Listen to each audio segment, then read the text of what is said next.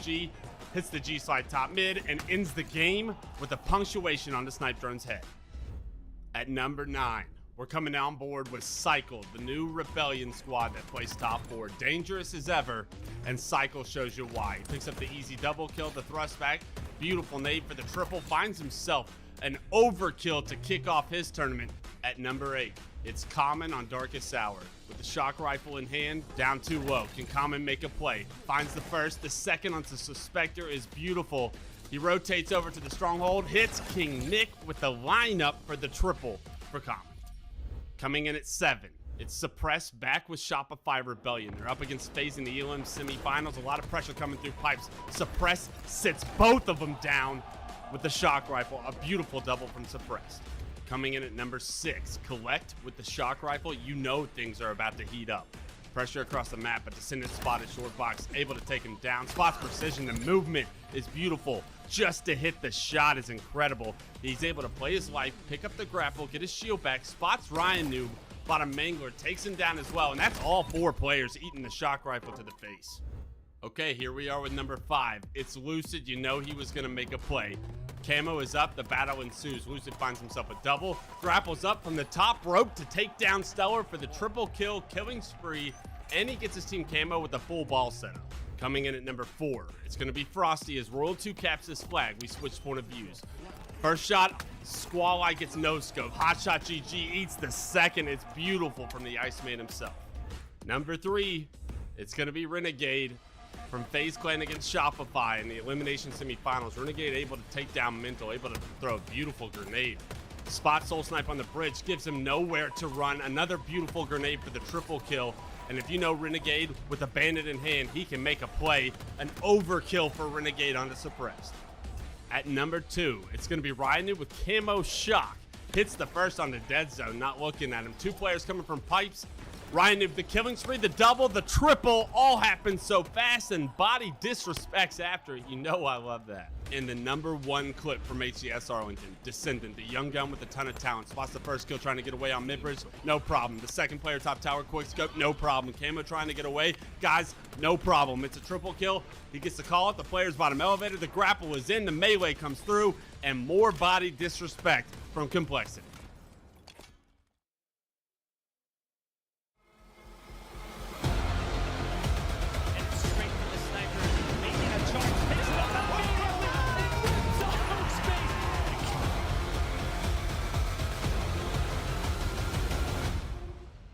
A tied game currently. Credit where credit is due. Another rocket grab here for Native Red. They were able to get a lot of value off of this last time, and it seems like this time it's exactly the same. Great play, and that's the second triple we've seen from Do it. Soul Snipe. He's charging, Yes. and he gets the overkill extermination. Oh, sometimes. Are you a magician? Are you I a get a magician or feeling. something, bruh? Yeah. Oh my god! Oh my god. Oh my god! Oh my. Don't post it, please. My journey to becoming a Halo Pro was starting in like 2015, 16 when I first started competing. I was only like 15 years old, but you know, I just did it for fun. Like I literally went to the Las Vegas event without telling my mom pretty much at first. I won $200 in this Astro free-for-all and it was enough for my flight. And I just went with some of my teammates. Obviously we did not do good because it was my first event, but it was really, really fun. I was able to see pro players that I looked up to play, and from there on out, I just started competing and trying harder and harder, playing Money Yates, getting introduced to the scene. I met Druck, obviously, longtime duo. We just took things by storm. We just kept grinding it out together. Stronghold Rain trying to keep them out, and he goes down. Will they convert this pit? Stronghold back, and yes, they do. 90-27. Triple kill for Soulside, looking for the overkill. Will he get it? Soulside flying into blue base and gets the overkill. I eventually found Manny with Case, and it was us four for a little bit. We started doing a little bit better, placing champ bracket at least. And then I eventually met Talik, and me, Talik, Manny, and Druck. We continued to just play the game together every day. A lot of criticism, a lot of arguments, because we're like best friends, and that's the steps that it took to be able to become who we are now. But pretty much we just had to keep grinding it out, and when Infinite came out, it was going to be an interesting leap, and we were really good at the end of Halo 5, and a lot of people doubted us going into Infinite, like, oh, these guys are Halo 5 kids, these guys are Halo 5 kids, and we knew we weren't. We knew we could do anything that we wanted to do.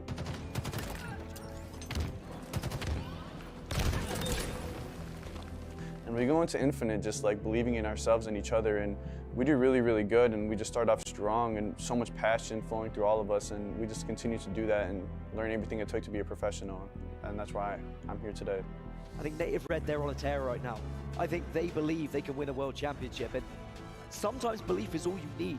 Confidence going into those BR fights, so this is going to be an incredible winners final.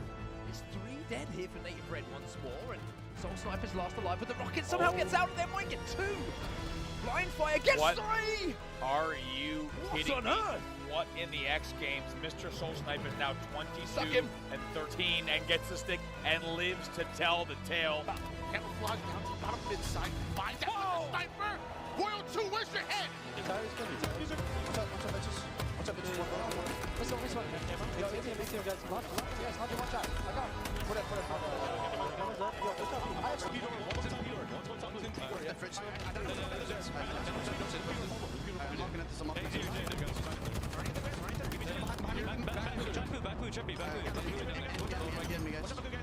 That is 4 players who know each other inside and out. Native Red, the call-outs, a lot of kind of 1 shot here, 2 shot there, but you've got to imagine they know where they're pushing, they know where they need to push. A big double from Soul Snipe.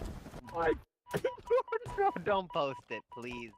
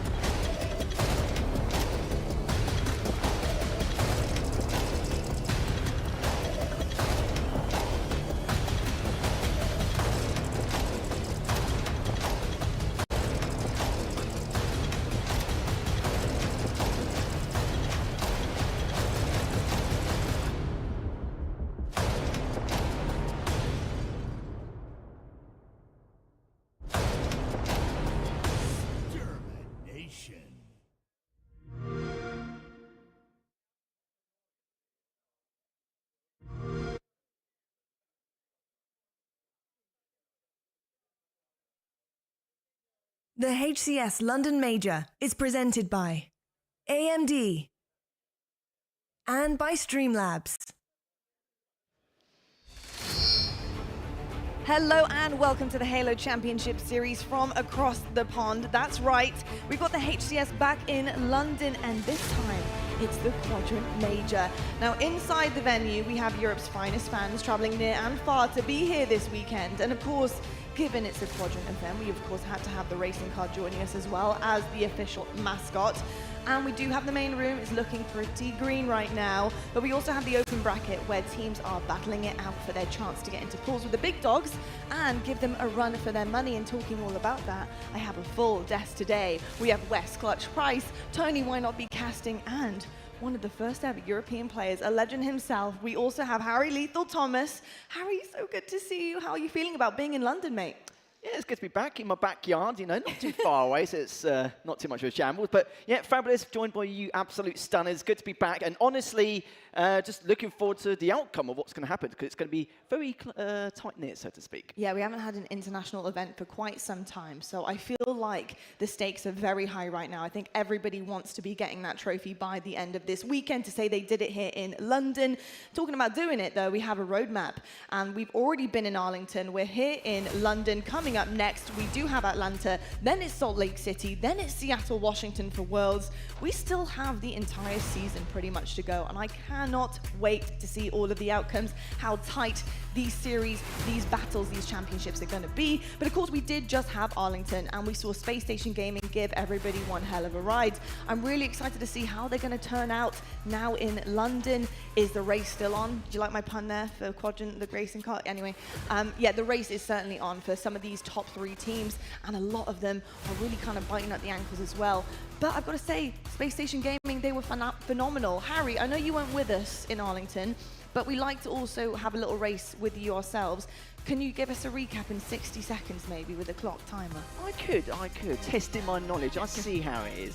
Yeah, starting off with Foe, you know, they started at the very beginning of the lower bracket and they made that incredible run up to top 6. And the man himself, the mouse and keyboard warrior, that is Wootton, first mouse and keyboard player in the top 6. And we had Sentinels, a shadow of their former selves, sadly getting knocked out in the top 16. And we had Shopify Rebellion, loud and proud in that top 4. Incredible stuff from them. I'm sure we're going to see more at this event also. But not only that, though, we see FaZe missing out on the grand finals. And I think we are going to definitely see a lot more in this London event and too, a lot more drilled out. But not only that, we had the Optic versus SSG grand finals. And what a grand finals it was. Went all the way to that final game. No telling who was going to take it, but we found out in the end. And it was Space Station Gaming taking it in the end with Legend, the first EU player to win a major. And my goodness, what a major it was in itself. Good on him and good on the entire roster of SSG. Right, Leaf, I will say, that was the initiation to stay on the desk this weekend. You passed with flying colours. That was gone for that. I was a bit worried. That was Absolutely amazing, but you are right. I love seeing here, you know, some of the clips of Legend lifting this trophy. What that would have meant to this guy, not only winning his first ever event, being historically the first European member to be picked up by an incredible North American team, but also just Europe are on fire recently. I'm loving this kind of come up we're seeing from European Halo. As you can see, the final results there from Arlington and the Major here. Just amazing things that are really coming internationally. And of course, now being in London, it really is putting a pretty bow on, I think, the gift of Europe.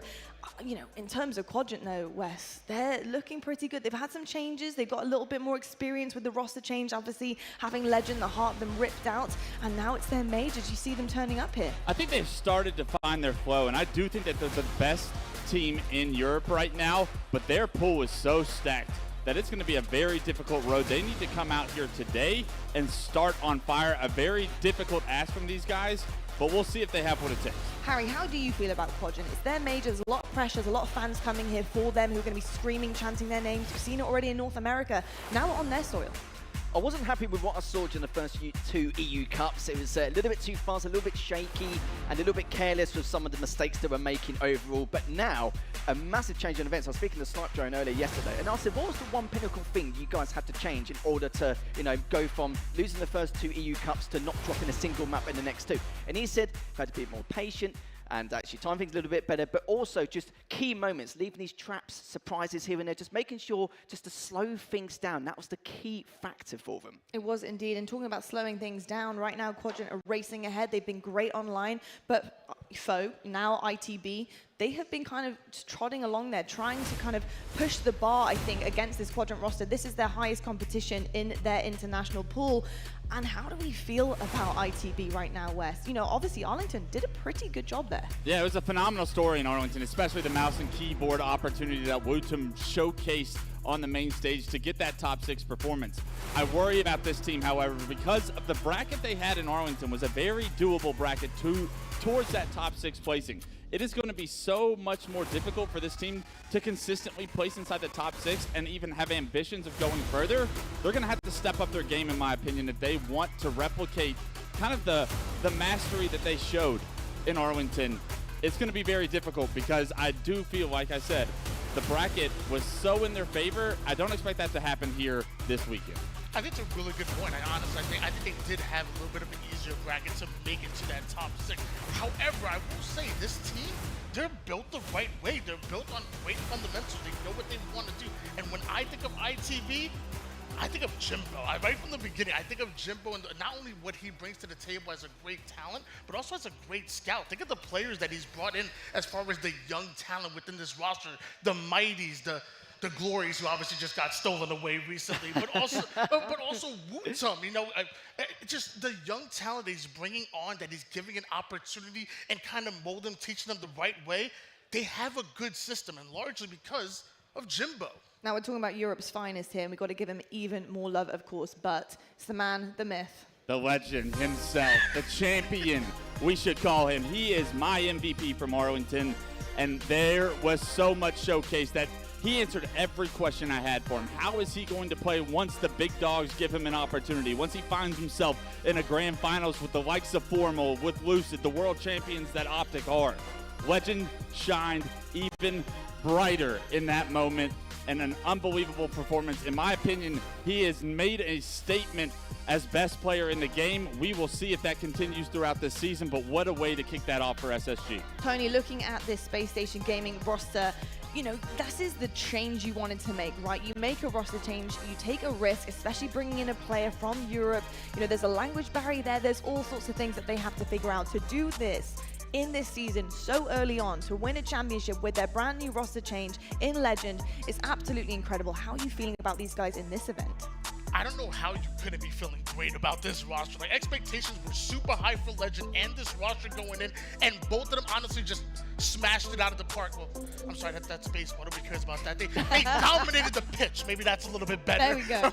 But It'll work. Either way, they've been fantastic. One thing I'm going to sit here and say is that, hey, look, you're just coming off of a huge win at Arlington. Expectations are still going to be high. You are the best team in the world right now, so that means one tournament this year is not going to be enough. You need to go back-to-back. You need to just hit it when momentum is high right now. Don't let your foot off the gas. Don't fall off. Harry, we're about to start talking about the top three, so I want to know from you the competition between these. How are you feeling about it coming into London? Do you think it's closer than ever? Do you see some gaps and some maybe holes in the gameplay that all three of them can capitalize on? I feel like it's going to be some of the closest competition we've ever witnessed so far. With some of the changes we've witnessed in the top 6, it's going to make a huge impact. Maybe a bigger impact than we even expected. Is the top 4 safe?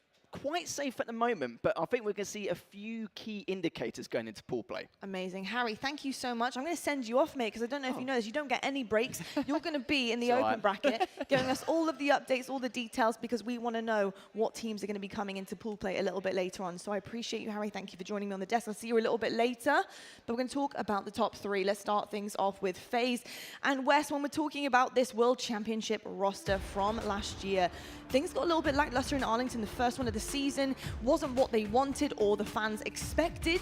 How are you feeling about their run, hopefully, this time around? Yeah, the sentiment I feel like from the public community has got to be FaZe came out flat. FaZe didn't look like their typical selves, being that they were the World Championship belt holders at the time. I actually think otherwise. Going back and rewatching the event, those games against Optic were so close. It was 2-1 in Solitude King. It was overtime in the flag, where it was 2-1. In my opinion, FaZe should have capped 3, 4, 5 flags in that game. I actually think FaZe maybe didn't bring their A game, but they still were able to push Optic in every single one of those games in the elimination bracket. It was a little bit misleading with the 3-0 scoreline. I actually love FaZe's opportunity to rebound and feel like underdogs because of that third place finish. Now, Optic, are they back on top again? What have the stars been telling you, Tony, about this green roster? I mean, this team is good. They're great. They're elite. Like, when I think of what needs to be done in order for you to get over the hump, that 49-49 Slayer, those game-changing moments, I think of chemistry. I think of timing. I think of just the intangibles. And that's what that Dead Zone roster move did. It brought them all of that and then some. Dead Zone has been a phenomenal pickup here for Optic Gaming, and they are the real deal. They certainly are indeed. They had a bit of a bumpy one, I think, coming out of Arlington. They lost the grand finals just by margins. Things were very, very close with them. And it just was unfortunate, right? They then go and work things out, go away, not even getting on the board of some of the qualifiers, but then they have a peak at the right moment. How are you feeling about Optic doing what they do best at the right time? Yeah, their series against SSG, when you look at it from afar, they lost the Slayers. And we traditionally say the better teams in Halo have always been better at objectives because there's so many more win conditions you're having to factor in. There's so much more strategy that's displayed. Optic actually showcased so much talent in those objectives in that grand finals, and I think that they put in so much work. Lucid was such an impressive individual at Arlington. If he gets a little bit more from the Formals and the Trippies of the world, they are going to be the best team at this event playing at that level. They certainly will indeed. And Tony, obviously their new addition, debuting at LAN last event, which is Penguin. How are you feeling about him and his transition onto this team and the experience that they now have built on? Yeah, I mean, like I said before, it's the full package. It's that chemistry, it's that timing, it's that unselfishness. It's not only what he brings in those Slayers, and let me tell you, he pops off on some of those Slayers, but it's everything else that he brings around him. Like, he's the type of player that I want to play with because he's going to make me better. Also, I'm really bad, so but somehow he makes me better. There's a lot of players out there that'll help you out with that, Tony. Dead Zone definitely will. All right, Lonnie. I was going to say, Tony, you think you're bad? You haven't seen my POV, mate. Don't worry about it. Trust me. Do you know what? Something else I'm really excited for, though, is, of course, the open bracket. And I say that every time, and that's because there's opportunity in the open bracket. And this time around, we're having something a little bit different, a change, maybe some fresh talent, fresh faces coming into an international event. We get to see teams in the open bracket who don't have to travel, who maybe it's costly for them to do so. They get their opportunity and their chance. And Wes, that means everything for some of these fans and, you know, hopeful competitors. Yeah, absolutely. The last time we were in the UK or over in Europe in general was the Valencia LAN, and we saw a lot of young talent there. And it's been a year or so since then. I expect a lot of that talent to have developed. You also have teams like SWAT that are going to be in there that traditionally always make it out and makes a little bit of noise and have had success once they make it into pools. So I'm excited to see a lot of the young talent that I saw maybe a year ago. How far have they grown and who's going to actually make it out? A big factor there is Native Gaming no longer in open. Yes. To me, every open bracket team is like, all right, we don't have to worry about Native Gaming. That's another opportunity for us to maybe make it into pools. That is a very, very good point. They're going to be wiping their brow. There's no sweat that much anymore. A little bit, maybe. They'll have to get a little sweat in that open bracket, but still. Another new shiny thing for us to talk about while I got you, Wes, is, of course, a new map in rotation for our pro players. Interference. Talk to me about what you see on the meta-wise with this, what pros have been doing in the kind of downtime going up to London. Yeah, Interference Strongholds is going to be the map mode combination that we're introducing here this weekend into HCS competition. This map plays very fast, and you traditionally have seen teams have the most success when they go for the trip caps, when they're forcing split spawns, when they're applying amazing amounts of pressure. I expect teams like SSG and Shopify Rebellion to really showcase the skill with the pace that they traditionally play at. But everybody knows this is the remake of Rig. You expect the Halo 5 players that had so much success, the phases of the world, those guys, the SSGs, those guys know how to play this like the back of their hand. I expect very early on for them to have success, but also the meta to develop over the weekend as teams probably start to learn how this map plays in competition form. We love learning with the pros and some of our favorite teams as we are watching it live. But of course we do have pools. It is Friday, it's pool play day, baby. And Tony, when you look at these four, what is speaking to you? Where's our pool of death? I mean, come on, you're looking at these pools. If your eyes don't gravitate towards Pool B, I don't know what you're thinking. You got Optic Gaming, you got Quadrant, and then sprinkling a little bit of Sentinels. And this right here is the pool of death. This is what I'm talking about and what I'm going to be keeping my eyes on. And the reason this is the pool of death is because of Sentinel's performance at Arlington, a top 16 finish where obviously they had their struggles, but we know how consistent Sentinels was, especially towards the end of last year. I expect them to rebound and be competing for a spot in the Sunday deep into the bracket, right? Yeah. This team right here is so talented, and Quadrant have got to be shaking their head that they drew the bad luck of the draw, because Sentinels and Optic are both in your pool. Friday is going to be a serious hill for them to climb. It's really strange when you look at this, that the second seed in this pool, being Quadrant, are technically the underdog going up against the third seed in their pool. And that's just the way things have shaken out, especially with the new addition, of course, on this Sen roster, which is Precision. Tony, talk to me about the way that you see this kind of roster going and the chemistry-wise coming forward from this change. Yeah, I mean, Sentinels really are going to be leaning on Falcated and Precision as far as their firepower. That's what's going to start their offense every single time, and it's what they're going to lean on in order to push forward on the map and get some presence. And Wes, I know you're a big fan of Precision. Talk to me. Precision's been on my radar since the first year I was playing him in matchmaking. This kid is special. I saw it early on, and for him to get an opportunity to team with some veterans, the guys that have been there, done that, that is everything. The moment for this kid this weekend is going to be so big. I expect him to answer every ring of the bell. Precision will be a household name by the end of this weekend. He will bring Sentinels and to create some upsets. He is a special talent. While we're on Sentinels, I think there's probably a lot of questions from fans with this change. And I think when you make a change for Spartan, who's a household name. He's tried, true, tested, he's had results. He's a veteran in his own right, and the experience he brings is crazy, as well as his main slay ability is always just on point. I know he had a lackluster Arlington. There were so many different factors for this guy. You know, you gotta feel for him in that regard. He's gonna come back, bounce back. But I think there's a lot of questions about changing somebody like Spartan out for precision. So for those fans who are trying to understand, and maybe a fan of Spartan, you know, that change, why is it so integral? Why is it so important for this team going forward? Sometimes we always talk about consistency and how it's nice that teams gel and stick together for so long, but sometimes change is necessary. Sometimes change motivates everyone. And to pick up a young gun that is just driven to succeed, because he hasn't been there, he hasn't done that, he doesn't have the accolades yet. He motivates everyone else to get on for practice. He motivates everyone else to elevate their game. Bringing a young gun in like that can make magic, and I expect magic out of Sentinels. Magic indeed will be needed, because we also do have another team who are biting at the heels of all of our top three, and that's Shopify Rebellion. That has not changed from Arlington. They've been phenomenal online for these qualifiers. And Tony, when you look at Shopify Rebellion, what do they have right now that might convince you that this top 4 finish at Arlington wasn't their ceiling, that they can come out of that, they can challenge the top 3, if not lift a trophy? I mean, this was my dark horse team going into Arlington, and I kept telling everybody, you gotta watch out for these guys. And some people said I was a little crazy, out of my mind, but you gotta look at the results and what they've been putting on. Rebellion come in with that speed and with that timing, and when you're playing against some of the best teams in the world, you can throw off their rhythm, throw off their time with the way they play. And then on top of that, when you're playing some of the maybe the lesser talented teams, the teams that maybe outside of the top 3, you can bully them with that speed, with that firepower they come with. And that's one of the reasons why Shopify Rebellion are just that good. They're prepared for any team you throw at them, man. I got big expectations for them. Big expectations indeed, big shoes to fill if you are trying to remove one of the top 3. And I gotta say, Shopify Rebellion, they have their moments, right? But we also have hindrances. We have reasons why sometimes these teams take a little bit longer to get to the top than others. It's definitely not from lack of talent. We kind of talked a little bit about this when we were doing our homework, Wes.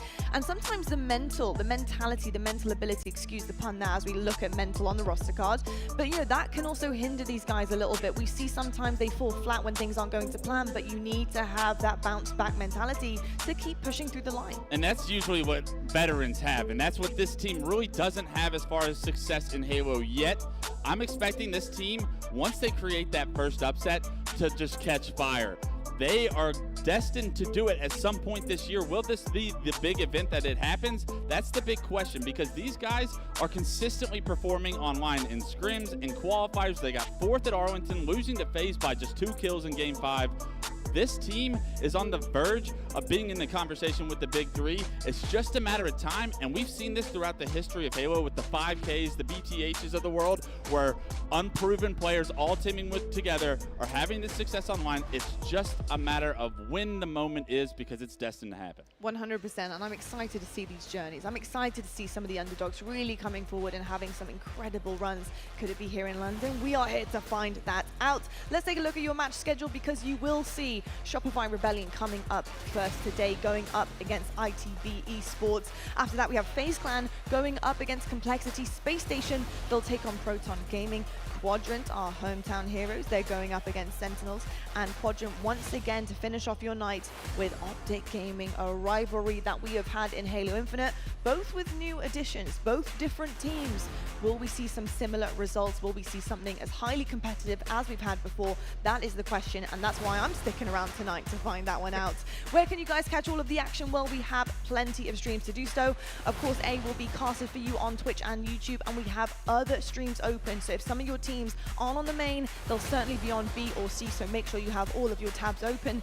And for also another reason as well, because of course, as per usual, we have Twitch drops for you guys. Each day we'll have different drops available for you guys to earn just by watching, and those drops are all from the Harvest Dust collection.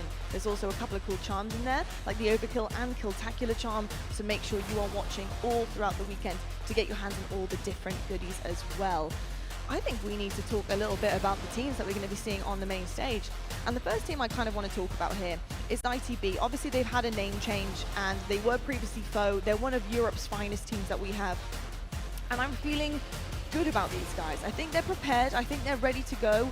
I think they have a lot of confidence, actually, especially after Arlington. Confidence can do a lot for a Team West. How do you think they would be feeling about their gameplay in Arlington and missing out on a couple of extra placements as well? They were a little bit gutted about some of the results too. I think they're pretty excited about that top 6, but they have expectations that that is going to be a consistency for them. Do I think that that's the case? I'm very concerned that, like I said earlier, the bracket was fairly in their favor to get to that top 6. Getting any further, you're going to have to seriously up your game. Are they capable of it? I know they've been putting in a lot of work. Wutum is a phenomenal player to watch and showcase the skill on mouse and keyboard.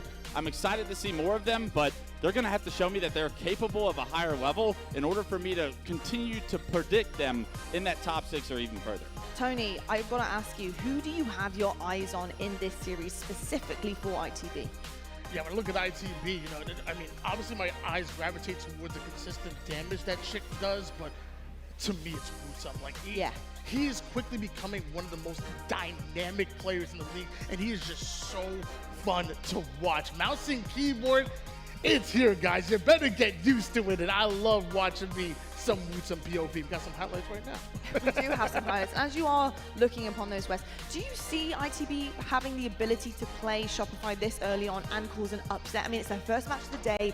They need to get warm. This is a big one. Shopify Rebellion, they're no joke. I think if you're going to create the upset, it's got to be early because you don't want Shopify to create that rhythm, to find themselves their footing, especially having maybe some potential jet lag and having to travel so far for the first time in their careers. This is the moment that I think you can catch them slipping. But that being said, Shopify have been putting in so much work and are so consistent online that this moment is going to be such a difficult task for ITB. We'll see what they can perform at. They certainly will have a task on their hands, but can they do it? That is the question, and a lot of European fans are willing to find out. Let's actually talk about the other side of the stage, or shall I say opposite the stage, because of course we do have a wrestling kind of stage aspect happening here, which is amazing. So we might see some trash talking, some wrestling itself. Some wrestling could happen, especially if we have Spartan on the stage. I was going to say, he's on the same team as Ryan Noob now, so that's kind of out of the picture. But maybe that's like the ultimate like WWE style storyline that we get going on. Ryan has the locks for it, you know. He has the curly hair. It would be perfect. It really would be a great story, and they need to get on different teams, I think. But talking about Shopify, Tony, I've got to ask you. You know, they've been making some noise. Of course, we've talked about how great they have been, the success. I'm sure they want to keep going and have a better success story here today. But you know, what are you thinking in terms of this matchup for them? Are we looking to see something that is just so dominant, a performance where we are not questioning their ability at all, or do you think against Foe it's going to be a bit of a difficult ride? I mean, for Shopify, they got to go in and put in the work. I mean, guys, let me read you off their previous places. You got 4th place at Arlington. You got, first place during one of the online events, then back-to-back 2nd places. The haters from Shopify Rebellion have been so quiet. They've been missing, while Shopify Rebellion have been loud and proud. So I have no reason to think, why can't you ride that momentum? Why can't you keep it going forward back on land here again? So obviously, ITB is very good. Yes. But Shopify, you got to get through this. This needs to be a 3-1 or 3-0. That's their expectation. Dominant performance. I was going to ask you the same thing. We're actually going to bring up the series layout while we're waiting for things on the main stage. Just to look across, because I do think there is a lot of kind of guidance here, especially for ITB. Shopify Rebellion, they're looking to make a statement here. Would you agree with Tony that that's really the start that they need for this Friday? Yeah, I expect them to start very hot. This team put in the work, had a boot camp coming into this event for several weeks. These guys have been together, putting in the extra time to be prepared to kick this tournament off the right way. I think they look at an opportunity to be the first seed in their pool, probably for the first time in a lot of their careers. And this Friday should be cruising through this pool in dominant fashion. I think that they are going to want to set a tone that they carry through to Championship Sunday. And looking at this map layout, one of the reasons why I said Shopify needs to win this in 4 or if not in 3 is because Aquarius Slayer is that game number 5. This ITB roster ran undefeated at Arlington, and it wasn't easy for them. We're talking about the likes of Business, who now are going by Proton, and Proton Gaming now going by half by Cloud9, and even SSG. I'm saying some big names that they beat. Yes. And they ran undefeated, so there's a reason why they need to win it in Game 3 or Game 4. You do not want to see ITB in Game 5. That is very true, and also this is kind of a repeat that we saw in Arlington. These two played last time. They were in the Elim bracket semi-finals, and Foe, they were knocked out of the tournament 3-1. How do you feel like this rematch will go, based on what we're seeing in the series layout, and based on the two, obviously, in the lead up to London on the qualifiers? I honestly think this series could get pretty ugly for ITB very quickly. The fact that they were on fire and they were built off so much momentum last tournament and still fell short to Shopify. Shopify has put in so much work. I would say they've even evolved as a team to be even stronger coming into this event. ITB have to show me that they have also evolved, that they have also gotten stronger. If they want to be able to continue to compete with where they think they belong, which is the 4th place team in Shopify, ITB, we continue to say they have ambitions of top 6 performances and top 4 even potentially. Well, here's your chance to prove it. Indeed it is. You talk about strength as well, and two very, very strong players on the Shopify roster, of course, Suppress and Cycle, both really putting up the numbers as well.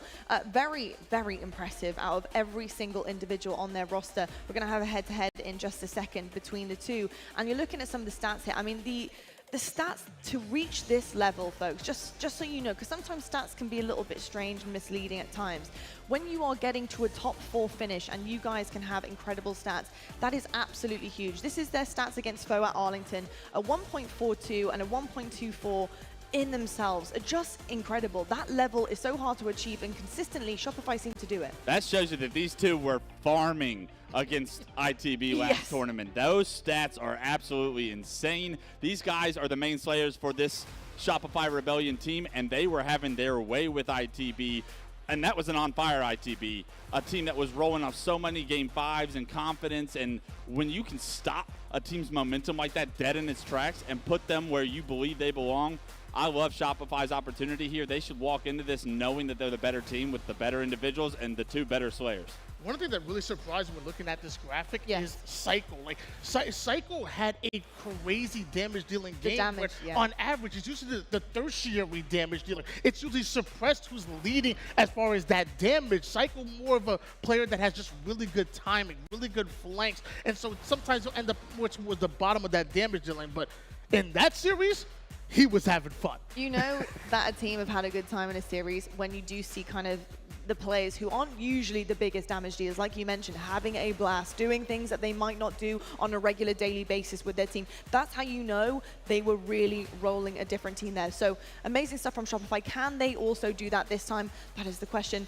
We do also want to look at some pools as well, because, before we look at pools, we have the Slayer KD leaderboard from HCS Arlington. So there you go. Suppressed and Cycle, I mean, like I said, consistently doing what they do best. And to have 2 players on the board, 1 and 2 position, along with Lucid, Falcated, and Bound, that speaks volumes, Clutch. That's a good place to be. If you're above Lucid and Bound and even Falcated in any stat leaving the tournament, you're probably pretty proud of yourself. And for Suppress and Cycle on the same team to be there, those game 2s, which are traditionally where the better teams slip up in series, that shows me they have Slayers locked down. Shopify are not going to lose those game 2s, even to like the teams that they are favorited over, which is, like I said, usually the opportunity that the team says, let's get back into this series. That says that's not as big of an opportunity as it usually is. Shopify, those are some phenomenal stats for them to create upsets against some of the teams that are listed below them with those individuals. And once again, I'm going to sit there and tell you, I'm surprised. As far as Cycle on the KD leaderboard, like I said, timing is everything, and he's a great flank. He's a great player that keeps his deaths low. But Suppressed, he's an entry fragger. He's a damage dealer. He averaged almost 6,000 damage a game back at Arlington. So he's not a player that really is going to, sit there and bait his teammates. He's in there. So for him to be winning his gunfights, winning that damage battle, and be here, it's no wonder why Shopify had one heck of an Arlington. Indeed it is. Here's the pool play, folks. And just to let you know, we're not stalling on purpose, I promise. I know we love being up here yapping away, but I promise you we are waiting for things to get going on the main stage. And while we do so, just have a little gander over all 4 of our pools here. What are you excited about seeing, Wes? Obviously, the Pool of Death is amazing, but on the other 3 we haven't touched upon yet.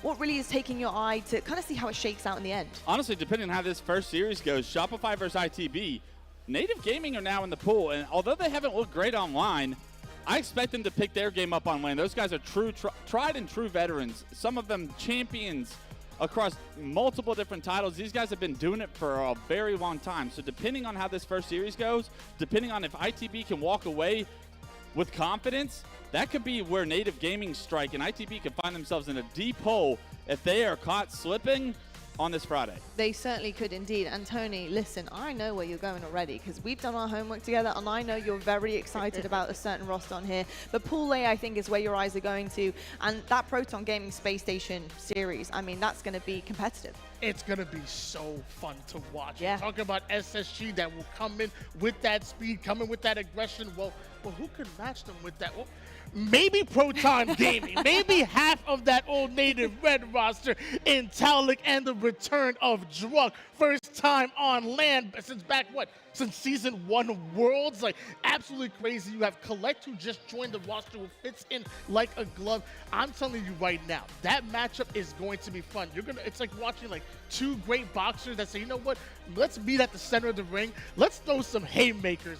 Make sure you are watching SSG and Proton Gaming. They'll be having their gloves on. I can guarantee it. There will be some haymakers thrown for sure. You know, looking actually at the return of Druk, this is a huge storyline. We haven't seen Druk perform for such a long time. The last time we saw him was year 1. He missed entirely the second year of Halo Infinite. That is a long time. We also talked about this, I think, at the dinner table the other night, about how the mindset might work for Druk, because it could go either way. He could be so hungry, so ready, so prepared for this moment, and he's going to take every chance and opportunity he gets to perform. And we could be seeing a lights out monster up there going up against some opponents. Yeah, not to beat a dead horse, but the last time we saw Druk, he placed 3rd at the first World Championship in Halo Infinite, and you had to think what was in store for this young new talent that's come up, that is making a name for himself. Is this going to be consistent? Well, we haven't been able to even see him compete on LAN until now. The amount of emotion going through this kid this weekend, I try to put myself in those shoes, but there's no way I could ever relate to what he's going to be going through emotionally.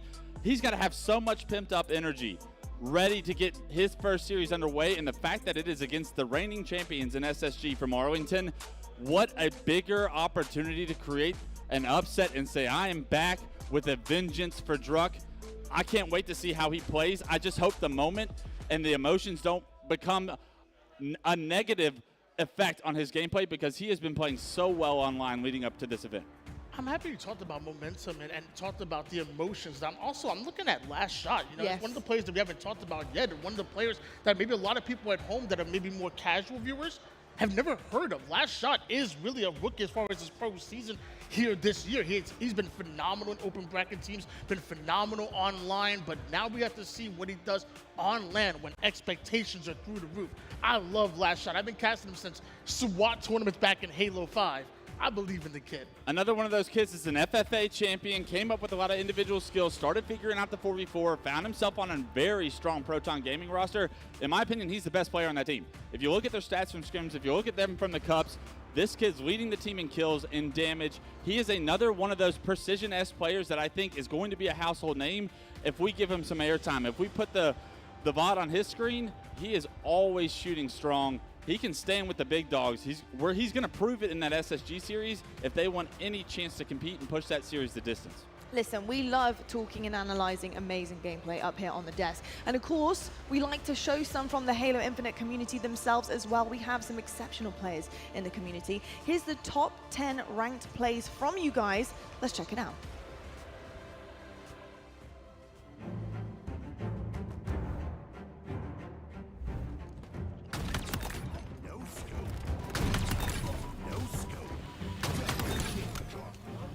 No!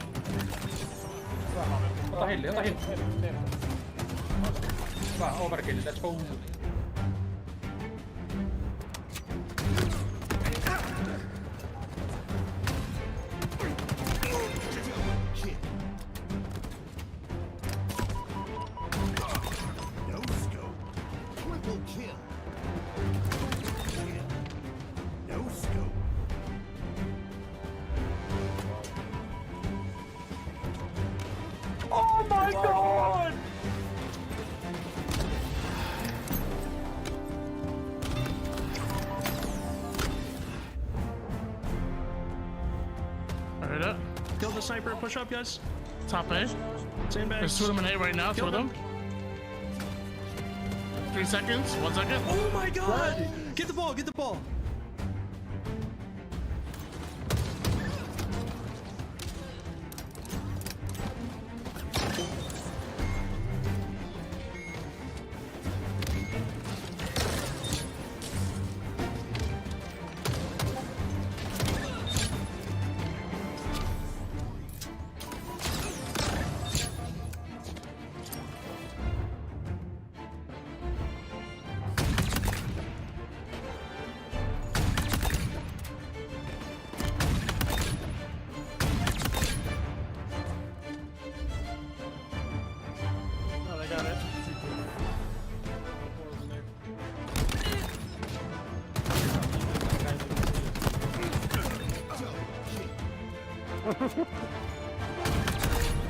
Oh my.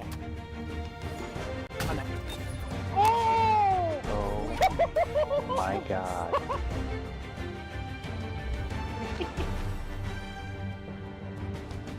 Oh, sometimes. Are you a magician? Are you a magician or something, bro? Yeah. Oh my god. Oh my god. Oh my god. Oh my. Don't post it, please. I gotta say, that last clip is something different. The casual singing in the background, the meowing in the chat, the LMAO, just the casualness of those shots being so stunning. That is just dopamine to me. Even watching it, I get secondhand dopamine. It's everything. Being able to drop the snipe for your teammate in the Halo Infinite, and Soul Snipe just gets the snipe drop for him in matchmaking. I wish some of y'all out there did that for me because I want the snipe. But obviously, Soul Snipe, the talent that he is, it's in his name, for God's sake. He pops off. You give the kid an opportunity, he's going to take it and run with it. And hopefully we see some of that showcase here in a bit. I hope so, especially on LAN, because LAN feels really, really good. Big shout out to all of those guys in the top 10. Eli X, we have a couple people who are also in the room, I think, as well. Tony, I heard your voice on that. I was calling out for Eli in that clip, so I'm just saying, I should have got credit for that. Should have been featuring Tony. Come on, now, the call-outs. You might have got 1 assist. Oh, come on. Hopefully you got the ball like he asked after he was done with it. Hey, I'm in the lobby with Eli. I'm holding the ball. That is true. That is very true. Now, guys, we're going to have to hold on for just a little longer, I promise. We're nearly ready. We're just getting things all set up for our pro players to make sure they have the best situation possible going into this competition. But we do have some others to talk about. Now, looking across our pools, a couple we haven't really got into yet, and I really want to dig deep with you guys and get your analyst brains going. But that pool B, it is such a big pool of death this time. We talk about the pool of death often, and sometimes we actually have trouble deciding which one is the most competitive. This one was so easy. Right from the rip, we looked across and we thought, this is going to be horrific for some of these guys. The competition starts Friday very much. It's going to feel a little bit like champ bracket play for these guys because of how competitive it has to be. This is a must-wins for all 3 of these teams. Must-wins. You cannot mess around. You have to turn up and show out. And Quadrant versus Sentinels, for me, is where it's at. This is a huge, huge match. Sentinels are looking very, very good. Online, they have been phenomenal. That new addition of precision, we talked about all of that. A Quadrant ready for what Sentinels might be bringing to the table? I think they probably think they are. The big question for me is actually, are they, though? The pickup of precision is going to motivate the Sentinels roster, especially after the performance the Sentinels had at Arlington. You know that the period of time between Arlington and now has been such a long wait because they want redemption. They want to redeem themselves, find themselves, and prove to the fans out there that they do belong still inside that top 4. I think Sentinels are going to come out red hot. Quadrant are going to have to match that energy, that flow, so early on in the tournament.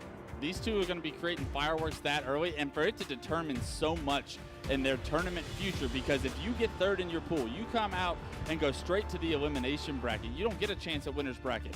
That is such a difficult ask for one of those 2 teams that you know both are regretting what happened at Arlington. The fate is destined for one of them to be in winners. One of them goes to the elimination bracket. I don't think either one of them have any business creating an upset against Optic. So for whichever one does not have a strong Friday, I worry for their tournament lives and how the rest of the weekend goes. 100%. I also think both teams have different circumstances. I think experience and chemistry-wise all together. I think on one side you've got Quadrant. They're in their home turf. They've got a home crowd here. They're in London, and we know what Quadrant fans are like. We've seen them in North America show up, and they're some of the loudest fans that we have. We love the Quadrant fans. They're going to be turning up. Make no mistake about it. They will be cheering and shouting and rooting on their team, but they've also got that pressure as well. So I'm waiting to find out if Quadrant are going to feed off that kind of energy, that crowd, that excitement, or will it be pressurizing in a situation like this where it is a must-win scenario for them? And then on the other side, Sentinels, they've made a very big team change with a very big dog, Spartan the dog, of course. So it's been a difficult ride for them. They are having to prove themselves, having to prove why they made this change. They want to make sure that this is the tournament to do so. So two very, very different kind of situations coming on board. And Tony, how are you feeling about the expectations on both of the shoulders of these teams? You know, it's funny. I like them for both. I think when I look at Sentinels, you just have so much experience, you know, and you're always coming in prepared on the line of Sentinels, but also similar with Quadrant. I've got the chance to sit down and talk with the likes of SLGs and Seekers and the way that they approach the game. Like I remember SLG, I sat down with SLG in the green room back in Arlington, and he told me that, you know, a lot of people were thinking like, we're trying to replace Legend, or how are they going to replace Legend? He said, no, you guys are thinking about it the wrong way. We're not replacing Legend, we're replacing the playbook.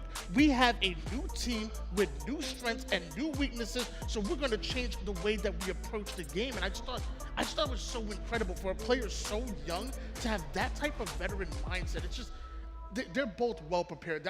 I'm not worried about either one of them. I like that. The big thing that you pointed out, Lottie, is this crowd is going to be a real problem if Quadrant get off to a hot start. If they give the crowd a reason to start getting loud.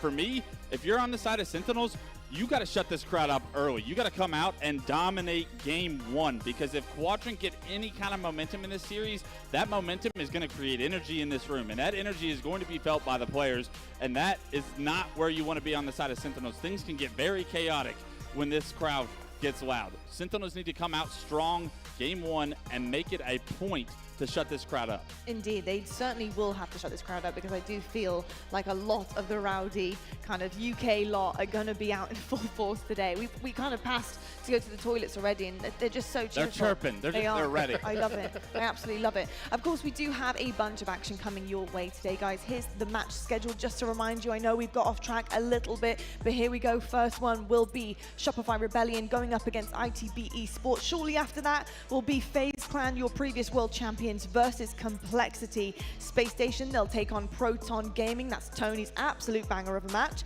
And Quadrant versus Sentinels, your hometown team, going up against this must-win roster. Sentinels versus Quadrant will be absolutely amazing. And to close out your night, we have Quadrant versus Optic Gaming. It's the battle of the greens. Which one is brightest? Which feature will keep going on? It's going to be absolutely incredible, folks.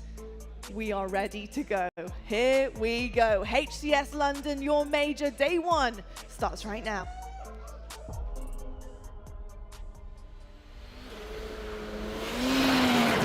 Welcome to Quadrant.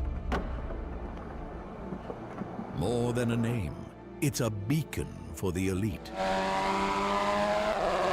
where the relentless pursuit of excellence knows no bounds. From the revving engines of motorsport to the daring tricks on ramps, our athletes consistently perform at the highest level. Now, this spirit transcends to the arenas of Halo, where esports athletes gear up, not just to compete, but to conquer. They are strategists, warriors, and champions. They are athletes.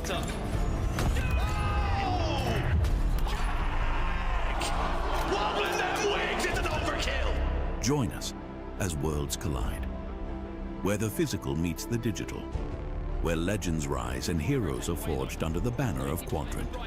Glory taken down, 2 dead here for Na'Vi, make it 3. Oh, there! Witness the fusion of top-tier entertainment and cutting-edge competition.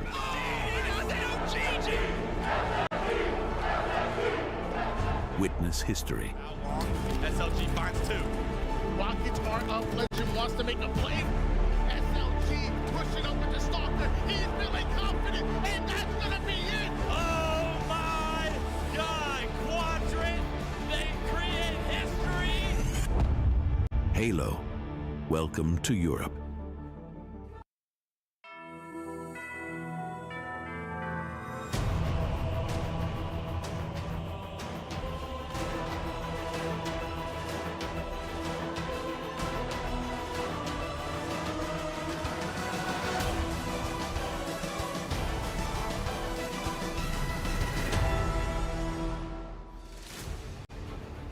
Welcome, folks, to European Halo's first major. Dan, let's take a moment before we even talk about teams. We're in London. I haven't had to take a long flight. This one's going to be a good one. I sadly did. I feel like I've been jet lagged for the first time at a European event, but what an event to be at, right? The fact we're going to have open bracket, the fact we're going to have some of the best teams, if not the best teams in the world, competing against who knows at this point. You've got that what if of anyone could be there in that final moment. Yeah, not to mention that we also have a little Formula 1 car behind us, which is looking pretty sweet. Got a lot of vinyls on, got our names on as well. And something we've seen the players trying to adjust to London. Of course, some of the American lads coming over and complaining about sauces and not getting with the chicken. Yeah, it seems like everyone's unhappy with the food, but they will be very happy with the Halo, I am sure. As you can see, ITB and Shopify Rebellion are gearing up for the first match of the day at the moment. But whilst they wait to get ready, of course, we can kind of talk about this event as a whole and how it's been. I mean, leading up to it, there's been a lot of excitement from fans all around the UK and surrounding areas in Europe. The fact that they can be here, they can watch some of the best teams compete in the world. Yeah, I think that's a massive opportunity for all of the Europeans. Of course, we watch on Twitch all the time. We're up till all hours of the morning. And now it's time for the Americans to maybe get up out of bed a little bit, get the coffee on, and maybe put the Halo on. And it's a very intimate arena, very close to the fans. North America are going to be under the pressure, under the cosh, especially, I imagine, when Quadrant, or really any European team is playing. And we'll have to see how they deal with said pressure. I remember back in the olden days of MLG, seeing European teams go over and compete in those pit areas and having to hear those North American crowds roaring behind them. I imagine it's going to be exactly the same here in this arena, and just seeing the North American teams maybe struggle, but it also might spur them on. Now, Shopify Rebellion on that stage, up against Into the Breach, recently picked up, formerly known as Foe, coming off the back of a top 6 finish for them, their best ever. Shopify Rebellion top 4. These two teams have a little bit of history as well. Yeah, a lot of momentum coming into it from both of them, and they faced against each other. Yes, Into the Breach were knocked out by Shopify Rebellion, but they were off the back of series after series after series, starting to get a little bit tired, and I think they'll be excited here to show what they're made of in a kind of fair playing field where they won't have to think about the fact they've just played back to back to back. But those are the map records on your screen of how everything looked throughout 2024 on the series layout that we're going to be competing here today. Now, it was King of the Hill we started off with in Arlington, with these two teams facing off against each other as well, and we did see ITB win that one, and they got a 1-0 lead, but it went downhill from there. And you know why? Slayers. Yeah. We've been looking into the statistics, looking at what makes Shopify Rebellion tick. Why are they so good? How did they get up into the top 4? Slayers, Slayers, Slayers. Whether it was mostly the game 2s. They were dominant. They only lost one Slayer all tournament, and it was a game 5 against FaZe. Is that something you think you expect them to lean into again? Looking at those Slayers, they'll be there, the real moments in the series where they can get themselves back into it, or they'll win it. You imagine it'll be the tipping point, right? Yeah. If they've gone down, they can just reset and say, well, we've got a Slayer here. We know how consistent we've been in any of the Slayer games. So yes, that will allow us to reset, focus again, and then we can start to look at games 3 and 4 and just carry that momentum in. And you saw the statistics at the top of the show, like 2 of the players featuring as the top KD from the previous event. Having that going into any slaying game type is going to be brilliant. And it's going to be a job for Into the Breach, of course, defending Europe, the first line of defense. How do they stop the slaying power of Rebellion? It's difficult. Sometimes you just have to try and keep up with it, and we've always said European teams are a little bit slower in how they play, how they approach the game, but I think that's starting to kind of be negated in Halo Infinite. Teams are learning now how to play at the same pace as these North American squads. So I'm expecting ITP to certainly give it a good go, try and keep at least within 5. If you allow a team like Shopify Rebellion to get more than 5 ahead in a Slayer game type, you're really going to struggle, because they're just going to kind of put you to bed, tuck you away, read you a good time story. So you need to be making sure that we stay at the same pace as them. And talking about good time stories, we're better to start than with Wootum. Top 6, keyboard aloft in the air. what a moment that was for the young man. An amazing moment, the first time we've seen a mouse and keyboard player get into the top 6. But even though the mainstream has not quite got there yet, we do have the side stations competing already, and the B stream is underway. And it's Proton Gaming against BH3 they're currently playing. BH3, a couple of French players. Oh, excuse me, a French player. You got Kimbo as well, a German. Milzy, representing the UK, up against Proton, and Collect, of course, recently dropped, trying to make a name for himself, trying to get back amongst the elite, and it's a decent team he's landed on. Sounds like we say that every event, though, isn't it? Oh, Collect's been dropped again. Oh, he's been picked up by a good squad. Oh, he's outplaced his ex-teammate. He's been through everything. But you can see at the start of this game, it's a pretty dominant one for Proton Gaming, who you would expect to get the better of BH3, of course, one of our European rosters that will be competing in pool play. But it is also an opportunity for BH3 to kind of get a feel for things here. They are not necessarily the upper echelons of European teams like Quadrant, like ITB, but if they can get a bit of momentum behind them, then you never know, they could make a run. It's a real baptism of fire for the BH3 boys, of course. They play against Quadrant, they play against Into the Breach very often, but playing against Proton, something a little bit different, players and teams playing a little bit quicker for you. There's going to be an adjustment period, and you don't really get time against some of these North American teams, and we can see that here with the triple captains. They barely look back after BH3 got those 41 points. So A, B, and C all kind of locked in at the moment. You can see BH3 scrambling just to try and recover any sort of map presence, and sadly not really working out. When you're going up against a team like Proton, they are going to keep you on those split spawns and try and deter you from getting any sort of control back. I wouldn't be surprised if this ends up being 41 points just for BH3. They kind of all need to band together, but they have struggled on those split spawns to gain any sort of momentum. You mentioned the word back. Druck. Here he is at a major competing. It's great to see the man. It's amazing, and of course very sad we haven't seen him compete, and I hope that in the future we will, but this is an event that he gets to shine, he gets to show us what he's made of. And you know, on the side of Tolik as well, I mean, I think that is just good in itself to see them competing together. And I do think Proton are going to be a real threat at this event. They're going to be a team that a lot of other squads will be looking at saying, hey, that's a potential banana skin, and we need to make sure we stay on top of it. As we do see BH3 finally get on top of some spawns, and they start to get some points on the board. Milzy then, inside B. Action happening all around him, sniper rifle in hand, 3 shots to play with. Druck's going to be the first one to peek. Druck loses his life. Milzy slides into A then. Carries on forward in the last shot. Trying to scamper away, bottom middle. Milzy takes care of business once again. Killing spree for him, and that's exactly what BH3 need. Yeah, I think BH3, they just need moments. I don't think they would come into this series expecting to win, but if you can take a map, if you can get that belief going, and I tell you what, Triple Cap is locked in now, so that's belief that you need. And if when you go up against a team like Proton, if you can say to them, look, we are going to be competing with you, we can actually take you in individual fights. If you can get them rattled a little bit, there's always that opportunity to get some sort of upset, even, as I said, if it's not just for the series, but just for a map. Milzy chasing down last shot once more. Tolik and Collect gotten kills across the map. But Milzy playing B very well. Ultimately gets taken down by frag grenade from the hands of Collect. Now an opportunity for Proton to retake the lead and rapidly closing in on that 250-point threshold. Yeah, once they've regained the control now, that was the moment really, wasn't it, for BH3? If they were able to keep that trip cap, keep that pressure, start to split those spawns, maybe there could have been something for them, but now with Proton regaining said spawns, you can see they're just running BH3 into the ground now. And it'll be a solid start for Proton. There's always that risk of, at the start of a tournament, with potential jet lag and with everything else coming into the equation, that there could have been a little whoopsie-doozy. For BH3, they are sadly going to probably have to start thinking about a Slayer sometime soon.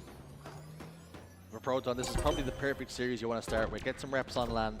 Play against a team that you typically don't very often, a tier below the premium crop of European talent.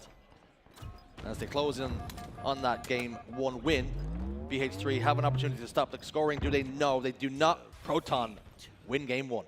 Yeah, they take game 1, and it was relatively comfortable from what we saw. We didn't see the initial start. It looks like BH3 maybe off that starting strategy had a good plan. It seemed to work, but then it was just keeping that throughout the entire game. Very difficult to do against teams like Proton Gaming and North American teams in general, but I'm still proud of BH3 being here, being that third representative of European side in pool play, it was always open for who was going to take that spot. When we saw Into the Breach get top 6, suddenly that opens another spot in pool play for a European squad.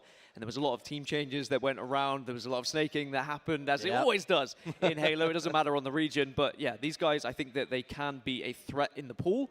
Whether it will be more about them against the open bracket team, I think that's probably the conversation. Yeah, I think they'll be looking towards whatever team does enter from the open, and maybe that's their opportunity to stay in the competition, because against some of these professional players from North America, they're just a little bit too strong. Yeah, too strong, way too strong. I mean, it's scary how the gaps are in Halo. You have like the top 3 teams, and then you have 4 to 6 after that, 7 to 8, and then it keeps getting bigger and bigger, that gap, and I think teams are trying to close it, but you need practice to be able to do so. You need to be able to play against these teams, and BH3, that's why they'll be delighted that they can play these games, they can learn a little bit more, and then they can transition as the tournament goes on into hopefully taking maps and maybe even a series. Yeah, I think you're bang on. I think when we're talking about, you know, the premium and the cream of the crop, we've got ITB of Europe. We spoke about how they're going to be the first line of defense. And against Rebellion, we expect them to... Wes said on the desk he wants to see more from them, and that the bracket favored them a little bit. And I take a little bit of... there's a problem with me. That doesn't sit well, because what you're saying is that they were fortunate enough that other teams, you know, elsewhere didn't do the job that they did, so they were the beneficiary of it. And I think that's a little bit unfair. ITB can only beat the teams that are in front of them, and they've done that. Say it with your chest. Wes, we think you're wrong. We're wrong, Wes. You disagree with what Roger Price had to say. I think he's kind of right and kind of wrong, right? You can only beat what's in front of you, and that's what ITB did. Was their bracket somewhat easier because of the poor performances from other squads? Yes, that's also true. But now you can right all those wrongs, and you can kind of have that tournament now where you say, all right, well, we've done it once. If they can replicate it, suddenly that story is forgotten. You don't have to think about, oh, it was an easy bracket, because you've done it 2 times. Yeah. Sadly, if you then drop further down and you're a top 8, top 12, then that's when people are like, okay, maybe it was just an easy bracket for you. As we see some of the stats on your screen and just some of the kind of key factors of what this series is going to be all about. We mentioned it earlier, strong slayers for the likes of Shopify Rebellion. I would be expecting Game 2 to go in their favor, but Game 5 you saw was Aquarius Slayer. That's actually one of ITV's better slayers, if not their best slayer. So if we were to end up in a best of 5, going all the way, I wouldn't actually be favoring Rebellion typically in that game mode. So it's going to be an interesting one if ITV can get there. And it's funny because I talked to Jim in the hotel lobby, as that's naturally where we find players. Jim spoke about how, you know, they're strong as slayers too. I said, hey, Rebellion are really strong as slayers. What are you looking to do here? And he said, hey, it's weird. We feel strong and confident in slayers too. And maybe that lends to your point that Aquarius Slayer, that could be something that they could do some damage on. I really think so, but then it's getting there, and it was the same that the analyst said. It's worrying looking at the series layout, because if Solitude doesn't go in the way of ITB, suddenly you're in a Slayer recharge, which should go in Rebellion's favor, and TTF Empyrean was another game type that was played in Arlington between these two teams, and it was won by Shopify Rebellion. So if that King of the Hill goes in favor of Rebellion, it could be a 3-0. Right, if we see, though, the first map being won by ITB, suddenly this becomes more of an interesting best of 5, and it will be a heavy focus on that oddball live fire, in fact, which kind of leans towards Shopify Rebellion based off of the open performances that we saw online and Arlington statistics as well. But I think that once you get to game 4 and 5 in a series at this point of the tournament, you kind of are saying, right, let's forget about those stats. Let's forget about what's happened in scrims. Let's forget about those tournaments. Let's focus on how we're playing in that moment. And these teams, these players, they adapt. They learn how other teams are competing. And then you start to get an eye for how those individual fights are going to go. Should you be pushing more aggressively as duos? Should you be just deathballing together as a 4? You've got to consider all these different things when you start to play. And once the series starts to get that deep. You speak about putting a lot of emphasis on the first game, the King of the Hill on Solitude. What is it that you expect to see from Into the Breach that will be the difference maker from them? I think they need to stop Shopify from just shutting them down and forcing them into spawns and forcing those split spawns. We've seen so much happening from the likes of Shopify. They're very kind of resilient to other teams spawning and breaking setups. They are always being aggressive. They are always pushing any sort of advantage they have and shutting down teams immediately. So I think ITB need to be a little bit unpredictable at times, not necessarily all pushing out the same direction and doing something that Shopify have seen time and time again. But when you get to this kind of stage of a game's ecosystem and its lifespan, it is predictable what teams are going to do in certain scenarios. There is only certain things you can come up with, so it's more about firepower at times. Like, how good are you going to be at hitting your shots together, or at targeting the right players to ensure you're shutting them down? If someone is holding a stupid angle and they're getting away with it for an excessive amount of time throughout the game, you are going to lose. So you need to be prioritizing taking them off S4, for example. Don't allow them to sit there comfortably. Don't allow someone to just sit top mid and shoot comfortably down on you either. And something that we've seen from Rebellion is that they're one of the most practiced teams coming into this. They had that extra opportunity of going to Orlando, competing there, getting some extra reps under the belt, maybe gelling more as a team. And do you expect that to lend their favor? That LAN practice would have been everything playing in Orlando for this team, even though they didn't come out victors and beaten by a makeshift team in the end, but a makeshift team full of champions, as it were, of superstars. So they won't be too disheartened with that. And, you know, Mighty's has stood up, so that's never a good sign that the game's going to be starting anytime soon. Maybe he's just going to switch out and Wonderboy will play instead. But I do think that that LAN practice is going to be everything for them. ITB maybe not having the same kind of opportunity to do so. Didn't travel to Orlando, of course. But I don't think they will be too worried because this is their home turf now. The crowd is going to be on their side. They're going to be cheering them every step of the way. And I don't think we should underrate that. I don't think we should undervalue that. I think as soon as the crowd does start to get a little bit noisy, whether that be just to the opposite team, whether it's being a little bit noisy towards them or just supportive towards the European side, that will get under the skin of some players for sure. I think you spoke about the European side. A player I want to highlight is Chick.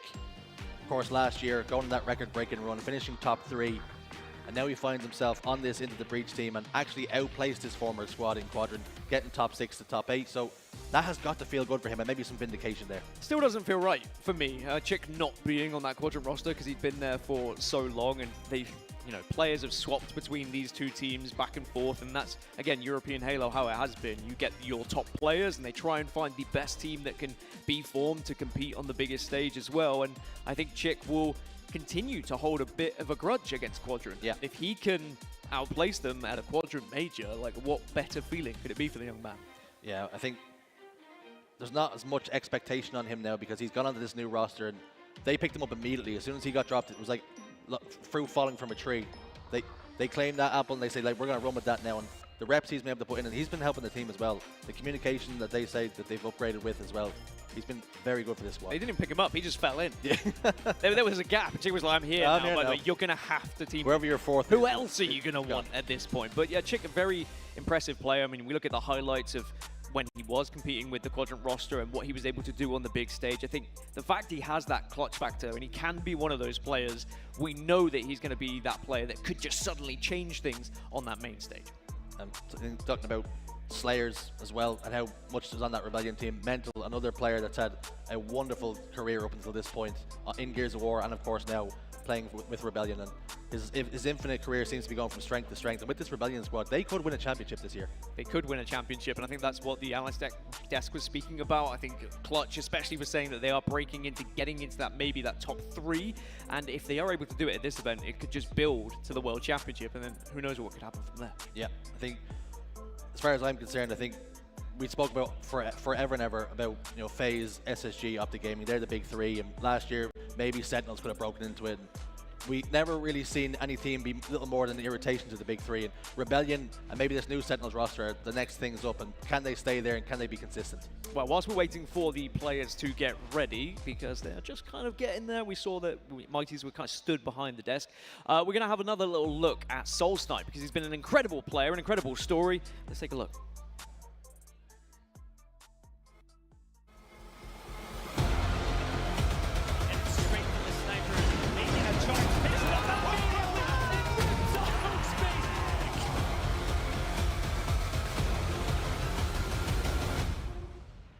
Tied game currently. Credit where credit is due. Another rocket grab here for Native Red. They were able to get a lot of value off of this last time, and it seems like this time it's exactly the same.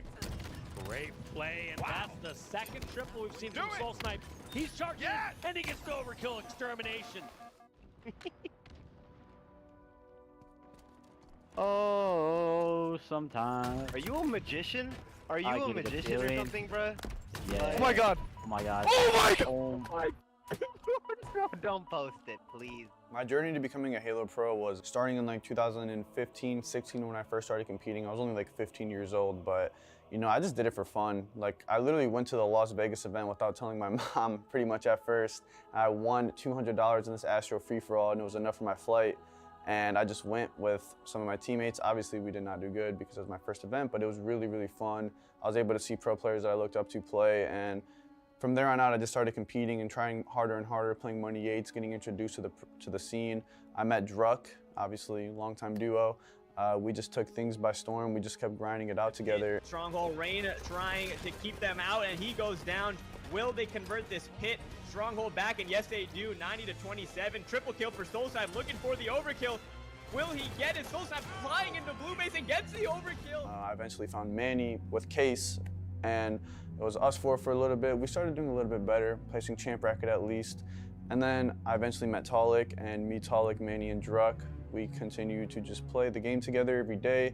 A lot of criticism, a lot of arguments because we're like best friends, and that's the steps that it took to be able to become who we are now. But pretty much we just had to keep grinding it out. And when Infinite came out, it was going to be an interesting leap, and we were really good at the end of Halo 5, and a lot of people doubted us going into Infinite, like, oh, these guys are Halo 5 kids, these guys are Halo 5 kids, and we knew we weren't. We knew we could do anything that we wanted to do.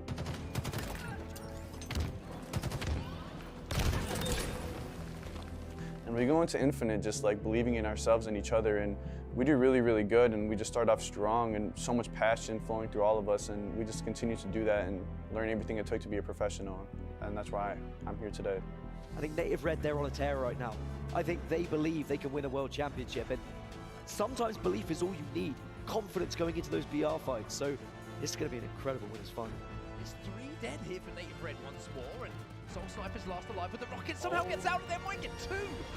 Blind fire gets 3! Are you kidding on me? earth? What in the X Games? Mr. Soul Sniper is now 22 and 13 and gets the stick and lives to tell the tale.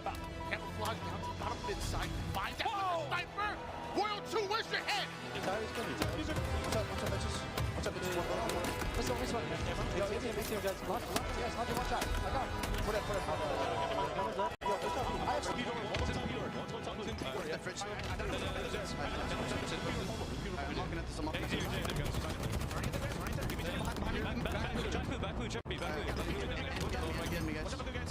That is 4 players who know each other inside and out. Native Red, the call-outs, a lot of kind of 1 shot here, 2 shot there, but you've got to imagine they know where they're pushing, they know where they need to push.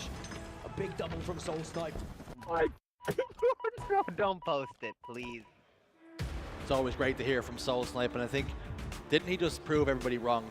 All these people were saying that just Halo 5 kids. He comes into Halo Infinite, top 3 finishes, top 4 finishes galore. He really has gone from strength to strength in his career, and what a player he is. I mean, that's a tale of as old as time, though, isn't it? I gave him my when babe because Halo 3 came out, the Halo 2 kids were saying that Halo 3 kids are Halo 3 kids, and then Halo 4 came out, oh, they're just Halo 4 kids, but then suddenly they become the Halo 5 players. Halo 5 kids are just, and then they become the Infinite players. It's just a natural selection, natural cycle of how the players develop. I know what you're saying, is that the old guard don't want to open the door and pass the torch to the new guard, so they immediately downplay how good they are. Every single time, and it would just be a game that maybe they're not adjusting well to, or they don't get along with, and we get the natural competition that happens of the players who were good at a previous game against the players who are the up-and-coming who suddenly have taken to the newer game, and it becomes a very competitive environment, and why we get players like Soul Snipe on a stage like we do today. If you're confused, we're talking about Dave Walsh. Dave hasn't adjusted the script. Just Dave, Halo 2 the whole time, we know you were good at it, whatever. It's all he talks about. It's terrible. I mean, Solitude, how many times have we played matchmaking? He's on S4, just gets back smacked. Never leaves. Listen, Dave, I know you're getting old, but your ears still work, surely. Still trying to play Halo 2. Still thinks he's on lockout. Sadly, he is not, but he will be here later today, of course, as the rest of the talent team. And once we get underway, we have B-Stream, more B-Stream action that's going to be happening on your screen shortly.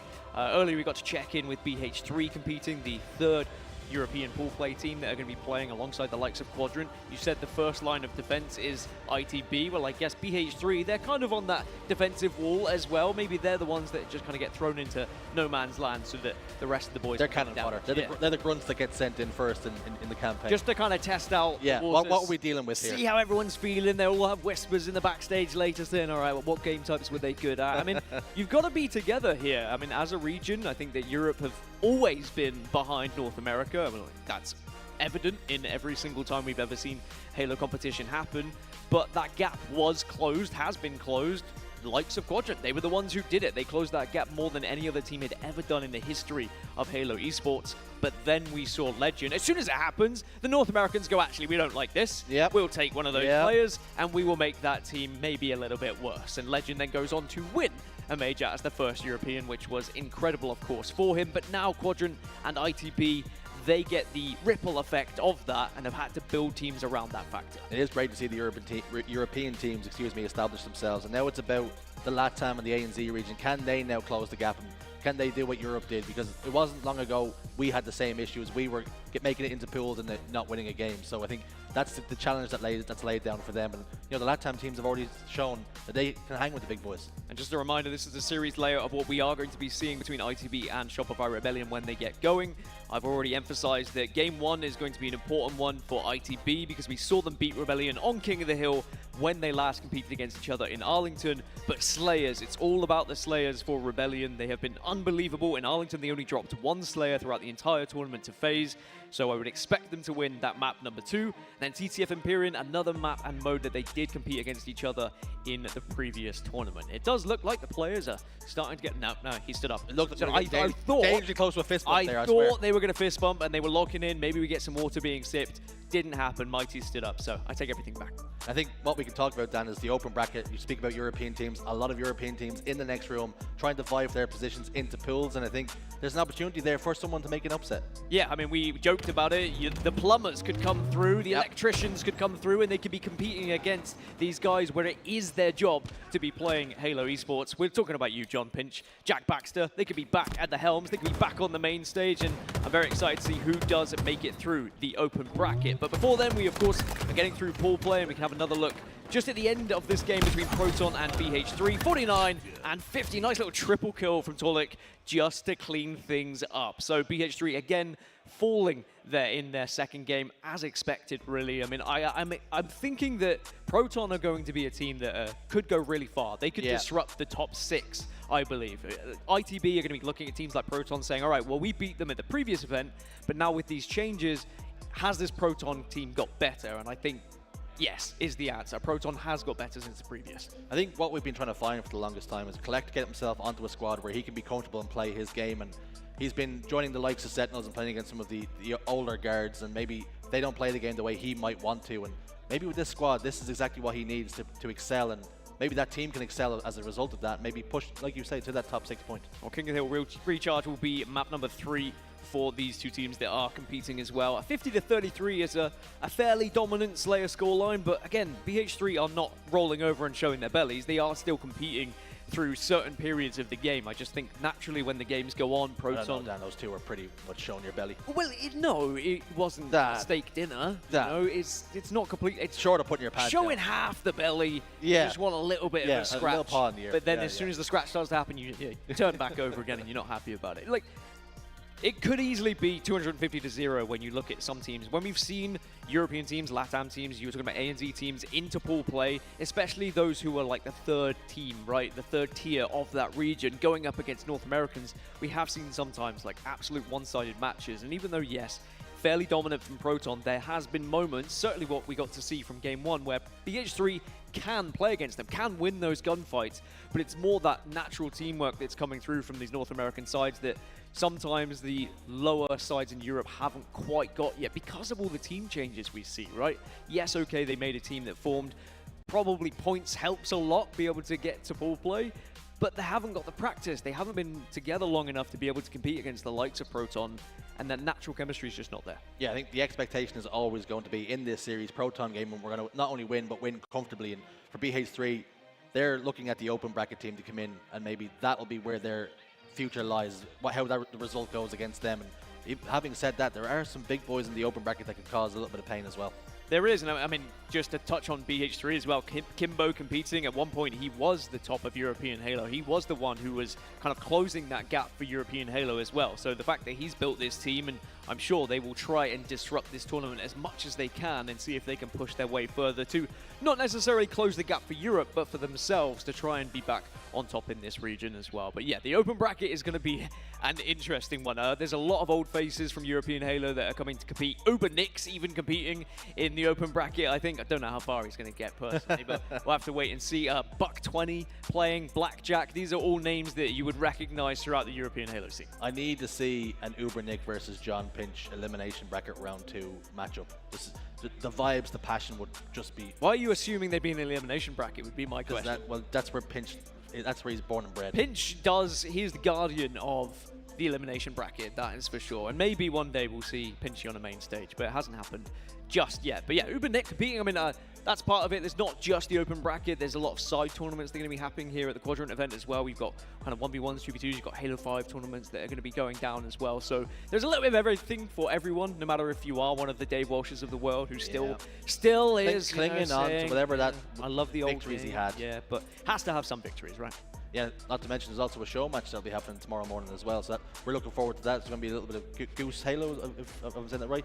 It seems to be very difficult to stay on the track when I played it. So I'm interested to see how our competitors get on. Yeah, we'll have to see how it goes down. But there's going to be more than enough to do, and obviously the incredible car as well that has been slid in. It was, if you had seen it on social media, it was a difficult process to get the Quadrant car in. The wheels had to be taken off and then put back on after it got through the door. And I love what they've done as well, adding all the stickers of not just the teams, but community members.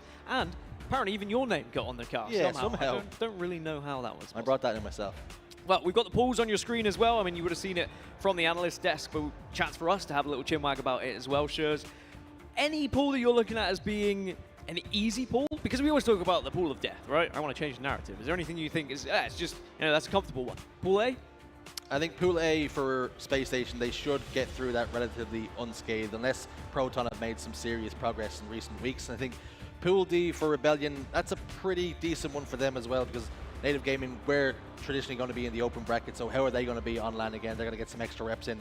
But for ITB, I think this is a tough bracket, the tough pool that they found themselves in again.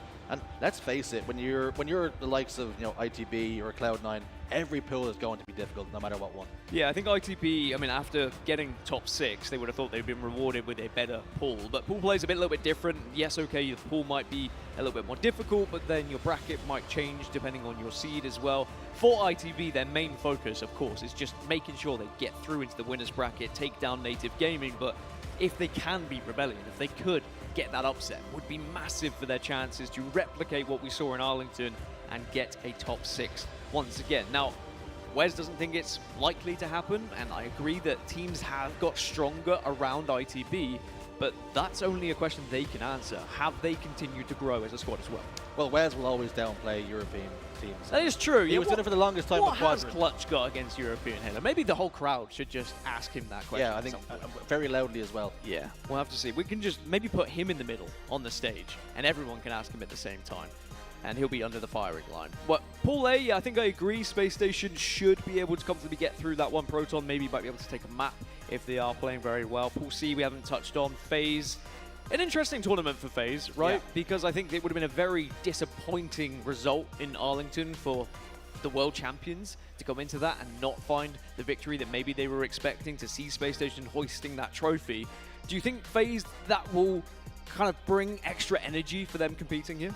I think energy is actually a very good word that you bring up, because we had listen-ins in Arlington, and typically when this team perform well, it's when they're loud, when they're, one shot here, Dad, you hear them screaming, and it's very intense. But you didn't really see that in some of the listen-ins, and maybe the energy wasn't there. They speak about, we watched the narrative Onset and Bravo spoke about FaZe coming out a little bit flat, which I can see why they would come to that opinion. I think it's a little bit unfair when you look at, of course, they did lose 3 out to Optic Gaming, but it was a lot closer than it seemed. It was a King of the Hill where, one hill was the difference. It was a Slayer, it was 50-46. So a couple of moments in those games, and we could be looking at a completely different score. But I think FaZe know where they lie in this, and they aren't expected to win. Nobody's really putting them as the favorites, and I think maybe that can play to their advantage, because we've seen them surprise us in the past. Which is crazy, and I think it shows how fickle we are as Halo fans, yeah, we really right? are. they're the world champions, right? They dominated that competition, and then suddenly, and when we saw the Bandit change, we were like, oh, FaZe is just going to trounce everyone. Yep. No one's going to keep up with them, and then as soon as someone else wins the event, we're like, ah, well, we don't expect FaZe to FaZe weren't even really that good. Yeah, anyway. they're not even that great. Yeah, top 3 maybe at most. And Complexity and Cloud9, they need to take advantage of the position that FaZe find themselves in, right? They need to say, well, do we think they're vulnerable?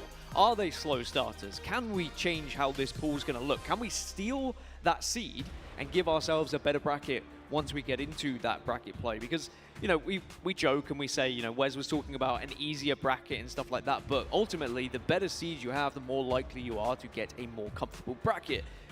It's not necessarily the same at this event. I feel like there isn't going to be a comfortable bracket for almost anyone, because it does seem like the entirety of the top 8 has all got stronger around one another. That's what happens when you go from event to event. When you start off at the initial one, everyone's made their changes after the World Championship. Everyone's a little bit kind of dicey here or there, and then people start to gain that momentum as events go on. You speak about teams making changes. I think we'd be remiss if we didn't mention one of the biggest ones that caused what that resulted in a championship win. That's going to be Space Station Gaming. We're now back on European soil, as is Legend. Back home almost, as he's a little bit away from France. But let's talk about that young man and what a tournament he had. Yeah, just as we're watching over Proton versus BH3 in their 3rd match on the B stream, I agree, Legend is back on home turf, as it were, and I think there'll be a lot of fans for Legend as well. I mean, eventually when we get to the latter stages of the tournament, if we don't see the likes of Quadrant, we don't see the likes of ITP getting into the top 4, suddenly your attention turns to your last European hope, and it is an individual player that is going to be competing on Space Station, and suddenly Space Station then become the crowd favorites, right? We know that that's a possibility that's going to happen, and perhaps Legend has the opportunity to put on a show for the Europeans that will be watching. Speaking of shows, Proton Gaming, been a fairly comfortable first hill for them. BH3 haven't even been able to register a kill for 2 of their players, so Proton will be comfortable in this scenario. Yeah, should be able to secure hill number 1 relatively easily. Tolic over holding glass and the long hold position. It's going to be a trade from Millsy. But hill 1 gone as quick as a flash.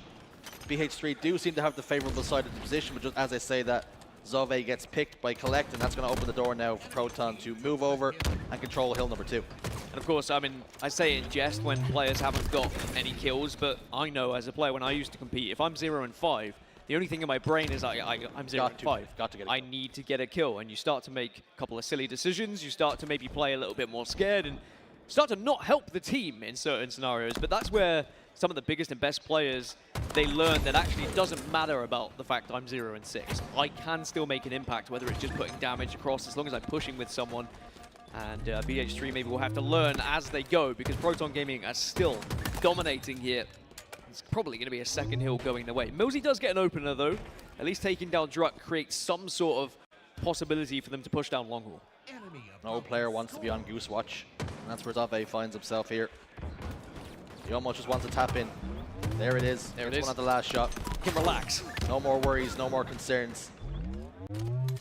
Perhaps a little bit of control now for BH3. All 4 dead for Proton, so an opportunity for BH3 to set up. Last shot's going to be coming through long haul.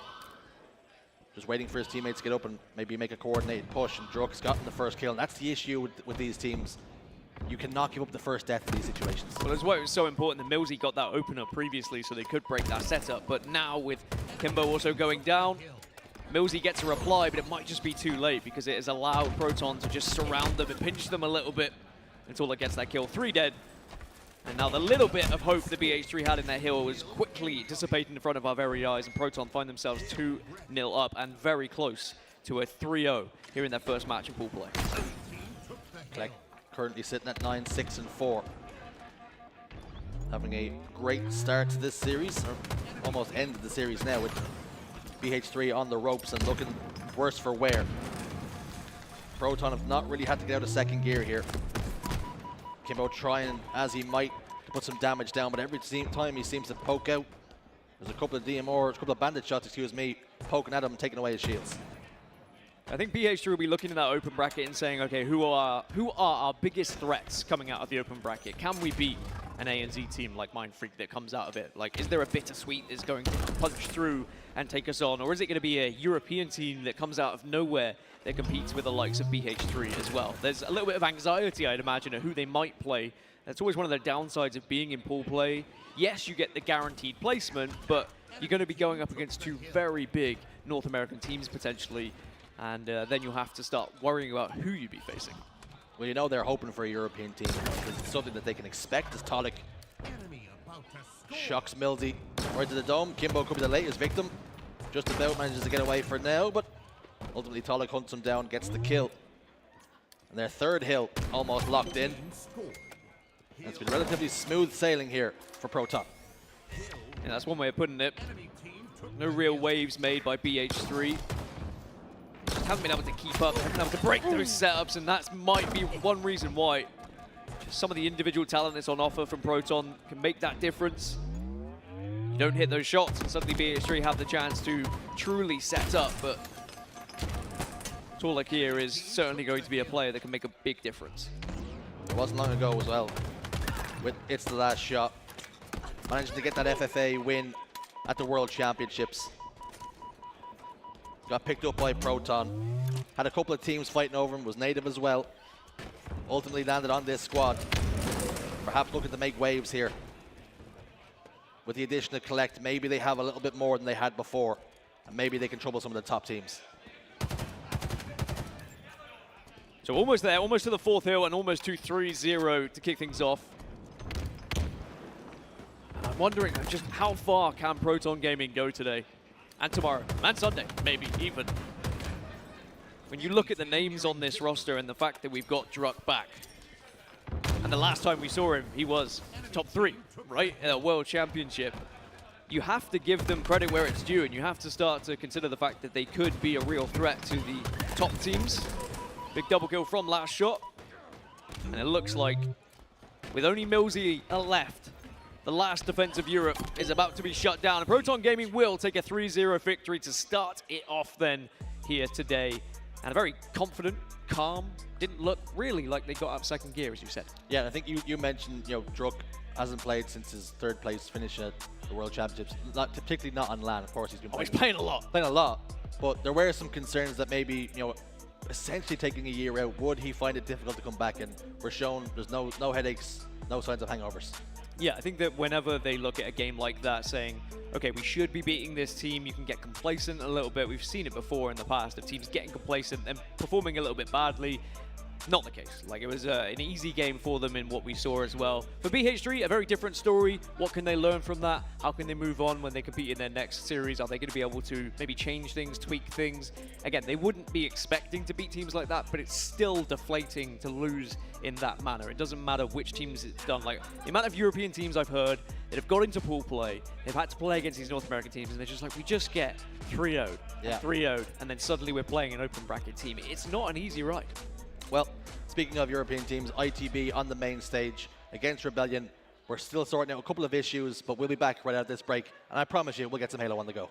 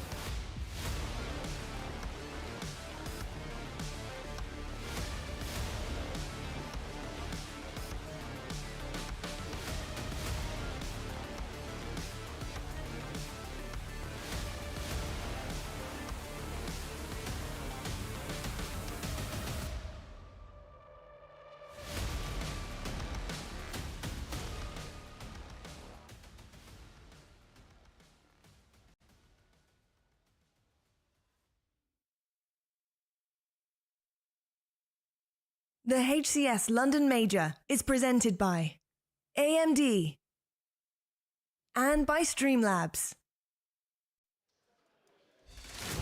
Hello folks and welcome back to the Halo Championship Series. We're in London for the Quadrant Major, and I know things haven't quite gone to plan today so far in London, but that's okay because we're rolling with the punches. We've got plenty of gameplay to get through, and I promise you'll be seeing some gameplay on your screens very shortly. We're back. Hello, I'm Lottie, I'm with Wes, I'm with Tony. Gents, we are going to be seeing some gameplay shortly. We're just moving a few things over in the main room to make sure we're on setups that are working for all of our pros to get that competition underway. And we're going to be talking first and foremost about Space Station Gaming versus BH3 Esports.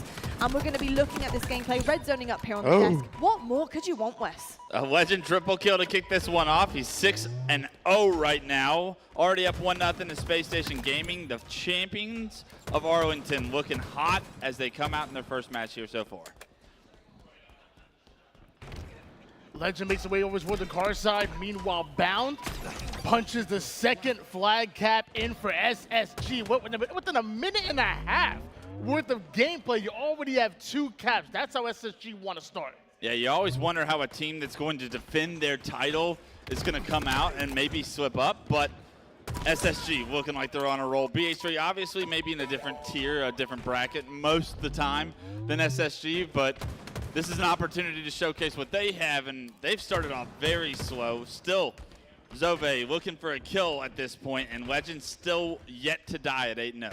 Not only has he not died a single time yet, but he's outslain the enemy team by himself. 8 kills to his name right now. Now with Overshield being popped, 2 players gonna melt that, but still, 3 caps in a row for SSG, and it could be a 4th one if something doesn't change for BH3. An unbelievable start for Legend. 9-0, can he get the frenzies? The question I have to ask. It's a 2-on-2 situation, but Legend is still in the base of BH3 right now, up 3-0 in such a quick matter of time. 2 minutes off the clock already, but this is one of the fastest Aquarius CTFs we've ever seen. SSG are still on fire. Now, you know everybody in the chat is saying Caster's Curse right now. I hope you know. You had to say the word frenzy, right? You just had to say it. I'm sure he's got one in the books for us this weekend. Might not be in the first game, but it almost was. 9-0-1 as Stellar hops onto this return. BH3 tried to get a flag on the move, but SSG shut that down. And their Aquarius CTF is one of their bread and butters, and they're showcasing you exactly why. We've already seen their offense. We also saw a bit of defense with that return, and now it's right back in the base, in the face, and making BH3 as uncomfortable as possible. We do see a couple of slays go in favor of the boys in blue. Meanwhile, okay, big reversal coming out of Sunrise. Yeah, starting to wake up. BH3 starting to get some map control. You saw them even get that flag on the move.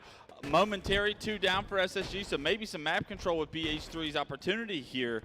Let's see what Sunrise can do top pink as we switch over to Bound, actually. He's got 2 BH3 members in his base, and this is BH3 with all 4 down and a flag on the move to get some momentum started off in game 1. Sunrise, Sunriz, I don't know, but BH3, they got some game. They got some Riz right now because we're about to see a counter cap coming out of BH3.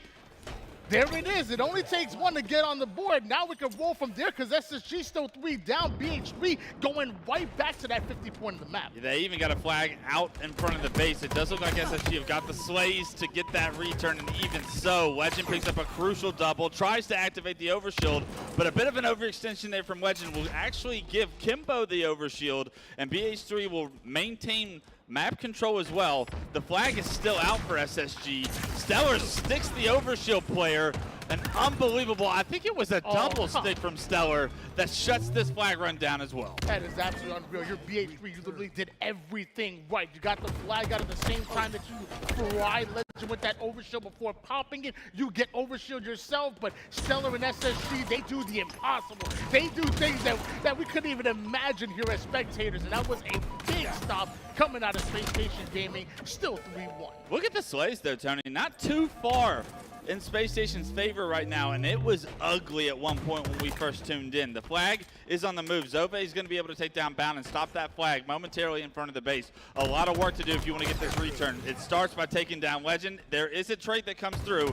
Stellar, the last guy alive, pink side the base, is going to try and deny this flag from getting returned. Let's see what BH3 can do with this situation. Another 3 down for Space Station Gaming, but once again, Stellar, the last player alive, keeping that flag away, but SSG, they're getting that return, they're getting that flag in, and now 4-1, 1 cap away from putting this game 1 away. Usually, Aquarius CTF, a game that goes the distance, SSG are showing you that they are here to play championship Halo, even on Friday. 4-1 with plenty of time on the clock, Tony. You can guarantee yourself that this one is not going the distance. Another overshield coming up. Another Slay. This time it's going to be Bound, not able to stay alive. He gets shut down, but Legend is still here in the base of BH3. The flag is not. It's already past the 50% portion of the map. It could be the final flag cap that we're seeing. There it is. That's 5-1 SSG. 17-7 Legend goes in his first game in the European land here in London, and you know a player that wants to showcase his talents in front of his hometown or in front of the European crowd. You know he's got a ton of fans here. He's already starting to get the ball rolling, and if Legend can continue that momentum throughout this tournament, he's going to put a highlight reel on for us this event. He certainly will indeed. I've got to say though, from SSG, it was just pure dominance right from the get-go of that. And I think that's exactly what happens on Aquarius. It's an arena style. You get a flow, you have everything under control, including power weapons, power-ups, and you're all over them like a bad rash. And that's exactly what we saw for the 3 first caps, because Space Station Gaming, they wouldn't let them breathe. I was curious though, we did see a pull from the oppositions there, from Space Station Gaming. They did manage to also get a cap on the board. What typically for you, Wes, falls apart in those situations when you do have full control, full dominance right at the beginning? Do you just get too fast? Do you ahead of yourself a little bit, and that's kind of what starts to slow things down? I don't read too much into it. I think BH3, they're a pro team still, right? They're in our top 12 seeds here at this major event. They're no pushover for a majority of teams here. They're just playing against the best team in the world right now, Space Station, and you expect Space Station to dominate this series. Anything other than a 3-0 would be a much lackluster performance from them.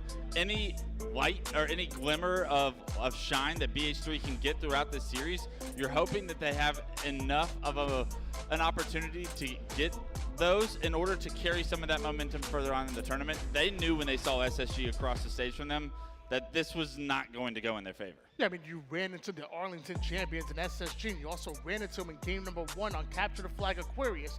SSG didn't drop a single Capture the Flag Aquarius, all Arlington. So it's obviously was the chips were stacked against you a little bit. Now Live Fire Slayer, maybe this is where BH3 can kind of step it up a bit. Maybe they could pull off an upset here. I'm not going to entertain it at all. SSG are going to sweep this series. We're showcasing some gameplay. Obviously, this is not the series to watch, I don't think, but at least we're getting our first glimpse of what SSG looks like. Are they going to potentially start a tournament out slow, or is this series going to be as dominant as we expect it to be?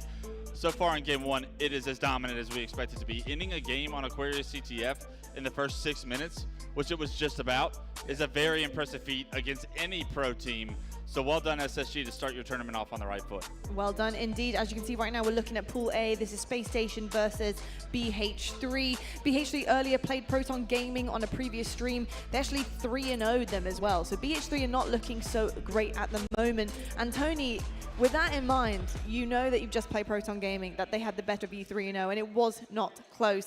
What's going through your head right now as you face SSG? Who's coming out of open bracket? Exactly. Look, I mean, I tried to give a little bit of momentum. I tried to give a little bit of energy. West shut me down right away. So I mean, real recognize real. This is most likely going to be a 3-0. But like you said, I mean, you go into this matchup and just any bit of momentum, you know? You got a huge counter cap on SSG. You did. That big pull and that overshield grab at the same exact time, that should have been a capture if Stellar didn't do stellar things. So, you know, get some kind of energy, get some kind of momentum. It's not often BH3 get to play against the level of competition that they are here at this event, right? It's not often that they get to play against some of the world's best in SSG and even Proton. I think if you're on their foot, you know you're probably going to lose a series. You're definitely going to lose this series to SSG. The big thing for them is, can they take away how like SSG was playing. What makes them so successful? What are little things that we can do better to gain advantages in these opportunities? Because those little things will appear in the series against the open bracket team that comes out, and that's where you're hoping to have more success. That's the series you need to win in order to make your way to the elimination bracket tomorrow. I think a lot of it as well for, I think, some of the underdogs coming in and going up against the caliber of teams like Space Station Gaming and honestly Proton Gaming too, because the individuals on that team are also some to not be messed with. For me, it's got to be patience. We saw actually with the Proton game from some of the clips that I was seeing around the room that, you know, they actually got triple cap at one point on live fire. Things were looking like they could swing around a little bit. Getting triple caps is not easy, folks. Holding them is even harder. But be patient. Don't get ahead of yourself. If you've got control, you need to try and hold that control and think about how you want to set up. Having patience is so important because especially when you're going up against firepower like SSG, it's going to be difficult and they're going to do everything that they can to break you. But if you're patient, you trust in your shot and you call out things with your teammates, likely are that you are going to be holding a certain portion of that. If you just mess up and you're getting way too ahead of yourself, that's where it tends to fall apart quite quickly and you kind of see control relinquished again from your opponents. We do have some stats here from their series with Proton Gaming, BH3 Esports. I mean, Wes, like we said, it wasn't exactly close. You're looking right now, the KD ratio, they're not looking too healthy. It was a rough one. Yeah, Taluk absolutely popping off a 2.23 against any pro team or top 12 team that's here featured at this event is an absolutely stunning stat to have. The big question is when you're watching this next series against SSG and BH3, what's the big difference and how dominant was each performance from Proton and SSG standpoint? Because that's the matchup to watch. SSG versus Proton later today, when the fireworks are supposed to go. That's the big opportunity for an upset in this pool. I think Proton dropping a game is kind of shocking to me for BH3, but they're also a fairly new team trying to get their feet on the ground here as well. The stats would show you that that was a very dominant series from everyone on Proton's side as far as everyone's over a 1.23. That is what you want to leave away going into a series against SSG saying, all right, our guns are shooting, we're feeling good as individuals. Now can we play good enough to maybe take some games off SSG and make that series interesting? Yeah, I'm not going to lie. I was fully under the impression it was a 3-0. So that's quite shocking to see it was a 3-1. And I think there are definite holes there, like you said. It's interesting to see how that goes, especially if you look upon the stats where it looked so dominant of a performance. You got Taluk going 2.23? Insane. A bit of a concern when you see two players dropping a 0.5 and still finding a way to win a game. Like, I'm not quite sure how they won that game, but the fact that you're able to walk away from a series with that big of a differential in Slays and still find a way to win, that tells you that they were efficient in at least one of the map modes, and maybe BH3 can rely on that as their glimmer of hope against an open team. It's like, we know the talent that we're playing against in our pool, but we're still better than the next tier. Indeed, they are. And obviously coming up next, we do have Live Fire Slayer. Any kind of words of wisdom for these BH3 lot? Because they're going to need... hold on. We got another series layout in the field. Hold on. Pause that, Tony. I'll ask you about that in a second. Let's have a look at the series layout, though, for the one that's happening next door as well. We've got Shopify Rebellion versus ITB Esports happening in Pool D. And we kind of talked a little bit about this earlier on. Tony, I know you mentioned Slayer Aquarius. You know, how important is game number 1, though, for both of these teams to get a really hot start? Who do you think feeds into that the most? I mean, for me, it's literally got to be Shopify Rebellion. Like I said it before, 3-1 or 3-0 is the expectation as far as this team. Although on the other side of things, you have a very good ITB roster. I think you have that expectation of yourself. And then on top of that, I think it means something that ITB are undefeated on Aquarius. That I think it means something that they literally beat the very business roster that's now going by Proton right now. They beat that old Proton roster as well. And on top of that, they even beat SSG on Aquarius. Like, they're a really good Aquarius team. When I look at this series layout, I get terrified for the side of ITV because of the amount of precision power weapons that are going to be featured throughout this suite. You have Solitude with the shock rifle, you have Recharge with the shock rifle, you have 2 snipes on Empyrean, you have the S7 as well on Live Fire. All of those power weapons give Shopify opportunities to make plays if they are able to achieve those. If I'm ITB, the focus has got to be denial of those weapons to players like Suppressed on the side of Shopify, because if they get those weapons, we already know what the outcome is going to be. Highlight reels are going to be made on the side of Shopify. ITB have to do a good job of controlling those precision weapons throughout the first 4 games if they want any hope of trying to push this to a best of 5. Indeed, you can see them right now getting set up. They're ready to go. We can see the screens. They're going to be starting to load up very shortly. There they are.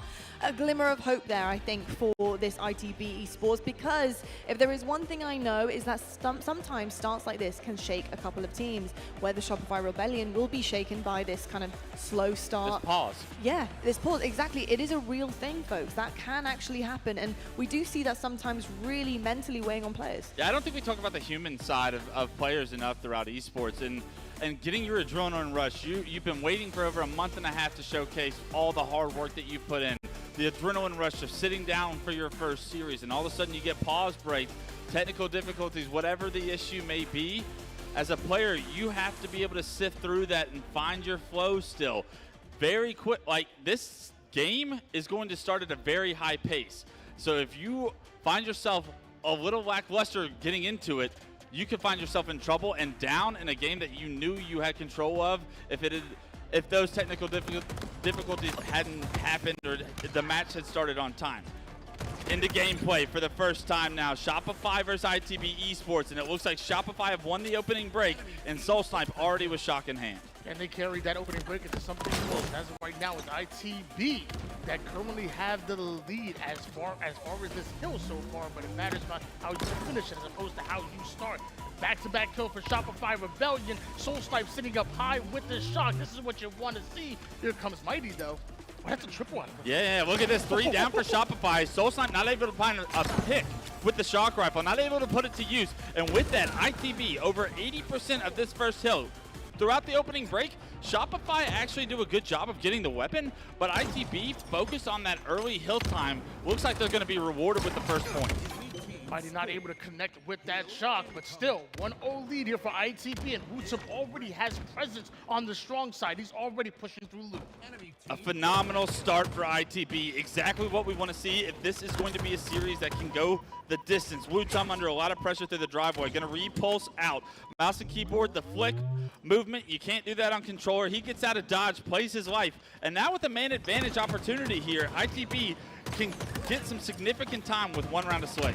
Same place where Wootsum was pushing through the loop side. Now you see Shopify Rebellion do the same, but they're sent right back. 3 down for Shopify. Only 1 left. Soul Snipe gets the kill, but he can't stay alive. ITB win that engagement. What a difficult kill for Soul Snipe to try to achieve there. A little shaky shots, but Wootsum with great movement made that such a difficult place for Shopify to try and break. Right now, though, Shopify do have control of Yard. It's a double push from LR and Flowers right now. ITB are going to be able to get these kills. Wootsum with another double, I believe, is going to be able to get some early hill time once again. And watch out, ITB with 1 round of slays are going to be able to go up 2-0 in this first game. That was another 3 down for Shopify Rebellion. They're spawned on the opposite side of the map. Great setup by ITB and great job of watching each other's backs and getting those angles. And now look how much space Wootsum is taking. He may have gone down, but he might spawn a back tram. Great shots out of Jimbo to take down Soul Snipe, but Shopify break through. The hill not yet scored for ITB gives Shopify an opportunity. This hill, a very difficult one to break. You got to get into Yard several different ways, but it's almost a fortress at times. You got to find the first pick. They do so onto Soul Snipe. This push on loop is now so important. It's a 2-on-2 situation. The nades are not good from Cycle, and Cycle still with no shield is taken down. 2 go down on each side, however. The hill neutralized, and ITB now with feet in the hill are going to be able to score this point. ITB always prioritize pushing the strong side of that hill. They give up that blue control to make sure that they're pushing through the glass side, through the tram side, then attacking from multiple angles. That's how they took that hill. That's how they're up 2-0. Even against Shopify Rebellion. We talked about it right before the game started. You can get caught sleeping, especially during these breaks, and it looks like Shopify caught sleeping. They have the early rotation to this 3rd point. Still plenty of time on the clock. 3:49 with 2 hills already capped. There's plenty of time for Shopify to come back in this game, but they have got to start making plays. They are not winning the Battle of Slays right now, and ITB able to neutralize this hill as they get the first kill.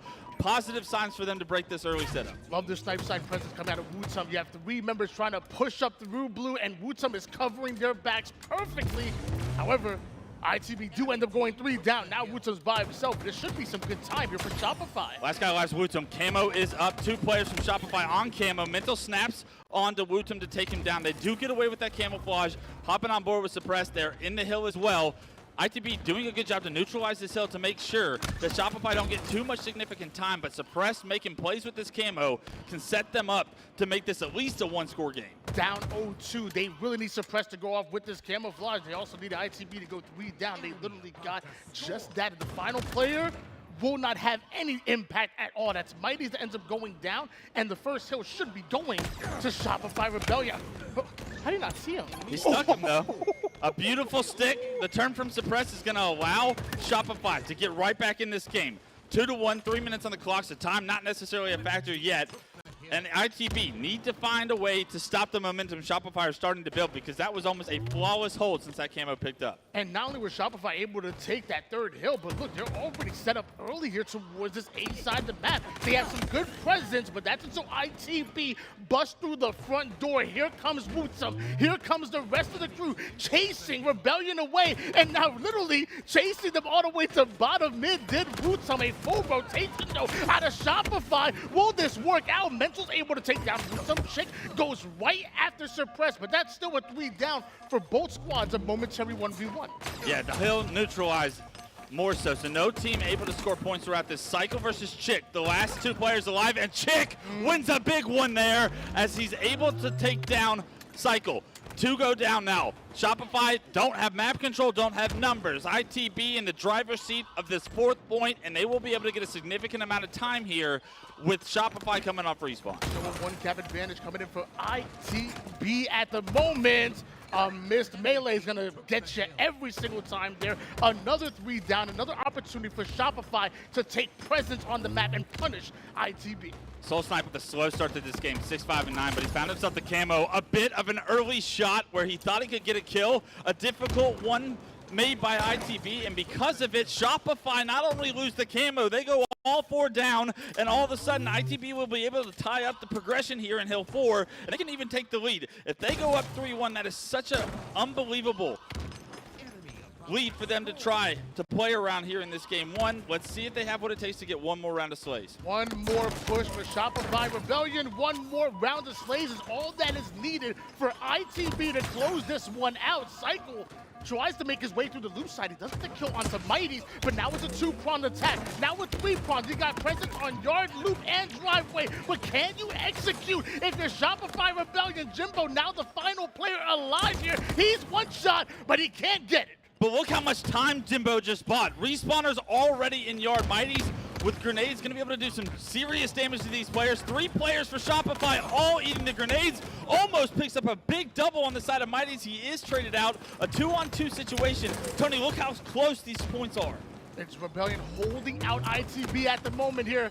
Wutum's trying to find a way in. He's going to have to fight his way through. Drop from the heavens to get that melee. Now here comes Chick to replace him. The final seconds are in. That's ITB stealing yet another one. They get the point. They go up 2 points. Now 2 minutes on the clock. And ITB, the hill will rotate towards Shock Rifle. ITB get to play from such a significant lead. If they are able to neutralize this next hill for even 30, 45 seconds off this clock, this last hill that goes back to bottom middle is going to be so difficult for Shopify to try and capture.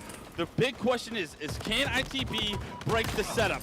That's the door getting kicked open by Jimbo. A big 1-on-1 against Mental will give his team numbers and a camouflage in the hands of Wutum. Less than 2 minutes on the clock, so time is on your side if you're ITB. Camouflage is clearly on your side, and right now you're in the hill, so map presence and positioning is on your side. Everything is going in favor of ITB right now. Shopify Rebellion, they're in trouble. I warned you about time becoming a factor throughout this game. It is all of a sudden a factor. A minute 24 on the clock and a lot of progression needed for Shopify to even make this a 1-point game. Wutum with the movement and the slays to match give ITB complete map control once again. Shopify back on respawn. Back it down, LR, Wutum says. And he's got control of the power position for this hill. And a minute on the clock. Shopify have got to be sweating. And just to remind you guys at home, it's just over a minute on the clock, but not to capture 1 hill. You need 2 in order to do it. Literally a minute on the clock is maybe most of the time just enough to capture 1. Shopify Rebellion, They need these slays bad, and Suppress being the first one to go down is not what the doctor ordered, and Soulsnipe does the same. ITB right now are winning the slays. Shopify are going to lose this. 19, 13, and 13 from the newly 18-year-old player, Wutum, mouse and keyboard phenom, continuing his success from Arlington here in Game 1 of HCS London, putting on one hell of a performance. 37 seconds on the clock. It's frozen. Shopify do finally break the setup, start to get the hill, but it will literally be needed. Perfect Halo from this point on if Shopify plan on coming back in this game. Yeah, I mean, even 37 seconds of neutral time, even if they capture it right now, when that hill moves over towards bottom mid is a huge slaying hill, which obviously favors ITB. This hill right here is tough to play Slayer on, but ITB are making it work once again. From 2 minutes down to 30 seconds to a 3 down, and time is winding down fast once again. Every win condition from ITB, every win condition is in their favor right now. You just need one more round of slays. 20 seconds, 18 seconds, the clock ticking down. Shopify being put on respawn as well. The last 2 players alive, make it 1 player alive. Last player is Cycle. He has the camo, but with 10 seconds, he's all by himself and forced to try and make a play. Let's see what he does. The moment he shoots, the moment ITB are calling him out, and now that he's in the hill, they know exactly where he's at, but he still rips one. 2 goes down. That's huge plays coming out of Cycle and Shopify. That should net them this hill. 5 seconds. It stops as the hill is moving. You have to get in this next hill, and you cannot get out. Can you be perfect, Shopify, to tie this game up? You need slays. You have to continuously find respawners and apply pressure. They do a great job of getting the first 2 kills. The hill guy does go down to leave 1 second going off the clock, but it's immediately recaptured by Shopify, and they will have a setup that ITB are forced to break. Luckily for Shopify, you do have that grace period to move from one hill to the other with no time going down, and only 1 second since you started. You're over halfway done right now. ITB, you can't choke this. 4 seconds on the clock. The hill carrier taken down. Soulsnipe, the last player alive. He's going to slide into it, but here comes the ITB pinch. Wutum and Chick will put a punctuation on game 1, and ITB will show you that they're here to play in this series. Holy smokes. That's all I can really say after that. There are so many elements happening there. First of all, I've got to say ITB, what a way to show up. You see an opportunity, you see something you can maybe capitalize on, especially up against your opponent when you know you are the underdog in this situation. And what a way to have a start to a series. The break was stunning there, absolutely dominant. That performance, not only to control that first hill so quickly, which is never really something we see. That first hill is always a grueler, and it takes up a majority of the game, the first 2 hills. Incredible from these guys to hold it down like that, and not only that, to not even have a shock rifle in your hand, to make sure that that was irrelevant all the way back over, right in the back of it. Like, it was just perfect. I've got to also say that I'm really impressed with Wutum. I think obviously being a keyboard and mouse player, but not only that, the damage he was dealing, the engagements he had, because not only did he have such an incredible KD, but his KDA, the assists coming from that man, I mean, insane. He's also 18. He's a man now. Just to let you know. I think that that's part of the beauty of what mouse and keyboard allows you to do. You are not limited to a sense. Your ability to transition from target 1 to target 2 is unbelievably faster than a controller player is able to. So when you are on fire, you can be more impactful against mouse and on the mouse and keyboard against controller players if you're on fire, if you have the skill to perform at that. Wutum continuing to show that Arlington was not a fluke and that he is here as a serious talent in the HCS. Even in that, if it's just this game 1 of the series, he shows you when Wutum gets going, it's hard to stop, and his impact is going to be heavily felt. It is indeed absolutely insane. You can see right now a Slayer matchup, which of course Slayer is coming up next. Shopify Rebellion quite clearly taking the top of this one in terms of the balance here. So what can ITB do to answer back? I mean, they're already probably in the heads of Shopify Rebellion here, Tony. So they just need to keep this going, keep that momentum rolling. I think that's the biggest thing. But Shopify, they're going to try to put a stop to this. They're going to try to be that hurdle that they can't get over. I mean, I talked about it before. They come from really good fundamentals. Like, what did you see the whole time during that matchup? 3-1 splits every single time. It's 3 towards the strong side, whether that was Luke going toward the A side, then having one player angle out towards gold.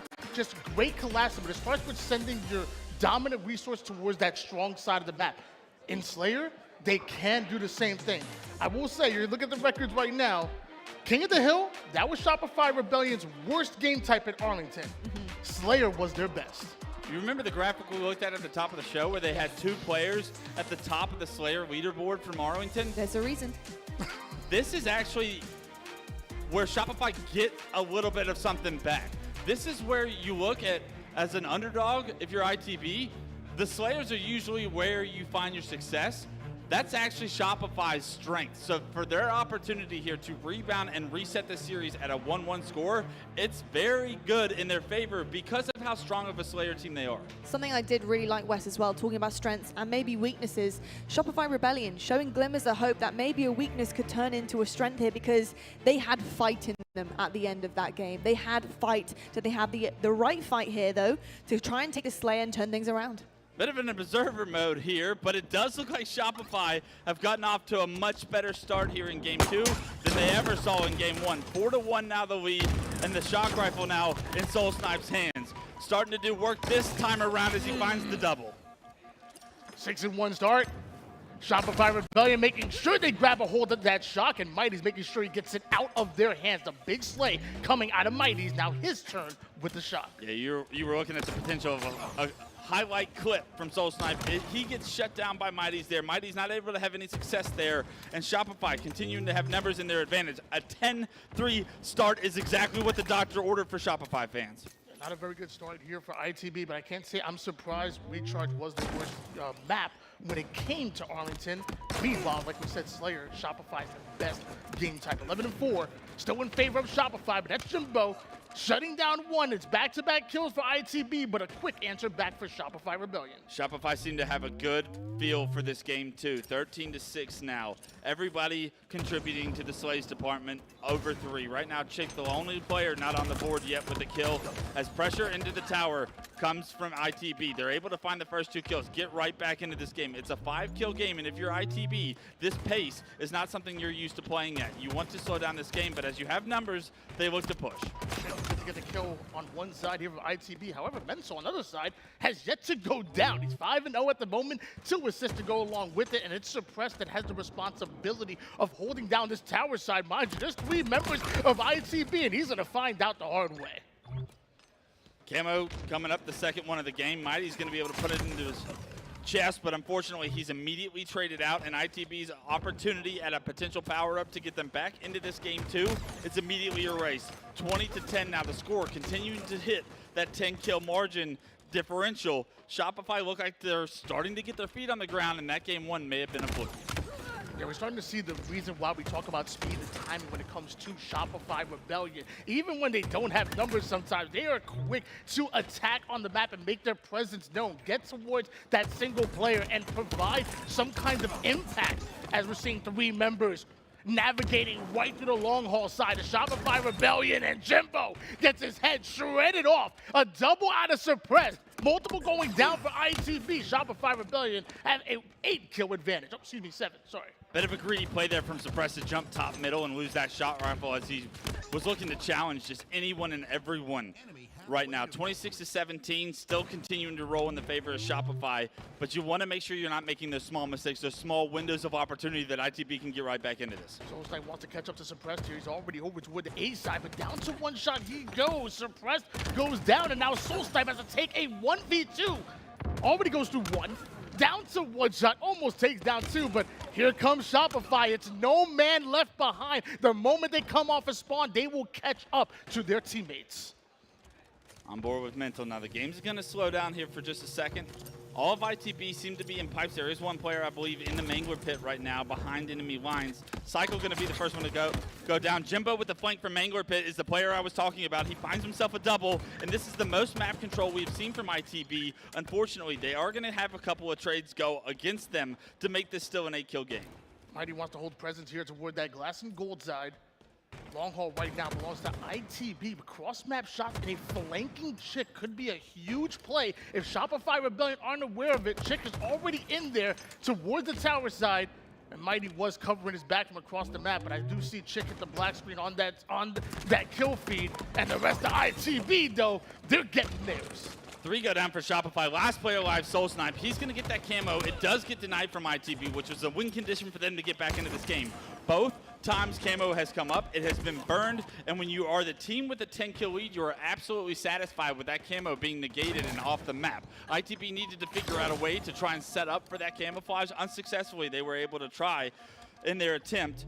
And right now, 39-29, the score not becoming any closer as we approach 50. Yeah, I mean, it's a double-digit lead in favor of Shopify Rebellion. I feel like we wouldn't be doing our jobs if we didn't talk about that Chick right now. 2-10. The rest of the team, as far as KD-wise, not the end of the world, but Chick, normally a consistent damage dealer for this squad, is struggling here on Recharge. Yeah, it can happen on Recharge too, right? It's just how the game flows, and if you're an anchor player where you're not looking to be too aggressive, some of those kills are going to be so difficult to acquire just with timings and your opportunities. So maybe not a terrible point of view to watch from Chicks, but he's not having the success he needs. Cycle having the success he needs, however. 12, 4, and 7, a big double kill from him with a shock rifle, even able to stay alive and just be a nuisance. 41-33, it's an 8-kill game, but as we continue to get closer and closer to 50, Shopify gets closer, tying this series up and have even more room to play around. He's the second youngest pro in the scene to my knowledge, but man, he plays like a vet. That shroud was huge to keep him alive and keep him in the fight, and just big plays come out of sight. Mighty's with the over! Mighty, a triple, and over! Mighty's with the answer back. ITB, they're not out of it. Not out of it yet. A big 4 kills and an assist to match from Mighty's right there. I love the idea that he was able to play around that grapple, relocate so many times, and even use that last grapple to get this camouflage. This is the moment for ITB. Nades are going down. Soul Snipe is zoned out. Now, it's becoming doable. You're only down by 4, making 5 kills after Cycle takes down Jimbo, but you still have the camouflage does Mighty. This would be a massive comeback, one for the books. You got to make a play with this camo. It's starting to run out on the side of Mighty's, but he doesn't have the support around him to start to try and find an opening. The support, it crumbles over towards the elevator as Shopify ignore the camo player on the map. They found the kills they need to make this a game in their favor. It ends with the camo player eventually getting taken down, and Shopify will tie this series up 1-1.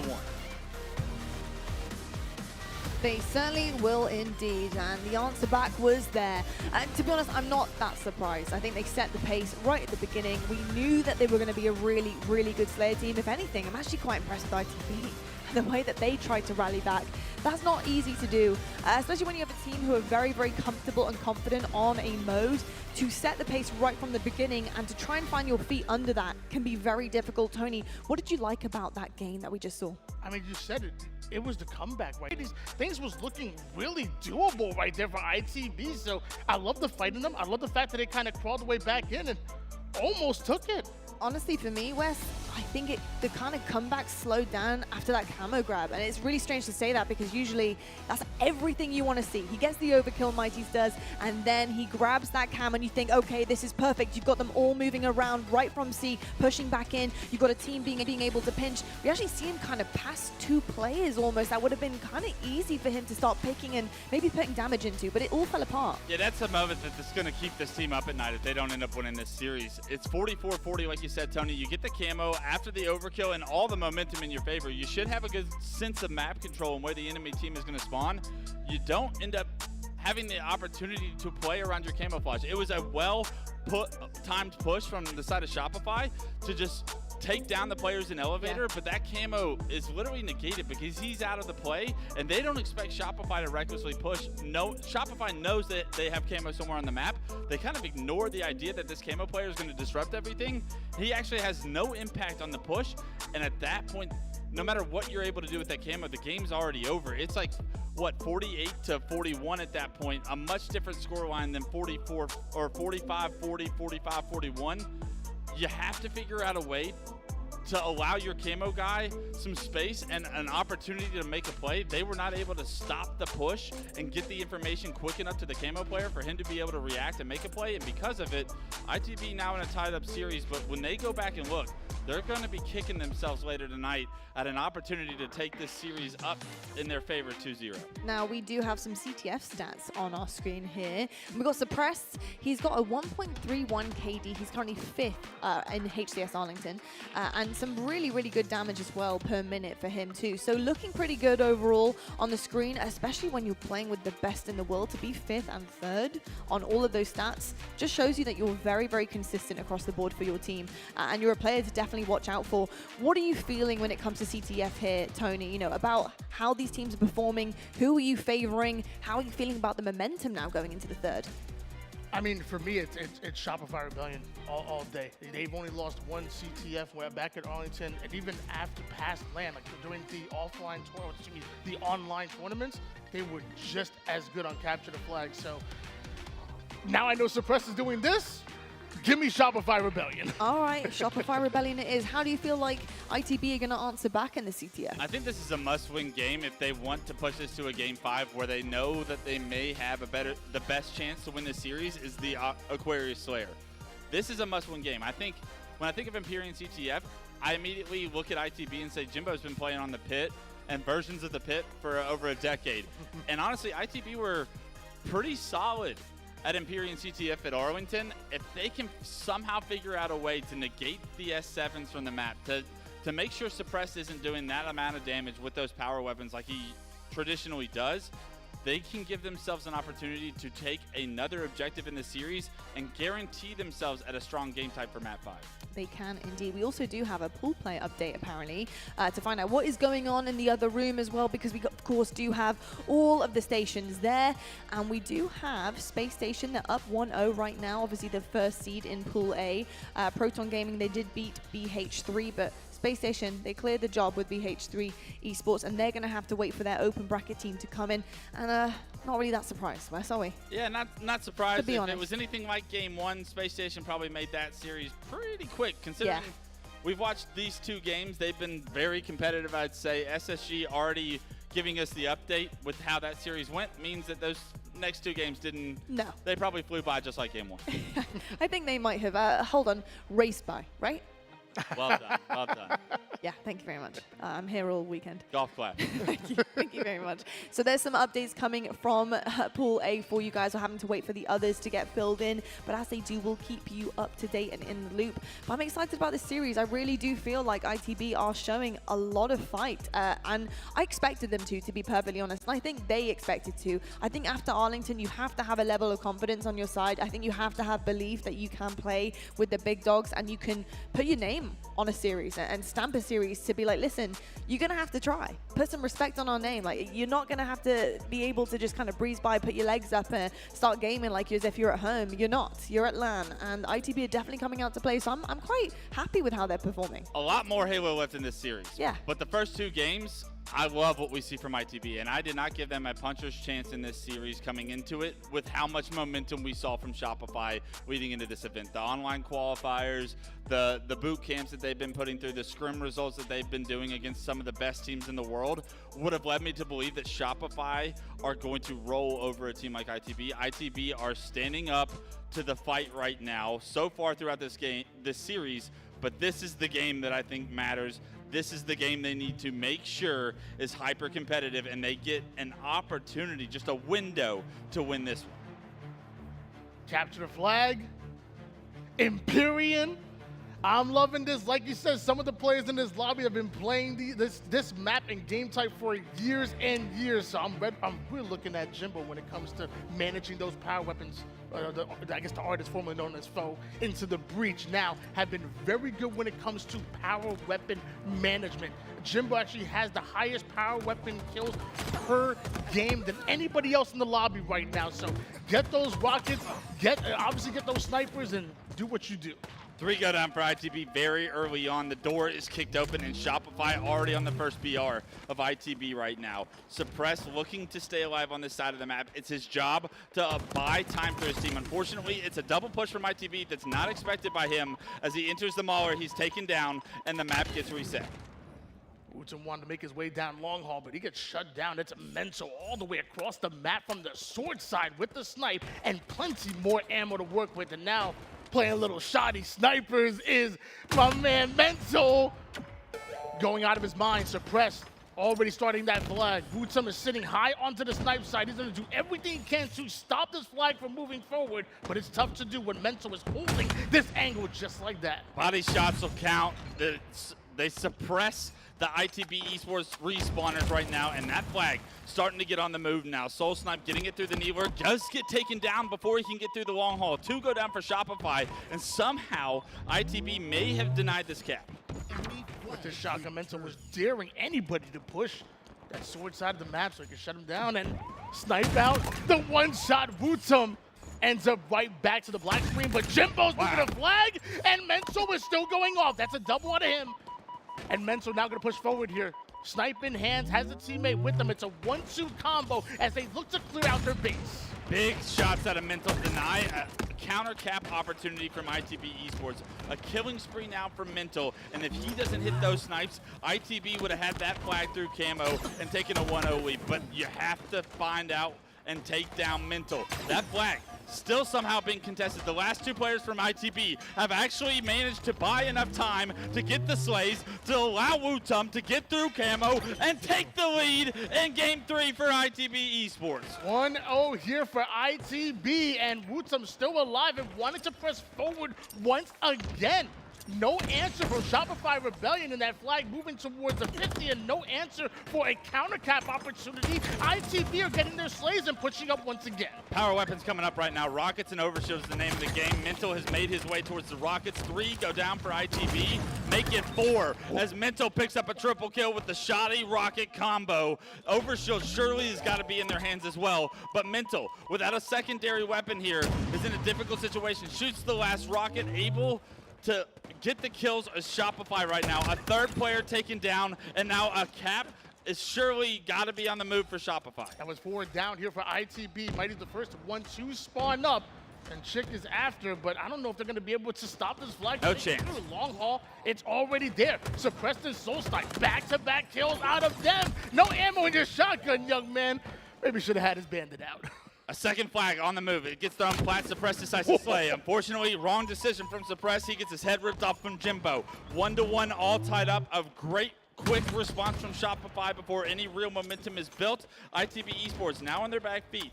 Do have an opportunity to reset the map. Snipe in the hands of Jimbo as he rotates towards camo. I like this by him. Camouflage control is such an important location on this game type, this map mode combination. Can Jimbo find the picks? We saw what Mental was doing with that sniper toward the sword side, but we're seeing Jimbo take a very different route, wrapping that sniper through the long haul side. Now over on the high side, the strong side of the map in Shopify's base, but Cycle's gonna win that sniper battle, and multiple going down for ITB means Shopify will be pushing up. Big snipes out of Mental, resets the map, gains control for Shopify. 3 coming off respawn for ITB. It's that shoddy snipe combo we continue to see on the side of Shopify right now in the hands of Mental. Respawners in the courtyard, can't hit the shot, and he knows somebody has got to be coming for him right now. Jimbo's sniffed out, taken down, and another killing spree on the side of Shopify. As they get 2 down, this should give them an opportunity to push in for the flag. No more snipe ammo to work with here. Still has his bandit and still has a teammate with them. They're holding down sword side, and I'm sure now looking to take some space, looking to get out. A Cycle now focuses on the training side of the map, slowly starting to infiltrate the base of ITB, and once they get going, they're going to be hard to stop. Behind enemy line, Cycle finds the first kill. It's an easy back smack on the Chick. Multiple players getting taken down to low shields here. Cycle being a nuisance, but however, on the other side of the map, the flag is being pulled. The rest is Shopify, all taken down momentarily as they're coming off respawn, and the flag is on the move. Cycle's kind of caught out here, top turret. Everyone on ITB has overextended, and Jimbo's found himself the Rockets. Still has 2 to work with right now, making 1, but Soul Snipe finds the first. A long-range rocket is gonna connect. That's Jimbo. That's why he's the power weapon master in the lobby. Overshield ends up being shredded. That sniper not going to go out. So lots going in favor of ITB, and that includes a flag going in 2-1 lead. What a play by ITB to leave Mental top their turret, to overextend. They get Rockets control. They give up the Overshield, and Jimbo with those Rockets makes the perfect play to take down 2 players, make it a 4-on-2 with the flag on the move. Such a difficult situation for Shopify to deal with, and because of it, they're able to melt the Overshield player and take the lead with that flag cap. Flies his way into the reticle of Suppress. He's going to win that battle. Another 3 down for ITB. Jimbo, though, with a long-range angle, keeping Suppressed at bay, at least for now, as Spartans now start to come up here for ITB, and Suppressed wants to continue to grind forward. A one-shot Jimbo. That's not the weapon he wanted. This is one shot. You don't shoot with a plasma pistol. Oh, ends up going down.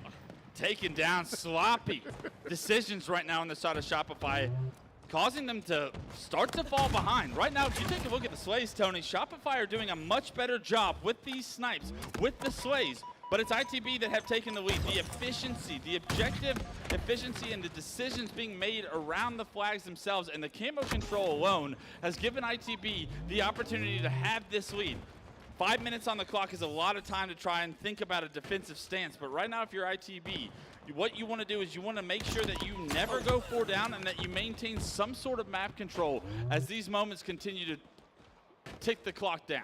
Yeah, a little over 5 minutes on the clock right now, so theoretically plenty of time for Shopify Rebellion to answer back, but also more time for ITB to get their final capture. One cap will end it here on Empyrean, and a one-shot Wootsum with a bit of an ego challenge there, but he's going to win that one. Soul Snipe goes down, and Wootsum goes forward. Both flags are being pulled right now. These Slays are so important. I believe it's Suppressed on the other side of the map that's got the flag already into the Needler pit. If ITB continue to go down, Suppressed will be able to continue to advance this flag. Rockets are coming up at the worst time for ITB to try and deal with the situation. They immediately focus on those rockets to go down. Trades are a big win for ITB right now as those rockets get negated. The last rocket going into Chick's hands, the flag gets denied, and that sticky situation, ITB come out ahead on. And not only did they get rockets, but they also put Shopify Rebellion 3 down, so they're going to be in this space. They're going to know where the spawns are coming from. They are in a perfect position to maybe cap this flag as another 2 down, a fresh 2 down for Shopify, and Chick takes down a third. Cycle does win his pivotal battle, but right now, Chick, he gets a trade. Trades are okay, though. You still have a player that's getting the touch on the first. Respawners are going to deny this flag from getting advanced. I love this decision by Mighty's. He's not able to get the trade, but that flag was going nowhere without kills. So you had to figure out a way to try and manifest 1 or 2 more kills in order to get that flag on the move. Mighty's is taken down, the map gets reset.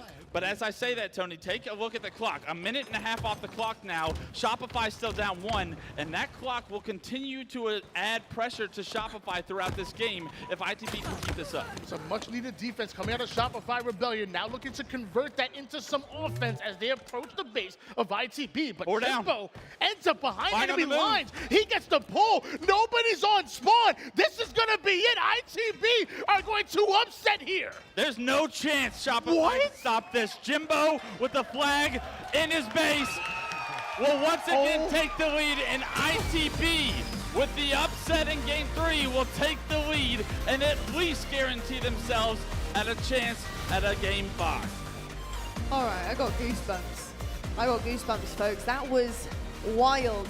For me, it has to be the level of patience that ITB are having. They are so composed. They are not sporadic. They have a game plan. They have a strategy. And I gotta say, that guy right there, Wootsum, he has been a force on this map. He is here, there, everywhere. He's getting in the base. He's pulling flags. He's going back to make sure he's getting rid of anybody who could be in the way. His KD is ridiculous. What is happening right now? This is insane. I want everyone to pay attention where these kills are coming from throughout these highlights on both sides. So often do you see ITB in the green hall and the camo hall, and that was their focus of control. You always saw Shopify towards the sword side of the map. It is Pit 101 to push through green and camo, and that is the kind of strategy that I felt like Jimbo and ITB were going to be able to display. It is so difficult to have successful flag runs and gain map control from the sword side of the map. You might feel like you're getting kills, but how do those kills manifest to actually getting flag pulls? It's such a much longer distance to try and get to the flag from the sword, and you're not able to stop the respawners nearly as easy as forcing them to spawn courtyard when you're controlling the camo in the green hole. I love ITB's strategy, and that was literally an outclass of strategy. You could see how they stylistically matched up, and it's literally a tale as old as time as far as the map pit or Empyrean. Camo and green control is always the area of focus. ITB showcased they didn't need to outslay No. your opponents to win that game. Tony, they went back to the roots with it 100% with strategy. The strategy was so clear and evident, and it was executed so well from all of them. I felt like they always had firepower. They always had a manpower behind them. Nobody was really left on their own very much, and I think that was what was super, super important. You see at the end there, rockets. Getting a trade on those rockets, being able to have a guy rush in to get that trade, to be able to then pick up the last rocket. Chick pushes through. The pressure they were applying in their base consistently is, for me, what drove it home. The big difference is you're always coming up with overshield and rockets at the same time throughout that map. And the rockets will always beat the overshield because you can take down multiple players with those rockets as opposed to the overshield where you can soak up some damage. But you saw so often, it was Shopify with the overshield, ITB with the rockets. If you can find a couple of kills like Jimbo was able to in that one situation specifically, that overshield player is going to be irrelevant because of the numbers advantage you've given yourself with those rockets. ITB obviously favoring that green and camo side of the map. Have done a phenomenal job to take the lead in this series. 2 objectives so far we've seen out of ITB. We've seen them send resources towards that strong side of the map. That 3-1 split worked for them so well on Solitude King of the Hill, worked for them so well on Empyrean Capture the Flag, and we have another objective here. It's oddball, it's live fire. Will it work for them? They've just gone 3 down.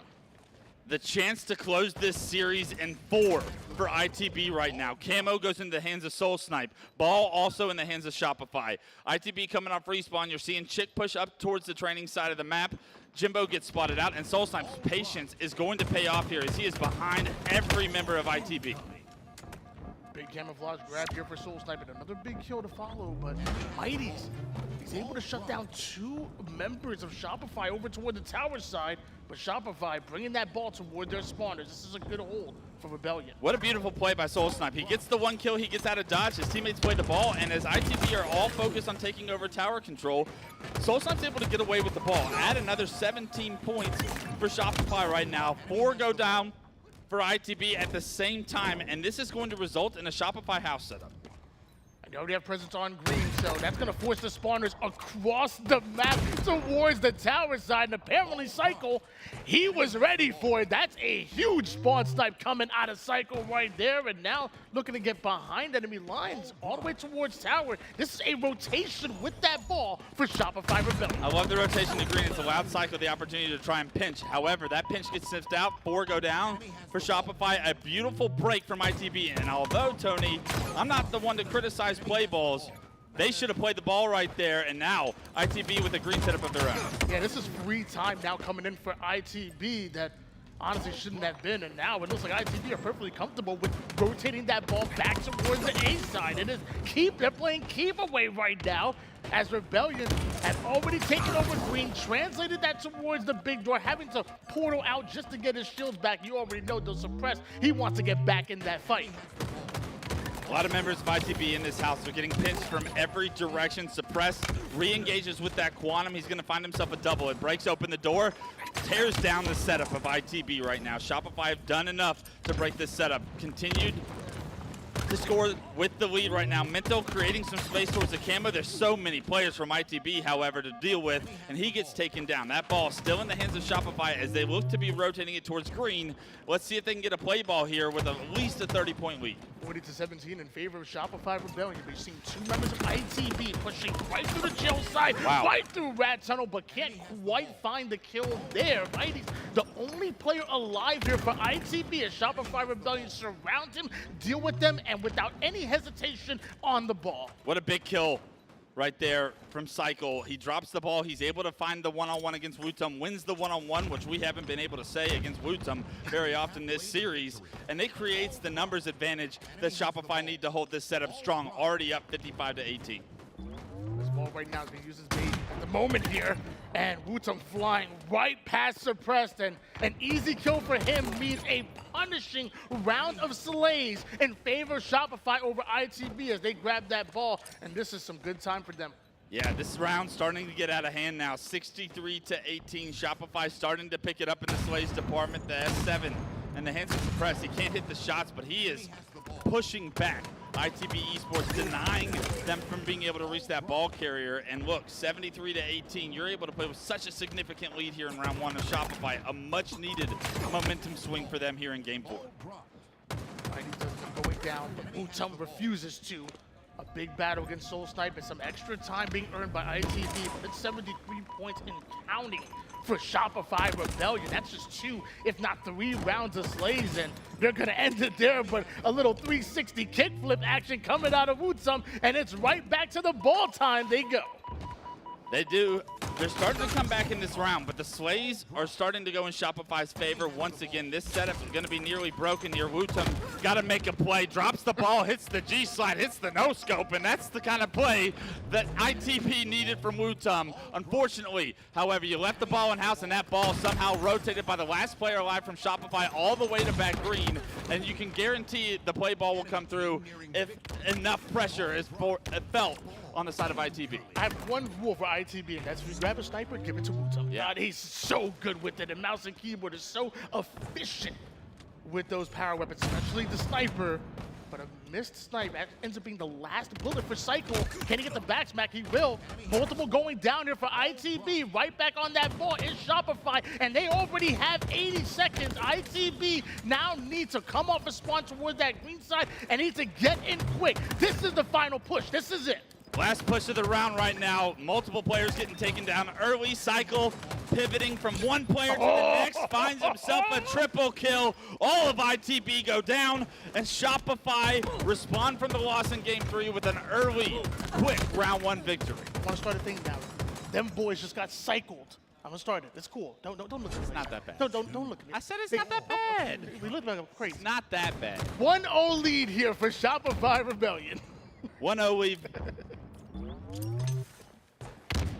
1-0 lead now for Shopify. Can they push this series to a game 5? An early setup for them as well as they get 2-man number advantage. 3 go down for ITB right now. And this ball out by Camo. Cycle waiting for information to decide where he's going to rotate it to. Snipe ends up in the hands of Suppressed. Misses that shot, but gets a new angle with that repulse right up to the tower side, but multiple different angles now being created by ITB from mid. Nest, Suppressed can't feel comfortable here. Luckily, he has his teammates that are watching his back, but some free shots from Jimbo forces him back once again. 6 shots in this sniper. He wants to do something with it. As this second round gets underway, take a look at the Slays, Tony. Round 1 and this early round 2 is dominant from Shopify right back in this series. It feels like every time ITB try to get some momentum, somebody steps up for Shopify. A beautiful no-scope will negate the numbers advantage for ITB momentarily, but Jimbo on a flank right now. He gets snipped out. Mental gonna get taken down. Multiple members. It's Chick and Jimbo through the rat tunnel right now to find the first 2 kills, and Shopify now will get taken down. A beautiful job by ITB in a very difficult situation to break the setup of Shopify, and now they get a house setup of their own. Yeah, a little bait and switch action coming out of Jimbo and Chick right there. And although Jimbo ended up going down, it's ITB to end up with that ball. Fighting. Snipe in hands. He's going to lose that one, and with that, Wutum's by himself. Wutum gets squad wiped, and now Shopify Rebellion still have the lead. ITB seriously struggling right now to try and hold any of these setups. You saw them get the 4 down. They get the setup, snipe in the hands of Mighty's right there. Immediately Shopify able to break it without really any significant time going in the hands of ITB. You're asking so much of your team if you're not able to hold these setups for even just 1 round of Slays, and it feels like every single time throughout this game so far, ITB really struggle when they have the opportunities to get a setup of their own. Shopify Rebellion are in a must-win situation, but they're playing like it right now. That was another squad wipe that we've seen so close to camouflage coming up. Notice how Shopify immediately takes space. They don't want just A, they want the C side as well. They want to guarantee this camouflage, but they also have to guarantee their lives. 2 end up going down. ITB with the push. Look how much space they just tried to create there. They were pushing all the way back tower while Shopify had the ball in house. That is an overextension in my opinion, but it has allowed for them to have time before this next push from ITB, which has been successful, for respawners to come through. Right now with this camo, Chick gonna try and get his team back into this second round. They're able to get a round of Slays, they're able to get the ball back into house and start to acquire time. This is where we've seen ITB struggle throughout this game. Is this the moment that they're able to start taking advantage of these setups. He finds the first kill, a second player spotted back house. Suppressed being such a nuisance right now, not taking a ton of damage, still alive. Someone take this man down. Finally, the grenade did the job done, but Soul Snipe is now in the back of house. Suppressed does such a good job to buy enough time to deny any time from ITB from being acquired throughout that entire process. In Halo, time is a commodity that you simply cannot waste. While Suppressed is buying time for his life, the rest of his teammates are coming up, and look what it leads to. A 3 down for ITB, and Shopify right back on the ball. Shopify now set up in hands, snipe in the hands of Cycle. He's hitting the low route right now as the ball gets rotated towards the tower. He's going to bait this ball carrier and try to find these late flankers as he finds the first kill onto Wootum. Unfortunately, he blinks and all 3 of his teammates go down. He's able to find a second kill, tries to go for a ninja on the player cuts, but Mighty's does get him taken down. And finally, the first tower setup, I'd say, of the game is in ITB's favor. Is this a more favorable setup for them is the big question, because they have not been able to hold a house setup to save their lives, no pun intended. ITB down to get those kills, but they need so quickly as far as execution toward the tower side, but Shopify Rebellion are right back at him. Now a momentary 1v1 and that ball in nobody's hands right now. The spawners are coming up. Wootum hops right on it. Big confidence out of ITB to move that ball towards the A side. A couple round of slays, and this could be a huge play coming out of ITB. Every single time they get an opportunity to set up, they get completely team wiped, and that's exactly what happens again. Mental with the double, ball back in hand, continuing to push this lead back to 20 now for the side of Shopify. Ball being dropped momentarily here from Mental. They want to secure these slays before they commit to the ball time. And a huge nade shot. Love the insta-splodes coming out of him. And then finishes off that kill.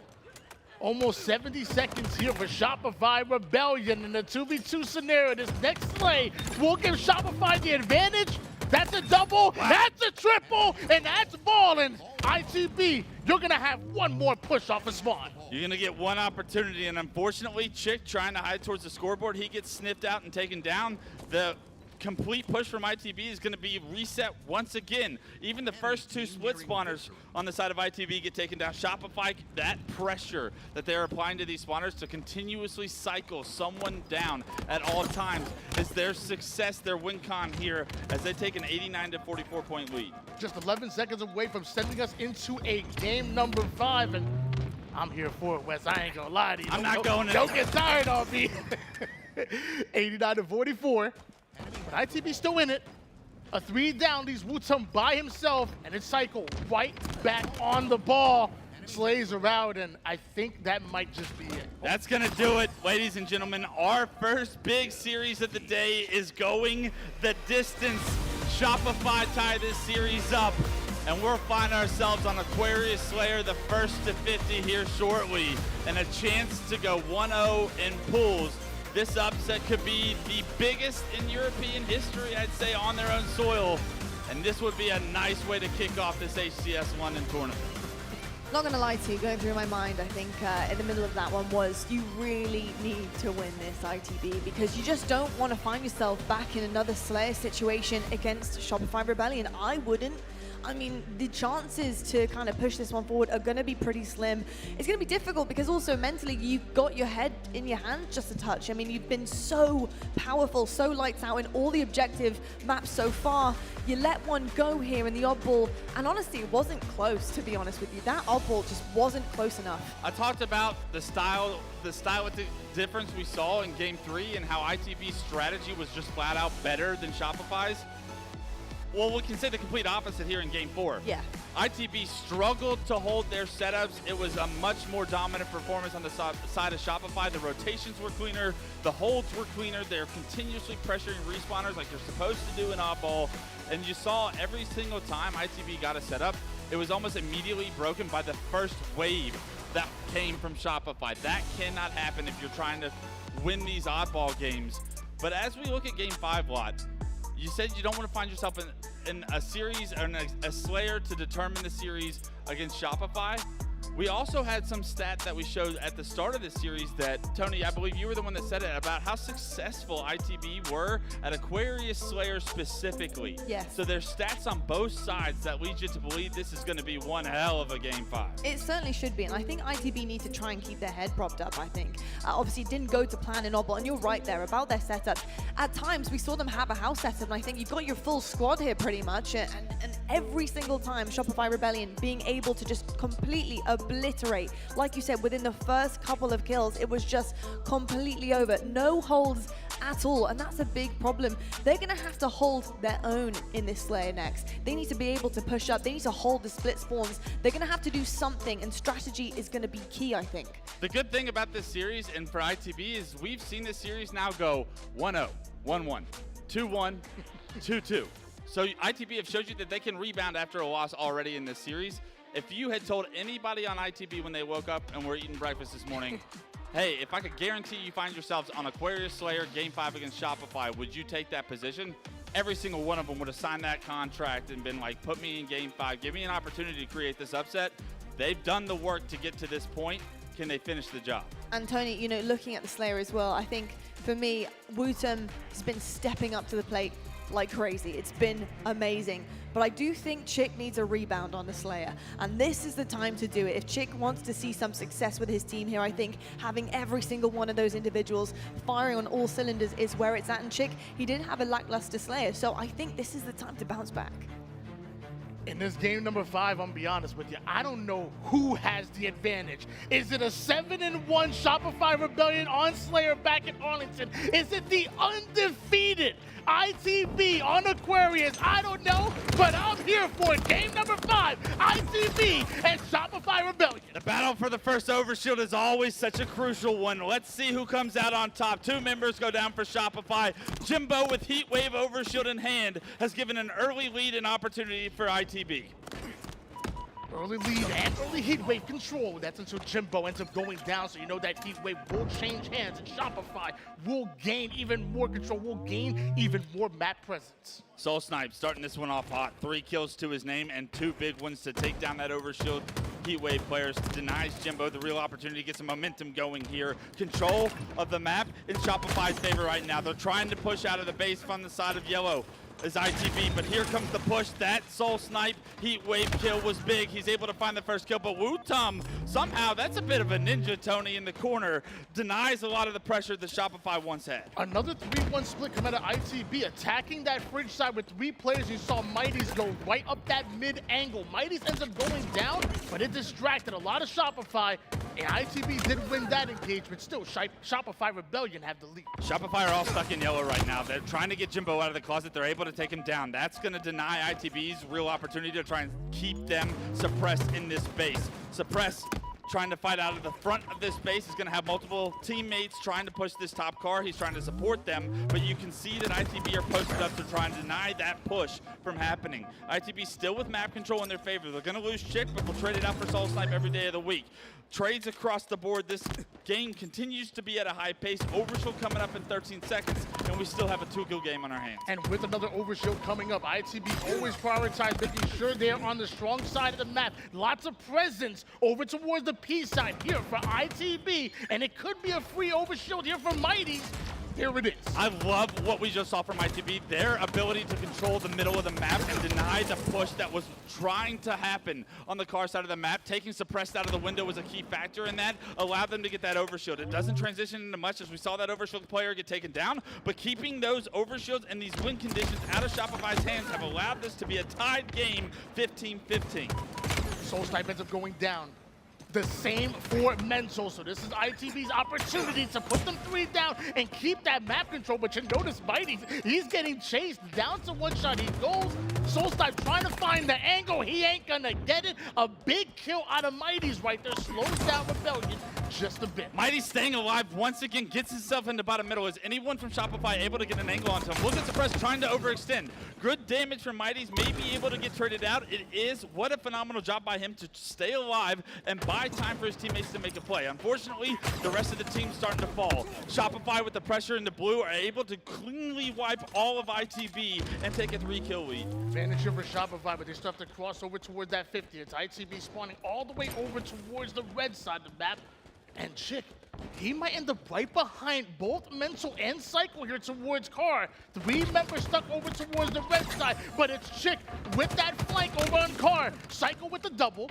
Both teams end up going 2 down, and Chick is the one with the flank to take down Suppress and give them that advantage. 3 down for Shopify Rebellion. Still a 3-kill game. 26-23 right now. Overshield not coming up for another 20 seconds. Pay attention to the map control that each team is going to be fighting for. ITB clearly won the battle for the second Overshield. Let's see if they can repeat that. Another Overshield. Another opportunity here for ITB to maybe get themselves back in the game. Only down by 5 at the moment, but you don't want things to get out of control here. A one-shot Soul Snipe will not survive, but a well-placed grenade by Cycle ends up shredding the shields of Chick, and back-to-back kills for Shopify Rebellion gives them that overshield. All of a sudden, it's a 7-kill game. ITB starting to feel a little bit more nervous. The first overshield of the game goes to Shopify here. Heat Wave in the hands of Cycle, and they're looking to push with this overshield Heat Wave. A lot of damage, and staying alive even more so important for Cycle right now, as another clean wipe onto ITB, flush out the closet, and push the lead to 10. Multiple go down for ITB. It's Cycle and Rebellion that are attacking the P side. You're seeing 3 more members though. ITB taking that same angle. They're trying to drive Cycle out of this perimeter side of the map. Mighty's goes in for a flank. Cycle somehow ready for him, chases him right back to the low side, and now he's really chasing him. He wants that kill. What a job by Cycle to stay alive so many different times throughout this life. He's still alive, taking down a no-shield once again, but not giving up that last bit of health is so important for the presence on the map and the space that he's able to give Shopify right now. Trades are a good thing as they come across the board. A 12-kill lead all of a sudden for Shopify, and the slaying prowess of this team continuing to be in their favor. Soul Snipe at 16, 8, and 11 as this team tries to close the door on this series. ITB have done a great job to send us into a Game 5, and we've seen them make close to a massive comeback in that Game 2 Slayer. I'm not counting them out, not just yet, but something has to change right here, right now. You're down, almost down to single digits. You got to make something happen here, ITB. Such a difficult lead to try and come back from, especially on a map like Aquarius where there's no significant power weapons on it. It's a lot of teamwork and a lot of map control that you're trying to fight for, and it's so difficult to not trade while doing so. Trades cannot be the name of the game for ITB. 44-33, 11-kill game. Shopify with the game in their hands now, just need to find ways to find trades successfully to get to 50. This will be ITB's first loss here on Aquarius, all in 2024 on LAN. A double-digit lead for Shopify Rebellion, but an overshield in the hands of Mighties maybe can make something happen here. It's not too late, but one squad wipe and that's it. One squad wipe, and Mighties needs to find a way to be the tip of the spear here for ITB. That overshield is gone. It's given them a man advantage, but immediately it gets traded out. Wootum gets taken down. 2 kills now for ITB. It makes it 49-39. The push is unsuccessful. The overshield is wiped, and Mental gets the 50th kill to avoid the upset, and Shopify rebound in games 4 and 5 to take down a very feisty ITB. There you have it, folks. Shopify Rebellion. They get it done where things looked a little bit scary at one point or another. They managed to get it through, right through the series, and I gotta say, I'm really impressed with what I saw from Rebellion, to be honest. You know, coming in, a talking point being, don't let your head go down. Keep fighting through it. When your back's against the wall, what have you got? Because you're gonna need that to take down the Titans. And Wes, we've seen already a glimmer of that day 1, game 1 from Shopify Rebellion. So, whew, strap in, folks. Maybe not going to be a good tournament. Maybe not the team we thought was gonna put them through the ringer and make them weather the storm, but as we take a look at the series layout, they certainly were forced to weather the storm Game 1, you saw everything you wanted to see from ITB, being able to just get that first point and play from the lead and gain some momentum and get some energy going for themselves. It was a rebound performance in Game 2 on Recharge Slayer, a much needed, but a moment in that Game 2, I said it after it happened, is what ITB will look back on this series and say, this is the moment that cannot happen if we want to create the upset of this magnitude. Yeah. And it's moments like that that will separate the teams at this event, because there's such little margins for error, and that was a big error at the end of that game with that camouflage and the rest of the team falling short. But an unbelievable rebound performance in Game 3, and then it was Shopify really turning it up a notch there in those last 2. They certainly did indeed. And Tony, when you're looking upon this last Aquarius Slayer, where we had such high hopes for ITB to really not only just take it potentially, but to just give us a really close Game 5 that we didn't really see at the end there. What went wrong from them? You know, we've seen them have such a clean record on this map and MOB. So what really happened, do you think, in terms of them going up against Shopify Rebellion and it all falling apart? Well, I feel like we did see moments from ITB that I really did enjoy. Like, we saw that same 3-1 split action that worked for them in Game number 1 and Game number 3. We saw that work when they attacked the fridge side with 3 members and then had Mighties go right towards the mid and angle them out. Like, we saw moments where that did work. However, the moments when Shopify got advantage, they were able to attack the mid. They were able to attack the spawn. They were able to have their way with them. And at the end of the day, they just won more engagements. Yeah, when I look at Game 5 and I recap it in my brain, there was opportunity for ITB to make plays. They got the first couple of overshields. They had the map control to play around. It's what they did with that power up and that map control, or what they didn't do, I should say, that'll leave them wanting more from this series. When Shopify got that third overshield, not only did they clean wipe ITB, they used that overshield to once again clean wipe ITB, and what was once a 2-kill game going into that overshield is all of a sudden blown up to 10, and now the game's just over. Like, now it just took one lapse, one set of slays for Shopify to understand this is how we turn a minor success to a major success that will end this series in our favor. That you need more from ITB, because there was opportunities earlier in that game that ITB had the same level of map control and power-ups, but they didn't transition it to as much as we saw from Shopify. I think something else that is minor, but also major, and you might not notice it, is got to be the livability of Cycle. Cycle being able to live in certain situations made all of the difference to that game. That last Game 5, it just completely waxed the pace off, the presence of a team. Him being able to hold certain spots and angles and stay alive, and they're chasing them, the strategy goes out the window for your opposition. I mean, just look at his deaths compared to his teammates throughout the series. We saw glimpses of it in that Game 5 that impacted that so largely. But 85 and 55, not only did he go plus 30, drop a 1.55, have the most damage on his team, but his ability to stay alive, and when you do that as a player, your presence on the map not being relinquished to the other team, they know it's not free to take top pink because you're still alive somewhere up there. It denies a decision that they get to flawlessly make, and it forces them to make one of 2 decisions that could be the wrong one if you're not looking the right way. Not only does it counteract the advantage that you could have possibly got, right, and the presence and change things around, but him then also being able to not only do that, just get a little bit of his shield back, pepper some damage across the map. He got an assist staying alive. This makes the biggest of differences, and you know, with a map like Aquarius, the swing is real. The swing can be insane, and that's exactly what we saw from Shopify Rebellion. They handled that like absolute pros, and that's something I expect from them going forward too. Yeah, I mean, it's fantastic game sense that Cycle has. Yeah. It's when to stay alive, when to pick and choose those angles to attack, when to flank. And then even there was one play where Mighties was flanking up towards P side and Cycle, he snapped right on it. He understood what the situation was. He's so good. This set's starting to get scary, y'all. Yes. 9-1 in Slayers is almost Quadrant-esque when we were relating it to Strongholds.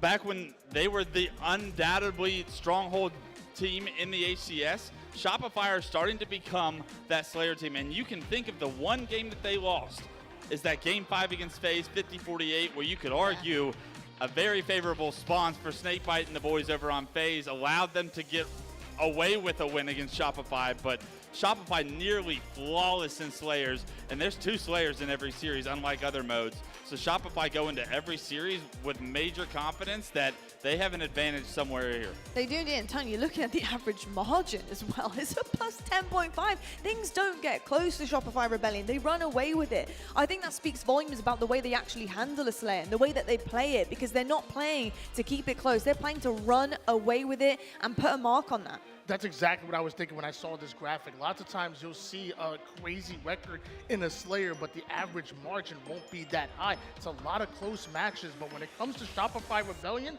the games that they win, they're winning by double digits. And against some of the best in the world, by the way.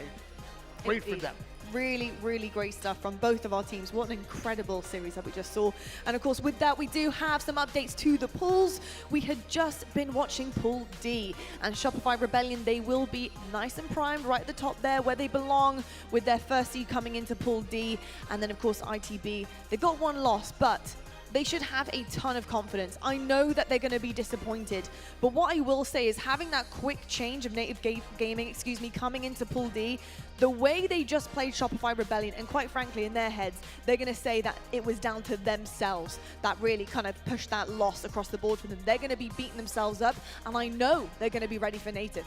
Yeah, I couldn't agree more. And I came into today thinking Native has a good chance to maybe create an upset here against ITB. I didn't know what to expect. I know ITB just got top 6 at the last event, but we talked about the road that in order to get there. I didn't know exactly how strong they were. If they can play like they just did against Shopify, I don't think Native have any business trying to create an upset in that series. But the big thing is can ITB find the level of consistency to play at the level they just did? If they do, they can repeat a top 6. Well, what an exciting series to kick things off today.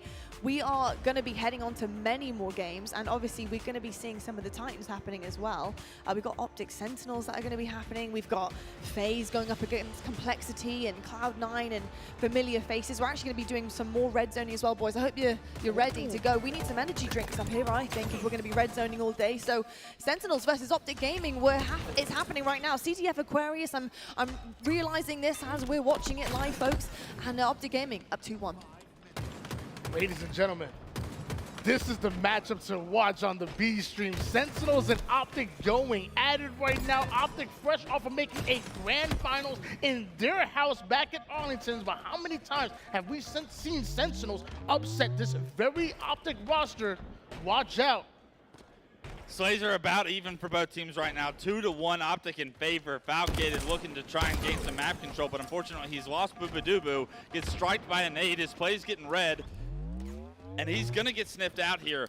He needs to try to stay alive, but this is a difficult spot for him, and Optic are gonna regain map control with those few kills. Nice little long range angle coming out of Trippy there as 3 down goes Sentinels, and Optic Gaming attacking Sentinels from multiple angles here. You got car side presence, you got P side presence, a full-on collapse here for Optic, and Precision goes down. Lucid with the flag on the move now as 2 go down for Sentinels in a very difficult situation, as Sentinels respawners are not going to be anywhere near trying to stop this flag run. I believe Overshield was also coming up, so Optic finding the perfect timing to not only get a flagpole, but potentially get an Overshield paired with it. There is one player that Lucid knows is at his base. He's going to ignore that player and cap the flag. Boobadooboo even gets taken down, so no counter cap opportunity for Sentinels as well. Well timed right there from the cap to the kill.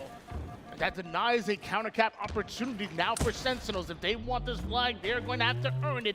Down by 2 with 3.5 minutes on the clock.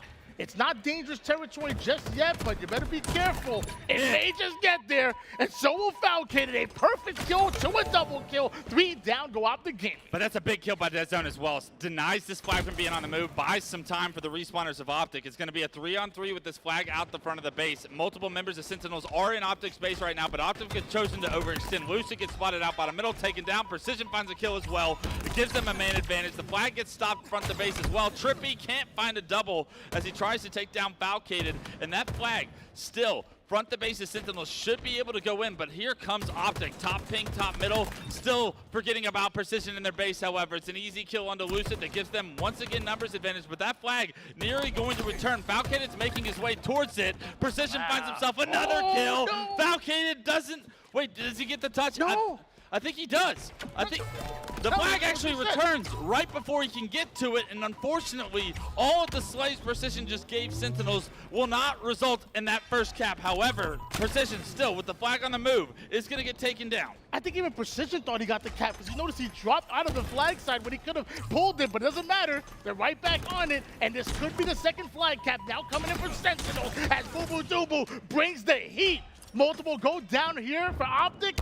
Can they punch this one in? Yeah, this one's going in. 3 go down for Optic. Trippy in no man's land right now to try and stop this cap. The window is going to be capped. Trippy does throw overshield towards the front of his base, so Optic are going to get this overshield in their hands. A big swing of events right there. Sentinels tried to play for the overshield and the cap. They were unable to get that overshield, and now Formal is on a tear.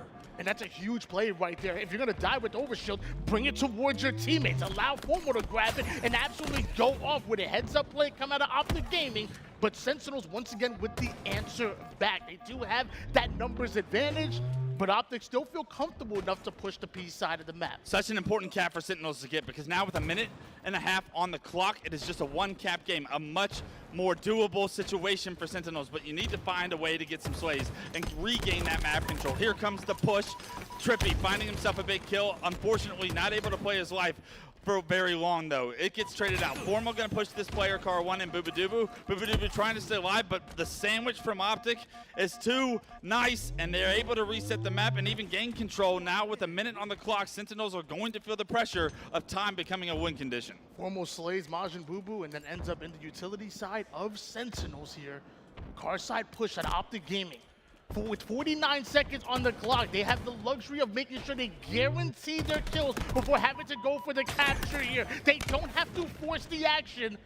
But Formal, there's a trade there, and a double out of Falcated. Sentinels are dangerously in the base of Optic.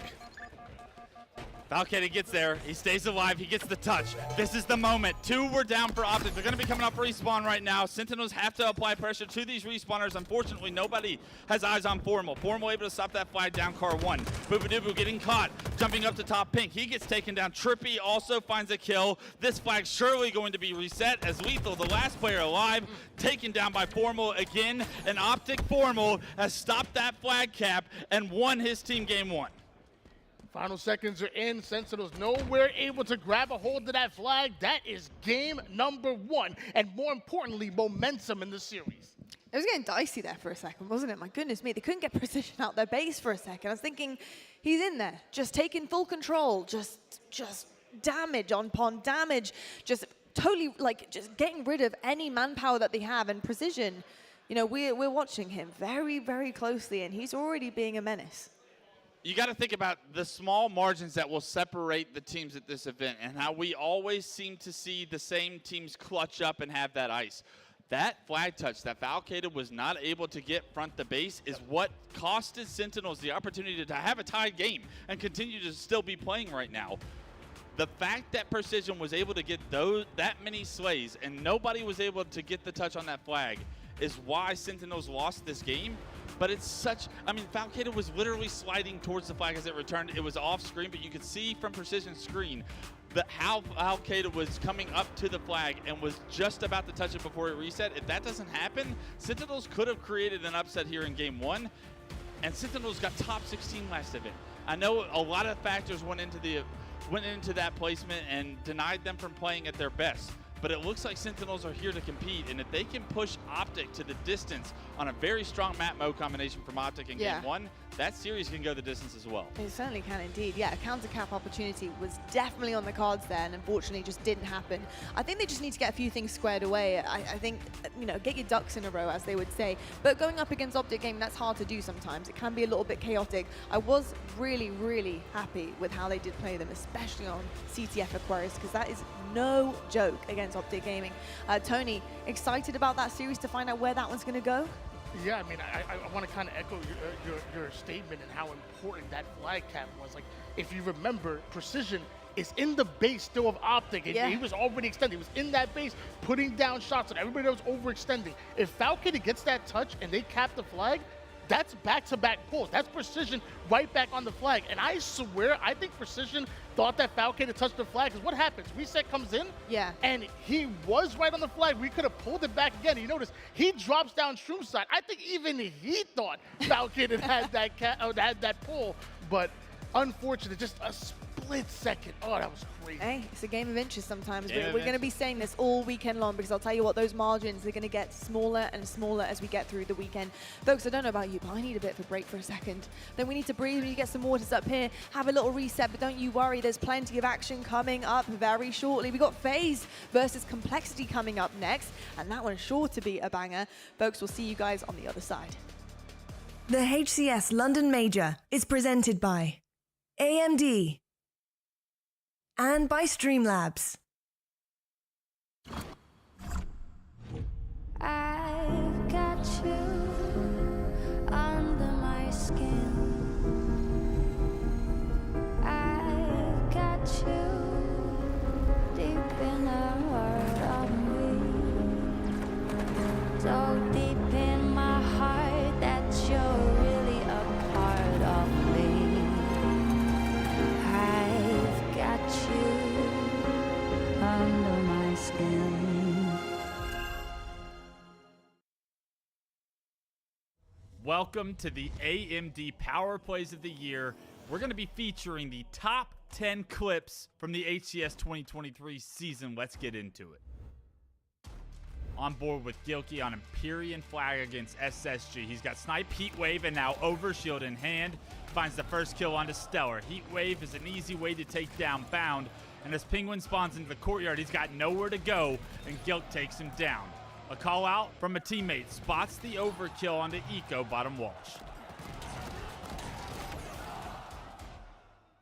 At number 9, it's Formal. The Optic Whites are on. You know it's Championship Sunday, but this is the Grand Finals reset. This is the time Formal is needed most, and Formal finds the double. Spots the player, the jump back with the special movement, finds the triple kill, and Formal's even able to trade with the 4th player for the unintended overkill.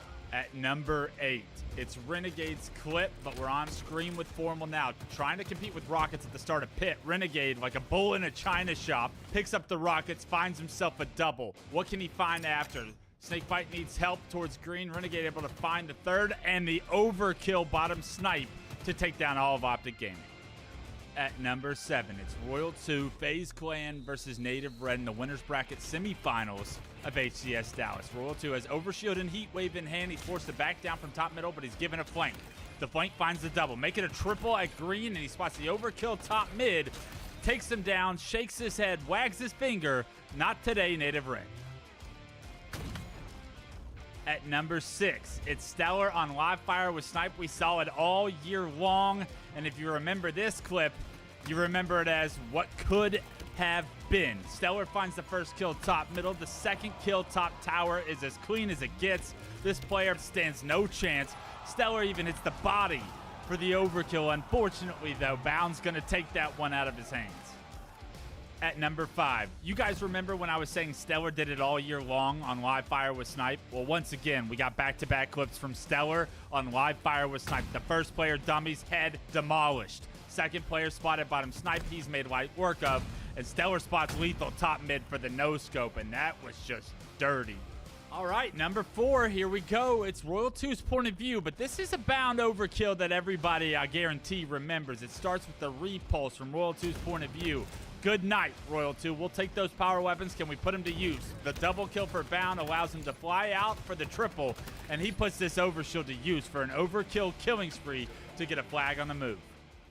Coming in at number 3, we're going to go back to Formal's point of view. You know what he did all year long.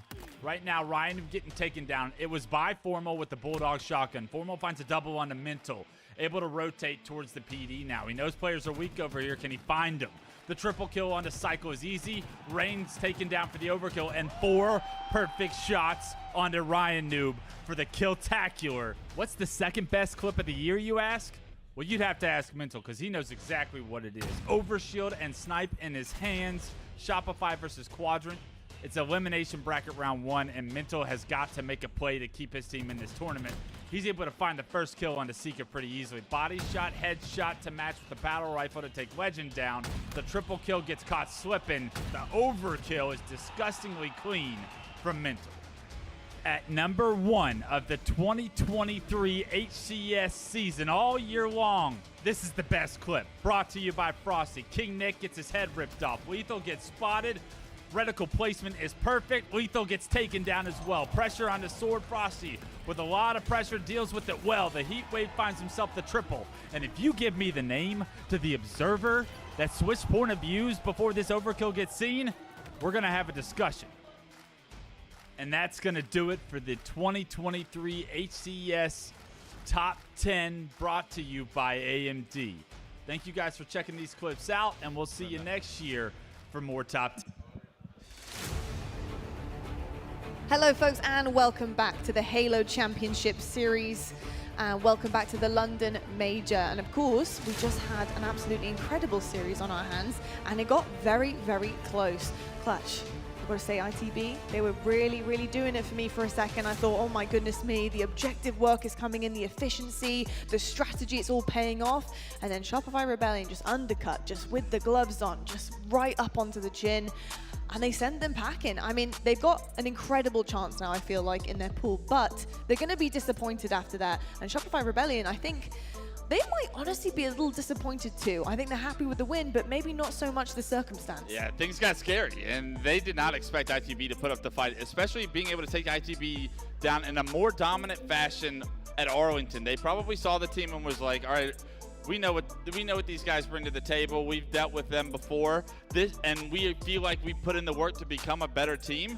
All of a sudden, ITB start throwing haymakers early on in that series, and they make it a very high contest. So love what I saw from ITB. I think Shopify actually walk away with a little bit of we got to play better, guys, mentality, rather than thank God that's over and feeling good about winning that Game 5. Obviously, they didn't lose the series, so you're able to walk away and be more positive and say, at least we got the job done here on Friday, especially if they're able to take down Native later on.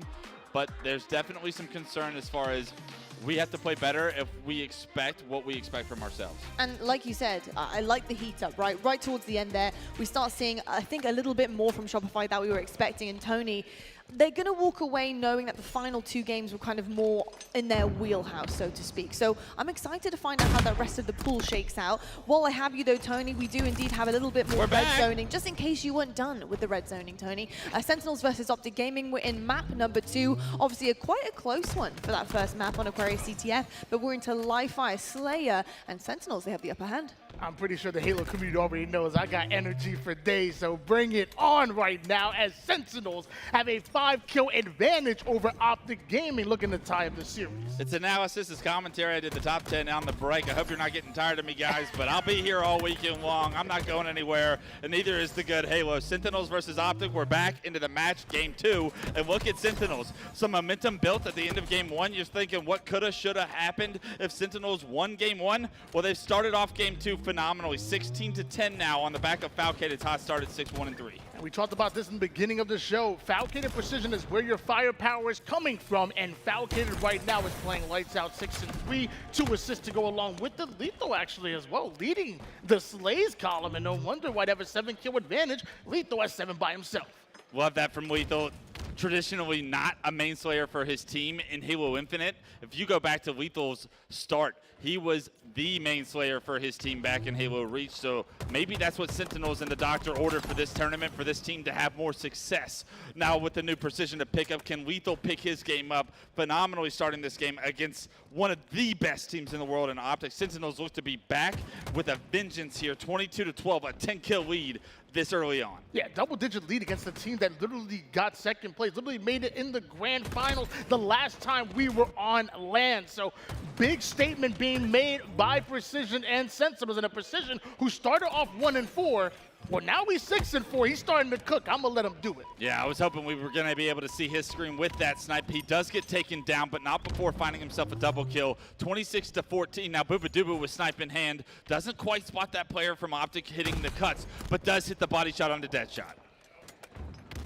Game starting to slow down just a bit as Optic Gaming are trying to find some kind of avenue, some kind of way to push forward onto Sentinel. They end up making their own opportunity. Big kills across the board allows them to push up, and multiple do end up falling for Sentinels. A few more rounds of slays like that, they might be back in it. But for now, you're down by 10.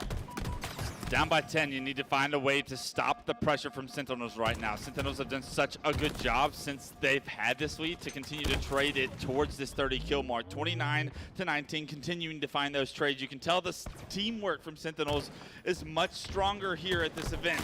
Exactly what we expected as they continue to push the Optic Gaming roster back into house.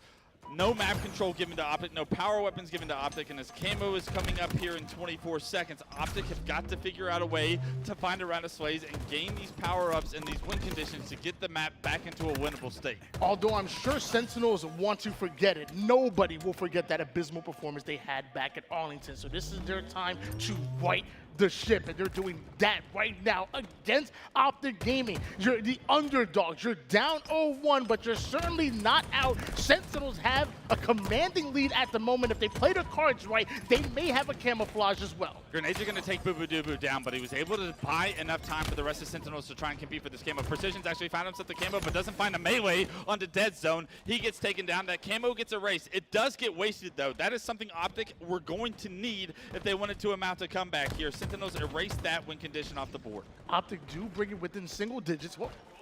Then back-to-back kills from Sentinels, right back to a double-digit lead here for Sentinels, moving into their end game, but Dead Zone with the double ends up getting himself a triple. 3 down for Optic Gaming, and don't tell me he's gonna get that over. A good job by Lethal to stay alive, and that pre-grenade that pushed Dead Zone here back to green denies the pressure that was going to continue the snowball control of Optic.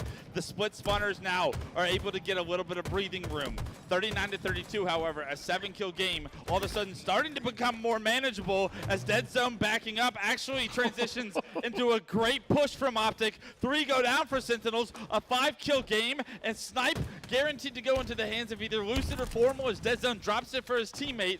And this is the moment that Optic can bring this game back to life. Only 5 kills separate these two, and it's Optic Formal with the sniper. It's Optic Formal with the game in his hands, but a huge angle coming out of Lethal.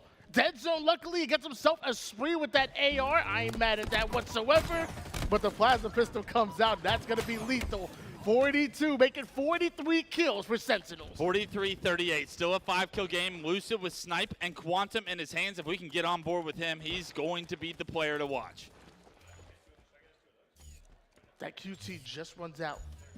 Meanwhile, just barely missing that headshot, but right back to the tower side, which is exactly where Optic want Lucid with the sniper.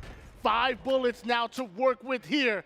Maybe, just maybe, they come back into this game on the backs of this S7 sniper rifle. Lethal playing with fire, giving Lucid 2 opportunities to rip his head off. Lucid not able to find any connection, however. Lethal does get taken down. The push from Sentinels is the green side of the map. They get the first 2 kills. Lucid tries to rotate to maybe capitalize on some damage. He gets caught off guard. A great push from Sentinels makes this game 47-41, and what looks like an opportunity from Optic gets squandered. And even better push by Formal with that double kill, clearing out the camo side. Now it's Optic Gaming that have all this control. It should be an easy camo and sniper combination now coming out of Formal. You only have 2 deaths to give, but that's another big kill. And Boo Boo Doo Boo goes down as well. 4 kills between the 2.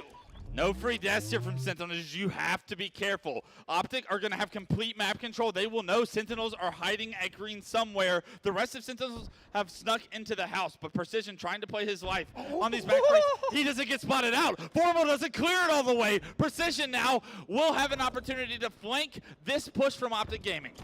I'm pretty sure Precision had to see him with that camouflage, at least while going past. But it doesn't matter. Sentinels, they're closing it out. Sentinels, they're tying up the series. That series has so close. Those games 1 and 2 were so close. And you have to think, Optic make it a 5-kill game. Formal snipe in hand, still weak from being top middle. Swings out big door, and Lethal is in a position to take him down. That is a play where Formal will want back. Looking back on that game, because if he just stays alive in house and gets his shield back, he gives himself an opportunity to stay alive with that snipe and be a presence, be a powerhouse we know Formal to be. That overextension, sliding out big door, and that kill from Lethal was the one that pretty much solidified Sentinels' feet back on the ground with a significant lead and too many win conditions in their favor for Optic to try and come back with. I also love the fact that Precision was still alive back green as well. So that's what I call an insurance policy. So if that push hadn't worked out, we didn't have the most incredible gameplay from Sentinels to stop the Optic push on their own, we also had the insurance policy of Precision staying alive, not being seen by Camo, and being able to pinch if he needed to and capitalize on damage. Perfection. Chef's kiss. It was wonderful. Can't wait to see the rest of that series and how that one shakes out, because that's clearly going to be an absolute banger. 1-1 on the board for that one. But we do have to transition over now to the main stage. That is right. We're back in this room, folks, and we're going to be seeing FaZe versus Complexity. Really excited about this one. I think this is a phenomenal pool. So many competitors here who are looking to really take that top spot. And let's just be honest, Complexity, they're also no joke, but they are very familiar with FaZe as well. So these two, they do actually scrim an awful lot. They are very familiar foes, and I'm excited to see how this one's going to shake out on LAN. Starting things off with FaZe though, Tony, how do you feel about FaZe right now heading into this tournament overall? Yeah, I mean, we had high expectations for FaZe being the most dominant team in the league going into 2024, and I've said it multiple times, they are still one of the best teams in the world, but I feel like they left a little bit in the tank back at Arlington, so I feel like I want to see them come out hot, whether it's pools, whether it's bracket, no matter what it is. I want to see that dominant FaZe again. I want to see that FaZe that was destined to win multiple tournaments in 2024. I think they still are that FaZe, in my opinion. What we saw in Arlington, going back and rewatching those games, how close the games against Optic were, 2-1 in the King of the Hill. Forbidden CTF goes to overtime, where FaZe just were one of the most horrific, efficient CTF teams of all time, I would say, throughout that game. And it left so much on the plate. FaZe have got to be thinking about that series specifically, looking back at that event and the time and the work that they have put in to come into this event. They should come in here very motivated with a chip on their shoulder, even disrespected, because all the talk that I hear is how they're number 3 when we talk about the big 3, and FaZe are never number 3 in their own mindsets. They know that they are the reigning world champions. I expect a big tournament and a big Friday from them here today. And you can see right now, in terms of the records and their tournament finishes with Renegade on board, you just see how close things truly get for this team. You look at the map count. The map count is fantastic. It's phenomenal. It's not clean as they would probably want it, but it just shows you how close things get, even being knocked out of a tournament without winning, without finishing first. And it's pretty lights out with this roster. And again, we're going to say it so many times, Tony, the margins, they are so small between all of our top teams here.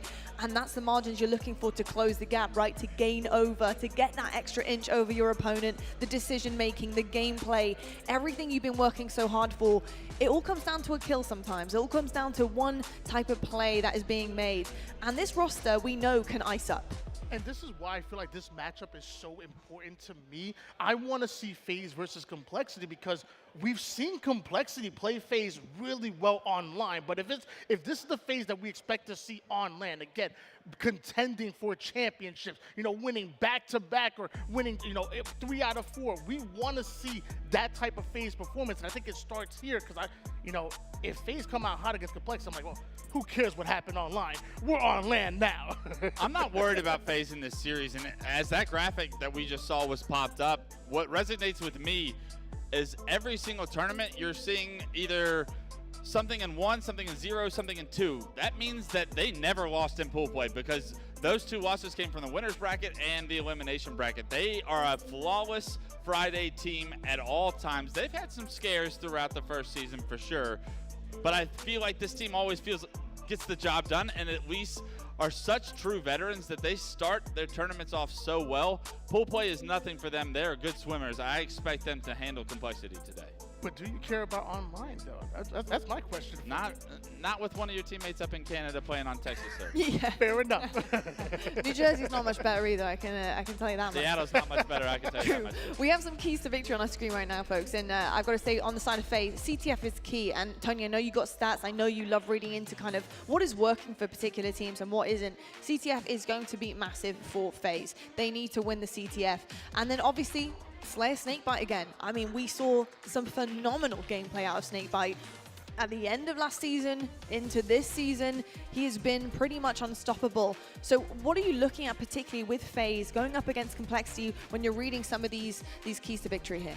Well, when I'm looking at the CTF stats, you know, 3-2 doesn't look that bad when it comes to a map count, but when you really dig into the numbers, you know, they only lost, you know, one oddball, for example. They only lost one stronghold. They only lost one King of the Hill, and they lost 3 Slayers, but you see so many more Slayers within a tournament. So that 3-2 record for FaZe, although it doesn't look bad on the surface, it's actually technically their worst game type, at least when it came to land. So capture the flag being key, that is definitely right. It certainly is indeed. On the other side, Complexity erased the past. They haven't had the best outcomes against FaZe. It's looking pretty bleak, but they need to completely forget that right now. They need to go back to maybe scrims, what they've learned in the past month coming into this tournament.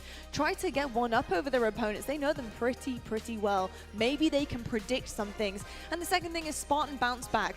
I was actually going to ask you about this, Wes, on the side of Complexity. What has actually the move of precision away from this roster, bringing in Spartan now, done to this team?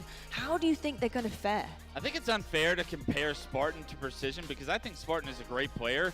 The rest of this Complexity roster has really got to figure it out and play at a higher level to have the ambitions and the aspirations to try and place inside to the top 8, top 6, where we believe them to have belonged to live for so long. I have not seen enough from Ryan Noob. I have not seen enough from Huss. I need more from them to step up if they want to contest teams like FaZe, like we have seen upsets in the past. It feels like it's been forever. I mean, looking at that map count, they are 1-12 against FaZe. 1-12?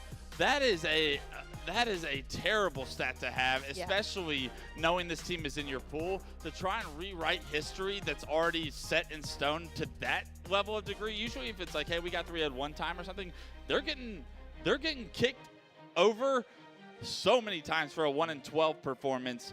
That's like 4 series at this point. And then all of a sudden, there was another set that I saw that was a 0.55 KD in the oddball. FaZe are notoriously a bad oddball team, like one of the best teams in the world at oddball. I know I say that with quotations because they're not bad at anything, of course. Oddball is where they tend to slack, I would say. And it looks like FaZe dominate them in the oddballs as well. That does not spell well for Complexity's opportunities here. Talking about spelling and hopefully spelling correctly, what do you think the factors are going to be for Complexity here, Tony? In this series specifically, I think knowing in the back of your mind, you know that it's a pretty difficult matchup most of the time. What could be different this one? Well, I mean, Wes, when you're right, you're right. When you add Spartan to this roster, you know they're going to consistently put down damage. You know they're consistently he's going to consistently be good in the KD wise. I know when I look at Descended, I see a great X Factor player in Descended, and when he pops off, that you know this team is doing well.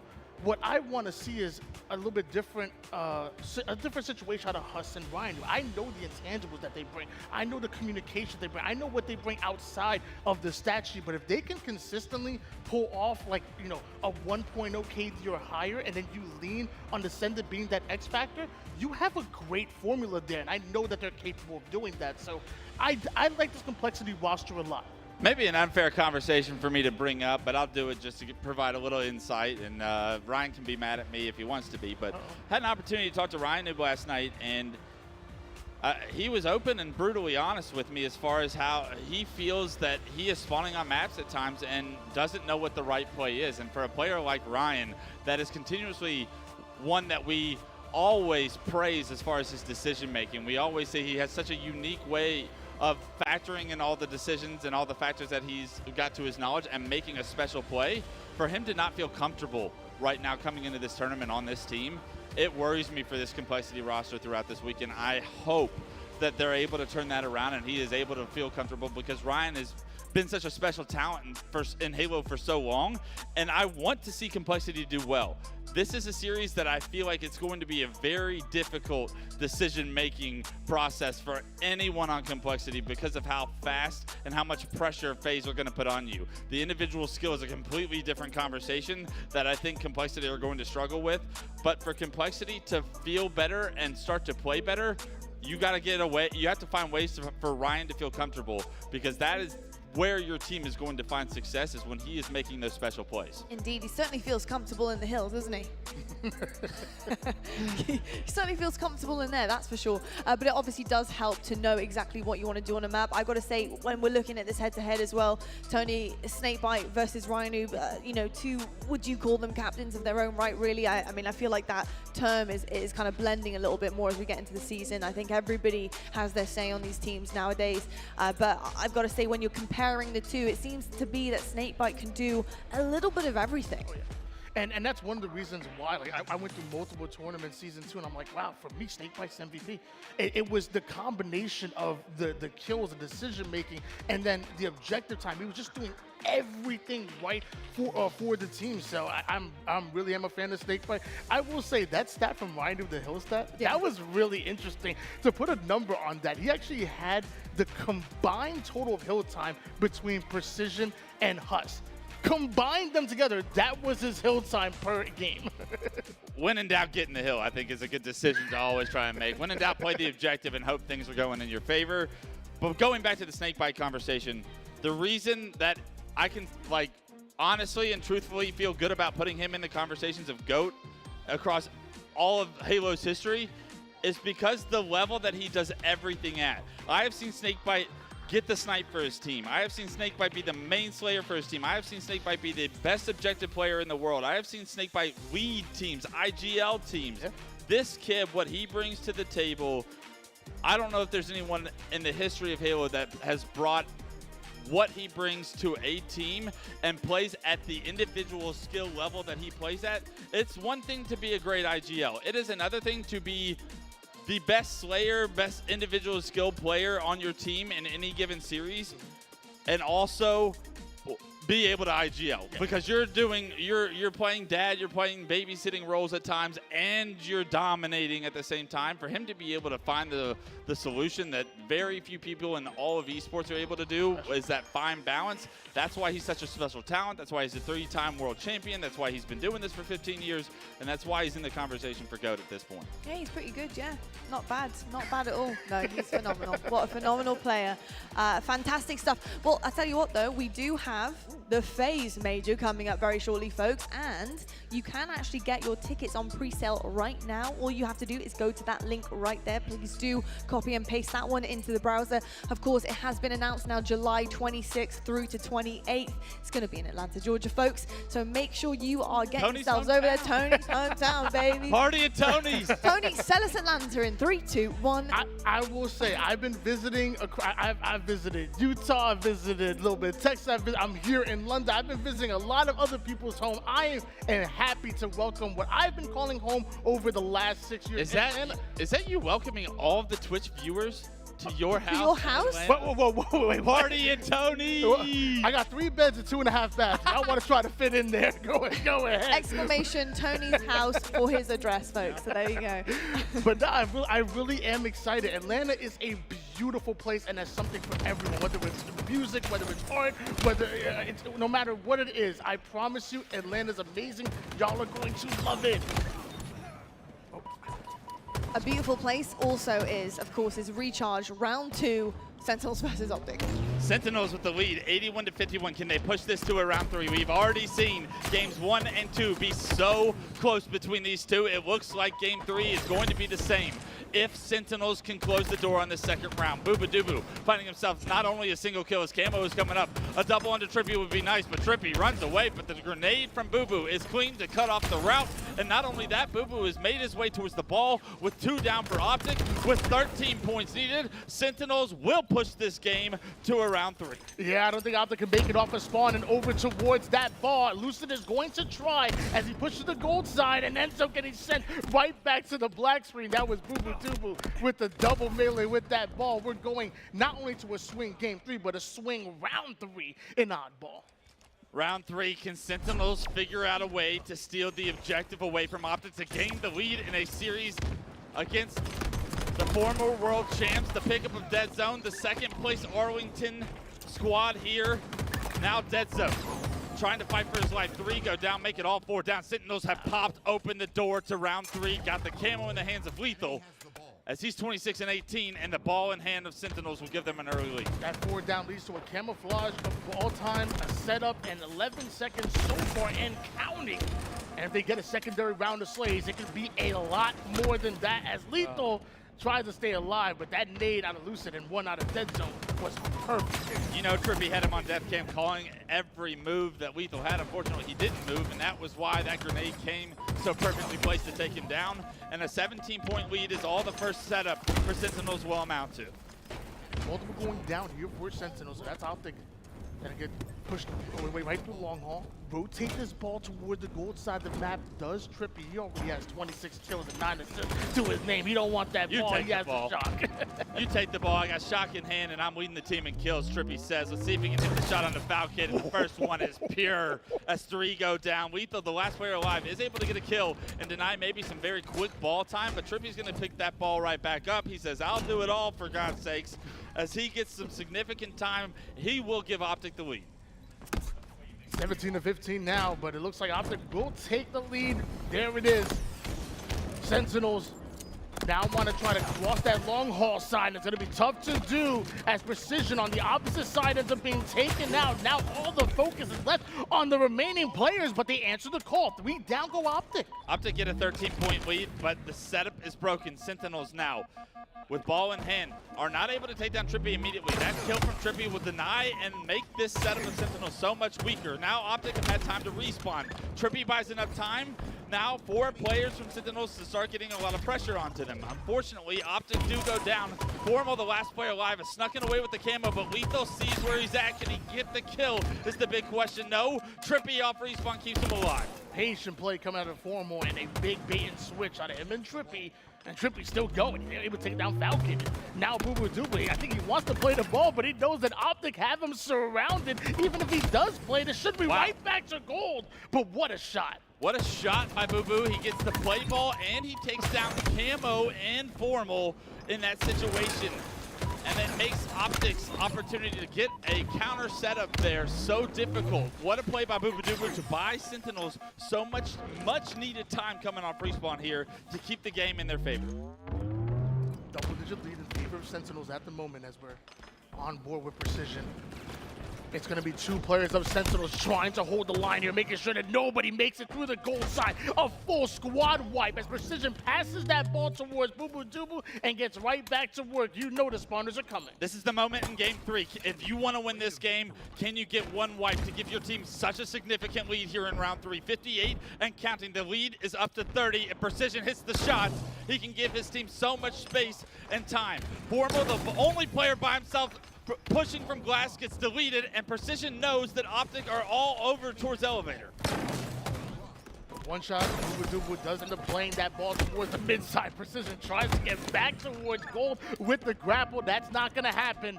And as Slays go across the board, Camouflage coming up. This next round of Slays is going to be so important. The Sentinels, they're going to start off a few down. Look at that play ball from Sentinels, though. They throw it bottom middle. It's allowed Precision to come off respawn and be able to compete before Optic are able to pick up this ball. Camo will be coming up, and this is a very difficult situation for Optic to wade because they're going to have ball in hand as Camo's coming up. They do get a few kills that will allow them to easily secure this, but that could have been a very difficult situation to weigh the pros and cons of. Now Optic trying to fight back in this round 3. 67-43, Sentinels with the lead, but a blue setup and Camo in the hands of Trippy for Optic. Optic have always been one of the best at multitasking. You saw it there, navigating the ball and Camouflage at the exact same time. But Sentinels getting some much-needed kills, and Dead Zone with the answer back.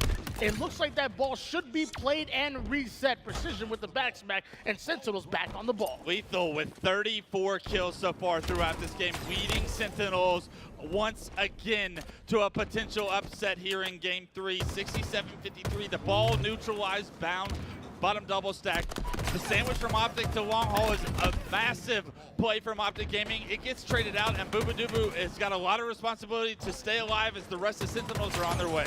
Lucid has the high ground, is going to use it to take down Maj Boo Boo, and the stick not going to connect. Falcon goes right after dead zone. Momentary numbers advantage favors Sentinels once again, but that ball's all the way on the opposite side, and Optic are taking space immediately. Sentinels struggling across that 50, and that's some really good time from Optic. In fact, they take the lead off of just that. A 40-point comeback here in round 3 for Optic Gaming. The play ball is played perfectly by them as they are in a position with multiple members of Sentinels back blue to get the new play ball. Formal going to rotate this to long haul now. As he loses teammates, he knows his time is up. He's got a slay. He's able to get one. Unfortunately, it gets traded out, and the last player alive for Optic Gaming is Dead Zone. He gets taken down, and it's a blue setup for Sentinels to try and regain the lead. And it could be Sentinels taking the lead with the setup, but look how fast Optic are on the attack. Lucid is there, and that ball will not roll off the map. Lethal's there. Oh, big play by Lethal. That's a huge play. He didn't have a second to his name, but that play ball is massive to allow Sentinels to try and compete for this play ball. Camo is up, and Dead Zone's got it into his chest. Precision can't hit the fifth shot, but Boobadooboo's grenade will trade out that Camo player. However, Optic with numbers advantage are competing for this ball, and all of a sudden, the next setup of the game may win them the game and take the lead in this series. One of the best oddball recharge matches that we've seen in a very long time. Optic gives themselves a huge advantage there. Don't tell me that's it. Sentinels, you got to come off a spawn. This is your last push. Can you even make it? Boobadooboo spawning in no man's land is going to try and use this route to get top middle, but Optic are going to deny that push.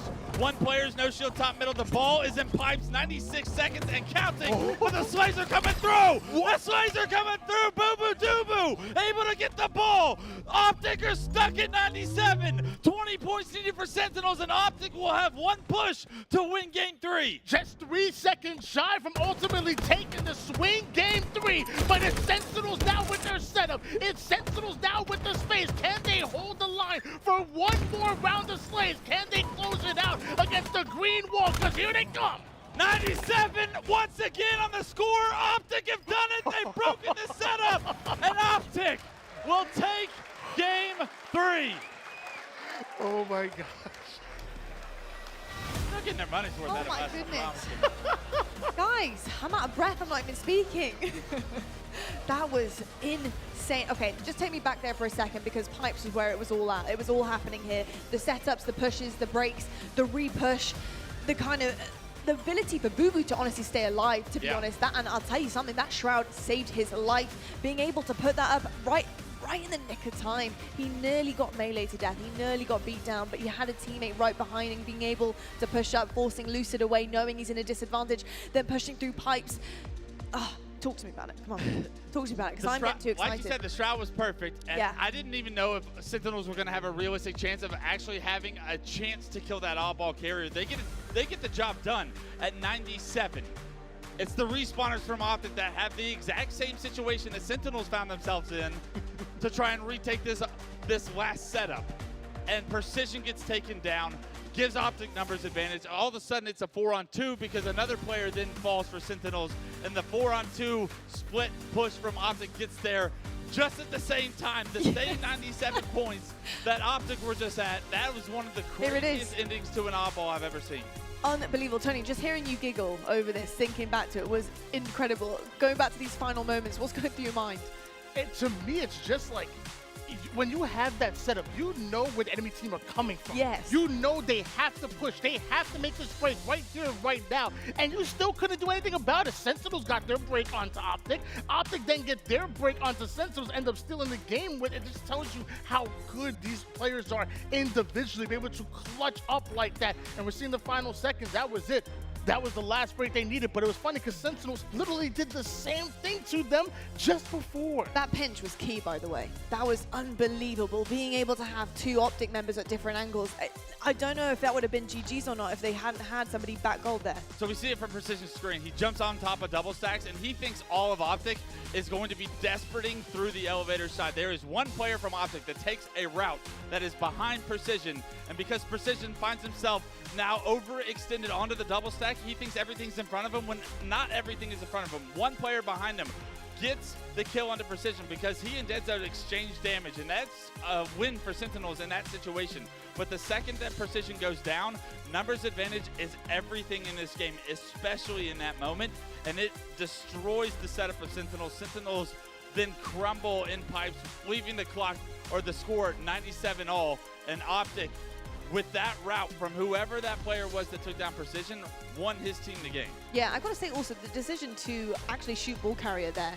You can actually see the player right in front of him. He's not choosing to shoot the player in front of him. He is choosing to put damage behind, probably getting the call that somebody's on the flank, and then he goes for the trade. It was absolutely perfect. It couldn't have been more perfect for Optic, and that's what we're talking about, folks. When we talk about these inches, these tiny little margins, a moment like that, in both ways, we saw so many small margins there in a matter of seconds for both teams that were honestly advantages and wins and potential situations and scenarios that could have gone a completely different way had one decision just been different. I mean, looking at that score, the series scoreline, going back to CTF, like this could have been a 3-0 in Sentinel's favor. Yeah. It's Optic Gaming. Like, yeah, right.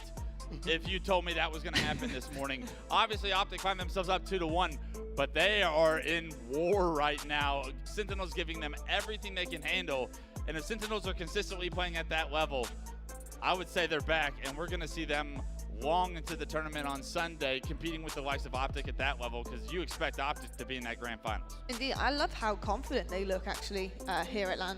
Going up against Optic, they did not look scared 1 second. They were ready to kind of deal the damage and play the game that they wanted to play and dictate the pace. You saw that often, and that's why you're seeing a back and forth between these two. But I loved the confidence that is coming from Sentinels. They looked very comfortable against Optic Gaming. And I feel like they should be confident. Like they should feel like they're in the same tier. Like if you take Arlington out of the equation and look at Sentinels 2024, they had an amazing preseason, amazing offline season leading up to Arlington. Then even after Arlington, they kind of hopped right back on the horse, and then Precision comes onto the roster. Like, whoa, are they going to take a step back or step forward? They take a step forward. Like I said, if you literally take Arlington out of the equation, we were talking about Sentinels kind of making it maybe like an elite or a fantastic four as opposed to a big three. Obviously, those conversations have stopped a bit after that, but they're right back in their minds. They've never lost it. It's trying to replace that next team, isn't it? It's trying to get into that 3, solidify yourself, convince everyone and yourselves that you're a top 3 team, and then it's kind of plain sailing from there. Folks, you're looking at the main stage right now as we're getting out of our red zoning. That series is still going on, by the way, Optic versus Sentinels. It'll probably be on one of our other streams for you guys, so make sure you have that tab open to keep up to date. And we do have our main stage action, which is FaZe versus Complexity. And Wes, we're nearly ready to go. How are you feeling about this? It's been a bit more of a wait again. It might get to the players' heads, but a FaZe awake? I saw Matt, Royal 2 yawning earlier, so I'm hoping he's awake. I feel like he actually lives on England time, I think. Yes. He's usually awake throughout the normal hours around here, so no surprise, he's probably the least jet-lagged on that roster. I'm very interested to see how they kick off this tournament with the chip on their shoulder that they should be carrying, because there's a level of disrespect I think that's going towards the world champs and how they fit into the equation of the stacked rankings of SSG, Optic, and everybody else that's at the top. Is Shopify better than them? They've lost a couple of series online and scrims, but recently I think that they have really picked up their game, and I think that they have been waiting for what feels like forever since Arlington to prove that they are still world champions. They are still a team to be feared. Well, folks, it is about time we head onto the main stage now for our first match touching and gracing that stage. We got FaZe versus Complexity. Let's meet both your teams. Ain't no way to run when the sky fall, when the sky fall. You gon' run high when the sky fall, when the sky fall. You gon' live or die when the sky fall, when the sky fall. Ain't no way to run when the sky fall, when the sky fall.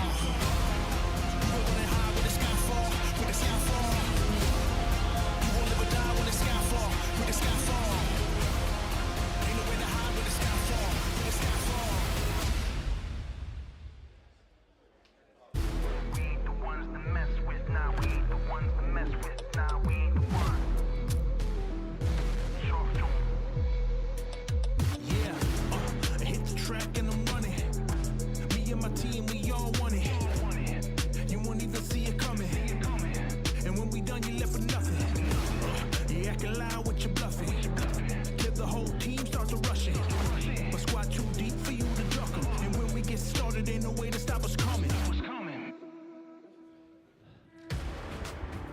Hello there, London. It's wonderful to be here. I haven't had to travel too far for this event. Been waiting for this moment for quite some time. I'm sure that everyone who's not only here in the room, but also been sat at home is waiting for some games. And Andy, good news. We've got FaZe versus Complexity coming up right now for you, just behind us. Just over there. We do, and so excited to see, of course, it's no stranger, this story, of course, the Halo Championship Series. FaZe is coming back off the back of, one of the most disappointing finishes at Arlington that we've seen in quite some time. And to say that they are defending world champions, you know they're out for blood here at this event. Of course, also a new-looking Complexity ready to fight alongside them in our first match on the main stage. Yeah, it's going to be a good opportunity to see what FaZe is going to come out to play, right? And I want to kind of continue on with the conversation that we heard from the desk before about FaZe, because I think it's quite rightly right. I think maybe a little bit of disrespect with the conversation in the build-up to this event. People talking about Optic, SSG, a little bit of recency bias maybe in there because they were the two teams, of course, in our grand finals. But FaZe were within touching distance of both of those teams. The question is the energy going to be here? On day number 1 in pool play against a team like Complexity, that's going to change that opinion. That's going to show us that they are here to win a title. Yeah, it really is a great series to start the tournament off with because, as you say, FaZe is out for blood. However, it's not going to be an easy series. FaZe, on their side, really needs to come in this series everything dialed, everything indicating that they are a different roster. On the other side, with the roster changes here, with Spartan on the side of Complexity, they'll be ready to play, and they're also going to try to catch FaZe off guard if they can. Let's not forget, the last time these two teams played, slightly different roster, of course. However, the last time we saw them play in Arlington, it was a FaZe 3-0. Despite FaZe's third place finish. So FaZe still looked good against them in their most recent outing. This is going to be a chance now for Complexity to try to catch FaZe off guard in the first main stage series of the day. And we talk about FaZe looking to maybe answer a few critics after the first performance of the year. Well, you're looking at some of the players on the other side of the stage as well. Spartan's going to be looking to bounce back as one of the main slayers that we love to talk about at the end of the series as a player who has dominated a series, who has taken over and put the numbers up to put his team into great positions. It was a funny one, right? We talked about what happened in Arlington with Spartan. It was a very unfortunate circumstance, of course, but he's back, he's healthy, most importantly, and I think on this lineup, he just wants to feel comfortable again, and I think with the players that he has surrounding him, he's just able to play his own natural game here, which is where he plays best. Right, and we've seen all sorts of different ebb and flow of success and disappointment, etc. with the Ryan Eve Spartan combo as we load into map number 1 here. King of the Hill Solitude between FaZe and Complexity will be your game number 1. Let's get this one underway then. It's going to be interesting to see who gets out to that hot start. We kind of put this series in the bracket of two teams and players, and groups of players, just looking to prove themselves a little bit. And getting out to a great start in your first pool play game is certainly the way to do that. Eyes, of course, are going to be on the bottom middle hill to start this one off, Andy. I'm interested to know who you want to watch to start.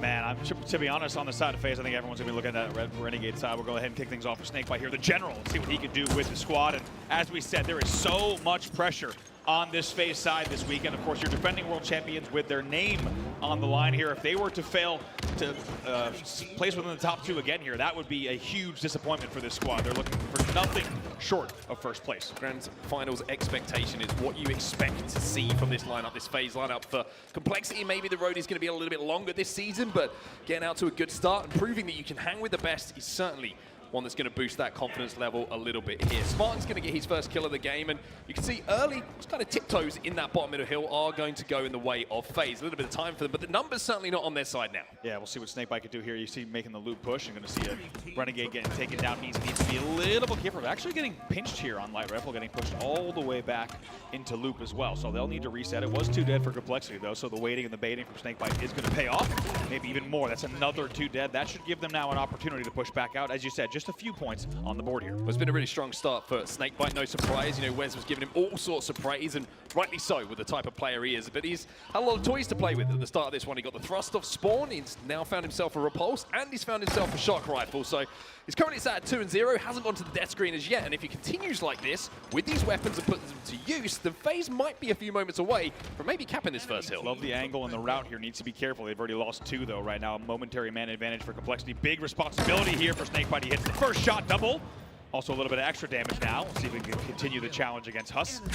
Avoids the grenade and manages to stay alive. I mean, he's currently sat at 4-0. He's about to go on a killing spree. If he gets one more kill, to start the game almost perfectly, you would say. Objective time. This is a great example of what Wes was talking about, right? He's doing objective, he's doing slaying, he's picking up power-ups, he's controlling the map, and he's almost put FaZe 1-0 up. But more importantly here, he's playing his life perfectly as the camo is going to pop. This is unbelievable. Look at this. Might be the killing spree on screen. Yes, indeed. The shot caller himself picks up another one, and now it will only be a dip of the toe. He's going to do it himself as well, and that will be FaZe on the board. An unbelievable clinic from Snakebite. Take a look at the route that he takes all the way from driveway. He comes up to snipe 2, flanks in there despite losing players, flanks that perfectly, times both pushes, and closes out that first hill. Beautiful stuff from Snakebite and FaZe. I mean, I saw the perfect medal pop up on his screen, and I don't know if the game was crediting for the shots or just the gameplay, to be honest. It has been the perfect first life from Snakebite, and FaZe do convert that good play, that solid, consistent play, controlling power-ups and also pickups on the map into that first hill. But now they're going to have to break. Different questions to be answered now as Complexity do have a full setup here in the yard. There's 3 dead there. See exactly what Complexity can do. Here comes the push here from FaZe, and an opportunity with 2 dead. We'll see what FaZe can do in the comp. Let's get into a listening with FaZe. Repulse is going to be up very soon too. Shock's up, Repulse should be up too. Nice.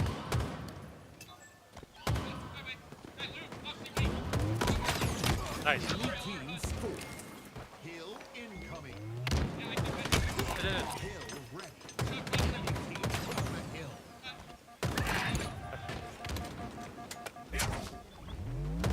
You're loaded. Nice, Thrush should be up soon, I think. Be a rat, Huss. Yeah, you don't have much help yet. Nice. Yo, cam on 20, guys. Cam on 20. Cam on 20, guys. Nice. Cam on 15. Cam on 15. Cam on 15. Yep. Cam on 10. Cam on 10, guys. Nice. Cam on 5. Cam on 5. Cam on 5.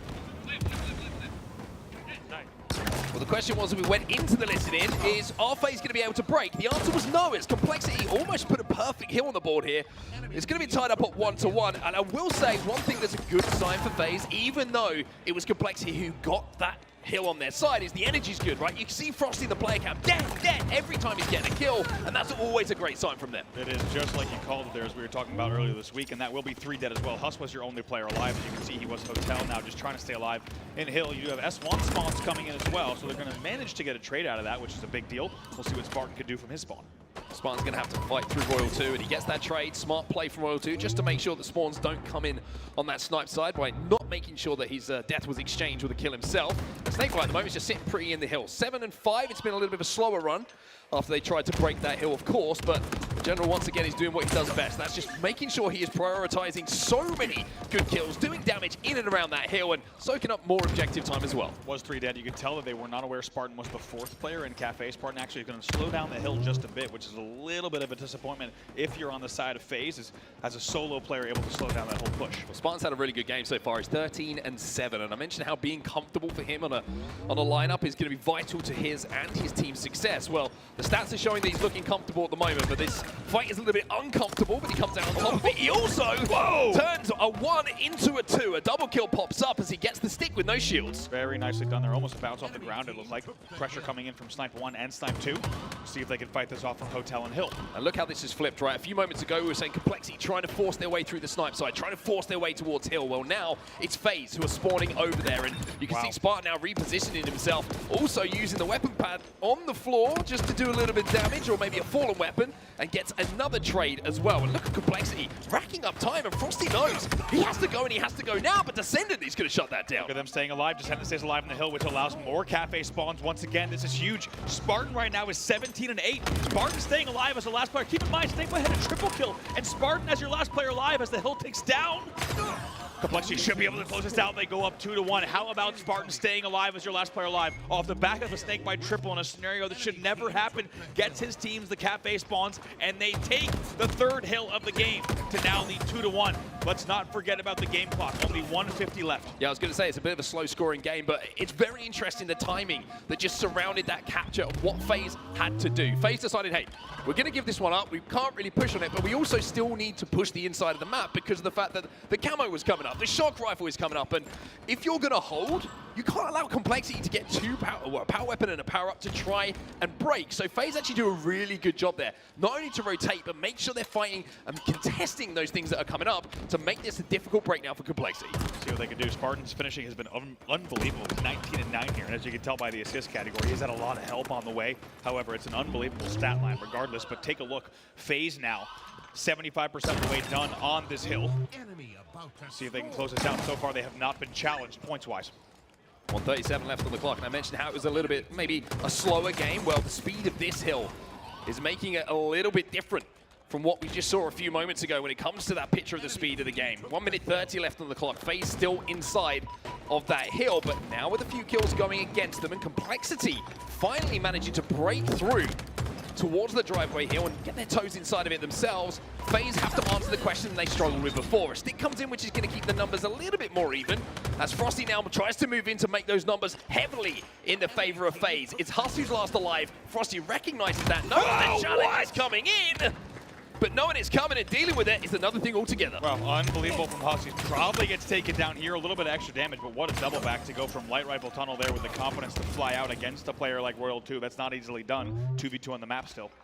Starting to get a little bit scrappy here. You can see that Renegade is trying to hunt down Ryanoob as well, but Spartan's there to keep, I would say, one of the most dysfunctional duos alive in Halo Esports history. But alive, Ryanoob does not stay, but they get that kill and they get the numbers in and around the hill. This is such a fiercely contested hill here, and usually you're looking for loop control. Yep. Nobody's really held it for any period of time. Not at all. 1 minute remaining there. Complexity trying to get the points on the board. They're down a man for just a second. Spartan needs to hold. Double push comes in from FaZe though, and it's an aggressive one. He can't get the trade in that situation, and Frosty has that camouflage, and now he has the opportunity to maybe make this a bit more comfortable, but if you're talking about a player who makes things uncomfortable, it's Ryanoob. Royal 2 flies in now. Another trade comes in. It's back and forth with 40 seconds left on the game clock. Royal 2 has to get desperate because Frosty gets taken down with the camo. What a double back there from Ryanoob, and things will stay interesting. 37 seconds left on the clock. Here comes the push. And now it's just becoming a race.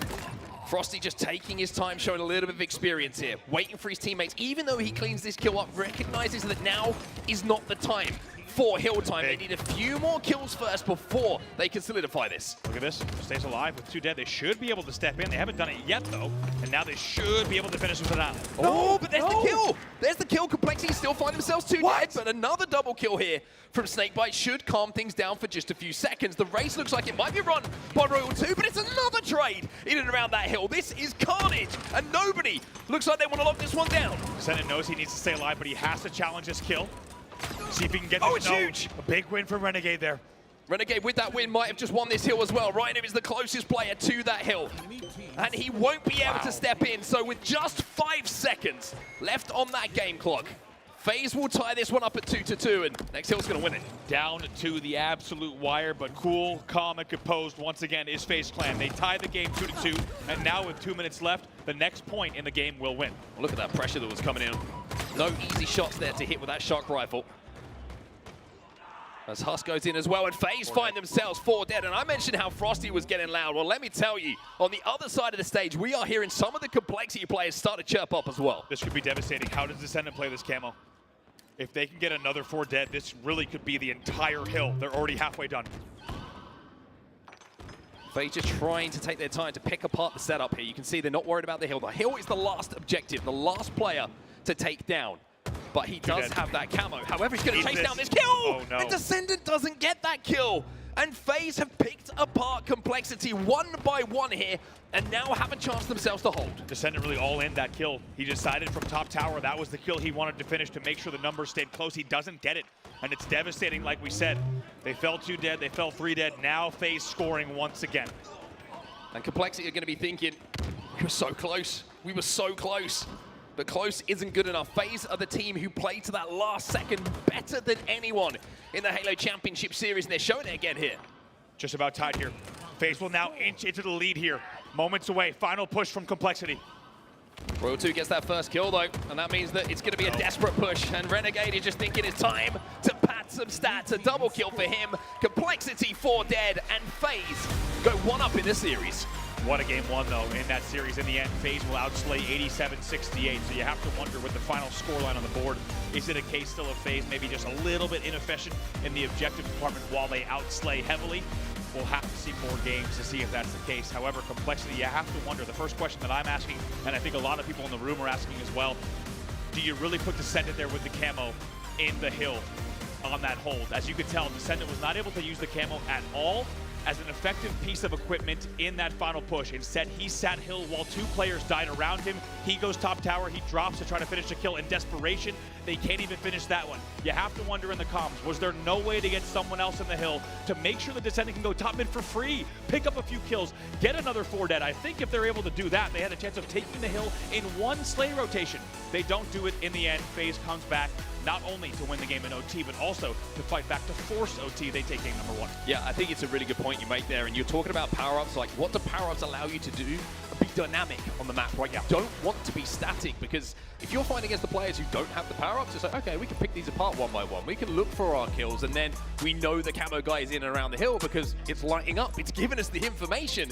And I think FaZe, they played it perfectly, don't get me wrong. They got players back on the map and were able to work around the map before they challenged that hill. But Descendant being in that position might seem great initially, but I think you're right. The communication has to be there for, hey, you need to step out. Someone needs to take this responsibility. You know, to go and find a kill without getting traded. Yeah, you could even make the argument, maybe he even steps out and just goes tower 3, right? And they don't milk that time for a second just to make sure that they're getting numbers. 3-2 is your final score. FaZe takes game number 1. Taking a look at some stats from that game here. Slayer matchups at HCS Arlington with these 2 teams. FaZe is 6-3 in the end. Complexity just 4-3. As you can see, FaZe with an edge here in the game type without a doubt. It's fascinating that we're looking at Slayers in such depth as well, right? Because I think a lot of the conversation coming into this event is how Slayers win you tournaments. Slayers win you series. There's 2 of them in every single series. That means, you know, if you win both Slayers, win one of the objective game types, right? And you get the job done. And I think you're looking at FaZe there. Historically, they have had series, big series, Halo World Championship series, where they've won both Slayers and just one of the objectives. You look at SSG, how they carved that path to success in the last event. It was based around those Slayers. So for FaZe, those stats look good, but for Complexity, now it's a chance for you to get back in the series with a Slayer win, knowing you might have an advantage come at game 5 if you match up again. Right, and if you're a Complexity fan, you're just hoping that these players are reminding themselves, hey guys, we had that game. Unfortunately, it slipped away. However, we are right here neck and neck with the world champions in terms of moment-to-moment gameplay. Let's bounce back here, and they're going to try to tie this series up 1-1. Looks like we'll have a quick restart here based on a few AFK players. We'll get into this game once it's started properly. Yeah, it looks like it's going to be a restart, or it's just an elaborate starting strategy, which I don't think is going to be the case here. But, I mean, we need to talk about FaZe, right? One thing that's always fascinating for me is their ability to time to the last second a push on an objective. We saw it in those Hill games, right? I kind of give them the credit to being the team who plays to the last second more often and better than anyone. Yeah. And you can see it in that game, right? So many players, so many teams that have gone, I need to make a play. I need to make a play here to get this hill, to just get those last few seconds. And we see the domino effect that can have. If you're the player that gets killed, numbers go the other way, and all of a sudden you're looking from the death screen going, I shouldn't have done that because that's cost us a hill. But FaZe just have this composure, which I think is a combination of experience. I think it's a combination of trust, but I think it's also an intangible that sometimes you can't quite understand why it happens, but they're just so good at it. I think the best way to describe it is, I think you and I were thinking the same thing. Guess who you had pushing yard there at the end? It was Renegade, right? And you and I have talked about this a lot. When you have, there's a short list of players who you put in a 1v1 and you put really strong odds on them. When you have a player like Renegade who needs to make the play, I agree. There's a certain intangible there. There's a confidence that not only the players have, but I think even us as viewers and casters, when we know a player like that, when it's down to the wire, he's going to make the right decisions, and that game 1 was a great example of that. I think it's great to talk about that as well, right? You put Renegade in that situation, he's not thinking, I'm going to trade in this situation. He's not thinking a 1-for-1 is good enough. He's trying to win it without being traded out that 1v1, which again is an intangible that only certain players, I think, back themselves to do in those situations. Because you hit the first 3, see a player maybe moving towards you, they're thinking melee, let's get a trade, I'm happy, I haven't choked this opportunity. Right. Whereas some people are thinking, I'm going to 5 you and not give you that opportunity, buy my teammates time, stay alive on the map, and maybe be the last presence to come back and have an impact on that hill. And I think, again, we'll talk about that small group of players a little bit more because there's going to be plenty more to talk about as we get through the weekend. But Renegade, you look at FaZe, he's probably that guy. Especially on a game type like King, right? Like you said, it's vital in those types of game types and moments that you're forcing a kill and a positioning, and now your teammates are spawning with you, Loop and Yard and LR, and now you're able to grab that, right? I think it's identifying those key moments is so important. Take a look here at Ryan Noob on the side, though. Now back over to the face side with Snakebite as they get ready to lock in for game number 2 Slayer. Well, it's going to be Recharge Slayer as your game number 2, so Camo is going to be a point of contention once again, and we saw a little bit earlier in the ITB series, you know, how much of a difference maker it can be if you pick it up and you have the opportunity to make a play and you don't make the right play. So those swings need to be made, need to be dynamic, and we'll have to see if one of the players who picks up that camo can be dynamic enough to start a swing of kills for their side. But off the rip here, it's going to be 1-1, and that battle for camo is, no surprise, going to be the battle that we're going to be keeping our eyes on. Yeah, keep an eye, right? Now still up. Should be a Spartan grab. Frosty's going to try to challenge, and he does have help, so they will nuke it. We'll have to see if it actually got popped off screen. It could still be down bottom middle. I think Royal 2 might have got away with that shock rifle in the meantime as well, or certainly one of the weapons. We'll have a look down bottom middle. It looks like it might have been burned. It's actually Renegade, excuse me, who did get that shock rifle. So over to him, and well, that's what you'd expect to see when you're watching Renegade POV. With a shock rifle, Ryan Oob gets taught yet another valuable lesson. Don't go outside, it is not safe. 6-1 in favor of FaZe as Renegade will continue just watching both sides of long haul. We did see a drop slide, excuse me, from Snakebite coming across bottom middle. Don't think we saw a camo grab. In the end, it will look like it was a burn from Spartan. Well, looks like we had player drop out, so we'll get this one restarted as quickly as possible. And I was kind of just enjoying Renegade getting warmed up there. It looked like he was about to do some nasty things. He looked like he was trying to match Snakebite. I think he was 4-0 at the start of that one. He was like, hey, PJ, last game, good start. You did have all the equipment to do it with, so let me see if I can match you. It looked like 6-1 at the time that player dropped out. So we'll get updates there from stage management. However, now we get to go to Optic Sentinels. Ooh, game 5 here. Game 5 between these two, and this has been quite a series. If you caught any of it earlier, this one's very back and forth, and maybe even closer than Optic fans would have hoped for. Here we are, game 5, though, and it's quite a lead for Optic Gaming, 41-27. So this is a map mode that they've won championships on. This is the map mode they won a Halo World Championship on, if I'm not mistaken. So not surprised to see them excelling on a game type they've had so much success in the past, and a 42-27. Although it's been a hell of a series for Sentinels, I think great signs for Sentinels fans, right? Taking Optic to a game 5 this early on, it's looking like this might be a poor play game and series that they unfortunately don't have go their way. 44-29, as you say, there's going to be hope for the side of Sentinels, but to be honest, statistically the odds will ever be against them, as they would need 16 kills just to tie the match here. 5 to go for Optic to close out the series. And Formal with a shock rifle. Looking to put some Slayer history right, shall we say, as he hits the nice headshot onto Lethal here to put them within one team wipe now of closing this game out. But we mentioned how Formal was a little bit quiet in the last, I would say, end of Arlington in that grand final. Well, he's starting to make a little bit of noise here on day 1. Some nice shots connecting with that shock rifle, but almost academical at this point. 2 kills to go for Optic to close this out. So Lucy could do maybe going to Yard. There's a time when you want to trade. That will be the game. That will be the series. Optic will close out game number 5 convincingly, 50-33 in the end, and they will take the series against Sentinels. But I will say maybe a little bit of a more difficult series than they expected. Yeah, 16-8 for Formal in that game as well, looking very, very strong. And it gives a little opportunity while we're waiting for the main stage to get back underway, just to touch upon Optic, right? Because we were doing a lot of kind of watching back games, kind of looking at statistics and thinking, you know, what's next for Optic, right? They get to the grand final, Dead Zone proving, I think, with just getting to a grand final, putting them back in that position that he is the pickup they were looking for. But we're having that discussion about where is the ceiling for them, right? Because there's a few players who maybe didn't look as comfortable with their roles, because that happens, right? When you add a new teammate, new dynamic, you've got to find that comfort level. And I'm really excited to see what Formal and Trippy can do this event, because I think that I almost feel like a lot of some of the responsibilities they had previously, Dead Zone helps with, and they're like, oh, okay, now I can do something else. And it's just finding where that something else is to really elevate them even more. Yeah, it's more freedom, it's more movement on the map, it's more ability to make plays and not necessarily need to make plays as fast as they used to have to in terms of the way that that team is playing. So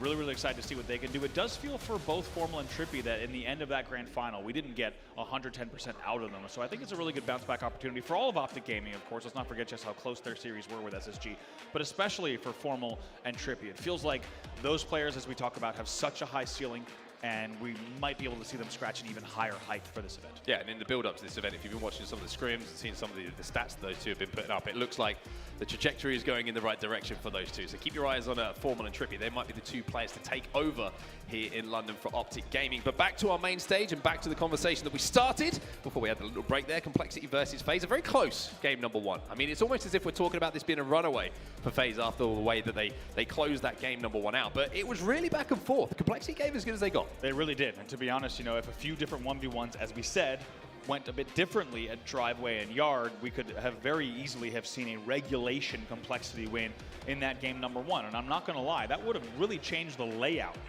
in terms of the landscape of the FaZe tournament, right? To drop a game number one to a team that is significantly lower seeded is not how you want to start, so FaZe will be able to keep their head held high as we take a look at some keys to win for these two teams. Yeah, some of the key storylines, I think, for both teams, right? CTF being key for FaZe, which is somewhat of a surprise. So I felt that was one of their strongest game types, right? Because CTF, traditionally, you're going to have power weapons, right? You're going to have snipers, you're going to have whatever it might be to try and control a map. And you look back to their history on Aquarius, right? How many incredible performances we've seen from them on Aquarius capture the flag. It's almost as if it was their kind of tempo game type, right? The one that you would guarantee that they would win every single time that you saw it. And 3-2 are somewhat surprising for them, but also shows that if they can make those little adjustments, then maybe it's going to be another string they can add back to their bow and push themselves back into that grand final. But game is back underway, and you can see the FaZe have already had a great start here. 7-2 is the score. Yeah, 7-2, of course, now able to restart matches with score lines here, so we will see that in action for the first time. They will be playing to 50 here, so none of the old math that we used to have to do with FaZe playing to 44. We will play this game to 50, and we will be able to resume the score at its exact score line, and from there, we will now see FaZe in the lead 10-4. I feel like the engineering team was like, we cannot let Onset have to keep doing math. It's getting I will say, yeah, our terrible math probably led to this feature. So you're welcome, everyone. Yeah, we're quite proud of that. However, Complexity not too proud of that push, as FaZe will manage to take down 3 players, as Royal 2 will stay alive at the back of the blue silo here. Will get the trade, surprise, surprise. Another player who is just so good at getting trades in situations that you feel like you shouldn't. And at 14-7, they're doubling up at the moment here. Spartan trying to push in to make something happen, and might have just created a little bit of an opening here, but Snakebite does have that shock and still has 3 shots to play with. Yeah, Spartan somehow just outside the blast radius of that grenade, somehow stays alive from Tower 1, ekes another kill out. As you say, 15-9 now. Snakebite with a very, very dangerous boomstick in hand. We'll see what he can do with the shock. All 8 players alive on the map, waiting for the push. One thing I love about how FaZe play this game type, when they have the shock rifle, they know that Complexity have to push to get information, right? And that means they're going to peek. And if you peek, in the words of Wes Price, usually these FaZe players will teach. 16-10 is the score, but the pressure is starting to come in, and Complexity doing a really good job of just jiggle peeking around a few angles there, making sure that they weren't going to be easy kills. And now the collapse is starting to come in, but Royal 2 and Renegade picks up the kills, which kind of throw the timing of this flank off for Ryan Noob. He's not able to get there to collapse on that damage. In addition to that, nice little burn of the shock as well, coming in from Snakebite to burn that last shot. As a result here, 22-11, all eyes on bottom middle. Camo coming up again, like you say. And Frosty, with the kills going in the favor of FaZe, just in the build-up to this little passage of play, it should be a very comfortable pickup for him. Does manage to wander in as well with that camo and pick up the beatdown without being traded out. And at 21-13, now is the opportunity to make the play and be dynamic. Here is one. Snakebite picks up another. Rhino sees the camo and decides, I do not want any of this. Very, very nicely done here from Frosty. Uses that shroud so well to just isolate the 1v1 battle, then loops around tower to clean up the kills. However, he might get caught out here, tries to get some help. Nice teamwork here coming in from FaZe. They managed to keep everyone alive on the map, and they're just fine with that here because they're up by 11.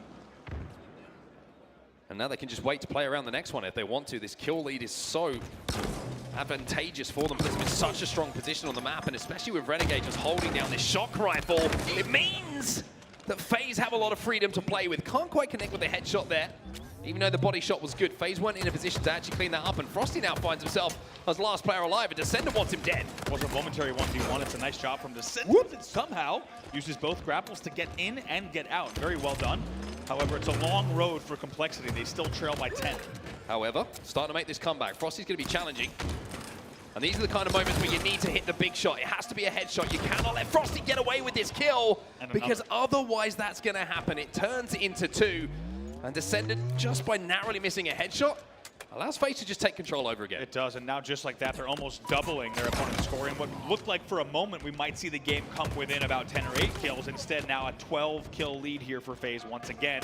However, they do find themselves 3 dead. Royal 2 is your last player alive for the squad. And then in the end gets a trade, but I think it's actually a team kill based on the numbers. No, excuse me, Frosty does spawn. He does fly out along, and they will get that kill as well. So now FaZe in a very, very comfortable position where they can just continue to trade. Yeah, this is exactly what I was going to say. I think they've done the heavy lifting in this game to establish this lead, and now it's difficult enough to go 1-for-1 with FaZe when the score is tight, right? When they're just in a position where they know they need to trade the game out, they're going to double up, they're going to make sure that no kill gets away without being traded out. A lot of beatdowns are going to be exchanged between the players. A few sticks, I'm sure, will come in from FaZe because they know they don't have to make too many plays now. It's up to Complexity to get them 3 dead, to get them 4 dead, and when Renegade's already picked up the next power-up in this camo, it's going to become a tougher and tougher task to do. Yeah, this is a terrifying cushion here. Might even pick up another one. He does. Another double kill. 3 dead. Does not trade. They're up 39 to 27. And to be honest, a team like, here's another one, of course, takes out Spartan. He's running back Hydro, kills everything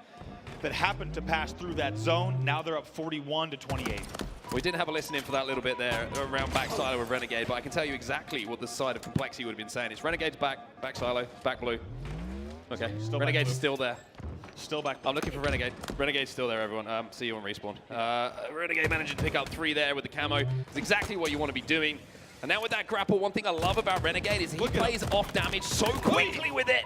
And if there's no damage, well, he'll 5 you. This one looks a little bit too easy for them. Game number 1 was a lot closer. If you're just joining us here, now a 13-kill lead for FaZe in this game number 2. Let's not forget, as we said, the last time these two teams met each other in Arlington, it was a 3-0. FaZe is looking to set up the series in a similar way.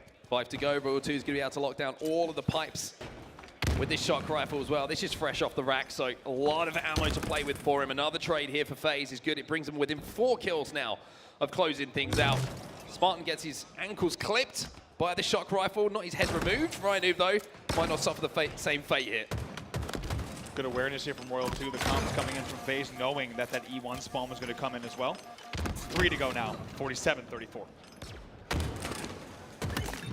Frosty goes in to get the 48th kill on the board here now. It's just 2 more. Camo's coming up as well, but you feel like that's going to be somewhat of an irrelevance and maybe just a distraction that FaZe need to close this out, because Complexity know that they can't let it go into the hand of FaZe.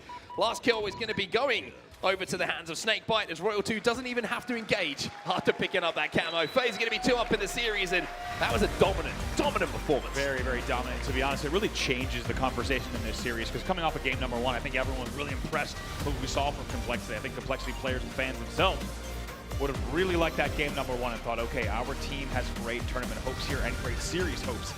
That game number 2 changes the conversation a bit. FaZe is now looking to make very quick work of their opponents if they can. Yeah, that was a very, very impressive performance, and certainly an impressive, I would say, first third of the game for FaZe. That's where that kill lead was established. It was almost off the rip, right? It's that constant roll. If you're going to write down the perfect way to play a Slayer, it's get the initial power-up, win that fight. Off the back of it, get the power weapon, then put them to use. And that's exactly what they did. You can see it here, just at the start of the game, right? Even before we had that restart, they got the first camo, they pushed through tower, they didn't get traded out, then they get the shock, and then they start to go to work, right? And that kill lead never really looked like it was getting out of hand. And I'll tell you what, abracadabra, alakazam, you can see what Renegade is doing at the back here. He was a ghost.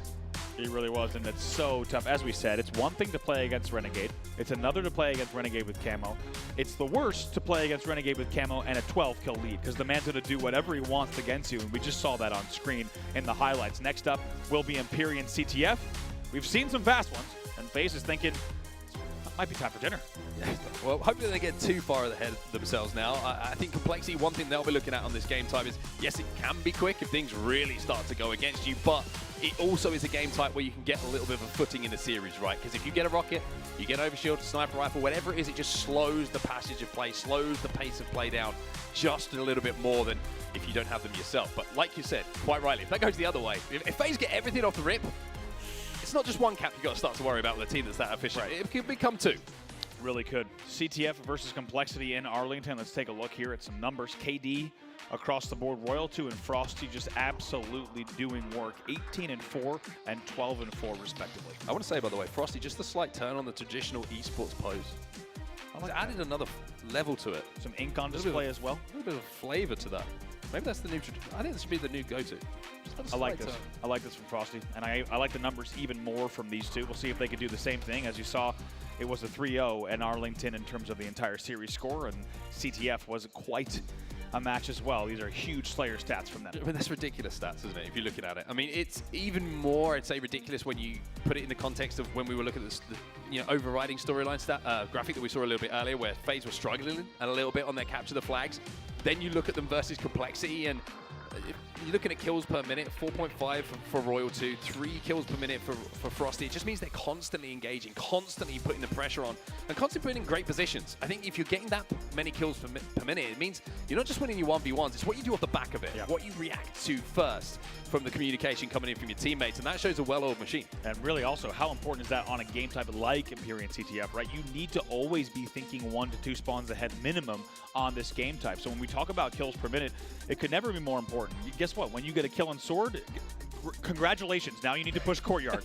Got a kill there? Awesome. You better lift, and there's more kills to be done, right? Wonderful. Yeah, exactly. Truly We're so happy you're here. Make sure you get a few kills on the flag while you're here, and as you start to run the flag, you're going to need to do that twice more, by the way. So these teams and these players need to be thinking 1 step ahead every single time, if not 2 or 3 steps ahead, as they look to run these flags. And as you saw by the numbers, FaZe is a team that is going to be well equipped to do so. And it's going to be a lot of fun as well. We've seen some real highlight clips from a lot of the players on this main stage when it comes to create those openings with the sniper rifle in and around Sword or whatever it might be to get that little bit of space on the map that you need. And I think one thing that we've seen on Empyrean CTF is with the movement and the difference in movement with the G-slides, being able to get across the map very quickly.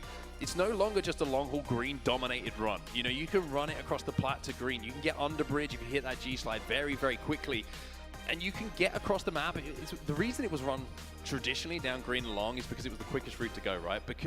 But instead now with the G-slides and the ability to move so quickly, you can get across the snipe side very, very quickly. Yeah. And if you've got someone in Sword who's good enough to kill those spawners in the courtyard, it's a free run. It really is, and I think you bring up a great point, because due to the speed of Halo Infinite, you can make decisions that Halo 3 and even Reach would have never afforded you, right, in terms of this game type. You can instead hit the right slides, hit the right movement, where you can get back over to plat, get back over to green, and start to kill people spawning in the walls, people spawning on the first BR. As you say, you can get a little more creative if you can hit the movement tech that you need to in order to get the kills across the map. So it's going to be a real treat here, of course, because we have some Halo 3 veterans on the stage. You think of players like Ryan Noob and Spartan, right, going up against these FaZe players, of course, veterans across the board. Be exciting to see what this map and game type brings us here. And you see that beautiful F1 car behind us as well. You can see adorned with some of the team logos that we have here at the London Major as well. Shout out to Quadrant, of course, for looking after us so beautifully so far this weekend. But enough of the niceties. It's time to throw some hands again, Andy. We're going back into the series now. CTF is going to be your game type. Capture that flag, 3 to win here on Empyrean. Cannot wait to get into this. As we said, a legendary game type with a very, very long history, of course. First played all the way back the debut of Halo 3 in 2008, and now somehow we still get to see this game type played in all its glory, of course, in Halo Infinite's suite of game types. A little bit of different geometry, as you just saw that overshield. You see that repulse under bridge as well, and we'll see which team can do it. The question is, can FaZe close it out here, or will Complexity keep the series alive? If you're wondering why I'm laughing, the last thing you want to happen if you go down 2 in a series against FaZe is to get blamed immediately by Royal 2, because it's just like the deepest breath you can imagine. You're just like, Matt's hitting shots. And there it is. Renegade now gets that first overshield off the back of it. Descendant's trying to do what he can to just stay alive, but Royal 2, I love the point of view of Renegade right now, but Royal 2 ain't missing. And he misses. My bad. Hadn't missed up until that point. Descendant actually manages to body the overshield off the Renegade, which was a big deal to keep things alive, but Royal 2 now sniping from low. Sorry everyone, by the way, he hasn't hit a shot since we've gone over to him, but I can promise his POV probably looked pretty good from the shots that he was hitting. Before that, you can imagine. Everyone just kind of imagine what it might have looked like before then. 0 for 3. Sorry, Mark. Renegade's got a sniper rifle as well. Maybe I should never question. Never question the Observer again as he goes on a killing spree that we missed thanks to me as well. Royal 2 misses yet another shot. As Royal 2 now just decide to rotate. He has 1 shot left, Mark. We'll see what he could do. Maybe? I'm going to lock back in here. Let's pretend nothing ever happened. Anyway, FaZe at the moment 2 dead, so Royal 2 is having to play a little bit slow on the green box at the moment. Like you say, only has the 1 bullet to work with, but optimistic. How he started the game. Well, that was your only opportunity this weekend to decide which POV we are watching. Finally, Royal 2 gets another one here. And going to stay alive. And Sword, Descendant, though, is going to pop right back in there with the Bulldog. He'll pick that one up. So that will keep numbers at 2-2. Let's not forget, though, it was a great opening for FaZe. They had 3 dead, but they couldn't convert. And it has to be said, Descendant bodying that overshield kept their base safe at home, and we will still be tied 0-0 after 2 minutes of play. It's interesting you say, like, keep your base safe, because what Renegade just did as the last player alive to get the kill, not be traded, but turn it into a double kill. It did exactly the same to FaZe, because it was a situation momentarily there. It was a 3v1 for Complexity when the numbers are on the map. And yeah, it might have been not 3 players chasing down Renegade all at the same time, but just allowing your teammates to get back on the map is important as Renegade wins another 1v1 there. As unfortunately for Ryan, the Bulldog didn't quite bite as much as it needed to. Let's see. Spartan now no damage. That was still 2 dead. This should be safe. We'll see where the pressure is going to come from. Huss is on plat. Ryan Noob on plat as well. Based on the pressure, this one should go. One thing I do love is how they Sherpa in this back, though. Descendant sees the overextension on the tower. Spartan gets the rockets. It's great prioritization. They will get the touch on this one to take it back home, but they also need to get the re. They do exactly that, and there is life here for Complexity. Really good composure. Renegade is 9-4, and somehow against that, Complexity still gets the first flag in. And even though, as you said, they absolutely get ripped and blamed off the opening, it looked like it could have been a fast one. Instead, Complexity plays the next 3 minutes very, very well, picking up even more kills. I like this play from Spartan. Grab the kill, go ahead and double back. Pre-rocket on the snipe as well. Get some great comms to make sure that their snipe stays at home. Renegade in the end wins that one, but it was good shots from Spartan. And now, after 4 minutes of play, just about, they will lead 1-0. It was interesting, wasn't it? Because FaZe were trying to play for the Complexity sniper, and Complexity were playing for the FaZe sniper. That's why you see Ryan Noob in this position now, and I think he's just going to try and waste this one out. And man, this is because of how Royal 2 started the game, by the way. He doesn't want to give this weapon back. He wants to keep weapon advantages to Complexity. As Frosty now only has 2 bullets to play with, that could be the difference. What a sound to hear as well, right? Some medieval warfare tactics. You hear someone at the top of your tower just burning all your snipe ammo 1 shot at a time. It's quite a psychological bit of warfare as well. 8:16 left in the game. Frosty top tower with snipe.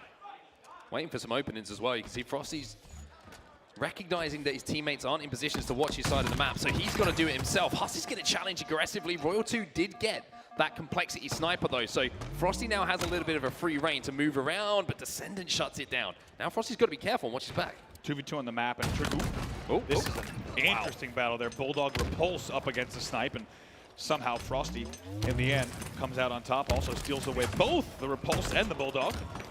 Doing everything he can to stay alive here. Picks up another one, just holding down Sword. This is one of these situations where it's like, hey, everybody, 8 players on the map. There is other places to play but Sword. But all of the toys are there, so I get it. He's playing Firefight.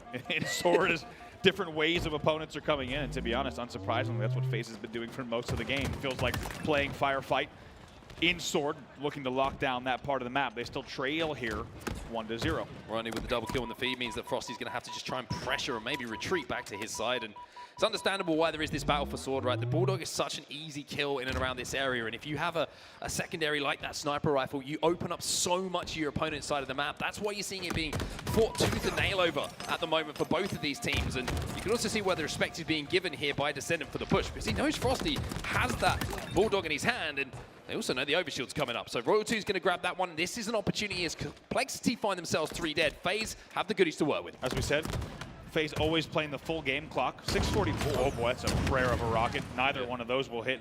Tell you what, if he hit that mid-air one, that would have been something else. In the end, what looked like it was going to be a momentary piece of a FaZe advantage, it is not. Also, great shots. You saw that Royal 2 had that overshield he's trying to get into Sword. Descendant stays alive in Sword, and even when he went under bridge, the spawners took that overshield off.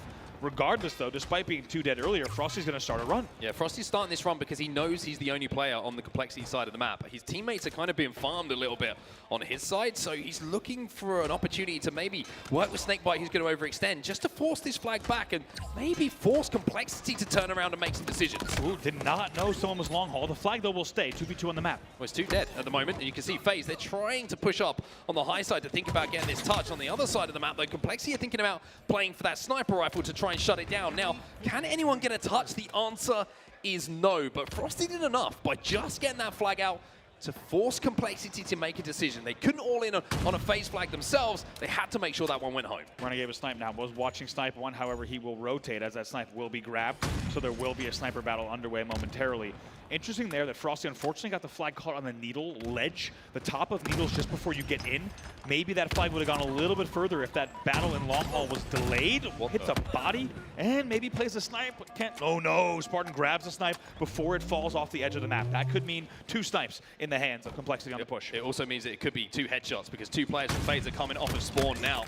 And if he can line up these shots, then Spartan's good enough to hit him. However, pressure from behind from Royal 2 makes sure that that's not going to be the case. Turns it into a triple kill himself. Clears out his side of the map almost by himself. And now he's looking to line one up on Ryanoob. But Ryanoob is, of all the players, the one not to give you the opportunity for the OV. But Royal 2 says, I'll take someone else down. I was going to say, Ryanoob's been there way too many times before. Sparty is 1 hit on the cuts. We'll see if Frosty can claim this one up. Should be able to do so. It's a good battle, though, coming out of Spartan to make sure that Frosty, the flag runner, is no shields, but not enough, as the flag carrier will have his shields returned. Now a second chance at this run. Big kills coming in from Complexity, though, because they were momentarily 3 dead there. Snakebite is now the last alive on their side of the map. Royal 2's trying to support from in and around the sword himself, but Snakebite's just trying to buy time, because I think the FaZe spawns, they're going to be too far away from him to really make something happen, but by dragging the attention away, now Royal 2 has got the overshield, but Ryanoob, he gets the rockets and shuts it down. Look at the rocket counter. That's the second time we've seen a FaZe overshield grab that for a moment looked like it was going to be pretty promising. Second time in a row it's shut down. 3 dead, though, for Complexity. Descendant is your first player alive. He's dead as well now. Ryanoob is off of his bad spawn rotation here. What can they do? Respawns are now coming in. Interesting to see if FaZe just waited a second to allow all players to spawn together, hoping for a squad spawn where they could take advantage, flood in, but instead it's going to be Huss! Oh my, that cannot happen. Those hips did things that are illegal in many places in London. Wow. My God, look at that. I mean, unbelievable play. Spartan stays alive back tower. Huss hits shots he should never hit against Frosty on the first PR, and just like that, Complexity will stay in the lead. 3:30 left on the clock. It was interesting. I think the FaZe were trying to squad spawn him, but they just got splits and they weren't able to capitalize on it. And Complexity won those important 1v1s, and now Frosty tries a little bit more of a traditional kind of brute force route, just runs down that long haul, gets into the needles, and tries to force the pressure onto the base of Complexity a little bit more, but again they hold, and now they've got to be careful here because FaZe are all trapped inside of their flag. 3 dead momentarily. Descendant fighting from sword. I like this, though. He's playing it very kind of conservative, right? No need to take extra damage. You got 3 minutes left of potential kind of mid-map play or defense to win this game and keep the series alive. Also a Bulldog still in hand as well. It barks and it bites. He'll pick up another one here. 2 dead for FaZe. Frosty trying to clean that up. Should be able to. That grenade should do the work, but no, it doesn't quite get the kill. But Renegade is the player to watch as far as a flag moving, as Frosty can't quite Huss goes connect runway with these shots, which is a little bit uncharacteristic. We haven't really seen anyone pop off with that sniper rifle in their hand so far that creates those openings that you need. Bodies, I believe, Renegade, your flag runner. However, the flag was grabbed quick. Let's see if there's 2 players over there. All 8 players alive as the flag gets pulled. Kills will be traded out 2v2 on the map. Flag should be dead hit. Us is going to be able to secure it and send it back home. You can see it is on the needles on the picture-in-picture, but I think for Complexity, they're thinking right now, keep the sniper rifle in the hands of Ryanoob, but think about this next set of power-up and power weapons. Rockets are coming up in just under 10 seconds. Overshield as well. If you win that with 2 minutes left on the game clock, you control this game. Been a really interesting layout to this entire game. Here comes the FaZe push. Rockets in hand as well, 2 for Snakebite. We'll see if they can make this count. 2 dead, 3 dead. Ryanoob's your only player alive. And Snakebite does not need to be asked to go forward. Flies in already to the flag, but gets spotted out with those rockets. Now he needs a little bit of support, but FaZe is very heavy at the moment on the sword side, so running this flag's not going to be easy to do. He needs to do a lot of work with these rockets. Needs to stay alive. No, Descendant does not trade out. Instead, he picks up the kill. Huge credit to Huss fighting from the Walsh to make sure that he brought Snakebite to low shields there, to flashing shields. 1:30 left. Descendant and Complexity continue to try to hold in the mid-map. Frosty wins a 1v1 in green. Frosty has to win that 1v1 because time is now the enemy. Both dead. Here for FaZe. 1 minute 15 left on that clock. Like you say, both players from FaZe do fall, but Renegade's trying to make a play. If he can get this kill onto Ryanoob, then maybe he has an opportunity to get that flag boom in, but no, it's going to be another important kind of sneaky intelligence battle that gets won this time by Ryan. I was going to say, you put Ryan Noob at Snipe 1, it's going to be a squirrely battle. And as soon as I saw that third-person camera, and I said, I take Ryan Noob in this battle every time. He's going to crouch behind a corner and catch Renegade off guard. That's exactly what he does. Right now, FaZe has been outslaying 74-68. However, Complexity still leading 1-0 with 45 seconds left. I mean, the worry for me here for FaZe is they couldn't get it done with the overshield and the rockets, right? And now you're finding you've got to go through Complexity without the power-ups, and they are struggling to do so. Big kill coming in from Ryan Noob on the sword side will shut down Frosty, and you have to say for FaZe, it's now or never. Just like that, Complexity has now come back from a 10-kill deficit with a huge swing of kills. 24 seconds left. And Ryan Noob is just putting shots onto respawners, and that means every single shot that goes in is another second. You're going to have to wait for those shields. FaZe, we mentioned how their late game is pretty damn impressive, but it's going to have to be perfect now. The question is, can they get across the map? 9 seconds to touch that flag. 4 dead. Complexity are 4 dead. Oh my God. The flag is moving. We talked about the perfect timing from this team. They are a 9th inning team, and they're looking to do it here. Pie chart is active. 3 players on the flag. Overshield has just been picked up, though. You can see, I think that pretty much all the Complexity moved down, and now the squad floods through to try and send that flag back home. Huss versus Renegade. Renegade will win it, but the second player and the third player are too much. Wow. FaZe will fall as Complexity will win CTF Imperium by just the 1 flag. What a game. Undoubtedly the best game of the series so far, as we saw just things down to the wire the entire game.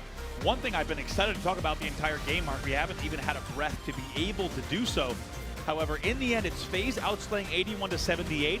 But if we were to look at possession numbers of map possession, right? Yes, that's only a 3-kill slaying difference overall, but how much of that game was played in the Complexity base? It felt like we never saw, except for the 1 flag run, we never saw Complexity in their opponent's base. We barely even saw them holding their sword or never their green. It's pretty wild and very rare to see a game like that only ends 1-0, where a team is outslayed just by 3, yet the flag was the entire game of flag was completely on the other team's base. Yeah, I just feel like FaZe were like overloading one side of the map, but never the long haul side. The one that stands out to me is this play round the first BR here with the rockets in the hands of Snakebite, right? It's like, okay, you expect someone to be moving through the pit, moving through long haul to help get that flag moving where Snakebite can become the bodyguard with the rockets, right? To pick up a few respawn kills on his way past, because someone has to either overextend or have to wrap back through the pit to the flag to try and get shots on that flag. But FaZe tried to kind of throw their numbers at one side, but the problem was the Complexity respawners. They won the 4v3. Coming off of respawn, which made Snakebite unfortunately just have to be left on that island, and there's not too much you can do in that situation. But I think you're right. It's a fascinating game. The one time the Complexity ran that flag is the one time they capped, and that was the difference. It really was, and quite wild to see just how the slaying numbers changed as well. FaZe really put the foot down on the gas pedal. They were outslaying 55-45. However, somehow, despite playing defense the entire time, Complexity is able to bring that all the way back to just a 3-kill difference. And just a really unique piece of game, as we said. Fantastic mid-map play, fantastic defense, and very clutch kills against the Overshield back-to-back-to-back. Great rocket control as well. There's one stat I want to talk about as well, and it's a great example of why stats don't mean everything sometimes, right? Huss in that game goes 18-26, but you would say probably 2 of the biggest kills, the most important kills defensively in that game were Huss. And 2 kills that probably didn't have the right to get. The one against Snakebite with the rockets, where he goes into the Walsh and wins that fight, and then the one right in the end where Frosty is in a position to maybe win that fight, run that flag, get it moving.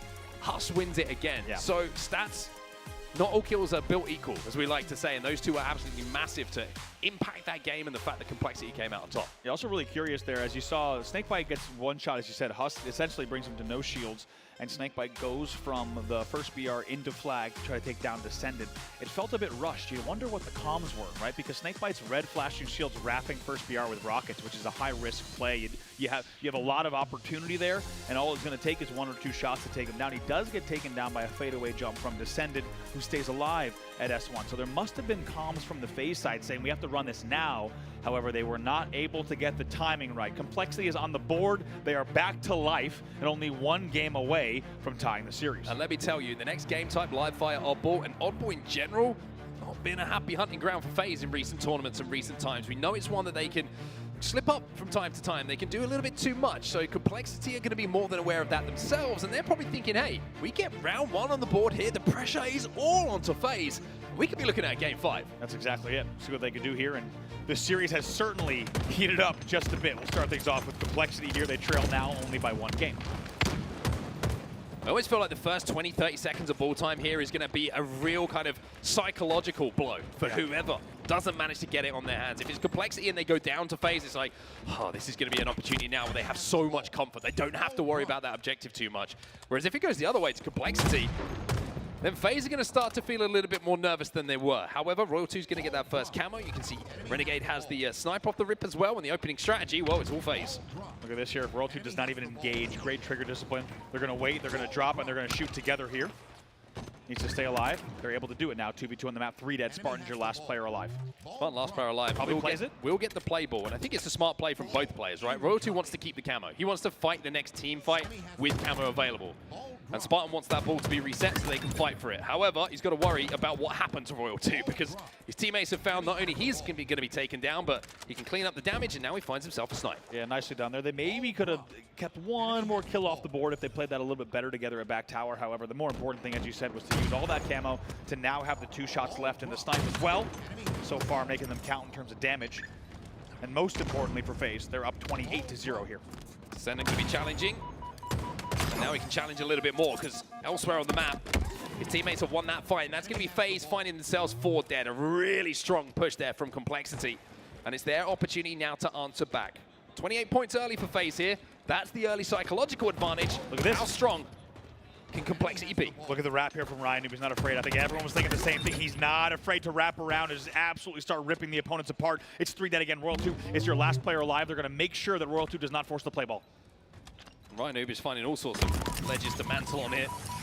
Goes for the insta-splode and top tower as well. Did he get the contact? He got some. Wow. Descender's going to be there to finish off that fight. Now, you're going to see Complexity with that push with the 4 dead. They're going to go into a lead here. So a great little bit of early resilience, mental fortitude shown here by Complexity in this first round to take back control. We hope you've all enjoyed Ryan Noob's scenic tour around the map. He's shown you every single corner of this map with perfectly timed spawn rotations. You could tell by the way that he engaged coming through green that he's able to really catch FaZe off guard. They were not expecting that full push. Nice repulse here from Spartan though. Not only plays the ball but keeps himself alive.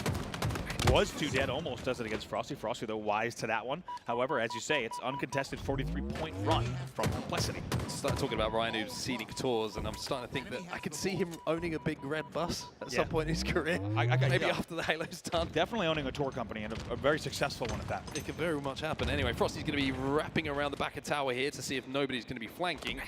As FaZe do have momentary control of the odd ball again. A little bit transitional, the setup, but it's enough to get them back into that lead. But Snakebite last alive with a sniper coming up top middle. And Descendant cutting off the rotate as well for the play ball. It's a perfect setup here in Spartan. Hey! Line them up and knock them down. 4 dead. Spartan knows they're spawning green. He's going to wrap all the way back, and it's really good movement, really good composure and angles that are coming in from Complexity in this round. They now lead by over 10.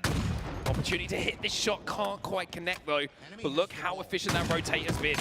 They've got it all the way back to the tower and into a position for an easy play ball, should it be needed, and it will be needed. They do play that ball off the back, but it's 66 points to 46. It's a 20-point advantage now, and FaZe under a little bit of pressure here. Ryan Noob was a priority kill. They do very well to make sure they take down Ryan Noob before they needed to grab that ball. If he had stayed alive there on scoreboard and key door, that could have been a real pain in their backside here. Snakebite stays alive. Trying to do a lot of damage, everything he can do against scoreboard and players in cuts. And 3 dead though. Royal 2 is your last player alive on sandbags. Royal 2 kind of evens things up. It's a 1v1 now. Huss versus Royal 2. And Huss is going to scarper away here, but Renegade's going to be there to cut him down. The repulse is going to be picked up as well, 2 to play with here for Royal 2, and that's why you can see him getting a little bit aggressive, because he knows if anyone tries to melee, if anyone tries to cause problems, he's got escape route, but Ryan Noob, he knows his angles. Yeah, really good angle there. Renegade is your last player alive. They know they need to push out. Renegade trying to get some sort of play ball going here. However, the pressure is very good from Ryan Noob coming in. He had a little bit of help as well with those grenades, and he's going to try to stay alive on the dummy cut push. Respawn's coming in from FaZe back tower. They're trying to flood through here. A lot of damage being done by Frosty. The question is, will it be cleaned up? Will those bits of damage from the grenade be enough to turn them into kills? And the answer is yes, momentarily. However, look at Complexity. They are making this so scrappy. And Snakebite just decides, hey, we need to get this oddball out of here. Descendant, last player alive, wins that battle very nicely. However, as you said, FaZe's rotation is very nice. And just like that, after the tosses conclude, they should go into a momentary lead. Should. However, they've got to get that lead and work for it, and they will go into that lead. QT's going to be picked up by Renegade as well, so now he's got the opportunity just to go off the leash a little bit more. There's one kill. Doesn't get traded out himself and gives the information to his teammates that he's done damage onto Descendant as well. Now turns his attention back to that oddball. FaZe are closing in on a first round win here, but they're going to be forced to play ball. Interesting forced play ball. He never QT's back. You have to think Nest probably would have been clear in that scenario, or the Nest boxes are at least worth a shot on the QT. He plays it and is not going to execute there. It was 4 dead momentarily. Renegade, your first spawner, along with Frosty here. They're going to be scoreboard and power up, but they're going to be taken down right away. It's still 3 dead for FaZe. Now, where are the spawns? That's the question. It looks like back tower is the answer. FaZe now trying to get 4 players back onto the map, but Complexity will not have a better chance this game, having put FaZe onto a staggered spawn to turn this into a round victory. 2 minutes 11 left on the game clock, but most importantly, Complexity have turned this game in their favor. Descendant knows he needs to fight. Not going to be easy here. It's a 2v1 push. Trade comes in. Descendant's going to be very happy with that. It keeps things, numbers in favor of Complexity. Snakebite knows he needs to stay alive here and fight from window. Snakebite needs to trade in this situation at least. Huss is trying to hunt him down, and Huss will win that fight. Royal 2 elsewhere gets a kill. It's 3v3 on the map, but look at where FaZe are in comparison to this oddball. This is the last push. Starts to rotate play ball because the pressure was coming here from Royal 2. Wins it though. You have to think maybe he should have kept that ball in window if he's going to win 1v1s like that. 3 dead though regardless. Snakebite last alive now, and it looks like they may be thinking about grabbing that oddball for these last few seconds. It's going to be 10 points until they win this first round. The clock is ticking in their favor. FaZe, where are you? Are you close enough to get this oddball out of the hands of Ryanoob? The answer is no, and Complexity will put that first round on the board. Wow, remarkable objective management coming in from Complexity, and Spartan there just really just checking every single box. As I said, if you're going to win 1v1s like that, you could probably keep the ball in window, but I love the safety play. The fact that he plays that into scoreboard just in case he lost that 1v1. Guess what? His teammates all won their 1v1s as well, and it's moments like that, plays like that, that are going to close out the round, and you have to do that. By the way, Complexity for the first time this series outslays FaZe 46-41 in that first round. Well, FaZe find themselves 3 down off the rip again. Make that 4, as all 4 players will fall from FaZe, and Huss now has an opportunity to hit some snipes, and boy does he. Rearranges Frosty.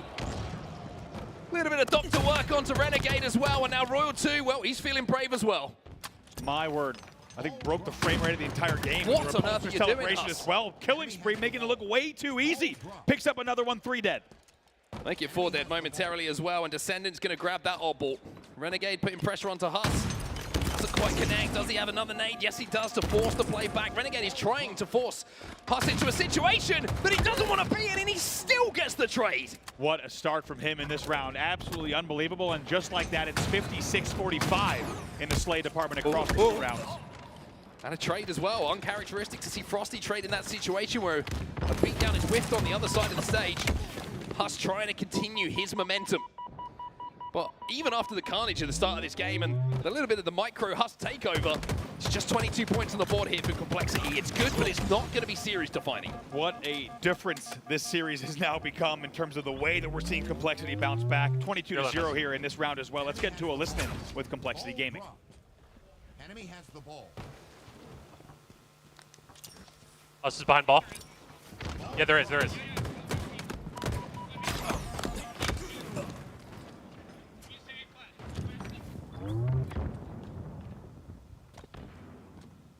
Enemy has the ball.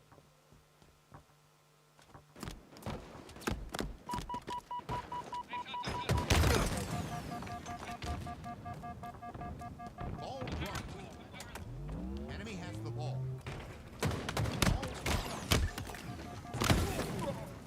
Oh, good. Cam on 15. Yep, Cam on 15. Ball dropped.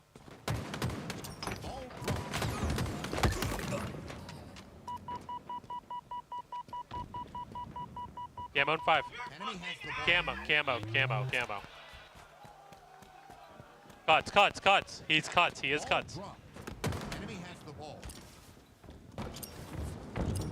Camo slap, guys. Enemy has the ball. Well, you didn't really need a listening to hear that from Spartan, just a growl, a primal scream across the main stage, and why wouldn't you at this point? It looks like FaZe are on the ropes. Unbelievable stuff here, and if there's any pro that's primal, it's definitely Spartan when he starts to heat up. He's absolutely done it, and guess what now?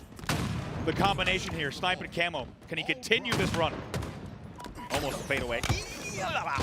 Gets caught up on the bags. Yeah, that could be a really, really important kill from Snakebite as well. Making sure that Spartan doesn't get away just over that lip with the camo and the sniper rifle. That could be the difference between trades coming in the next few moments or Spartan starting to take your team apart. 55-20 is the score.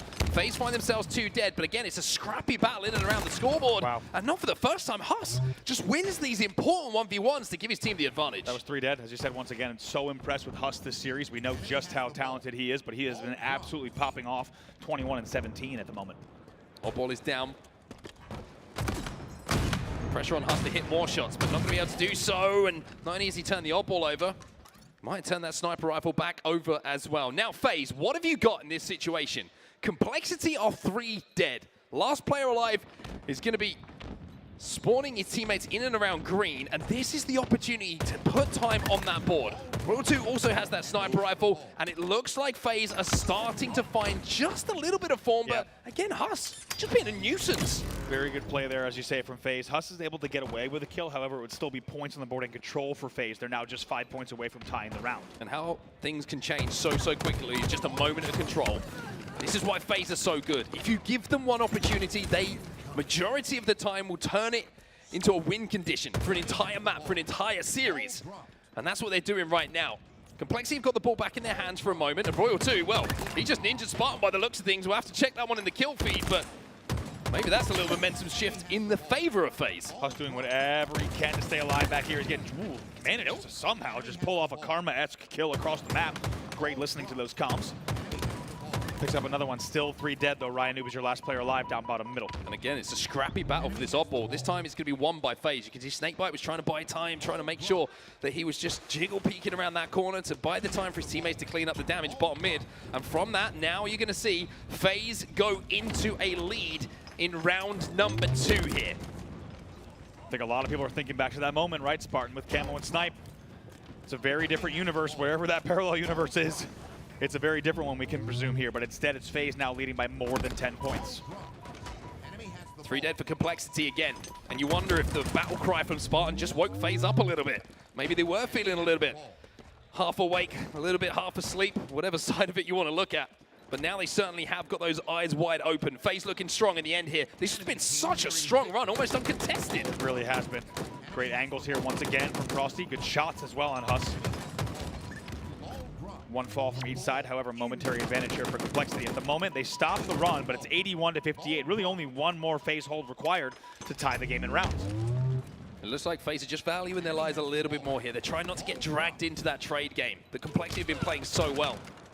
Sniper rifle did fall down bottom middle, but it looks like things all know. Frosty actually finds it top middle and stays alive with it most importantly. 85-58. Like you say, only 15 points needed here for FaZe to close this round out and send us to a final round, but that's looking like hard work to do still. Descendant just takes all the way to sandbags. It looks like these 2 players are going to still try to find each other. A little bit of a mess here back at house. These next kills will determine where this hold goes. Riley's got a QT, and he's causing so many problems because they can't quite finish him. Finally, Royal 2 is going to find the kill onto Ryan. Oddball is down in house, and FaZe are just playing keep ball at the moment, keep away. As Frosty will clean up the kill onto Huss. Knowing he's got that sniper rifle, he knows he can hold down a lane. And FaZe are kind of toying with Complexity at the moment. Yeah, they're starting to look a lot more comfortable. This is their normal form here. 3 were dead. Ryan Noob was your last player alive once again, and as you just saw, he was a spawner. Looks like maybe trying to push top mid, but Snakebite will continue scoring. Snakebite finally decides it's time to try and close this one out with ball time. Huss is going to poke bottom middle. Shields are going to go bye-bye. As Renegade goes in for that trade as well. Renegade having a pretty solid game at the moment, 26-23. It's not the outstanding game that we expect to see from him sometimes, but he's doing enough to keep his team in this league. I love the conservative play here coming in from Frosty. Wasting snipe ammo despite leading 94-59 just shows you kind of exactly how they're playing, what their mentality is. Bobble down, Frosty doesn't go back up the chimney in the way that he would have wanted to, and the longer this stays scrappier, you just think maybe there's an opportunity for Complexity, but FaZe keep winning this trade battle. Finally, it looks like they might be in a position to grab this oddball. Spartan is the last player who can really challenge, and that is going to be FaZe, who are going to tie this oddball game up. We're going to a deciding round 3. Wouldn't have it any other way. Guess what? These two teams tied exactly 93-93 in slays after 2 rounds. This series has proved to be a fantastic one already. We're already into our round number 3. Next round will win the game. Of course, if it's FaZe, that will be the end of the series. If it's Complexity, we will force a game number 5. I gotta say, in that last round, it really felt like FaZe finally found the pace. And not only of that they wanted to play, but also the pace that Complexity were trying to play. They have adjusted so well in that second round, and that's why you saw so much more control.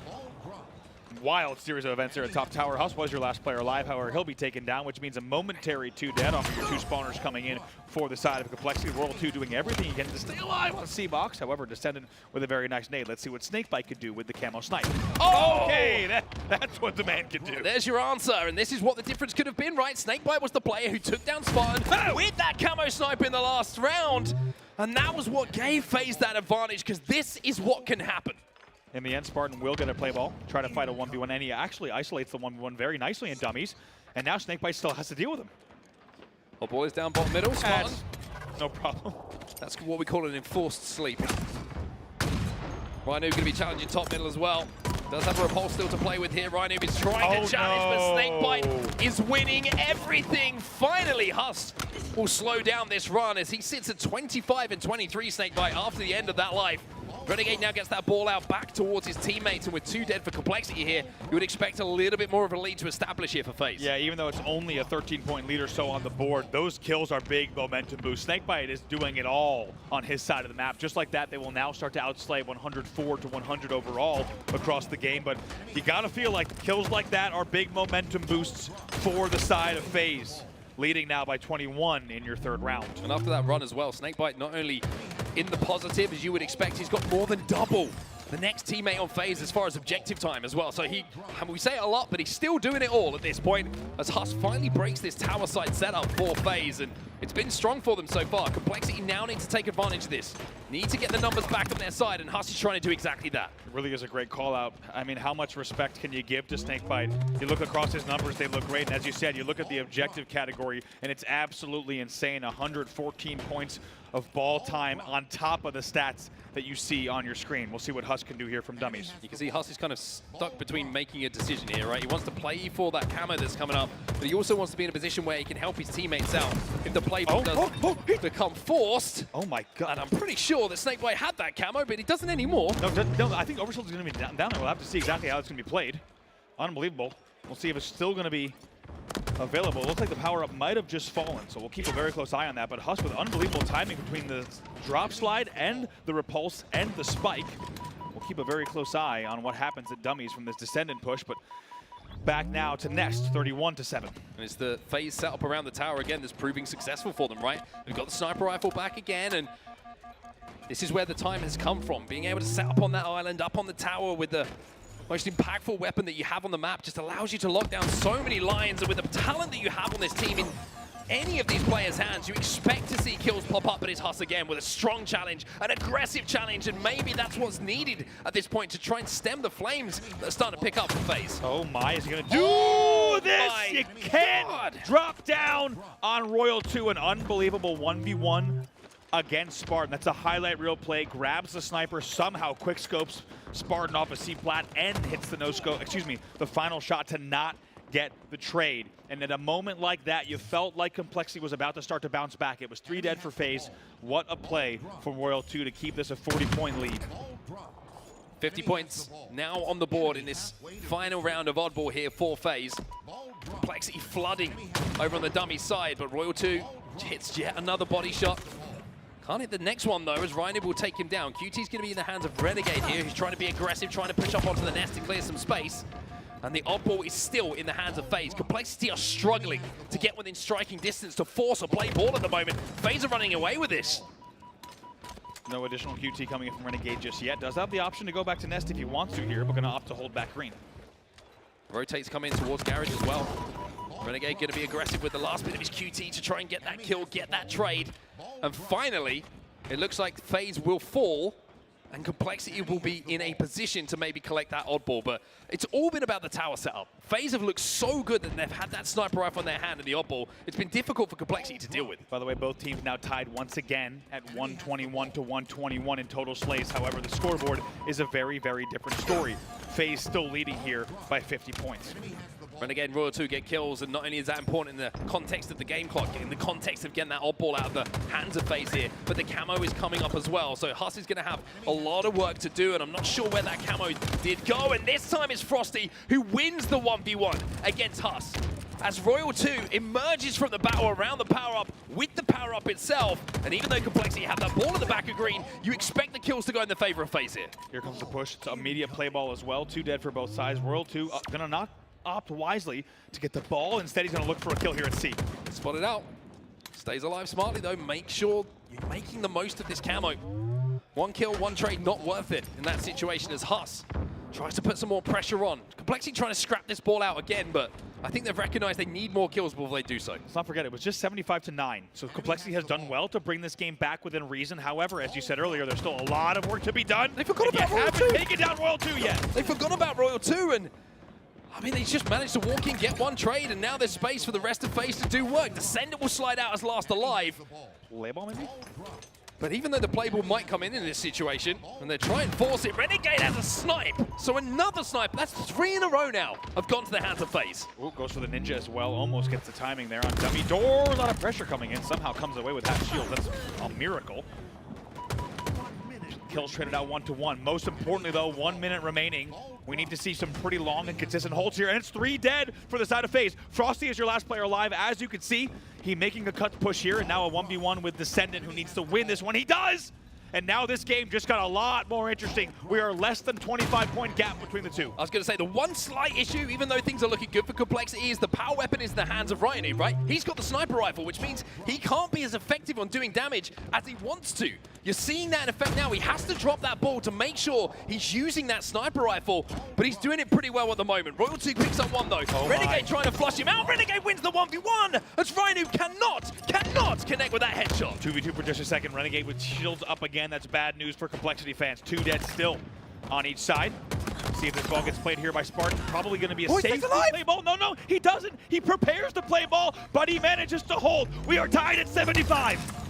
And Complexity will go into a lead. It looked like this was all FaZe. It looked like there was no way back into this round for Complexity. But they have shown they are made of sterner stuff here with just 33 seconds.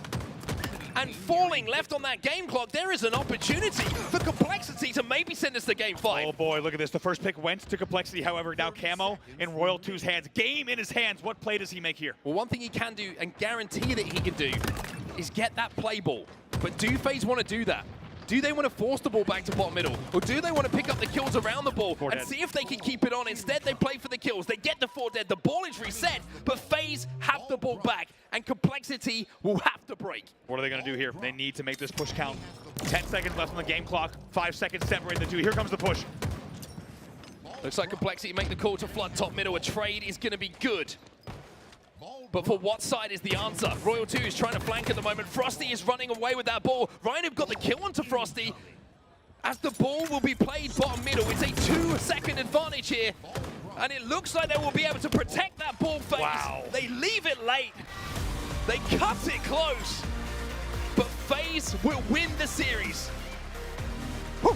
What a piece of game management coming in at the end. The double spike with 3 seconds left on bottom middle to ensure any ball carrier would be eviscerated by those 2 grenades. Really well done there in the end on the side of FaZe.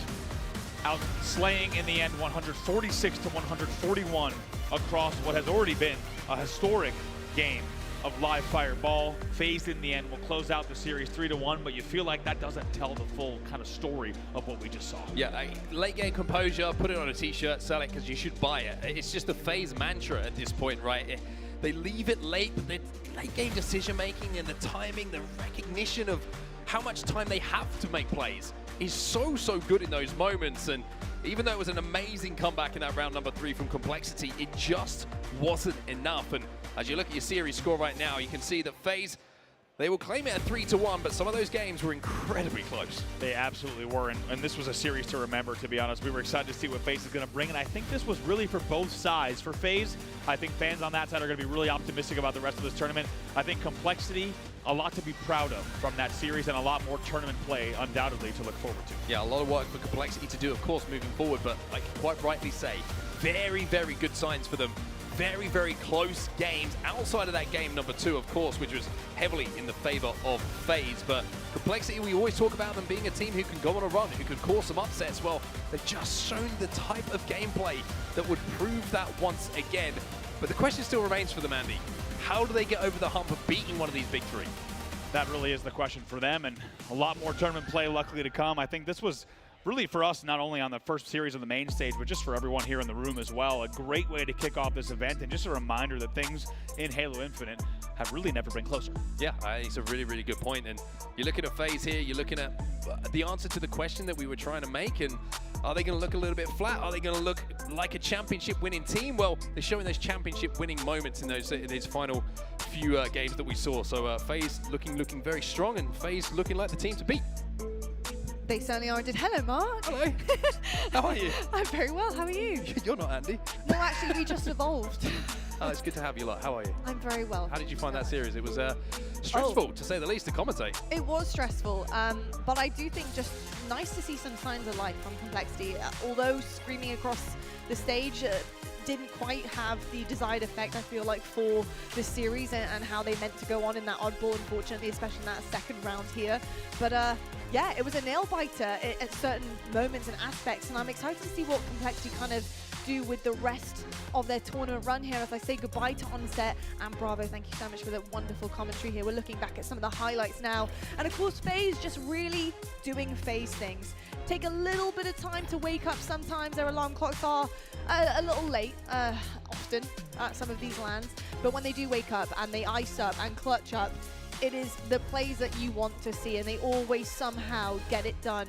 They have it up their sleeve, and as we say hi to Clutch and Tony back on the desk, gents, what a great series. I think for so many different reasons, but it was nice to see, I think, a different page out of FaZe's book, especially in an oddball, because oddball recently for them hasn't been their strongest suit. Were you happy with what you saw from the FaZe boys? Honestly, no. I think they should have been a little bit more efficient, but they still got the job done. Complexity was actually a very surprising feat throughout this series. I think that they played better than I expected, especially against the likes of FaZe. They gave themselves a lot of opportunity in this series. They're going to be kicking themselves for not being able to push it to a Game 5. That all-ball game was as close as it could have been, especially after the lead that FaZe blew open the door with in round 3.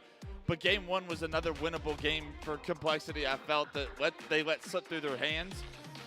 It was a 3-1. The scoreline's a little misleading with the graphic there, but Complexity should have probably forced that to a Game 5. FaZe started a little bit slower than what I would have liked. Yeah, they certainly did indeed, and obviously warming up as they go along. Yeah, 3-1 is the final score there for folks at home. The graphic isn't quite accurate, but felt like a 3-2. It did. It almost at times definitely did feel like a 3-2. What did you pick upon, Tony, especially maybe in that oddball game? Because FaZe started to really run away with things in that second round, especially the beginning. There seemed to be a lot of power in their hands, not just the weapons, but just in terms of the control and presence on the map, but not a lot of time ticking, I think, with some of the slays coming forward. Yeah, I mean, that was a really fun oddball round to watch, a really fun oddball game to watch total. But I even want to go back to what you said in that game number 1 that felt like it could have been Complexities. And one thing that kind of stood out to me personally was Sparty. Like, Sparty was absolutely destroying. The amount of slays that he had to get, maybe like 29 kills, and the rest of his team were maybe tied at about 13 apiece. But then going into Game 2, it was a lot different of a story. I think it was maybe 3-11 in that Slayer, so that ain't going to be enough in the Slayer. And if they maybe got a little bit more of that Game 1 energy, maybe they come out on top and maybe we're talking something different. Yeah, for Spartan to have the tournament that he had at Arlington with the difficulties that he was facing, and then to come out and play in the first game like he did, I was like, Spartan the dog is back, baby. He's 29, back. That was everything Complexity needed, and if he can bring that firepower to Complexity, he will be able to replace Precision, and they can have similar success to what they expected with Precision. But like you said, if you looked at the stats that we were just taking a look at on the graphic, Spartan only ended up with near everybody else's kills. When he blew the door wide open in game 1, that tells you that the rest of the series, he kind of started to falter. He started to fall back. We need to see a high level of consistent Spartan the Dog in order for Complexity to win a series of this magnitude. I don't think we saw that, and we ended with FaZe having the better of Complexity once again because of it. Now, one that was a nail-biter was that map 1, and Tony, I know that you pointed out a kind of stemmed from, the busyness stemmed from Descendant right at the end there, and how FaZe managed to kind of rip that one away from Complexity. Talk to me about that moment as we look upon the clip. Yeah, we're taking a look here at about a minute and 53 seconds on the clock. Is it really when, actually, we're a little bit actually further back than I thought we were, but eventually it's Descendant that gets this camouflage. We're looking at the slays here, blow 2 up high, couple slays go in favor of FaZe, but eventually it's Descendant that grabs that camouflage. They hop in towards that hill, and everything looks good right there. Bravo and Onset talked about the fact that should we have the camouflage in the hill? I was like, you know what, that's a good question.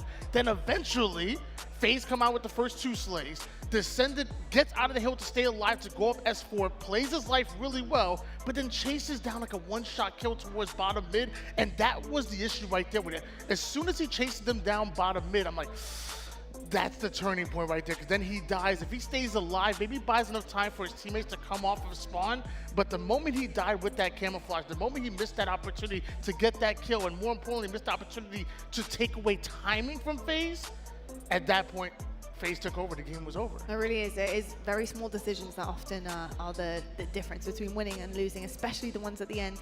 But I've got to say, FaZe looking fantastic. They're going to be happy with that one. Definitely things to talk about for sure to clean up on as they go forward in their pool. And of course, we were looking at Pool C there. It was FaZe versus Complexity. FaZe will go at 1-0 in their pool. They have yet to play Cloud9. And we do have some scores coming through as well from Pool D. We have ITB Esports. They managed to get the one over on Native Gaming. We were kind of talking about that one earlier on our prediction, and really that's exactly what we were anticipating, I think, from the ITB that we saw earlier. Yeah, it looks like ITB were able to find some momentum from that Shopify Rebellion, finish business against Native Gaming roster, a team with stacked veterans with so many accolades. Like we said, I said if ITB can play consistently at the level that they just did, they'll beat Native Gaming. It looks like that was the case off stream. It certainly does indeed. I've got to say, for the other pools, Pool B, we've seen already Optic, we've seen what they bring to the table. They managed to go to a game 5 with Sentinels, and they did edge that one away.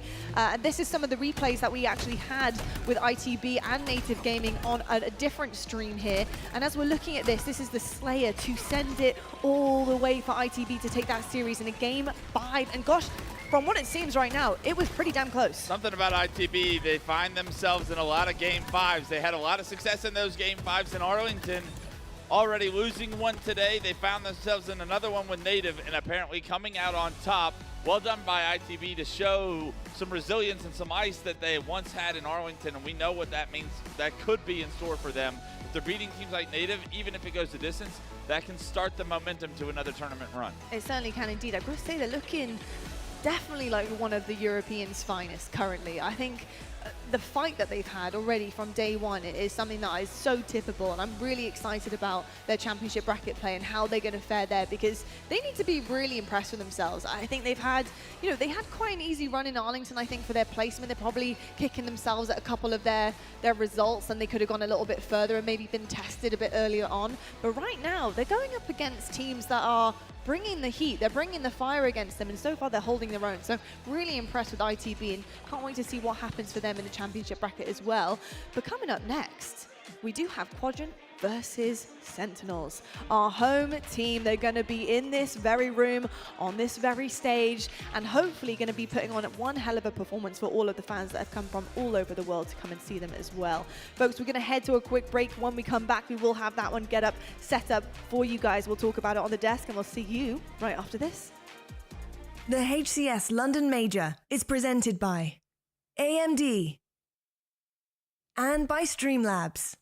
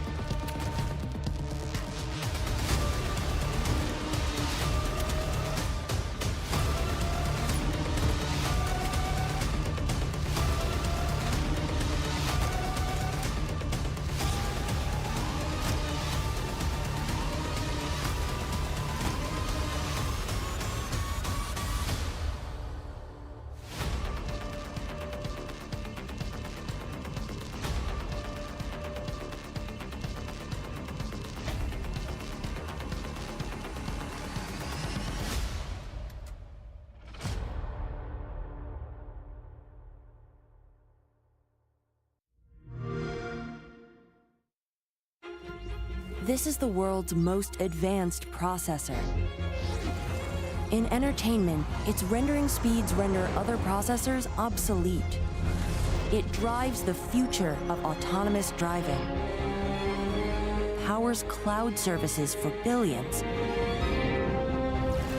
helps change the course of climate change, connects communities of gamers anytime, anywhere, and uses AI to accelerate disease detection and cures.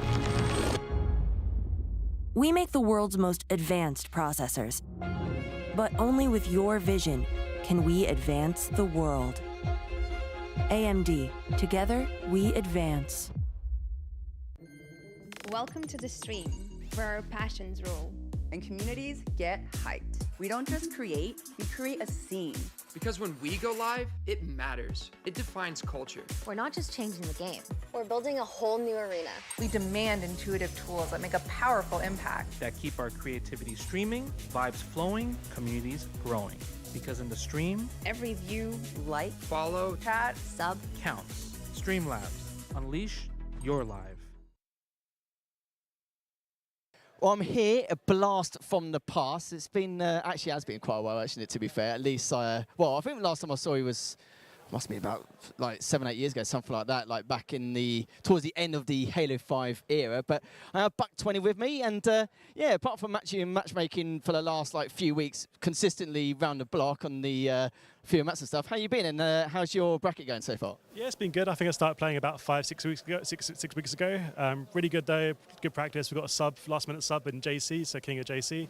But we're in a loser bracket round 3, playing against my arch rival nemesis Baxter, old teammate, old rival. So looking forward to playing him next in loser bracket round 3.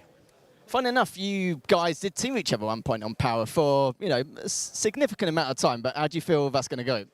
It's going to be a good series. I'm sure we'll be getting fairly loud. Lots of kind of trash talk between each other, but it'll be a good series. We're looking forward to play against them, and we're just going to give it all and see what we do. So when you say loud, you mean Jack's going to shout and scream and you'll just ignore it and just crack on? Pretty much, yeah. We'll see how it goes. We'll see what the score is like. But yeah, I think Baxter's going to be loud regardless of the score. So it'll be a good series. Should be some entertainment. Well, you've got King of JC. He's a guy who played like 20,000 matchmaking games in Halo 3. That's one stat I'll always remember and never forget. And also, there's another guy who you've been consistently playing with the entire time. But let's be real here. I know you're dabbling in a bit of Halo Infinite, but we have got Halo 3 as well. Surely you'll be having a crack at that. Yeah, we've got a team for Halo 3 already. So my brother's coming tomorrow, so it'll be the Buck Twins back, and then JC and also Slink, so level 50. So I think we'll have a good team. Should be fun. Hopefully we get there in time to sign up and get a slot. So looking forward to that after today. And final question, because I know you've got a match coming up straight away against Baxter, which is actually quite funny considering you both used to team to each other, and now like 15 years later, you're now back at it once again. How do you feel you're going to do in the Halo 3 side tournament, and is there any competition you're slightly worried about? If you are worried, obviously.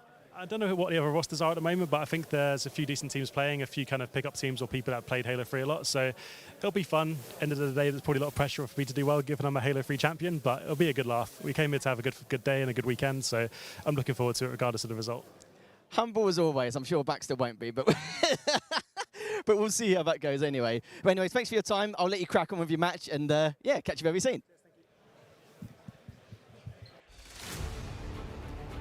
Hello folks and welcome back to the HCS London Major presented by Quadrant. Of course, we're in the UK.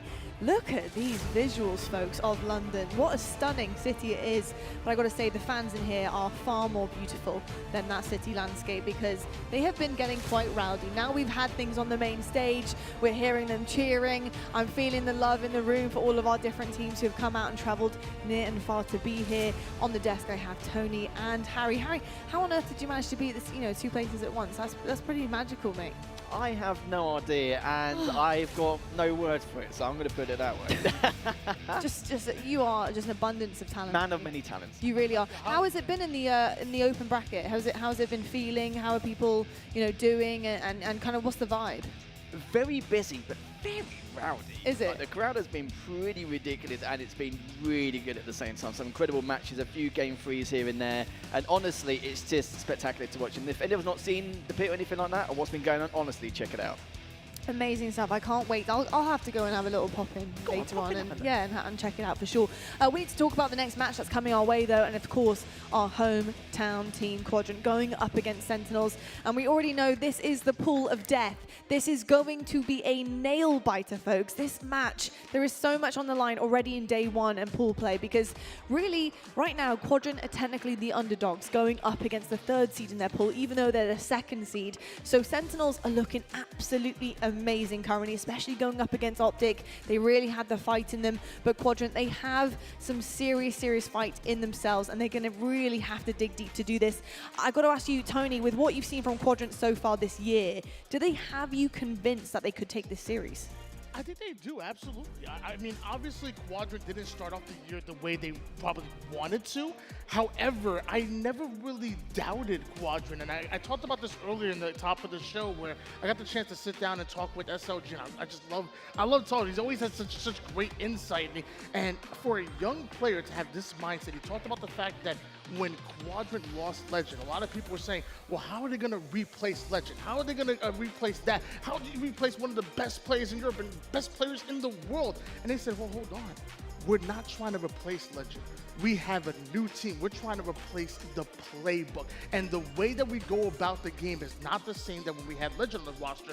We're now playing to our strengths. We're now playing to our weaknesses. And I just thought, when he said that, it just really resonated with me, because I just thought for a young player to have that type of veteran mindset, it was great. It was just really great to sit down and talk with them. I love that. And Lethal, you know, Quadrant, they've taken a little bit of time to establish themselves after so many different changes. You know, it's been really hard. Legend going, getting rid of Chick and rewriting things, so to speak. What does the journey look like for this Quadrant roster leading up to this event? What has you convinced that they're going to really turn up here? A couple of months ago, I wasn't convinced at all in the slightest. There was way too many errors from online and a few major mistakes, and I think they were well aware of what needed to be done in order to rectify these mistakes. So one of the main things they had to do between the first 2 EU Cups and the last 2, because you can see the massive difference, because the first 2, they lost them both. They were quite close margins, but the next 2 didn't even drop a map, and that's a statement in itself. And what did they do? They just slowed things down. They managed to make a few traps and sneaky plays here and there. All these little moments here and there, they've made a huge impact in their game, and I'm hoping we're going to see a lot more of that against Sentinels, because this is a very strong Sentinels roster. It certainly is indeed. And speaking of Sentinels, why not move on to these guys right now? Because they're not going to be very happy with the outcome of their Optic series. They were so unbelievably close with taking that one from Optic and really causing the upset to take that #1 potential spot in their pool. Sentinels though, Tony, do they hold weight for you in this series, do you think, when you're thinking about the rest of their journey? They have a lot of pressure on their shoulders. They made a change. They had a really poor Arlington performance. How much weight do you think this series truly holds for them? I mean, all the weight of the world's on their shoulders right now. Like you said, you know, they had an abysmal Arlington run. But I keep saying, you take Arlington out of the equation, and you have an amazing Sentinels team that started off the preseason hot. Even after Arlington, they kind of bounced back and bringing on Precision. Still starting off great. If you think about it like this, there were only 2 teams to really kind of upset the Big 3 and kind of turn our Big 3 into maybe a Fantastic 4. One of them being Shopify Rebellion, the other one being Sentinels. They had themselves in prime position all year long, so why can't you get back on the horse? Sentinels, spotlight is on you. Lethal, joining a new team can be very daunting, and I think when you also have a lot of respect and the players you're joining have a lot of experience too, how do you feel like Precision's fitting into the roster so far? Precision, he made it like as though he's at home. Honestly, he's adapted so well. He seems comfortable, he seems ready. Precision is an outstanding slayer, great damage dealt, great rotations, extremely proactive.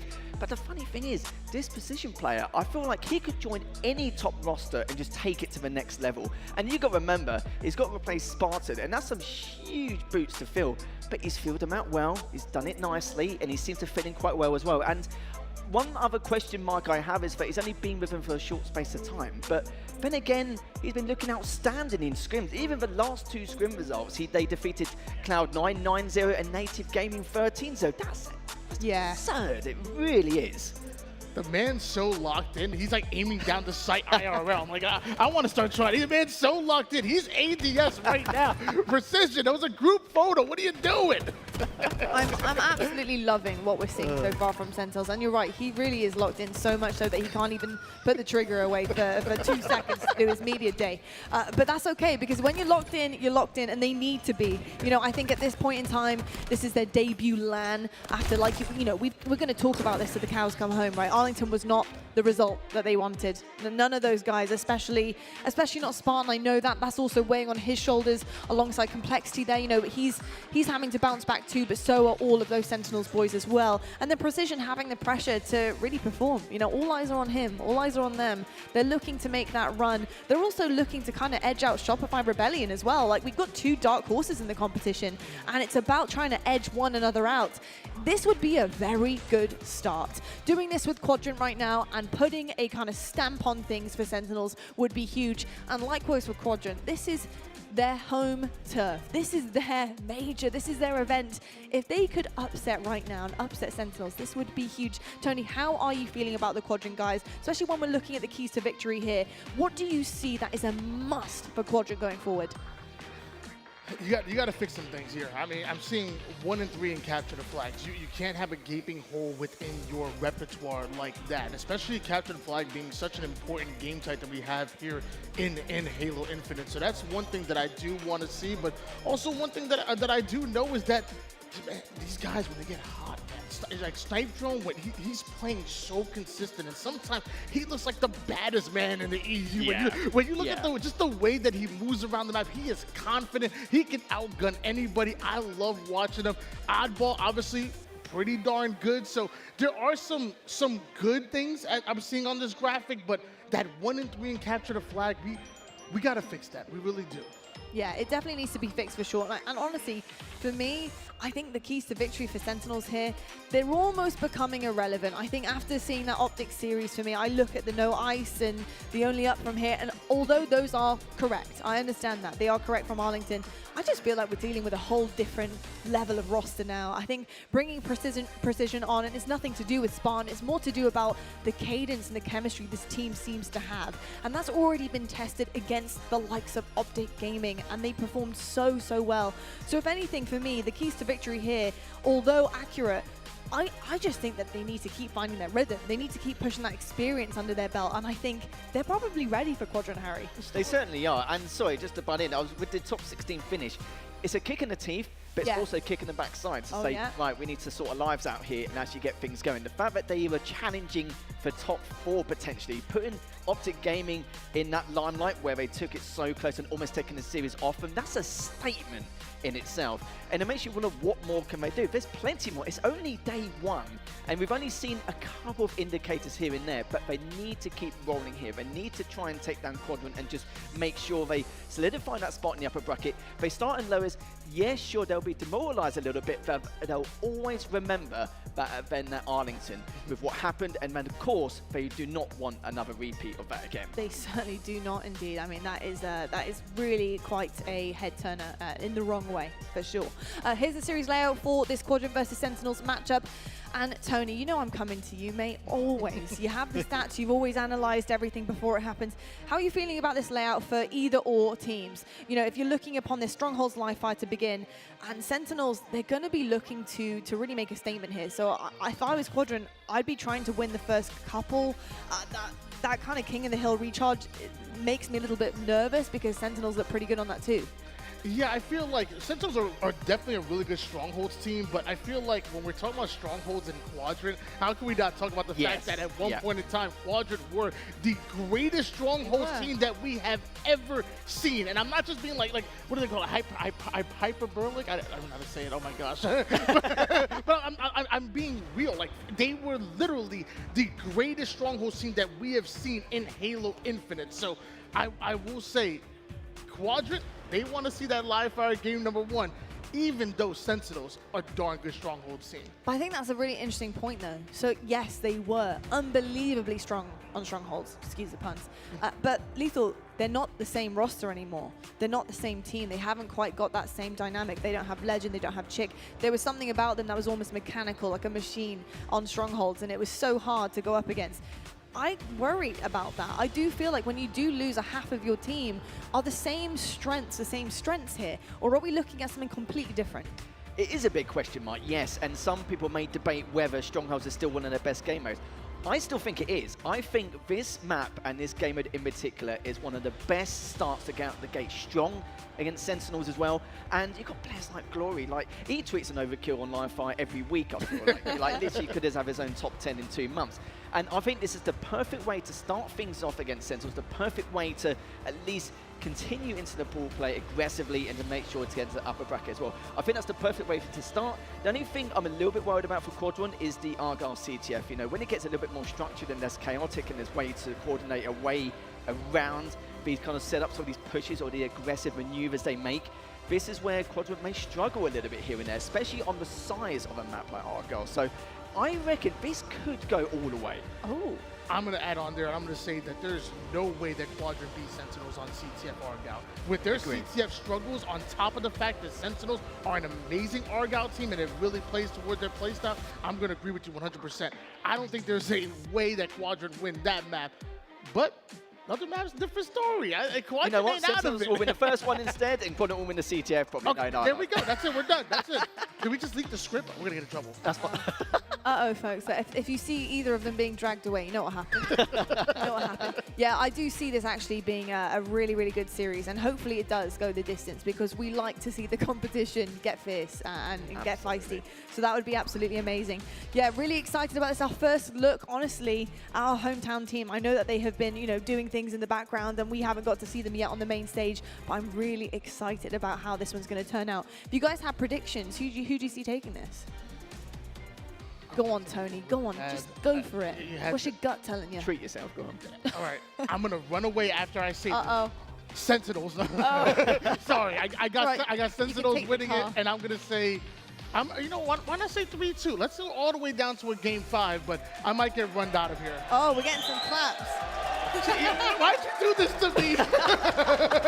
I'm going to say exactly the same, but because we're on home soil, let's go for Quadrant. You're going to go for Quadrant. I like. Oh, wait, hold on. But that was a little bit of a cop-out, folks. Did you hear that? Just because we're on home soil. That's not a good enough reason. You need to give the fans some belief. I'm allowed to be a little bit biased. That is true.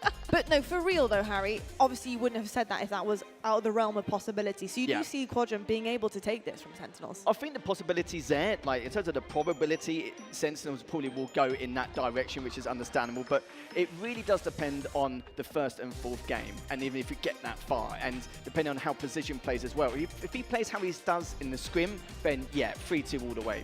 All right, well, listen, folks, we're about to get into this main stage matchup. I don't care where you're from, but especially if you're from the UK, I need you to make some noise because our hometown team are coming out. Let's meet Quadrant.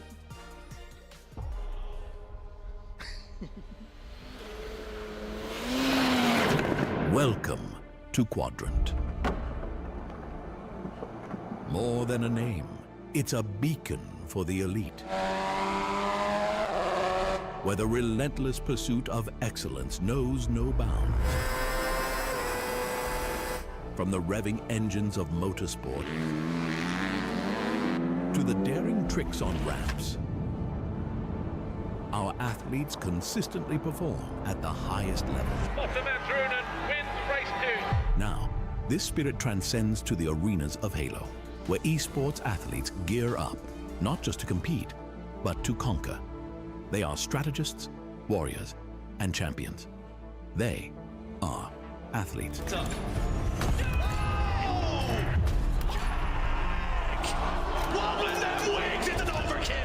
Join us as worlds collide, where the physical meets the digital, where legends rise and heroes are forged under the banner of Quadrant.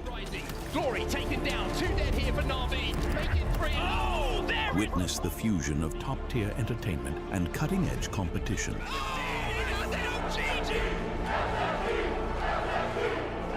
Witness history. SLG finds 2. Rockets are up. Legend wants to make a play. SLG see pushing up with the stalker. He's really confident, and that's gonna be it. Oh my God, Quadrant, they create history. Halo, welcome to Europe. You doing? I am so excited to get this next series started. Are you ready for this? Make some noise for yourselves. We are in the Iron Fortress in our first ever HCS London event. And it's time to make some noise for the hometown team. Get ready to get loud for Quadrant!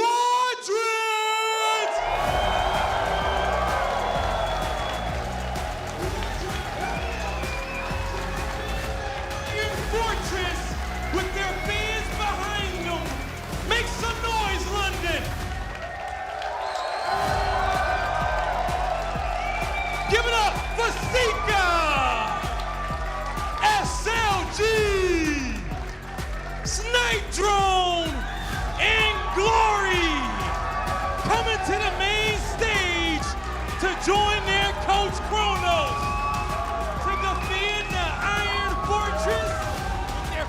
Behind them. Let's go. Get ready and get into this matchup. One more time. Are you ready, London, to get this series started? Jersey, Gaskin, let's go. Thanks so much, guys. It's the hometown heavyweights up against the US invasion. Can Quadrant get the job done here and now? I mean, I'm sure the crowd are certainly hoping it's going to be that way. That was one of the coolest moments so far this tournament. But a lot of pressure when you are the hometown heroes, when you have the crowd watching you from behind. And I'm sure that Quadrant, they would have enjoyed that moment of being able to celebrate. But now you need to give the fans a real reason to celebrate. And Sentinels is going to be a very difficult task. And you mentioned the pressures of being the hometown team. We've seen Optic Gaming in the past struggle with that. SSG, the only one to actually defend their hometown. And is that a pressure you're looking to deal with? I think that these guys know how to deal with said pressure. Had this been, years ago, I may have been saying, this is maybe a far-fetched idea, but the Quadrant boys are the real deal now. And Sentinels will know that the crowd's going to be on the side of Quadrant, and that's another thing we need to mention. They're very close. It's a very intimate place. It's a very intimate arena that they're in, and they're going to hear, potentially, that crowd and how much they're going to favor Quadrant here. It's really going to be like a home and away match when you're watching football.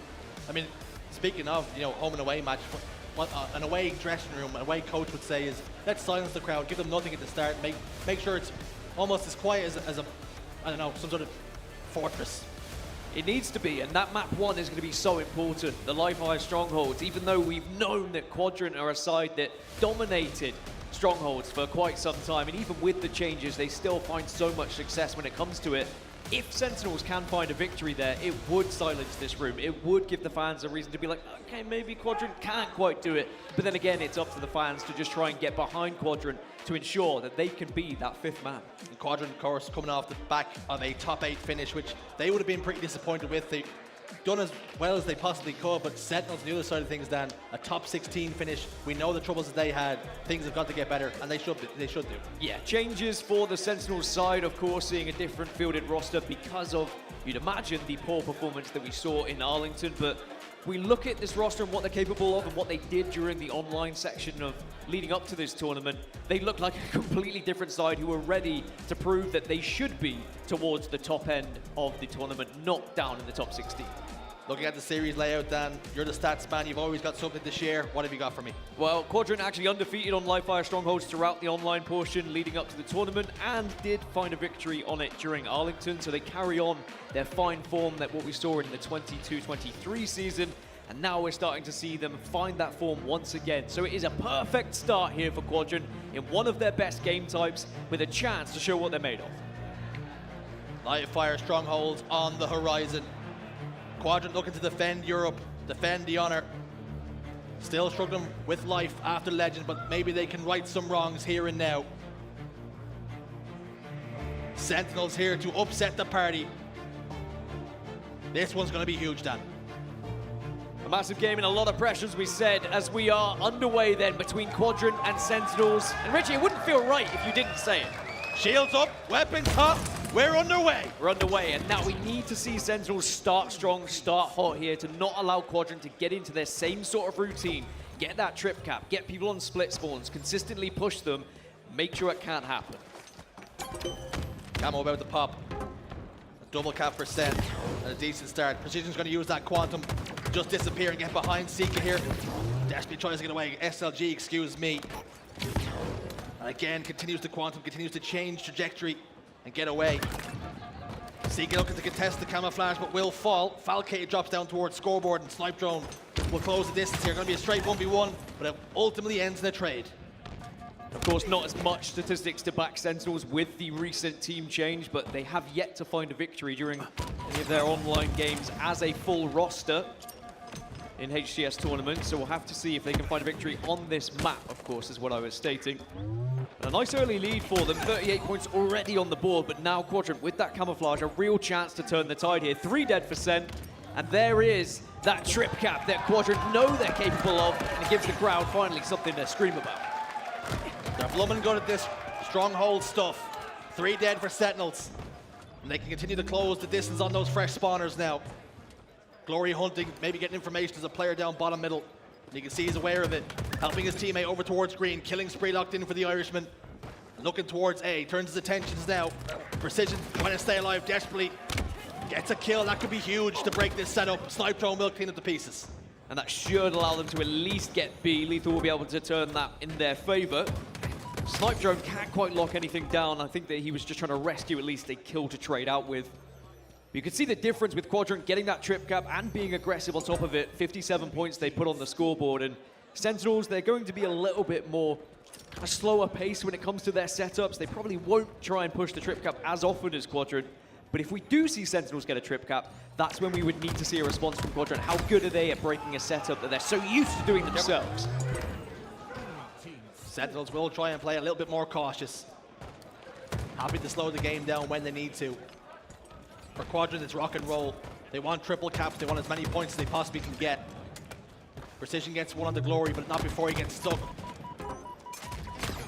Let's talk about Precision, Dan. What a player he is. What a difference he can make to this team. Yeah, what an addition it has been for Sentinels. I think having that Slayer power, that firepower that can be the clutch factor for them, it's just sent them with a new kind of a breath of life, I think, to this roster that so desperately needed it after the Arlington performance that we saw. And he can be that difference maker, someone to change things when you are struggling a little bit. And he might not be the biggest voice on the team, but sometimes you can say a lot more with your actions rather than words. Glory gets 3 shots in the back, backs away. Boo Boo has the snipe. Face to face with Snipe Drone. Puts him away. You spoke about Sentinels trying to get a triple cap, and they're threatening to do so here and now. And they will lock it in. Do Quadrant have an answer? Yeah, this is going to be now the biggest moment of the game for Quadrant. How do they break this setup? The fact they've been able to shut down the sniper rifle, huge there. If we saw a connection with headshots, it would have been a very different game, but the Quadrant boys all pushing together. Yes, they get Boo Boo down, but notice how Sentinels very quickly at Boo Boo Doo-Boo's feet to make sure that that sniper rifle doesn't go into someone else's hands. You don't want to give it to the likes of Snipe Drone, the likes of SLG, who can do big, big things with it. C secure. A and B, though. They're in Sentinel's control. Quadrant have managed to step out for a moment.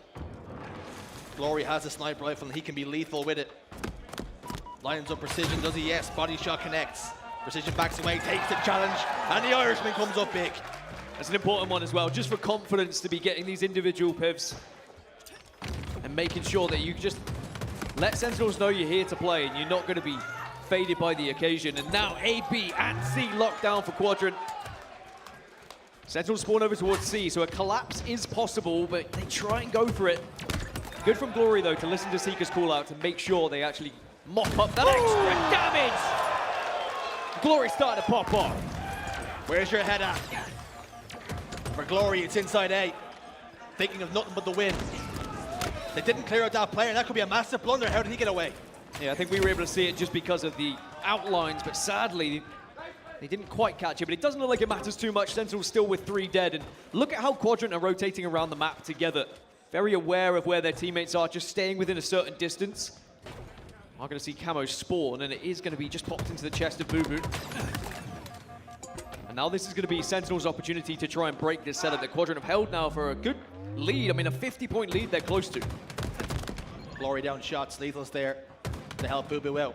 SLG feints to go one way, comes back for the fight, but Boo Boo shuts him down. 3 dead now for Quadrant. They still have the control of A and B, but B is under threat now as Sentinels close in. Yeah, temporarily they were still scoring as they spawned over towards A, but they knew they couldn't commit to B instantly. It would have been a very dangerous fight to take. The angles that could have been taken by Sentinels, but now they've dealt with the camouflage, they can start to be a little bit more aggressive with their pushes. Don't have to worry about someone hiding around the corner. You saw Snipe Drone, he saw that Sniper Rifle was coming up, but he said, actually, I need to go and help the rest of the team, but Lethal is taking that angle that I was talking of. You really need to just cover that big door. Don't allow people to push out for free. Lethal, so much experience. So important to this team. A little bit of a scramble down bottom middle. It's a melee fest. Snipe Drone places an elbow to the spine of one, gets a double kill, pushes forward, drives forward, precision. Almost got put in the dirt. It was falcated, excuse me. And now he has control of the sniper rifle, looking towards sandbags, just reloaded as that Sentinels player showed his pixels. Now, Elliot is trained on the big door. Someone stepped out, realized there was a stranger at the front door and backed away. I do love it when you show me your pixels, but now Snipe Drone just making sure he's staying far enough away so he doesn't get caught out here and can take angles. Gets overconfident, but I think that's because he knew he had the rest of the team there to support. 2 have gone down, but it is another trip cap, but only temporarily. C-spawns for Sentinels. And this is always one of the better positions to take when there is C-spawns. You can just shoot players as they drop down and usually unaware to your presence. No kills just yet for Sega, but a lot of damage. And does he know? He doesn't know, and that's a shame for him. There's just been a couple of those so far. 3 dead for Quadrant. And a chance now for Precision to continue to jiggle peek against SLG. Who's managed to stay alive for now, and that could be big, waiting for his teammates to get back on the respawn. Falcated in the 1v1s, SLG backs him down as well. This is very good from the Frenchman as he continues to fire off the back foot and keeps himself alive. Someone who's been alive a lot, Precision, 20 kills at the moment, and I really think that's the main threat to Quadrant in this game, is they have to be aware that Precision is having one of those games, and you need to shut him down. Don't give him the chance to get a sniper rifle again. Glory's got camouflage and has the opportunity here to do something a little bit different. I do think it's important, if your teammate has camouflage, you've got to be aware of it, because you've got to mop that up. You don't want to get them into a beatdown trade and then you just throw away the camouflage, which is so valuable. Glory going over top middle, 3 dead, Lethal. Last man alive. Fresh spawners from Sentinels over towards Tower now. It's a 1v1 trade at the map. Boo Boo goes down, Falcated joins him. And Quadrant very close. It's that 250 point threshold that they need to secure game 1. Still a lot of work to be done, but so far, so good.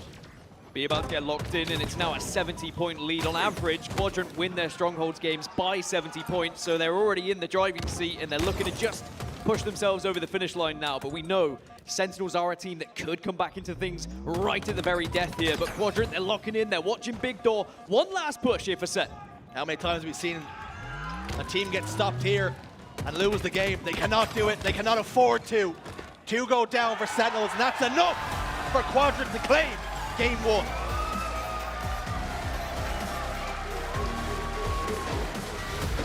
A lot of noise here in Twickenham. And Sentinels, I'm sure they would have heard it as well. Such an important win for Quadrant. And it will just calm those nerves, calm those jitters that we were talking about.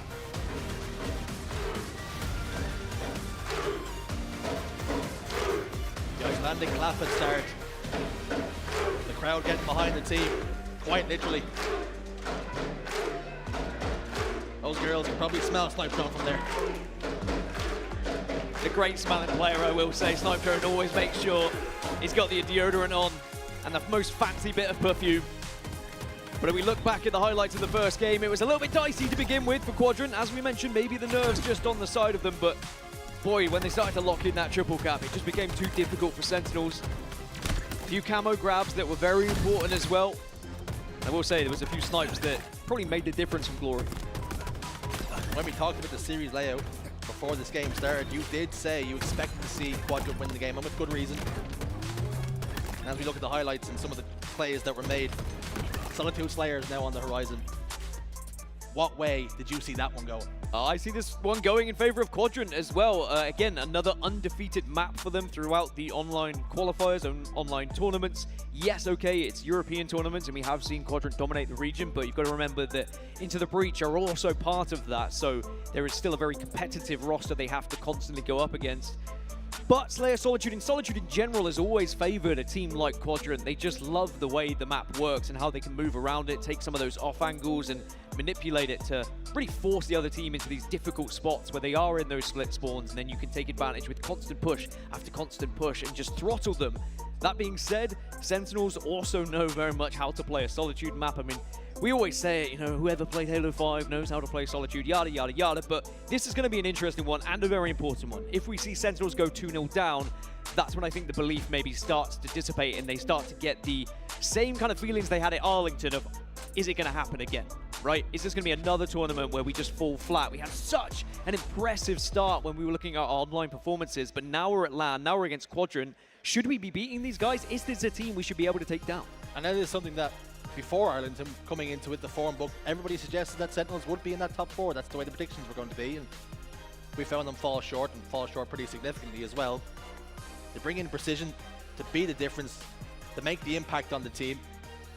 And with Slayer on Solitude, it's a bit faster paced. You want to try and spawn trap players, and it can be very easily done and very hard to break if you're on the other side of it. And are Sentinels capable of playing that faster type of Halo? I think that's a good point. I think that one of the detriments of Sentinels is they do slow things down. I mean, they have players who have always wanted to slow down a game of Halo, and it can work in certain scenarios, but there are maps that don't allow you to do so, and Solitude may not be that map if you are behind. If you're ahead, you can slow it down, you can play in a way to really frustrate the opposition, but it's whether they actually get the opportunity to do so here. Dan's had his prediction. He thinks it's going the way of Quadrant. Sentinels would love nothing more than to prove him wrong and to prove the crowd wrong as well. Only time will tell. Enough yapping from us, and what way it's going to go, we're about to find out. Wow, early picks from both sides. Very quickly, hands on the shock rifle for Glory. We saw what he was able to do with the sniper rifle previously, and it does seem like Glory is the guy that goes for the power-ups. He is very much on top of it, listening to Kronos, their coach, making sure that he is grabbing it when it's available. Yeah, it definitely seems like a deliberate play. The team are trying to get Glory hands-on with the sniper rifle, with the camouflage, and really capitalizing on the damage he's putting down. Well, you want to give the power-ups to your playmaker, and Glory has been the playmaker for Quadrant. One of the reasons why they picked up Glory, why he was an addition to this team. He knows how fast to play the game, and he is someone who can have those pop-off moments. So it makes sense, but 7-2 in favor of Sentinels. Make it 9-2 now, where we talked about the team of Sentinels and what they're good at. They are very good at playing structured play when they have a lead. They now have that lead, and they could really frustrate Quadrant here. Sentinels then look to build around this lead. Lethal goes down, Precision drops. Jiggle peeks to the pillar. Seeker will join him in that fight and will win it this time. 2 dead. 12-6 the score now. Shock rifle in the hands of the Frenchman as he heads towards Lube, up towards light rifle now. Seems to be caught between 2 minds of where to go, perhaps waiting for information from his team of where the team's going to spawn. S1 is the call. Precision almost loses his face, but spares his blushes for now. All of Sentinels appear to be trapped now on the low side, and this is the time for Quadrant to come and collapse. 2 shots that I've seen Seeker hit time and time again, but again, maybe just a little bit cold coming into the first series. But they are getting back into the game. Only a 3-kill difference, make it 4 as Lethal starts to get a little bit frisky. Only 5 seconds till the next camo, though. So I think if you are Sentinels and you start to become aware that Glory has tended to be the player who is going to be on that camouflage, on those power-ups, you start to look towards maybe sending someone who can challenge him, not allow him to do this, because Glory is a player who can really threaten you from behind. I'll leave that there. 4 kills the difference then. Falcade will fall. Glory has got the camouflage. Snipe drones pushing forward. In the blue room, a little thrust. Not going to be enough to evade the attentions for Boo Boo. Just starting to grow in confidence now, our Quadrant. Spoke about Sentinels trying to slow it down. They haven't been successful so far, but a big double kill from Lethal. And that will stop the push, and that will relieve some of the pressure. As long as Sentinels can maintain a 5-kill lead here, it just forces Quadrant to do something a little bit different and to kind of up the ante ever so slightly. But Quadrant are doing well to not allow Sentinels to kind of run away with it. I think at 9-2, I was concerned that it could have been one of those games. Still could be. All it takes is another swing, and this looks like it could be a big swing. It's Glory again to just try and do something, but it's just wasting ammo at this point, knowing that he's about to be pushed. Does come out with something, though. Glory still just keeping Quadrant in this one. Glory pulls out a little bit of magic. And will that drive the team forward now? They've gotten a staggered spawn, and they can collapse here. Oh dear. Glory's dived in a little bit too soon, though. It's going to be a trade. They have to immediately turn now, pivot, and look for the other two spawners, and continue to do this time after time. But just as I say that, Boo gets the pick. Seeker's going to be forced to back down straight to the crosshairs of Precision. Still close, though. Still within 5 of Quadrant. But Sentinels are doing very well at answering when Quadrant just have that burst of momentum, and when they start to really try and push for any sort of map presence, there's someone on the Sentinels roster to be waiting. And finally, we see a camouflage now available for Falcated. We spoke about Glory, how he can be a difference maker. Well, Falcated has been that. We saw the stats from Arlington. Despite the top 16 finish for Sentinels, Falcated was still in the top 5 for his KD. Now that you can read into that multiple ways, but one thing it will definitely state is he is a player who can put kills on the board. Just needs the rest of the team to be there with him. Falcated continues to do poke damage. SMG was down to no shields. Snipe Drone will get the trade and will re-peek onto Precision, and somehow, some way, Snipe Drone managed to get another. Those slays favoring Quadrant just a touch, but still a 6-kill difference as we head towards the end game.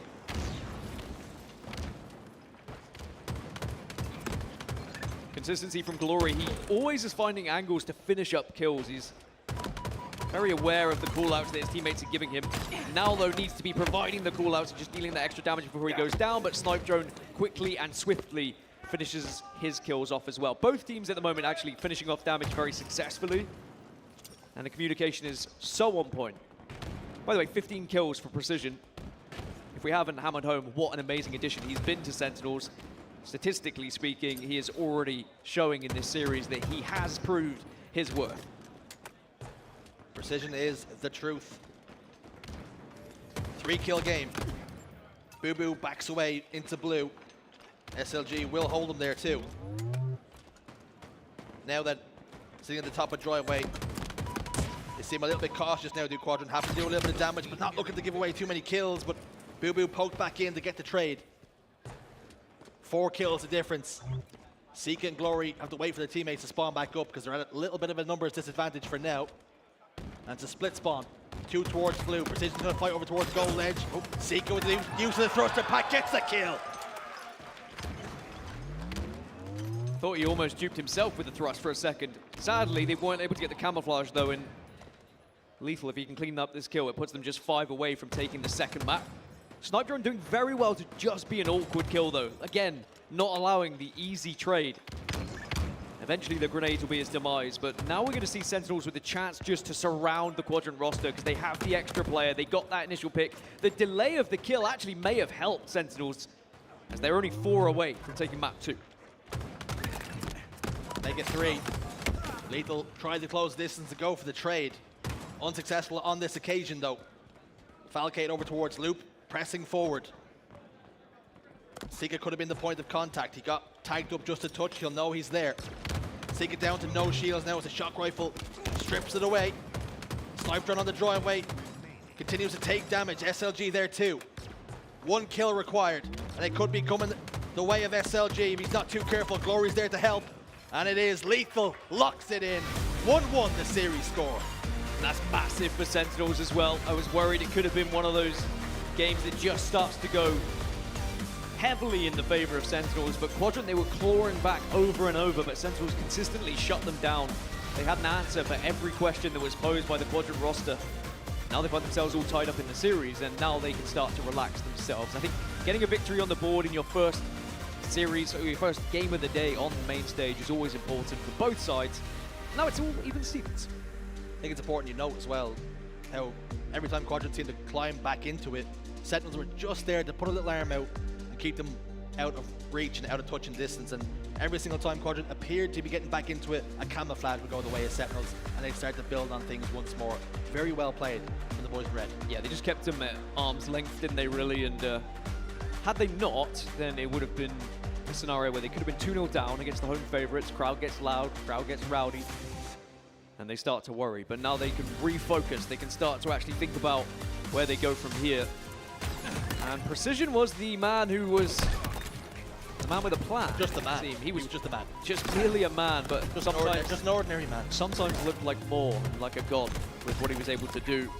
I think Sentinels, that's what they required. When they really lacked something in the previous event, we were asking, well, what is it? Why are they performing like this? And I think having someone who has that X factor, who can put up stats like that, is very, very important and could be the difference maker for not just this series, but Sentinels tournament as a whole. There were big shoes to fill when Spartan fell. Precision slotted right back in and fit like a glove almost, it has to be said. He has got superstar potential, and he's going to be needed in these big series. 1-1 the score. King of the Hill recharge, Dan. I know you've got something. I mean, again, I still think this one favors Quadrant. I think this is a very good series layout for Quadrant in the first 3, but then it starts to trend towards Sentinels as we get to 4 and 5. So that game 2 is bigger than you think.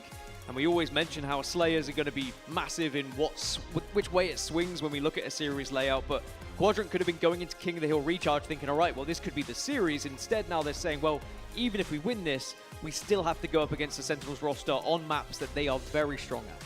And it's something that we can talk about. You know, strongholds, once you have them in your control, it's very much about slaying and keeping on the move, keeping the game very fast-paced.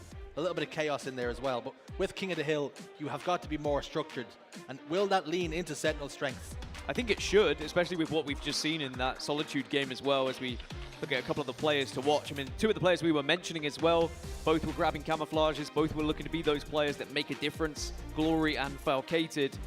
And I think that both of them are going to be key factors here in match number 3 as well, because if either of them have a flat game, then it suddenly leaves the rest of the team saying, okay, well, how do we pick up that slack? Who's going to suddenly add some of that slaying power to the roster? And even though we have seen Snipe Drone do it, we've seen SLG do it, of course, we were just talking about Precision doing it as well. I think it's the consistency in which both of these players perform every single game at putting up an average amount of kills that makes them such an integral part of their rosters. Yeah, it's one of those things where you never really get a 4 out of 10 performance from these 2 players. You know what you're going to get. You're going to get that 6, 7, 8 out of 10 every single time. And you know that if you're going to lose a game or lose a series, it wasn't really anything to do with them. They done the job they needed to do. Well, we're on coach watch here at Twickenham. Kronos, of course, has been alongside some of these Quadrant players for quite some time now. And there's always the extra responsibility. I said earlier the crowd can be, you know, the 5th player of this team, but technically the 6th player, because the coaches have a very important role here. Just at the moment, there's been a little bit of lull in the crowd. So some murmurs. They haven't been as loud as maybe some might have expected, and that's probably because of what Sentinels have been doing. Probably because Snipe Drone went to the toilet, so everyone's just like, all right, well, the game's not going to start just yet. Let's go, let's get our refreshments, and then we're back in, locked in, hand warmers within the hands of said Snipe Drone.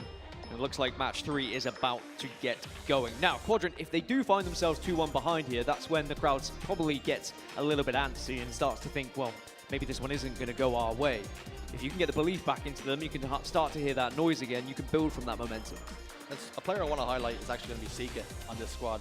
A player that, you know, we speak about Glory and Snipe Drone and what they bring to the team, and SLG, the years of experience that he has, but Sika has been almost criminally underrated for too long, and when they got that 3rd place finish, I really feel like he came into his own, and finally everybody else started to recognize what a talented player this guy is. And now we can see how big he can be for the team. When you need a job done, no matter what it is, he can be the man for you. Well, fist bumps all around means game is about to be underway, and I agree. I think that one of the beautiful things about Sika is he's very reserved when he's in the game, but as soon as he gets that victory, he just erupts, and you get to see the celebration from him, and he is a key factor for this Quadrant team. But now they need to answer back, because they've allowed Sentinels back into this series. They've given Sentinels that belief that this pool could be entirely theirs, or at least top 2 could be theirs. You need to shut them down. This series could have huge implications on what way the pool is going to go. They've got some big sharks in here. No fish is safe. On board with Glory, camouflage already ripe for the picking. Booba continues to jiggle peek on the glass, take damage. Sika goes for the camouflage, gets cut down. Glory gets close, puts down some damage onto Precision, pops the camouflage, so he at least has the opportunity of a burn, which he will use. 4 dead for Quadrant off the rip.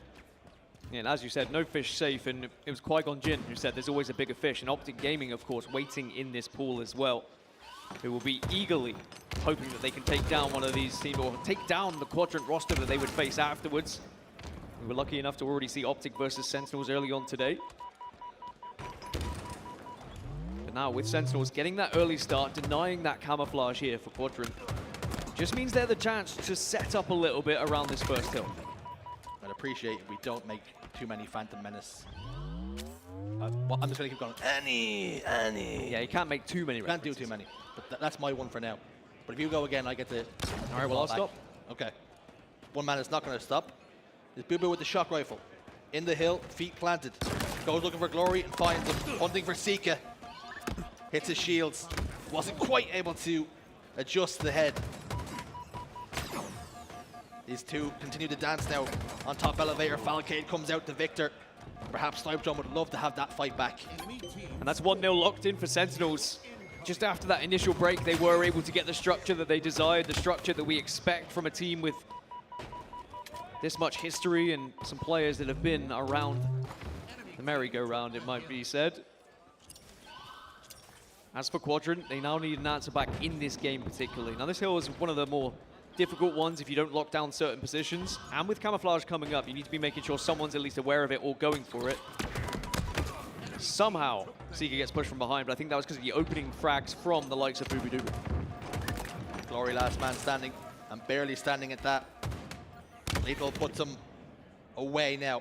Booba Dooba has that camouflage, has the grapple, and has a kill on the snipe drone. What doesn't he have? The whole world appears to be his oyster for now. And recharges playground. Sika over towards yellow steps. Glory's in pipes. Boo Boo's gone hunting, and Boo Boo's found one. Perhaps waiting for that shock rifle to come off the spawn, looking to grapple it. It is up now. And he's going to tip over and scoop it up. Grappling now over towards C-Plat. Straight in the face of one. Can he lock in the second one? The answer is no. But will just about Spider-Man his way out of dodge. Yeah, just about survives, and all the meanwhile was enough of a distraction to allow Sentinels to pop that second point on the board here. Quadrant, even though they had the hill first, it was just those opening kills that really didn't allow them to set up properly, and then the camouflage, of course, they were aware of, but perhaps just were a little bit too eager to get into that hill initially. And at the moment, Sentinels just have been far more patient when it comes to some of their pushes and some of their setups, and they've been rewarded for it. Quadrant a little bit too frantic. Lethal with the shock. He's good for one. Look at the lineup a second. Precision's there. Has to reload. Tries to get close to get the melee on the Sika, but Precision's there to get a double kill and also pick up whatever was left, whatever remnants were on the ground of that shock rifle. Booba Dooba was in hill. And Quadrant are really struggling in this game number 3. Yeah, Quadrant are missing something at the moment, and I think it's just there's a difference in pace between a couple of the players. Someone's there just a second before the other, and then the trade doesn't happen, or they don't get the kill that they thought they were going to achieve. And Sentinels are lapping that up. They're almost expecting the push to happen, and there, another one right in front of your very eyes. Glory just getting caught out, trying to make a little bit of a play, but was alone. It's almost like Sentinels are just setting traps around the map, waiting for a Quadrant member to fall right into it. It was Sentinels who traveled a different continent, but it's Quadrant whose timing is off. And it's been enough, it's been significant. They've been so disjointed in this game. Still time to bring it back. But they're running out of room for error. Camouflage is down. Does Precision know it's there? Of course he does. That information was passed over. He's popped it into his chest. And he will stay in the hill for just a moment before dipping away into pipes. They can start to run the clock down now. They can make Quadrant desperate. And look, Quadrant, they get 3 dead, but they haven't found the camouflage player, and that's going to be so frustrating for them. Well, never mind, because Snipe Drone was able to just catch that camouflage player off guard. And that is massive. That could be a turn in the tide for them. They needed something just like that to really put themselves back into the question of this game. Lethal receives 3 shots, top tower. Gets his shields popped in the end. Booba Dooba also down on double stacks, and As he clambers up towards Needles. Has he been spotted? The answer is yes. They've got tabs on him. They've dealt with the threat for now. Seeka's in the respawn screen as well. Lethal's going to join him. Quadrant have the numbers advantage now. Snipedone's going to step in. 1v1 against Precision. 3 shots in. And his teammate on hand. SLG will secure the hill. Precision will get the kill. This next one's going to be huge.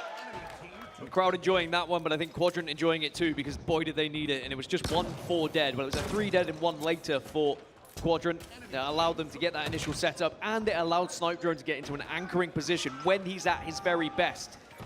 He knows when to peek, he knows which angles to take, and now he has the shock rifle. Sentinels again find themselves 3 dead, so this is going to be a good chunk of time, but that camouflage is spawning. And Quadrant have not done well at getting the camo. It has been all about Sentinels utilizing the grapple to get hold of it themselves. Do Quadrant now risk map control to secure the camouflage? They should. Boo has scooped it up. Boo-Boo's dead. It's going to be a burn. They have map control, and they have numbers. 2 down for Sentinels. Can they spot them out? I thought for a second Snipedrone had been stuck, but it appears as though I was wrong. Back into the hill he goes. Falcated's back blue. This is a great position for Falcated to be, just to make this a very difficult task. Snipedrone's trying to milk the hill for as long as possible, but Boo-Boo's there to shut him down. Definitely a lot more coordinated now from Quadrant, but 3 full. Again, you're looking at a player like Snipedrone to hit one of those shots to be the difference maker when the push is happening from Sentinels, but now they get the chance to set up themselves. Always important to have a shroud in your back pocket, just to save you in scenarios like that too. Boo-Boo with shock. Could be instrumental in what way this hill's going to be heading. Seeka's down, as is SLG. Glory could be about to join him if he's not too careful. Snipedrone's heading towards bottom middle. Last man standing now. Snipedrone, huge damage, but has got to back away and needs to live, and he won't do so. And that's going to be more staggered spawns. This is huge now for Sentinels. 1 more hole should be good enough. Yeah, I think Glory thought he was going to be able to push out, be aggressive, and be unspotted by the Sentinels roster, but as soon as he was seen, it just allowed them to play those grenades onto double stack. Precision gets yet another. He will take this fight all day, but SLG holds strong. Needed to as well. They needed a kill like that to be able to break this setup. But still, Sentinels somehow, some way, are holding a lot of presence around this hill. Boo-Boo was throwing nukes. Seeka was forced to back away. Boo-Boo had initial damage and capitalizes on it too. Very little time now required for Sentinels to secure this one. And they're getting a little bit desperate now, our Quadrant. 3 dead. 3 men from Sentinels in and around the hill, and they will capture it.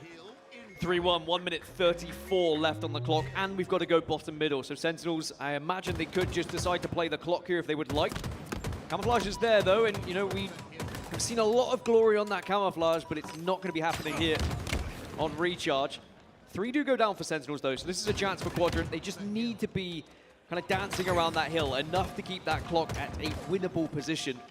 If they allow to get it too low, I think Sentinels will just be able to play in such a defensive manner that will deny Quadrant's attempts here. Glory with camouflage. Can he begin to dictate play? Pull the strings here. Precision stays alive for the moment. Camouflage is burned. We speak about the slaying power on the side of Sentinels. Look at the game Lethal's having. 21, 5, and 13. Instrumental in why they're winning this game.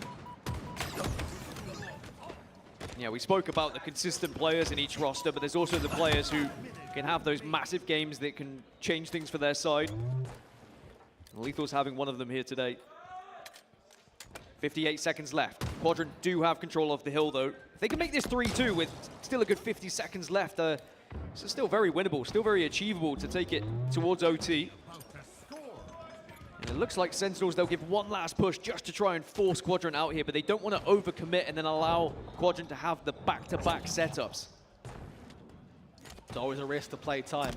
Particularly with how King of the Hill is set up. When you step into the hill, the clock stops. 2 dead for Quadrant though. Snipedrone did see a shock rifle there, opted not to pick it up this time though. Continues to fire over towards Boo-Boo, but they've got a player positioned behind them.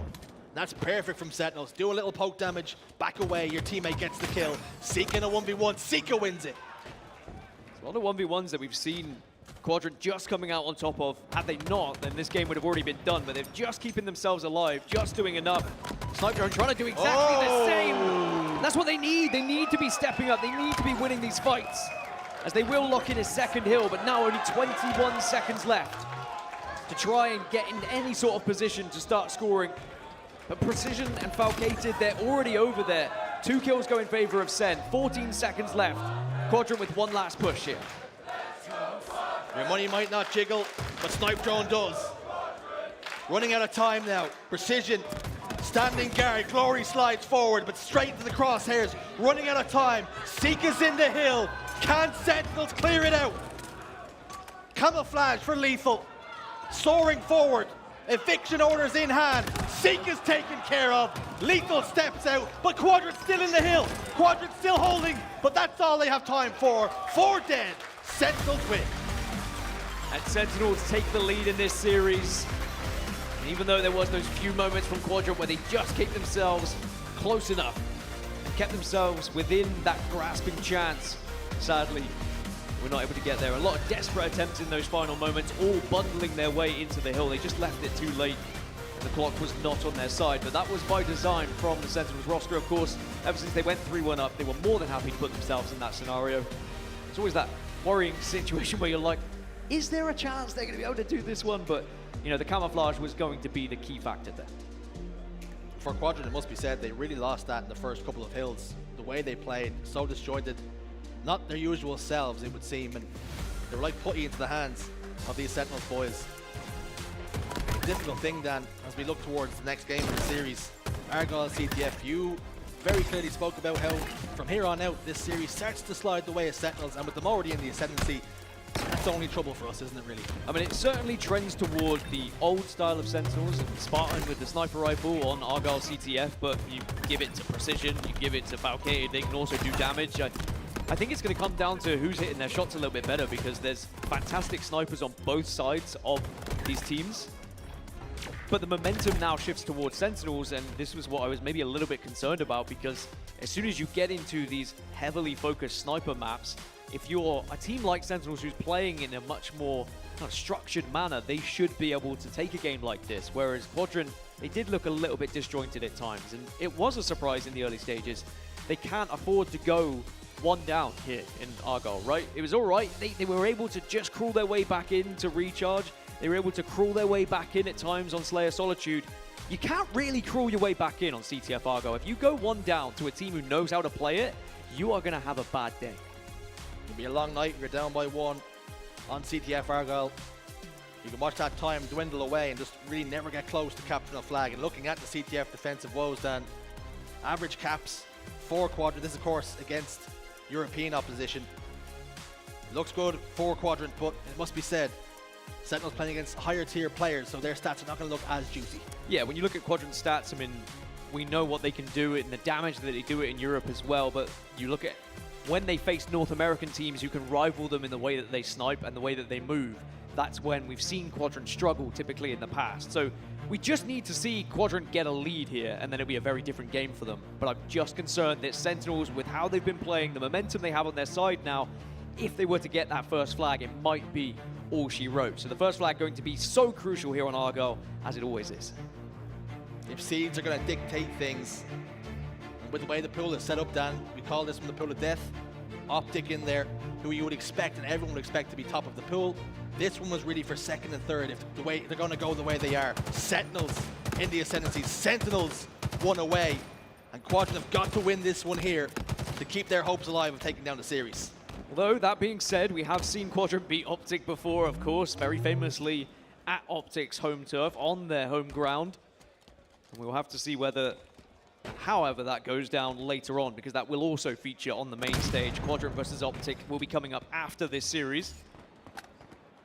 But at the moment, it's Sentinels who have the lead, and it's the sniper rifle battle I was talking about. Precision has that responsibility on his shoulders, and boy, is he a joy to watch, and has been phenomenal so far this series. Takes the sniper rifle out of the back pocket, swinging a miss on 1. Nothing connects to the first 3. I think Dan might have cursed them. Or perhaps he can spare his flushes here. Body shot connects. Falcated on hand to provide the assist. Almost with a fadeaway no scope as well. Snipe Drone gets a trade, a big trade with the way that flag was positioned. Yeah, Falcated knew he had to get aggressive. He had to push that kill initially. If he had just kept running, he would have gone down anyway. But Quadrant do send that flag home. One thing you might have noticed from those stats is the success rate that Quadrant have at returning flags. They're pretty good off spawn and knowing which angles to be taking and where to be planting those grenades to deny any sort of flag run. So for all I say that the first flag is going to be very important, I can promise you Quadrant are going to make it difficult for Sentinels to get that flag to their own base. Which you'd hope anyway, it's the aim of the game. But SLG has a sniper rifle, Glory has the sniper rifle. Glory's found 3 kills elsewhere. It's all 4 dead, the flag is moving, and it's all looking good for the green team. The man from Cork can do it all. 3 kills with the sniper rifle and picks up the flag as well. You can be an objective player and a slayer at the same time, it would seem. He's a 2-on-1. You've heard of Swiss Army knives. This one's Irish. 1-0 to Quadrant. And boy, did they need that. Not just to breathe life back into the room, but also for their chances in this game. To deny Sentinels to have that lead, to be able to play with structure. Now, they force Sentinels to just up the ante, to play a little bit faster. And that is typically when Sentinels would struggle, where Quadrant can take advantage of just taking a pure Slayer fight against them. But it was that sniper rifle of Glory that really did make the difference. We saw Precision earlier, miss a couple of shots, but then on the kill feed, it was all Glory with what could have been a triple kill for all we know.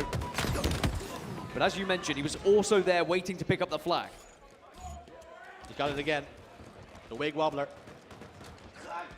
He heads up towards mid-map now. Waiting for his latest victim. Gets one. Falcated in the grave. 3 dead for Sentinels. Boo Boo gets a big kill, and that could just hurt the progress of this one. Heading towards screens. Almost lines up Falcade. Got the QT as well. This flag appears to be making inroads now towards home base. Glory not doing a lot of damage, but as I say that, rips the face off one. The flag down. Quadrant patiently waits. Snipe drone slides in. 2-0 to score. So important that Quadrant went for that second flag as well. They recognized they were in the ascendancy. They had the kills going in their favor. They were out slaying Sentinels in that moment. They took advantage of the momentum. They didn't just sit back. They didn't just take the 1-0 lead, which we have seen teams win on Argyle capture the flag. And now if Sentinels were going to have to up the pace previously, now even more so. Still 8 minutes remaining. That's one of the upsides for Sentinels here, is there's plenty of time. But it has been the sniper rifle that's made the difference for Quadrant. Quadrant with 30 kills. Sentinels with 21. Separated by 9. 2 caps difference though. And that's the score that really matters here. 2 to the good. Boobadoo and Falcade in the grave. Precision trying to put a stop to this one and does. Gets a double kill and a big one at that. Yeah, if anyone's going to step up now, it has to be a player like Precision. Seeing what Glory was doing in the kill feed, he has to replicate that some way, but doesn't have a sniper rifle to do so. So instead, you need to be working together, pushing together to overwhelm the Quadrant roster, but... Oh! Seeker. Seeker stands strong. He was wobbling. Lethal does clean it up, but it looks like Quadrant, there's always that extra player for Quadrant at the moment. This is what they were missing in some of the earlier games. That extra player had already fallen in the previous maps. But now they're being a nuisance. They're like cockroaches just surviving around every corner, and Sentinels can't quite burn them down. Seeker now, exploring his options.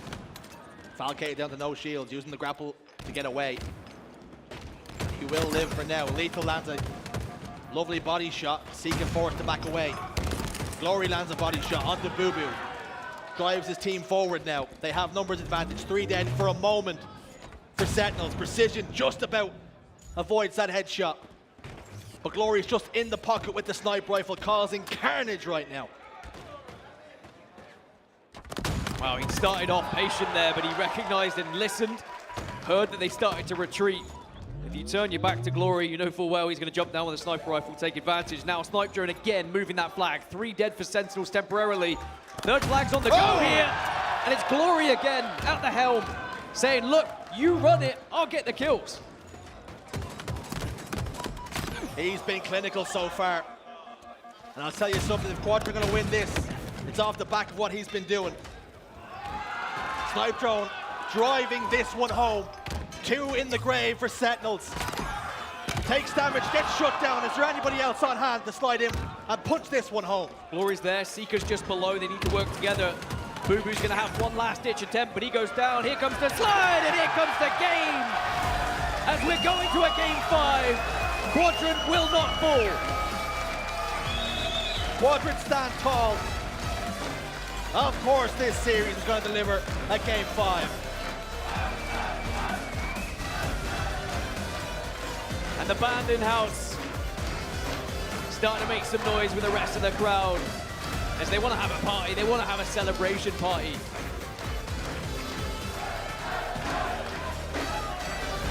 Just want to say 180 on the top of my lungs. What a performance from Quadrant. Dan, that was not close. That was definitive. That was why Glory was added to the team.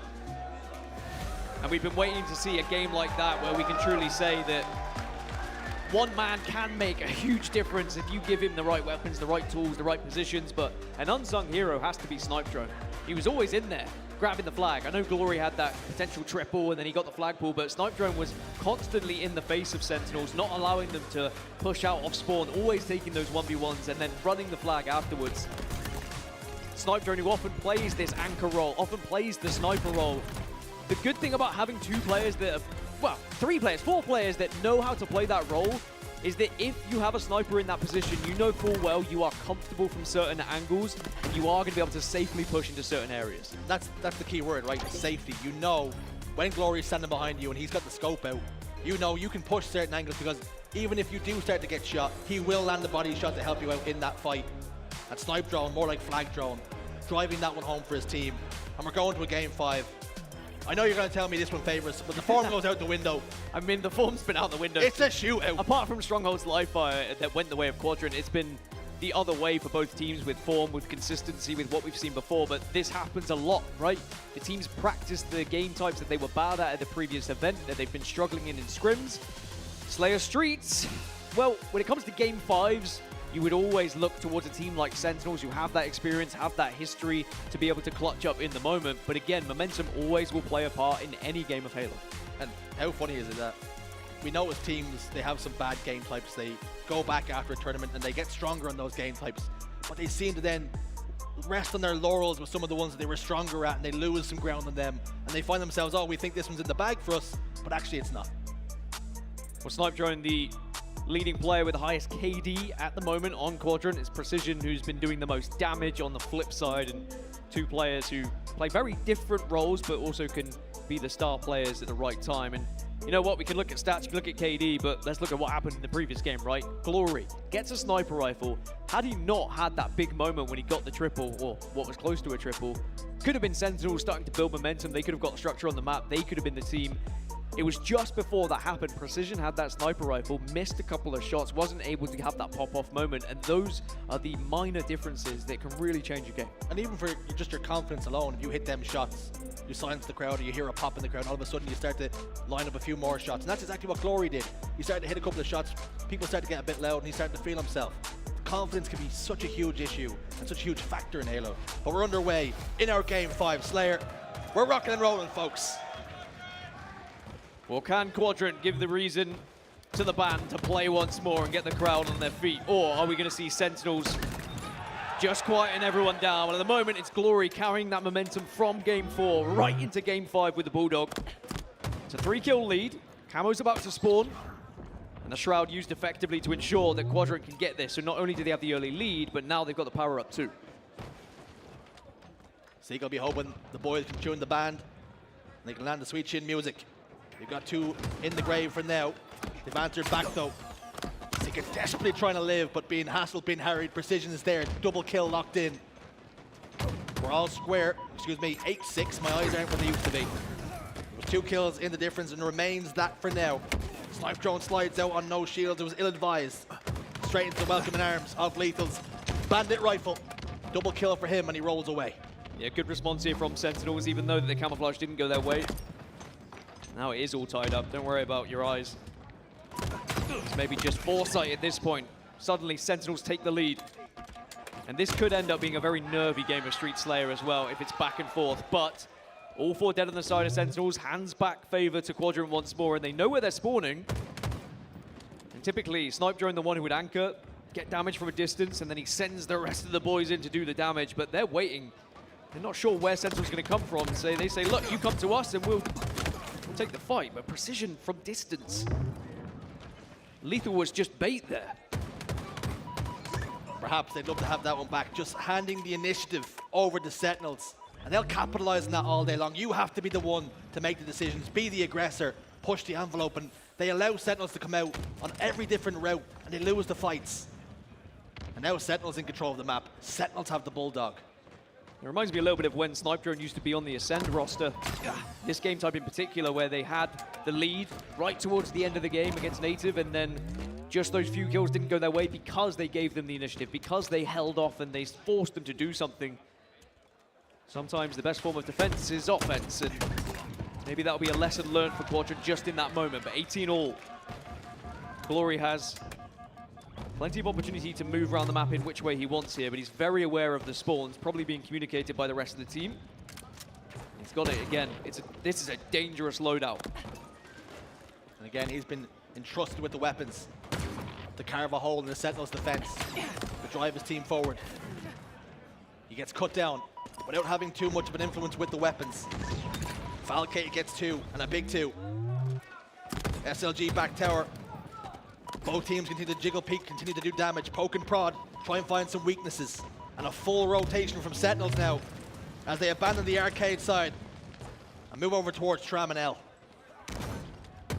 Sentinels are moving as a unit far better than Quadrant. Oh. Almost a triple for Falcated as well there. As SLG just scarpers away. But Quadrant, they're a bit sporadic at times. Glory playing extremely fast, and it has worked out when he's had that Bulldog in his hand, so there's not any real complaints with a tight game like this. They just need to be careful they don't get caught off too often. As for Sentinels, they have that small lead now they can work with. And you can almost feel it. The Sentinels, they want to slow this game down. They want to gain the lead and say to Quadrant, right, what have you got to try and break our setups? But Quadrant off spawn, they are always holding forward. They are always pressing. They're always taking the fights. But at the moment, Falcated with a killing spree, he's been able to shut them down one by one. Pressing forward, but too often putting themselves in peril. 3 kills now. Make it 4. SLG top tower down a couple of shots now. Lethal gets Snipe Drone, and the collapse is coming. Imagine these two players have not got long for this world. Glory, a big trade would be huge here. Cannot secure it for his team. Lethal gets the kill, and they'll continue to roll forward, and you cannot see them stand still. They are going to drive forward, and this is what Quadrant should have done. A few desperate cries from the crowd as well, as tension starting to raise now. You can feel the shift in the room as it's an 8-kill lead for Sentinels. We've been in a lot of home arenas, Optic, SSG, and now for Quadrant here. What have they got left? 7 kills behind. Only 14 needed for Sentinels now. It's still within touching distance. But there is an element of control now for this Sentinel squad, who are really setting the pace of this game, denying the speed that Quadrant want to play. Just taking this thing out of the game. Forcing Quadrant to think about the decisions a little bit more. More risk, less reward. Down by 9 now. Boo Boo pushes forward, looking for a bait and switch. Snipe Drone gets 1. Falcate answers back with a double kill. Precision's there as well. 7 required, and Quadrant just have not got going in this game 5. What a turnaround this has been from Sentinels in this game. As soon as they were given that little bit of wiggle room to take control, boy, have they seized it. And what an important game it could be when we look at how Sentinels, how far they can go in this tournament, whether they can reach that top 4 placement again that we would expect from a team like this. To be able to push themselves into the top 2 of this pool would be massive for their chances. And at the moment, it's trending that way, but there's still a small amount of hope for Quadrant here. Just need to deny some of these kills, but Lethal happy to take the fights. And that double kill might be the first nail in the coffin here for Quadrant. When Lethal's hitting shots like that, Quadrant and everybody else better be put on notice. 4 required now. It's a long road back. There's still some hope. The crowd start to get louder. Maybe they believe. But do Quadrant.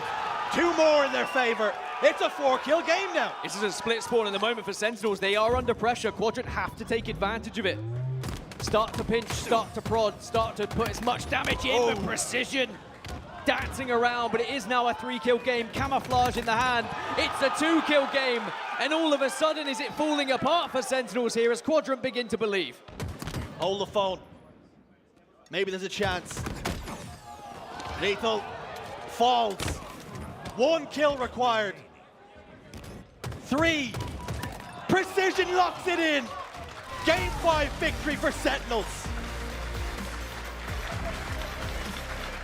That's one of the most animated reactions I've ever seen from Lethal on the main stage as well. So you could see what it meant for him to silence the crowd, to silence the home team. A huge win for Sentinels and their chances of moving forward in this competition in an advantageous seed.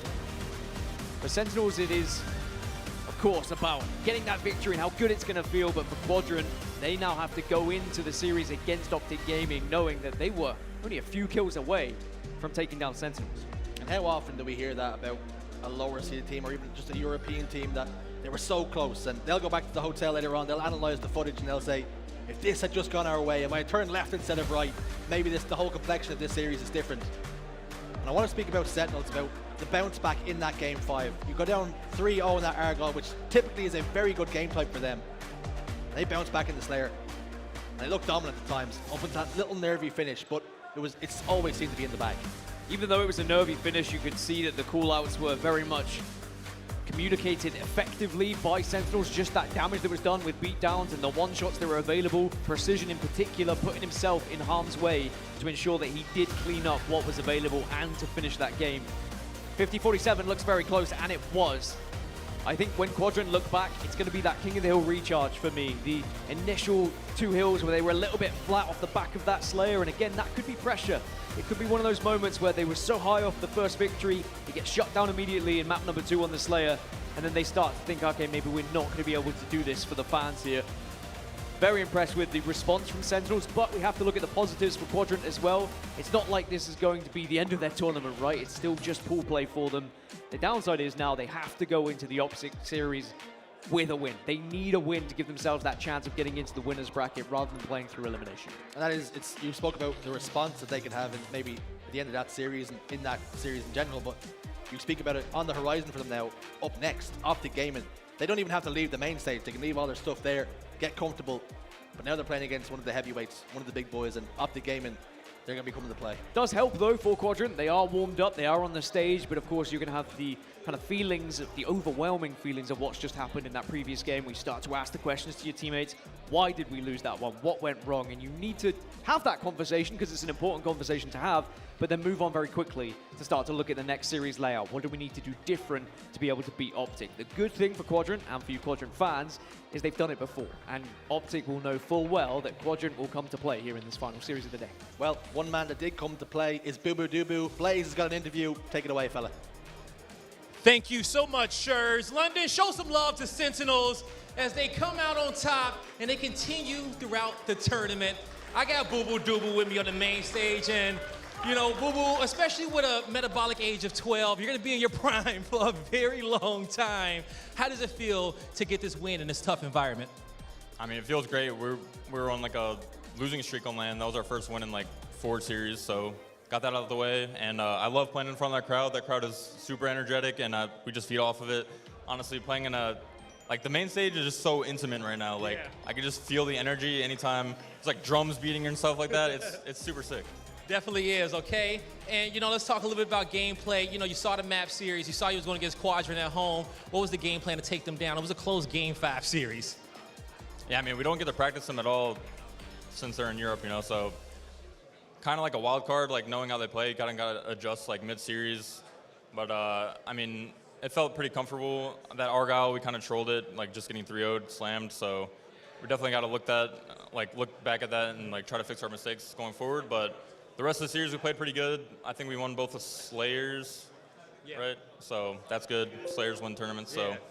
Slayers win tournaments. And then lastly, right here, how does it feel to be at full force with this squad? Last event didn't come out the way you want, but how does it feel to have the squad firing off on full cylinders? I mean, it's vibey, bro. It's vibey.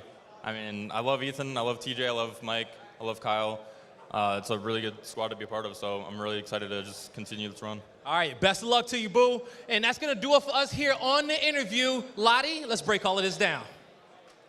Thank you so much, Blaze. It's all love on Sentinels, and they're going to love the result at the end of that series. It was close. It was a nail-biter. There was so much fight in both of our teams, but Sentinels, they get it done, and they're very happy with that result. You know, you can see it on Boo Boo's face. He's like, oh, thank God for that. That's over, because playing in front of the home crowd is no joke. It's difficult. Although he's feeding off of it, he knows he was up there as the villains, obviously, with the hometown crowd.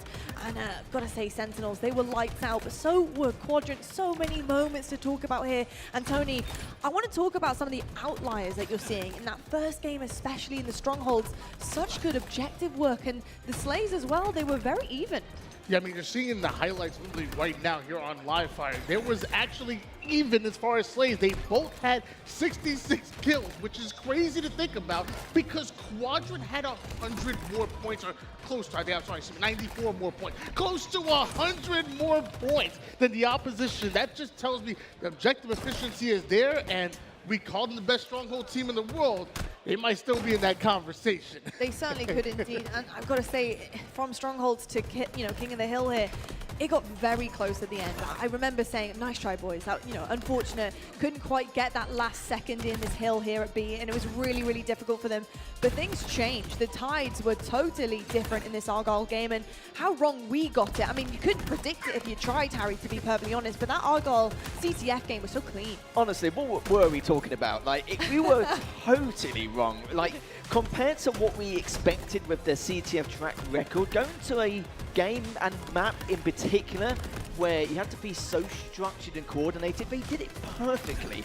And one of the reasons why was due to the fact that every single time they pushed in or getting quite close onto their flag, Sentinels was not trading any kills. And because they weren't traded, there's always going to be 4 members of Quadrant alive every single time they go for those flag grabs. But they pinned them down and put so much pressure and suffocated them perfectly on start side every single time with all 3 flag caps. And what makes it even better is that they didn't overcommit to the objective a lot of the time. They made sure just to play it safe, reslay again, just keep a track record and eyes on exactly where they're lurking, what they're going to be.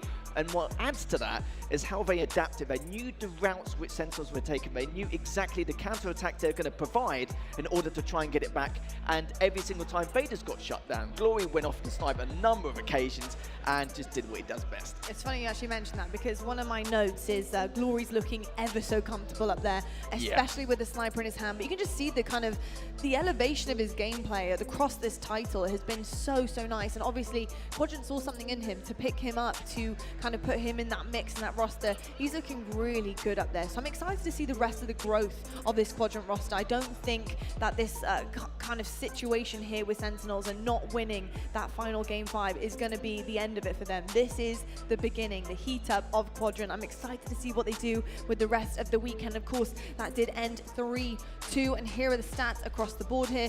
Tony, picking upon anything that you want to talk about here? Is there anything that's really standing out to you? Yeah, I have 3 shout-outs. Go on, shout them out. 1, Precision, you were absolutely incredible, and you were incredible all series long. What you did in game number 2 was absolutely amazing. 17 kills, matching Snipe Drone on the other side of things. Going into that game 5, a big reversal to give you guys momentum, and then you're the one who got the final kill. Quadrant were clawing the way back into it before that little jiggle peak reversal in Arcade. So definitely want to give a shout out to Precision. Also want to give a shout out to Lethal as well. And the stats show it. KD wise, he has really stepped it up. And you see a 1.27 KD. And my last shout out is going to be to the crowd. This home crowd was on fire for Quadrant. And I promise you, it helps more than you think. I would imagine. Was there a marching band in here? It was absolutely crazy in here. So I'll say my shout outs are Precision, Lethal, and this home crowd, because they were incredible. Yeah, they certainly were. Yes, we had a trumpet and drums. It was getting electric in here. So we had the full orchestra, we did. Pretty much. We had pretty much everything. And of course, you can't forget the crowds who are joining in and getting really involved there with the chants and everything, which we love to see. But you're so right there, I think, in terms of the Sentinel side of things. 2 incredible players who not only just stepped up in this series, but have been doing it from the series we'd seen previously too. I mean, Lethal at one point, he was dropping, he was in the 30s, high 30s, way before everyone else in the lobby. this guy's also on fire, which is just amazing to see that growth out of this team. And even on Sentinels, normally you see the falcated or the precision with the in the slaying department, but Lethal just coming out strong, 1.27, not something you normally see every day. Going from track record in scrims is not somebody who's been accustomed by. He's been extremely good at support, extremely good in getting that damage dealt, but the fact that he's slaying on top of that is just ludicrous in itself. And even snipe drone as well, you're looking at the glories, or like in terms of like bringing that slaying power up a little bit more. It was snipe drone the entire time. Indeed, it was. I love to see people feeling super comfortable up there on the main stage. Here's pool play for you guys, and things aren't actually super comfortable for a couple of our teams. Now we've got some scores happening on the board here, and as you can see, we have Pool B filling in very nicely, which is where we were just at, folks. Sentinels, they will take that one over Quadrant, leaving Quadrant 0 for 1. I don't want to say 0. 0 is not a great way of saying 0. I don't know if I'm American or British. I don't know where I am, to be perfectly honest. Optic Gaming, though, sitting quite pretty on the top of Pool B, and Sentinels, they're 1 for 1 right now, looking to take that second spot, secure themselves against the open bracket team. But Quadrant, you know, they're going to give it a good go as well. This is for them to have that bounce back and hopefully go into the championship bracket without a hitch as well. I'm looking at a couple of other scores. Oh yeah, Shopify Rebellion 2-0, looking pretty nice in Pool D as well. Currently heading that one very strong. Open bracket team, what can you do? What have you got? The upsets are going to get harder and harder for our open bracket teams as we're kind of seeing things fill in here. Have you got any open bracket teams you got your eye on? I know it's Europe. I know we had Native Gaming. They bumped up, you know, now to pool play. But are you hoping for a potential upset in some of our pools, Tony? I mean, I really am. I got my eyes on a bunch of teams. There was actually one squad that was supposed to be in pool play. You know, you got Monster in the crew. Yes. I believe, I want to say Shock is filling in as their sub, as opposed to King Dick, who couldn't make it. That's still a very, very good squad. So watch out for Rami, watch out for Manny, watch out for Monster, and of course you got you also have Shock coming in as that sub. They really still can make it out of pool, out of open and into pools. They certainly can indeed. Well, folks, we're going to head to a quick break right now, but when we come back, we have Quadrant once again on the main stage. They aren't going anywhere. Their seats are warm and they're ready for a dub, but it's going to be against Optic Gaming. Can they do it? This is a rivalry, folks. We'll see you right after this. The HCS London Major is presented by AMD and by Streamlabs.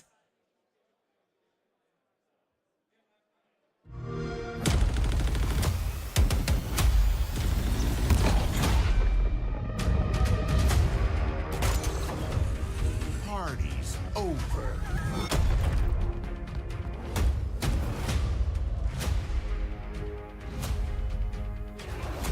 You belong to me.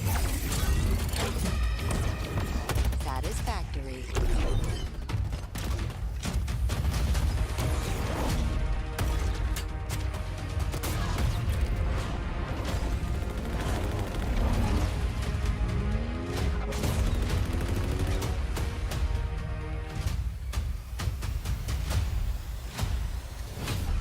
Special delivery.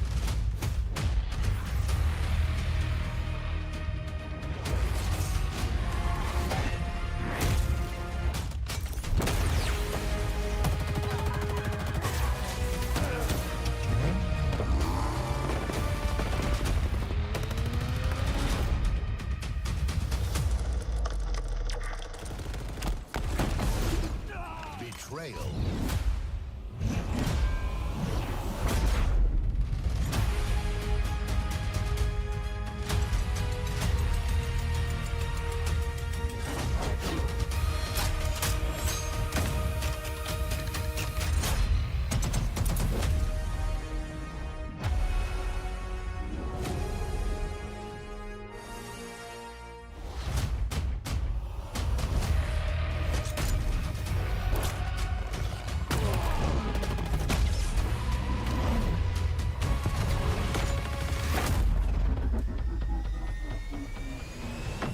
Combat evolved.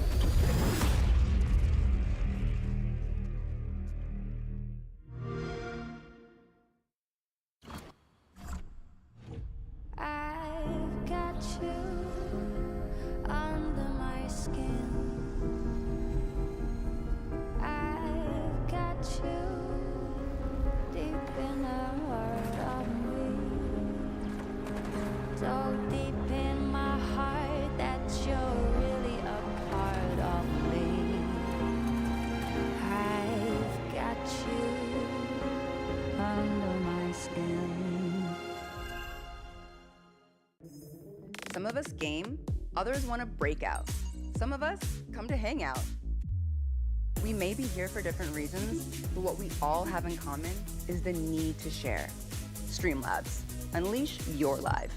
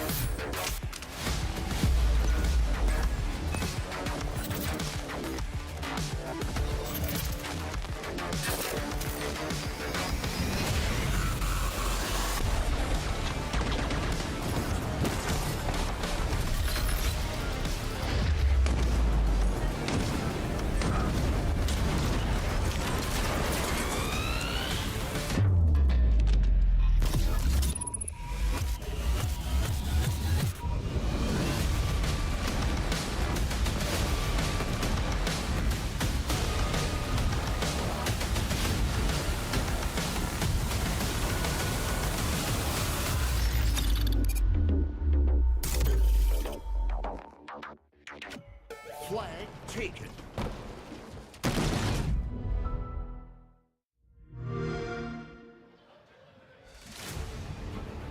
Good evening, Halo fans, and welcome back to the HCS London Major. It is so good having you join us in London, the UK.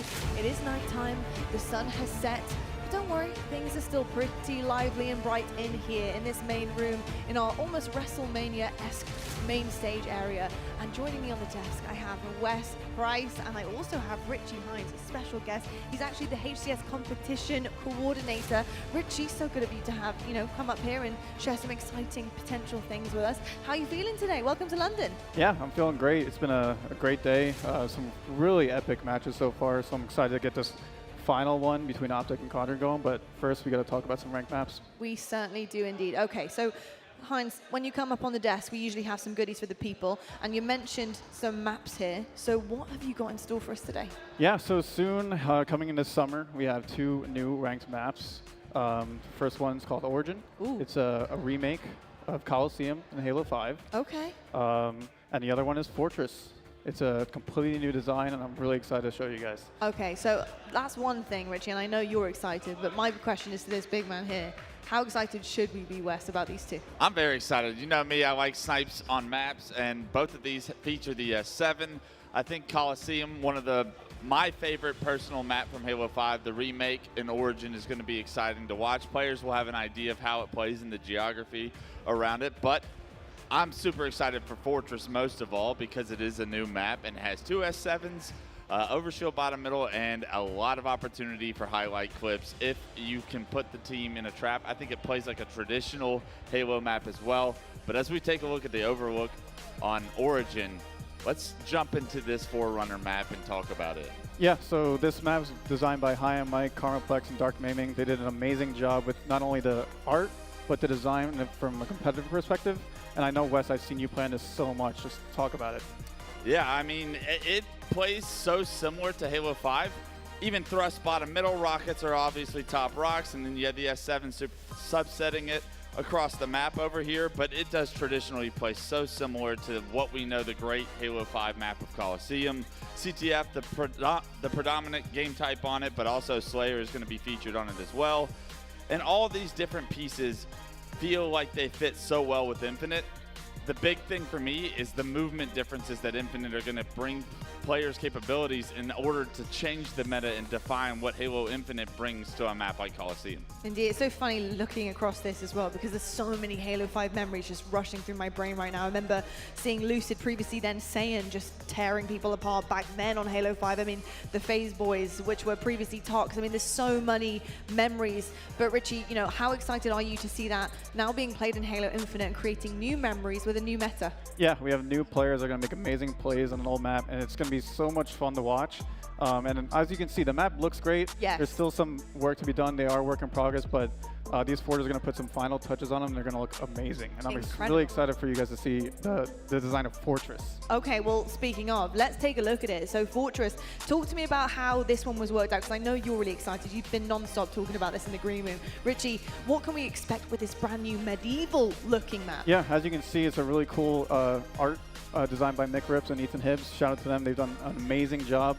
And from a competitive perspective, the influence was from a little bit of Sanctuary and a little bit of Onslaught. So you got the fast pace of Onslaught, and then you have the dual snipe battles of Sanctuary. Yeah, I'm stoked to get a map that's not a remake back into the ranked topper, into hopefully the HCS main stage. And I think that this is by far my favorite map mode combination in CTF to play in-house, as I'll say, when we're running games, when we're running scrims, basically. I have so much fun every time this loads up. It plays such like a traditional Halo map where you have to control specific areas, you force spawns in certain areas, and you can really pop off and feel like you're in control of the map at times. So the S7s create highlight reels. The overshield bottom middle creates a lot of opportunity every single time it comes up to create a good push with your team. And there's so many different dynamic places to try and hold down in order to have success with the objective efficiency. You can run the flag in several different ways effectively as long as you're maintaining those positions of power and controlling where the enemy team's going to spawn. I think that this is going to be a massive hit for all of our fans out there for the HCS, and I can't wait to see some of the big dogs like FaZe and SSG and Optic to get their hands on this map and see how far they can push the meta. I'm excited because to me that just sounds like there's so many different strategies that are going to come out of the woodworks. I think they're going to work this in so many different ways and angles, which is very exciting because we'll also see how the counter opportunities come in as well. Absolutely gorgeous looking map. I've just got to say this is stunning. Something that we have not got in Halo Infinite currently. So love how different this looks, but also really excited to see Origin as well. You know, Coliseum has a big place in my heart. So really excited to see both of these new maps in rotation. I hope you folks in this very building are excited too, because here's news to you, you can play it right now. That is right, you can go and get your hands on both these brand new maps. Really excited to see what you guys think. If you are here on site, make sure you go try those out, test those out, tweet us, see what you like about them, tell us how amazing they are. We want to know your feedback, so you guys get your hands on those today, which is amazing. Now, Richie, before you leave, I've got to ask, have you got any final thing that you could maybe tell us, any little, little bit of information that we can walk away with? Yeah, so one more thing. Starting next week, we will be introducing 2 new permanent ranked playlists to Halo Infinite. We will have Ranked Slayer and Ranked Doubles becoming permanent playlists starting next week. And we did not forget about rotationals. Ranked Tactical will be coming in as a rotational next week alongside those. So when you sign on to Halo Infinite next week, you will have not 1, not 2, not 3, 4 ranked playlists to play.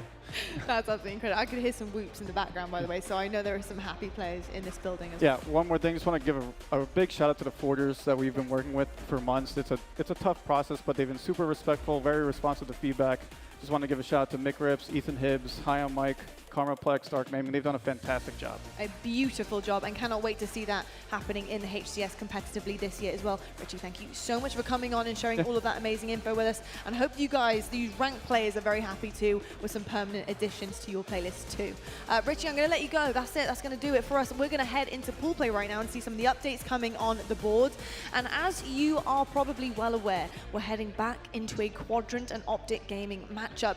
Now, Wes, I didn't get to talk to you about this. I had Tony here and Lethal. That's okay. That's all right. Don't worry about it. But I was so impressed with what we saw. We talked about how Pool B was going to be so difficult, so dangerous. It was going to be one of the more difficult kind of situations for every single team in here. And Sentinels and Quadrant did not disappoint. It was a grueling battle. You could see both of them were really in it to win it. And Quadrant, they did not let their foot off the gas. I think going all the way to that game 5, the way that they were able to kind of turn the tables on Argyle CTF against Sentinels had me shook. That has told me so much about this roster heading into the rest of the weekend. How impressed were you? Very impressed, especially on that Argyle CTF. I think that was the most dominant Argyle CTF we have seen across Halo Infinite and in tournament play. Very rarely does that go to caps. Very rarely does it not go into an overtime when it's tied like 1-1 or even 0-0. So for Quadrant to have that much success shows you that their CTF game type is on point. Those Slayers were kind of the game modes that bit them the most throughout that series, though. You can't afford to lose both Slayers in a series because you will always lose a series if you lose both. The math there is game 5 is always Slayer, so you're losing the best of 5 every time, Tony. I saw the equations running through your head like Rain Man, so I had to help you out there. But that series and Sentinels versus Optic both went to game 5, so both series so far throughout this pool of death have pushed both these teams to the limits. Let's see if Optic and Quadrant can also entertain the crowd and the fans out there with another game 5. That would be something special. That would be something special. That would honestly, I think, be one of our more competitive first days that we've had. I know we've had quite a competitive year too. I know last year was nuts, and Friday was always a bit crazy. I think I was like a broken record at certain points saying like, this is the craziest day we've had a pool play. But it was. But honestly, I feel like almost every single Friday of every single tournament we go to tops it. I mean, we've had at least 4 game 5s. ITB going to game 5 with Native. ITB went to game 5 earlier as well with Shopify. And then we've seen Optic and Sentinels go to game 5. We've seen Quadrant and Sentinels go to game 5. I mean, if this series goes to game 5, this is actually the highest competitive Friday that we've ever had. And for pool play, something I'm usually not a big fan of because usually there are so many higher seeds playing lower seeds and some of the matches typically aren't competitive.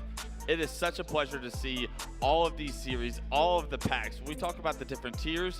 We can start erasing some of that conversation if these series continue to go the distances as they have today. Indeed, and we're talking about this current matchup that we're seeing right now, which is going to be Optic versus Quadrant. And while I've got you, Clutch, I'm curious. I'll be here. You know, 2 different lineups, but a historic rivalry that we've actually started to have in Halo Infinite between Optic and Quadrant. Different lineups. Do we see a different outcome this time around? Because often it spelled a bit of misery for Optic. So do you see that actually being different? I do, but Quadrant played so well against Sentinels that maybe there's a chance it continues to be that rivalry. But the loss of Legend, obviously still something Quadrant are going to have to get over, and they still are yet to create that big upset yet. So they haven't proven that they can push it the entire distance to create an upset of this magnitude as they have in the past with the likes of Legend. But they've showed very promising results, especially that Sentinel series, that gives fans and the viewers some hope that there is an opportunity for an upset. On the other side, though, this Optic roster also a different roster. The addition of Dead Zone, I think, is massive for Optic and what they're trying to accomplish this year. I think that they have looked nothing but amazing since the pickup of Dead Zone. I think that series earlier with Sentinels may have been a little rough start to their tournament. They still came out with the win. Sentinels is still a great squad, but I expect to see even better Optic as this tournament goes on. Now, Tony, we discussed Optic a few times while we were talking about this entire tournament and the expectations that are on their shoulder, especially having a little bit of a rough ride in that month previous, you know, in between Arlington and now. You know, some of the qualifiers didn't go their way. They weren't even on the board for some of them, but it happens, right? It's online and things happen. They work through them. But Optic right now, what are your expectations about them coming into this series? As I finish my sentence, we're now red zoning once again. We got some more gameplay for you on the screens that are happening in the room next to us. Fellas, go enjoy.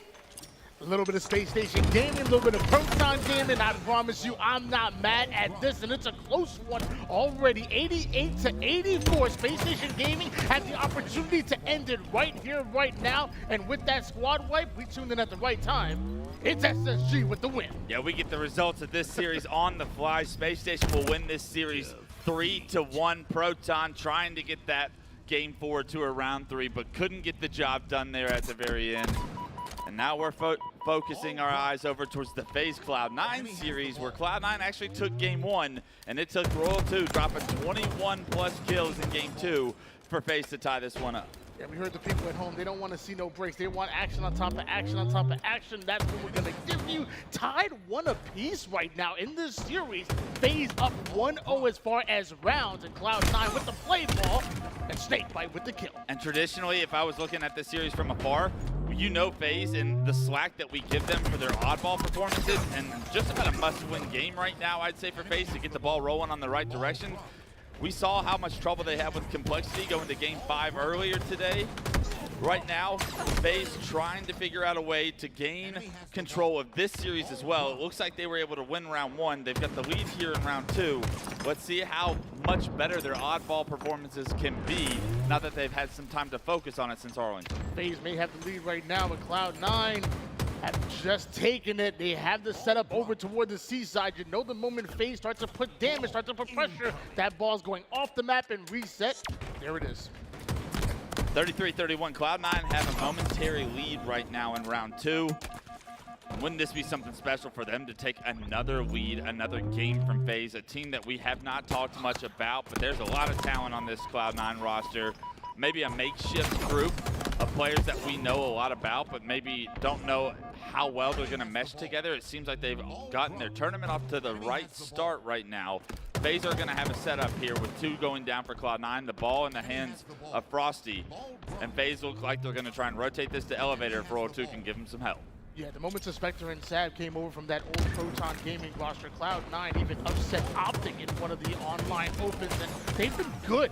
And there's no wonder why they were able to tie up the series against FaZe. But right now, it's FaZe that has the lead and also have the ball. They have the setup, they have the slays. FaZe are looking very good in this round 2. 50-33 now. FaZe starting to take a little bit more of a commanding lead here in round 2. Royal 2 still owner of the pipes right now. Frosty's going to drop that ball for the shock rifle, I believe. It's going to go into Royal 2's hands. He gets flanked in the meantime, however. Frosty able to recapture control of the pipes area with that shock rifle, puts it to use onto Tusk, and right now Renegade feels the pressure coming from the rest of Cloud9. He's going to rotate that ball towards Elevator, but that rotation is also met with the flank from Cloud9. The setup is now broken. As Cloud9 have the numbers, all they got to do is hold off FaZe. We're going to come in quick. It's Sab has the responsibility of holding down the A side. I do see 2 players of FaZe trying to push through tower. They better watch out, and Frosty's already found the headshot with the shock, making 2 so far, and Renegade makes it 3 down, and that's a full wipe. FaZe right back, putting points on the board. Frosty was the only player alive from FaZe after that initial setup got broken, but Frosty does enough to buy time. FaZe immediately break what would have been, should have been a Cloud9 setup, and now FaZe look like they're in control once again. Snakebite camo in hand. You know, he's making a decision here whether he wants the ball. I like the idea of him throwing it towards his teammate and putting this camo to use. 73-42 lead. Snakebite already deals with Septify. Don't tell me he gets 2. He does. Trades out his life in order to do so, but a big trade at that leads to another 3 down for Cloud9. 13-2-6. Snakebite starting to take over in the slays. He says, I'll do it myself with the amount of kills that he's got on the board right now. 73-42. Still 30 points separate these 2 teams. Cloud9 looking to push into Elevator. The ball is going to be in a very easy situation for them to transition this to a full setup of the Elevator right now. FaZe are going 2 down. Renegade going to try and find a timing top catwalk right now, but too many members of Cloud9 are able to focus on the Renegade, and that's going to stagger FaZe's opportunity for a push here now that Renegade gets taken down so late. Yeah, it was a super confident push coming out of Renegades, a push by himself there, and it might have paid off, but the moment Cloud9 saw it, they really focused, fired him, and dealt with them so quickly. Now Cloud9 have a clean setup, and we could see yet another lead change here, maybe for the final time, as we see Renegade pushing over toward that top 8 catwalk once again. This time he won't play his life, but this time Cloud9 still have the ball. Cloud9 had the ball, and they have a man advantage momentarily. Tusk going to drop that ball, understanding that FaZe have got to be somewhere around him. Unfortunately, FaZe actually not able to push through the turbine right there. They were forced it back into white, and right now Frosty gets the first pick over towards the batteries, and that's going to open up the entire FaZe roster for the map for the FaZe roster. Let's see if this push is successful. It's all 4 down, and FaZe are able to pick up that ball instantly. Sab coming off respawn, able to make this setup a little bit weaker than what it would have been. Let's see if Cloud9 can break this setup, because both of these two teams are going to have one opportunity at a setup with how close the score is at the end. With multiple going down for Cloud9, Tush tries to make that flank play and he tries to make something happen, but sadly it doesn't. And since then, FaZe have continued to have this ball, and now Frosty has a shock rifle and camouflage combination. It is deadly, and that's a remote detonation. 91-80, Cloud9 have the lead. It looks like FaZe we're going to have an opportunity at a setup, but I believe we have a little bit of something more important happening towards the main stage that we're going to have to refocus on. We like to just keep things on a cliffhanger. You know what I'm saying here. Keep a couple tabs keep your tabs open. Yeah, exactly. That's what the tabs are for. Twitch drops are obviously available too, so make sure you're tuning in. We do have our main stage action ready to go. Really excited about this one. A rivalry, folks. And we're going to find out if the results are going to be the same. We've got Quadrant versus Optic. Let's see your teams.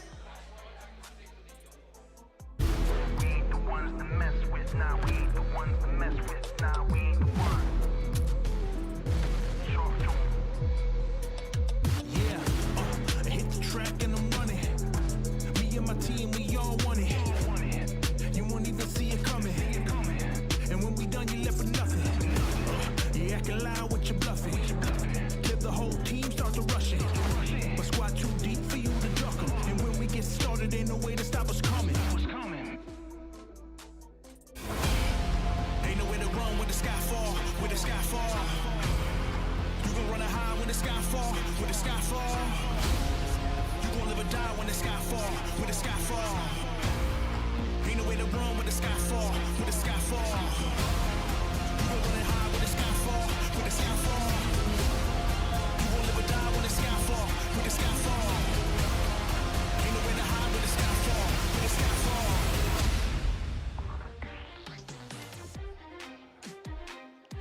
Welcome back, London. Welcome back, Twitch. And I know you've had enough of me, but can I interest you in a little Dave Walsh for this Optic Quadrant series here happening on the main stage? Dave, you're a legend. Your name rings bells around these parts out here. And it's a pleasure to finally get an opportunity to cast a series with you. And what a banger we have. Optic versus Quadrant, a tale as old as time as far as Halo Infinite's concerned. But this time around, we have a bit of a twist, a couple team changes since the last time these two teams matched up. As we load into game 1, Dave, what are your feelings going into this after just watching the Quadrant Sentinels series? I mean, after watching Quadrant Sentinels and watching Optic versus Sentinels, I feel like we have a series on our hands. However, if you asked me going into this event how the series would go, Optic were looking so strong at Arlington. They only lost 8 maps the entire tournament, and 7 of those 8 maps were against Space Station. We always find ourselves asking questions like, was it Optic playing bad or was Sentinels rising to the occasion? Well, everybody seems to be playing around the same level so far here today. Can Optic pick up their game, or is Quadrant going to meet the level that Optic's playing at? Right now, it's a one-on-one on the map. And that's a good start to showcase how far this series can go if we're even trading at the opening break.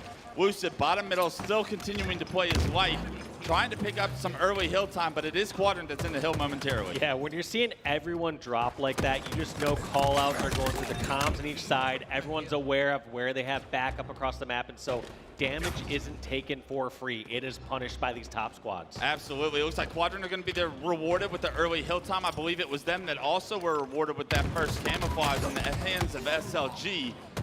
However, kills continuing to be traded, just about a third of the bar in Quadrant's favor. It's still anybody's hill here for Hill 1. Yeah, right now they're just kind of posturing for position, just seeing how much damage they can get across the map, see if they can get some slays out. They aren't going to overcommit to the hill right away, not until they at least have a couple members down. And now you might see Optic step their toes in a little bit. Now that they have 3 down and Snipe Drone, there's only one left. So far, it's such a fast-paced game between these two. You have to think that eventually one of these teams is going to get control. How long can they hold that setup? Optic with about half the hill already completed now that they have the slays in their favor. Dave, what are you seeing here? What I saw right there, though, from Lucid was overall a great play. He went over towards glass, checked towards driveway, but once he realized he didn't see anybody, he instantly sprinted towards yard, towards gold ledge to see if he could be a factor in that fight. But ultimately, it was just too little too late. It felt like Lucid left his teammates out, not to dry, but almost a little too late on the flank, and that's the difficult part about being in a position like that. Almost like he guessed wrong as far as where Quadrant were going to be. Yes. Because he guessed wrong, it's been given an opportunity to Quadrant now. They're over halfway. This hill, if it is any indication of how far this series is going to go, how competitive this series is going to go, we're in store for an absolute banger. Optic back in the hill, back with kills in their favor. Trippy trying to play his life bottom U-turn. Spots SLG. SLG guesses wrong, and you guess wrong against Trippy. You get taken down. He's able to get the first, but it's Quadrant that find the next 2 kills in the kill feed, and they are back in the hill as well. Yeah, Quadrant not giving up just yet on this. Glory going to try basically the same flank last time when Lucid was in this position. Did not find anyone in yard right away. Let's see how Glory plays it. Plays it the exact same way that Lucid does. Doesn't see the players, pushes towards yard, and pushes towards gold. No, make that goes towards driveway.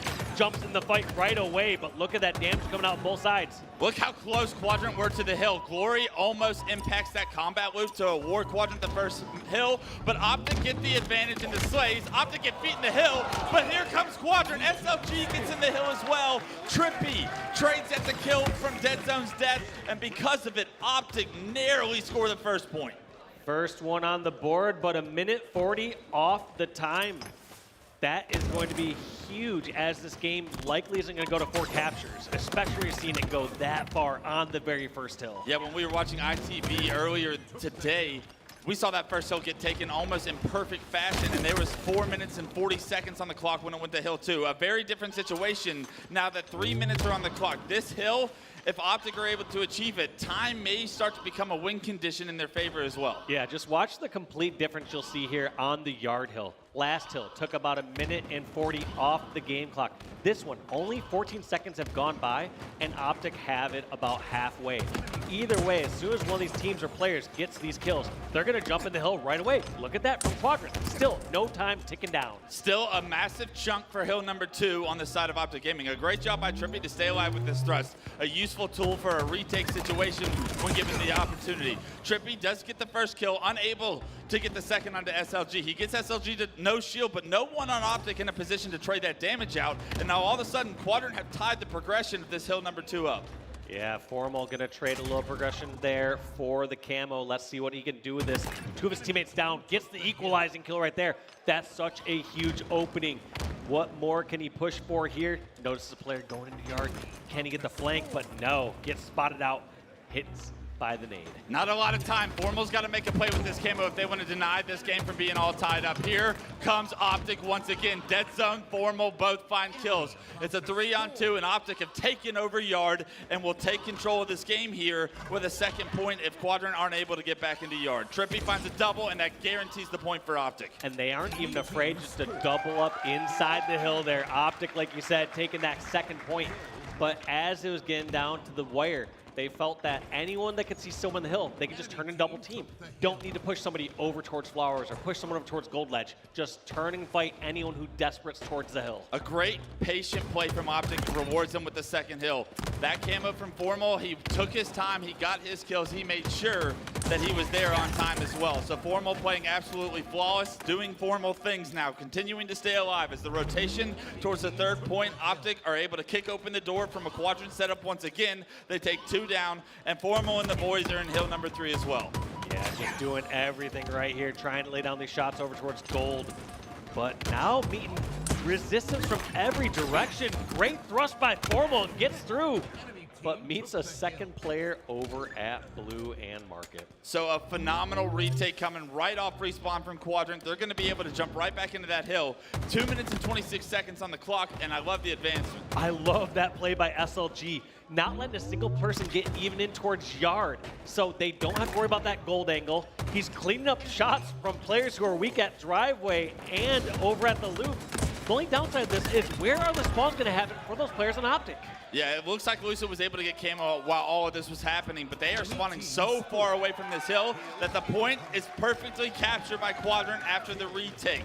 That is the win that you get from creating so much space when applying that pressure and denying yard position. Yeah, after that bottom mill hill, this game has picked up in pace, Wes. You've noticed that 2 other hills have been captured, one apiece for Optic and Quadrant, within 1 minute compared to the minute and 40 it took for the very first hill. When Optic played FaZe last tournament on Solid 2 King, the game ended at 2-1 because of time. A much different situation here between Quadrant and Optic, neck and neck still. Optic were favorable to get the first opportunity at a setup on this 4th point. They've gotten about a third of the way done. Can they get the kills that can continue some of this progression? 3 go down for Quadrant, and they will once again have to come off respawn and try and break the setup, or they will go down 2 points once again. And also Trippy, you could tell, did not know where the players were just yet. He was first worried about loot. Now realizes that they've spotted Glory out over towards the snipe side, so he is not worried. But now players can spawn out a little bit further. They've maybe pushed out near posters. He's going to be worried about both sides. Quadrant are going to give up this point to Optic. They do not have an opportunity to retake this hill. And with that, Optic will once again jump up by 2 points with the hill moving towards snipe. It is a must-win hill for Quadrant. Optic are on hill point. Yeah, Quadrant keeping control there. And actually, I couldn't tell if Trippy's goal was to get the last bit of hill and then sprint away, or wait till his team was in a better position. Because with Quadrant giving up that hill, there was no need to speed up and finish that one up. Optic were going to finish that at some point. Now it's just a question of how much control they have across the map, and do they want to give up the first quarter or half of the hill to Quadrant? Yeah, that's like a game of chess. Can you make the clock even further in your advantage? Because right now, Dave, look, since the hill has moved, it has almost been a perfect setup for Quadrant. 2 minutes still on the clock, and we're almost seeing the 5th point of the game captured. Yeah, and I think that's exactly what the hesitation we saw from Trippy was earlier. He was just kind of playing, do we grab this hill? And a lot of times, when in doubt, you just got to take the objective if you're not certain. However, there is that riskier, however, higher reward play. You can sometimes wait that out. But now we are seeing this 2-3 game, and Clutch, last time this took 1:40. Are we going to see it take this long this time for this final hill? It looks like Snipe Drone is in a perfect position to answer with a no. So a double kill with perfect shots and perfect use of the camo. The transition from the 5th point to the 6th point of this match has been flawless for Quadrant. Already gaining some progression there. Time not necessarily a factor, shouldn't become a factor, but as I say that, a couple of members from Quadrant drop, and with that, Optic gain a little bit of map control, and Shock Rifle in the hands of Formal can be a dangerous thing to see, but Quadrant remove it immediately. And also not just map control, you see Optic there not committing to just lane. You saw Dead Zone grabbing the first 10% of the hill for Optic, but not looking good when kills are going that quick for Quadrant. 2 still down for Optic, however. Quadrant still have numbers, make it 3 down. They are back in the hill as well. They can tie this game up still. Time not going to be a factor here in game 1 of the series. A double for Quadrant once again will allow them more progression. Can they finalize this last moments in this hill to tie this up, as it will move to yard for the 7th and final point? Oh my gosh. Quadrant had the momentum without a doubt going to this final hill. Are Optic going to ice it up? And can they get the kills needed to get this yard hill? Optic once again with the perfect rotation into yard. They are set up to gain early progression on this 7th point. Quadrant have done so much to come back from down 2 points, but they need to find a way to break this setup. It's going to be tough, especially this first half going towards Optic. Lucid not taking any chances, takes it in his own hands, gets a perfect right there, and keeping control of the yard. Pressure on Snipe Drone. He's in a 1v2. He's going to try to charge the fight. Nowhere to go. You either run to Lucid. And that's a problem, because Snipe Drone's going to be a staggered respawner right now for Quadrant. They're even able to take down Glory. And it's a perfect 7th hill for Optic. As much as Quadrant tried to come back, Optic saw an opportunity to have the first setup, and they never lost it in that 7th point. And you just saw that back and forth as both these teams got control. You saw what they were able to do with it. It felt like neither of the teams were that strong on the back foot. As soon as Quadrant had the setup on the hill and they were over towards Snipe, they took that near flawlessly. You saw that last one in the yard. Optic all the way. For as scrappy as that first hill was, for both teams to find their footing and hold perfect hills across the way, Dave. What are you seeing as far as like maybe early series jitters, and then each team, when they had control, dominated that section or that hill? You can maybe attest to some early series jitters. The other part that would really be a main factor in that is a map like Solitude. Once you get numbers, it's easy to snowball those numbers, especially in the center of the map. Someone's weak near bottom center, and if you have people up high and have those angles, you're going to get those finishes. Or the reverse of that is true. You're not going to get away when you're weak. You saw a lot of these times players were basically forced to challenge a fight to the death and hopefully win that or trade that out. Yeah, the specific situation that points out to me was when we watched SLG push all the way through yard towards driveway when the hill was over towards dip. It's like, how much space do you want, kid? It's not about space. It's about continuously keeping it at a 4-on-3 or a 3-on-2. Numbers advantage at all times. And when you have numbers advantage, especially on Solitude, it is so difficult to try and overcome. Yeah, absolutely. And yeah, those advantages like you're talking about, they're pushing out, and either they catch somebody off guard, they just get the first shot or two. It catch me off guard. Yes. I'm like, what is this guy doing in yard? The hill's over there. And then also, if they don't clear that area out in the beginning, they have a built-in flank. They have somebody over at gold, raining down shots over towards posters or anything like that. So it's just this kind of win-win scenario. He runs any single way he plays that. It's going to be advantageous unless he somehow gets picked. All right, so we're moving our focus over to game 2. It's a Slayer, and we saw an opportunity to see a graphic there where Formal and Lucid are apparently dominating in the Slayers so far here in London. It's been maybe a short sample size, but if you're Quadrant, Dave, coming on the back of a Game 5 loss, you lost both Slayers to Sentinels in a best-of-5. Traditionally, we always say the better team wins the objectives. Well, Quadrant had some dominant objectives throughout that series that allowed them to get it to a Game 5, but Sentinels look so strong. How strong Optic is in these Slayers, what do Quadrant need to do in order to improve their Slayers? And they have to do it quick, Dave, so let's hear it. Yeah, we're going to have to see how they step this up. I mean, obviously, we can talk about controlling the power weapons and power-ups and how are they controlling the map. Are you making fun of me right now? Not making fun of you, but I was going to say with the squad, it's really tough to pinpoint in one exact area that we need to see them step it up. I didn't feel like we saw much panic out of Quadrant there, which is usually where you see the lower level teams really lose out on the objectives because they're chasing after a flag they have no business stopping. Right. They're letting the other team get that first hill and then get the kills to lead into the second hill. But I didn't see any of that really from Quadrant from last game. I didn't feel like they had the objective pressure really working that hardly against them. Couldn't agree more, and right now as game 2 is underway, 5-5, so no differential really made here. Trippy does have the shock rifle in hand, and you know what damage he can do if he's given an opportunity, but he can't hit the shot that's right in front of him. Snipe Drone able to remove that shock rifle. Formal goes down as well. Quadrant, with a very successful push into blue, will gain map control and tie this game up 8-8. And looking at the Killjoy medal I just saw from Lucid there, SLG, you're going to need to slow him down if you want to make sure you're going up 2-0 here from the Optic side. Just absolutely on fire. If I remember correctly, when I was watching SLG versus Sentinels, he won a fight he had no business winning. I also saw another similar fight. Oh my God. Speaking of getting kills that you had no business getting, somehow SLG, no shield, no problem. His aggression paying off for Quadrant here early on. 8-1-2 and a triple kill medal to pair with it. Glory now in a massive one-on-one. You don't want to find yourself in one-on-ones with Formal, however. Formal wins that one, and because he wins that one, he's able to transition on to a kill on Snipe Drone and to another kill. So that one-on-one, how impactful that was because of Formal's impact on the next combat loop was massive. Yeah, that's the biggest part about this game is as you win that one-on-one, are you getting some extra shots after? Are you getting a melee in? And those are those advantages that kind of snowball all the way through. Because now it's turned into a camo control, right? You got map control. What did that transition to? Camo. Now the snowball continuing to go down the hill. What can Trippy give us with this camo? I feel like he's going to get active. Ends up finding one fight over an elevator. Takes some damage. But the more focus on Trippy means less focus on other members of Optic. Are they pushing across the map and getting more ground?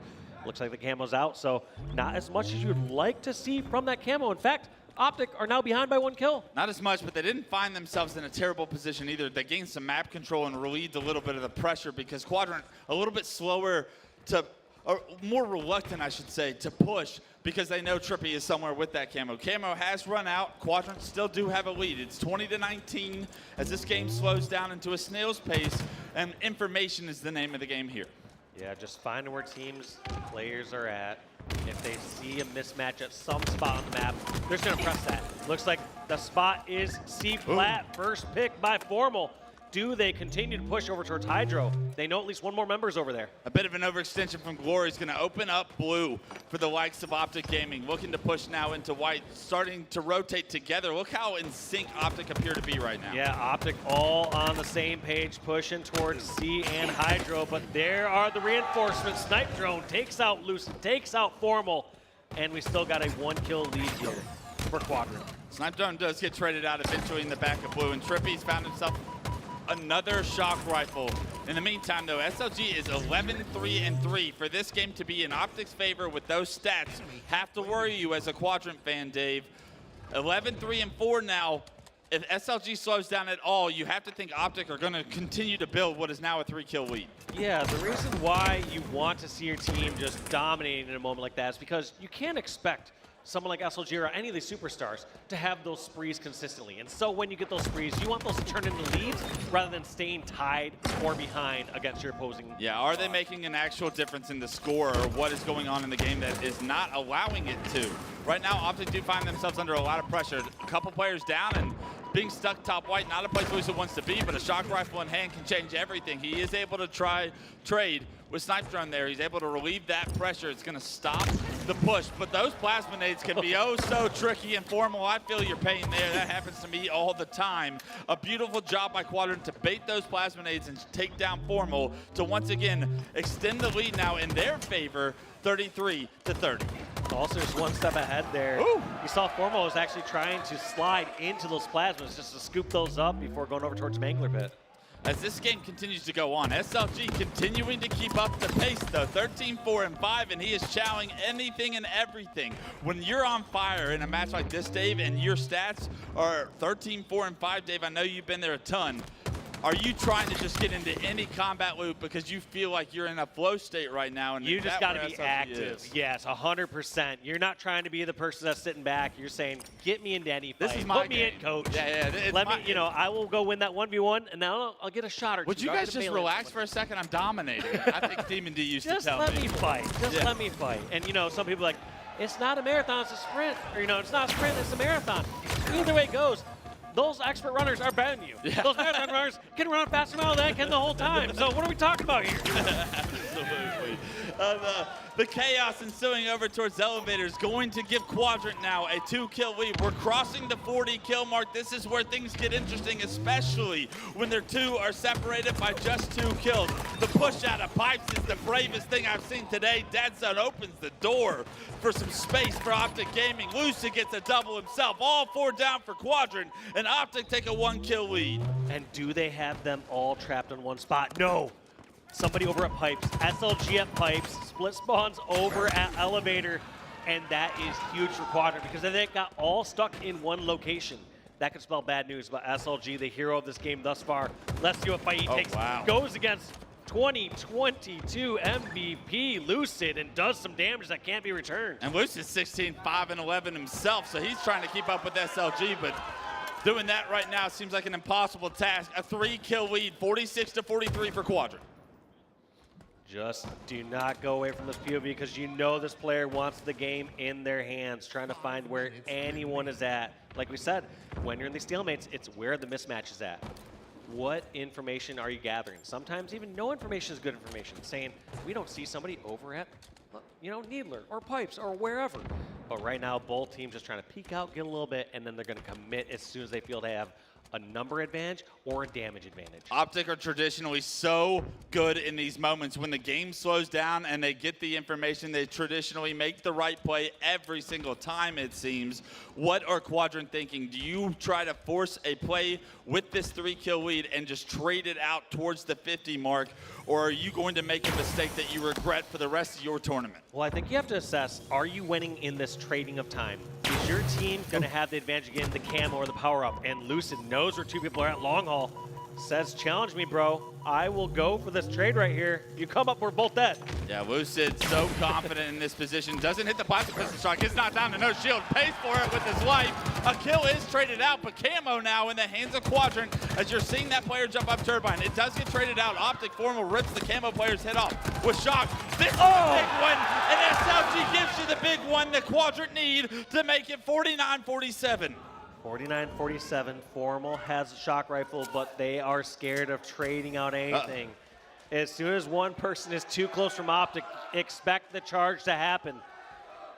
Formal trying to get any sort of pick. Needs to make them fully punished before they make any charge across the map. Quadrant are not in a position they want to be in right now. All stuck in pipes, and Formal changing positions with the shock rifle is going to catch someone off guard. Snipe Drone doesn't take the first, but the second one is true from Formal. 49-49, they find two. Last two players are alive. And SLG gets the 50th kill and ends the game for Quadrant's favor, tying the series up 1-1. Thank you, SLG, for that game. Obviously, it's a team effort, but from what I saw from SLG, he was doing some individual work right there. The fact that he's the man to end the game as well is massive for this team, for their confidence coming in. You're lost to Sentinels, you're trying to gain some momentum, and a must-win series if you want to go into the winner's bracket. Optic Gaming takes game one in a very lengthy King of the Hill. You're thinking Quadrant, are they going to run out of gas? Is all the momentum that they tried to muster up during the break just all for naught?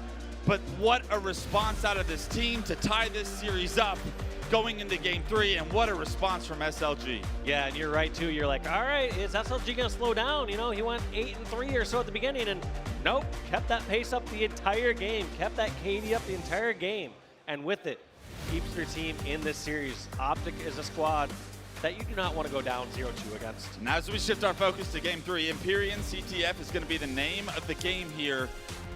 Taking a look at the highlights from game two, but Empyrean CTF, traditionally such a strong game type for the likes of Lucid, Formal, and Optic Gaming. But how dominant of an Argyle CTF we saw Quadrant play against Sentinels has got to give you a little bit of hope for the Quadrant fans out there, for the hometown team, that their CTF game has looked very strong, at least the little we've seen so far here today. Yeah, absolutely. I mean, Argyle, like you said, it's not the exact same as Empyrean. Both these teams were looking pretty good at this when you look at their past stats from Arlington. It was Quadrant being 1-0 on CTF Empyrean, and Optic were 2-0 on this mode from last round. Okay, you know Optic's good at this map, especially with the history that those guys have in their careers. Trippy, Dead Zone, Formal, how many hours of Halo 3 they played, and Lucid's good at everything he does. I mean, he's a basic male model up there, dominating the competition, an MVP, a world champion. I'll stop with the accolades. I could go on, though. But you know, if you're Quadrant, and what you saw from Argyle, I think it transitions to Empyrean. I think so too. I think there's a lot of transferable skills. The double snipes, yeah, what it takes to get a flag on the move and how to properly deny respawners from being able to take down the flag carrier. These routes, if Glory can do what he was able to do on Argyle with the snipe here on Empyrean, Optic might have a headache after this one. We're having Quadrant try to gain the lead in this series, something I didn't know we'd be trying to say here. As this one's kicked off, the series all tied up, and Optic Gaming looking for a response after a game 2 loss. Oh my gosh, does not get the back smack onto Dead Zone, and gets the trade out in the end, but that's such a roller coaster of events. You expect to get a kill on the Rockets and have a Rocket player, but that flag is already moving? Are you kidding me? Flag is on the move, but that repulse pushes the flag so far back right there. It's going to make it more difficult for Optic to get a touch and keep it contested. Right now, Snipe Drone coming off respawn, able to hop on that return. It was Snipe Drone that repulsed the flag carrier back towards his side of the map, because if that doesn't happen and the flag's under bridge, it's a lot easier for Optic to try and get a touch and compete for, as opposed to the street right in front of the enemy snipe. Much easier to guard, like you said, and yes, that is uncommon. I can't recall the last time we've really seen flag carrier get repulsed to a more disadvantageous position. Yeah. Heads up play by Snipe Drone to keep this game all tied up at 0-0. It was an early attempt at a flag run, failed by Optic Gaming, shut down, I should say, by Quadrant. the battle for map control is the name of the game here, and SLG with snipe in hand. Let's see what he can give us as he gets his shield back on mid-bridge. All right, SLG, 5 bullets. How many kills are you going to see out of you? Pressure coming over from top turret, coming over from sword. He knows Trippy's going to challenge that. Oh, yeah. And he accepts the challenge gladly. 1-0 in favor of SLG right there between that little rivalry. SLG looking for one, spawning towards the courtyard, does take a couple bullets of damage. Wants to get his shield back. His teammates gonna be pulling the flag. SLG finds a pick. SLG finds a body shot. SLG gets a nade onto Formal as well. A lot of damage that may be able to get capitalized on from the rest of Quadrant, but where are they? Seeka's coming through green. 2 players in the training. Seeka finds them both, but that flag carrier did get shut down by Optic. Nobody on Quadrant in a position to run that flag, it appears, and it will be a battle for map control that we're seeing instead of a potential flag run from Quadrant. Yeah, I mean those kills were answered quite quickly by Dead Zone in that last exchange. Is all that damage that was done by SLG kind of got canceled out by an incredible play by Dead Zone. Yeah, if you're not able to kill that flag carrier and he's able to stay alive somewhere in the Needler or the Mauler, that flag would still be on the move and probably put in for Quadrant. Game's still all tied up, 0-0. 9 minutes and 30 seconds on the clock, which means Overshield and Rockets will be coming up here momentarily. Overshield is up, Seeka's on top of it. Trippy late to the party, can't find the backsmack, but a couple of melees will deny that Overshield from being too impactful, and in the meantime, Lucid's found the Rockets. Yeah, and I think those choices, I think Rockets, if you get them back safely, is the better one to have. But then again, it's tough to get those into an effective position. Sometimes just being stuck over at green doesn't do much if you're just going to get shot over from snipe or sword side. Yeah, the big power curve swings from those power weapons, both negated. Very well done by both teams to deny any real success. Right now, though, it looks like the flag is being pulled by Optic Gaming. Formal has found himself a snipe, and with the flag on the move into the courtyard, both snipes are controlled by Optic. Let's see if they can hit a couple shots and continue this flag run. Also, second time we're seeing Optic run this flag over towards snipe/sword side. Historically, we've generally seen it going through hallway. Something more recent, I would say, we're starting to see teams adapt towards this push. And why? We'll have to ask one of the pros later on today, because they're the only ones that really see the difference in dynamics. But we did see ITV have so much success earlier today with the camo and green flag runs as opposed to the snipe flag runs. Is that going to be something Optic regret if they're not able to have success here? Because once again, a European team in Quadrant having success shutting down these courtyard flag runs so far. You know what? I like to see the evolution of how these teams are playing the maps and what differences in situations that they see, because my guess is it's just going to be all based on positioning. If Optic happen to have someone over towards top turret or bridge with snipe, they're like, you know what, it's fine, just run through cuts. You just have that one moment of vulnerability going through to bottom bridge or towards runway, compared to the moment of vulnerability as you're running it from Needler pit over to Needler, over towards long haul. It's also different with stylistics as far as like how the Europeans are playing Empyrean CTF to how the Americans are. So maybe what Optic does works traditionally online, and they're scrims against some of the best in the world, but Quadrant obviously having an answer so far for anything that Optic has thrown at them throughout this game. Still 7.5 minutes on the clock, no caps rewarded for either team. No real significant opportunities, I would say, either. But here comes Optic Gaming. Dead Zone gets the first kill in green. Dead Zone's going to also find the second kill, and he's going to get a nade onto the third player that just spawned Mauler. This could be bad news bears for Quadrant. A beautiful trade to take down Dead Zone, but the rest of Optic Gaming are surely short behind. Dead Zone creating so much space. That's the thing you're not seeing on the stat screen. Yes, Dead Zone has the most kills for Optic, but on top of that, creating the most space for Optic. Those rockets were nearly a free grab for Formal compared to all the space that Dead Zone created. Yeah, if you're Dead Zone, you did your job in that situation. Formal needs to pick up a couple of kills and open the door for Optic to get some map control here. Glory's spotted out in the courtyard. Formal still with one rocket in his back pocket. Nobody from Quadrant looking to be on Formal's side of the map, knowing that he still has this rocket. Snipe drone is going to be camo side of the map, and Formal does choose to push to green. The last rocket going to be shot onto Glory, but it's wasted as nobody from Optic able to take down Glory so far. It actually is Trippy flying through green that does finish the kill eventually. Both flags are being pulled right now. Both teams coming off respawn, and this is a very interesting decision for Trippy to try and see what he can do.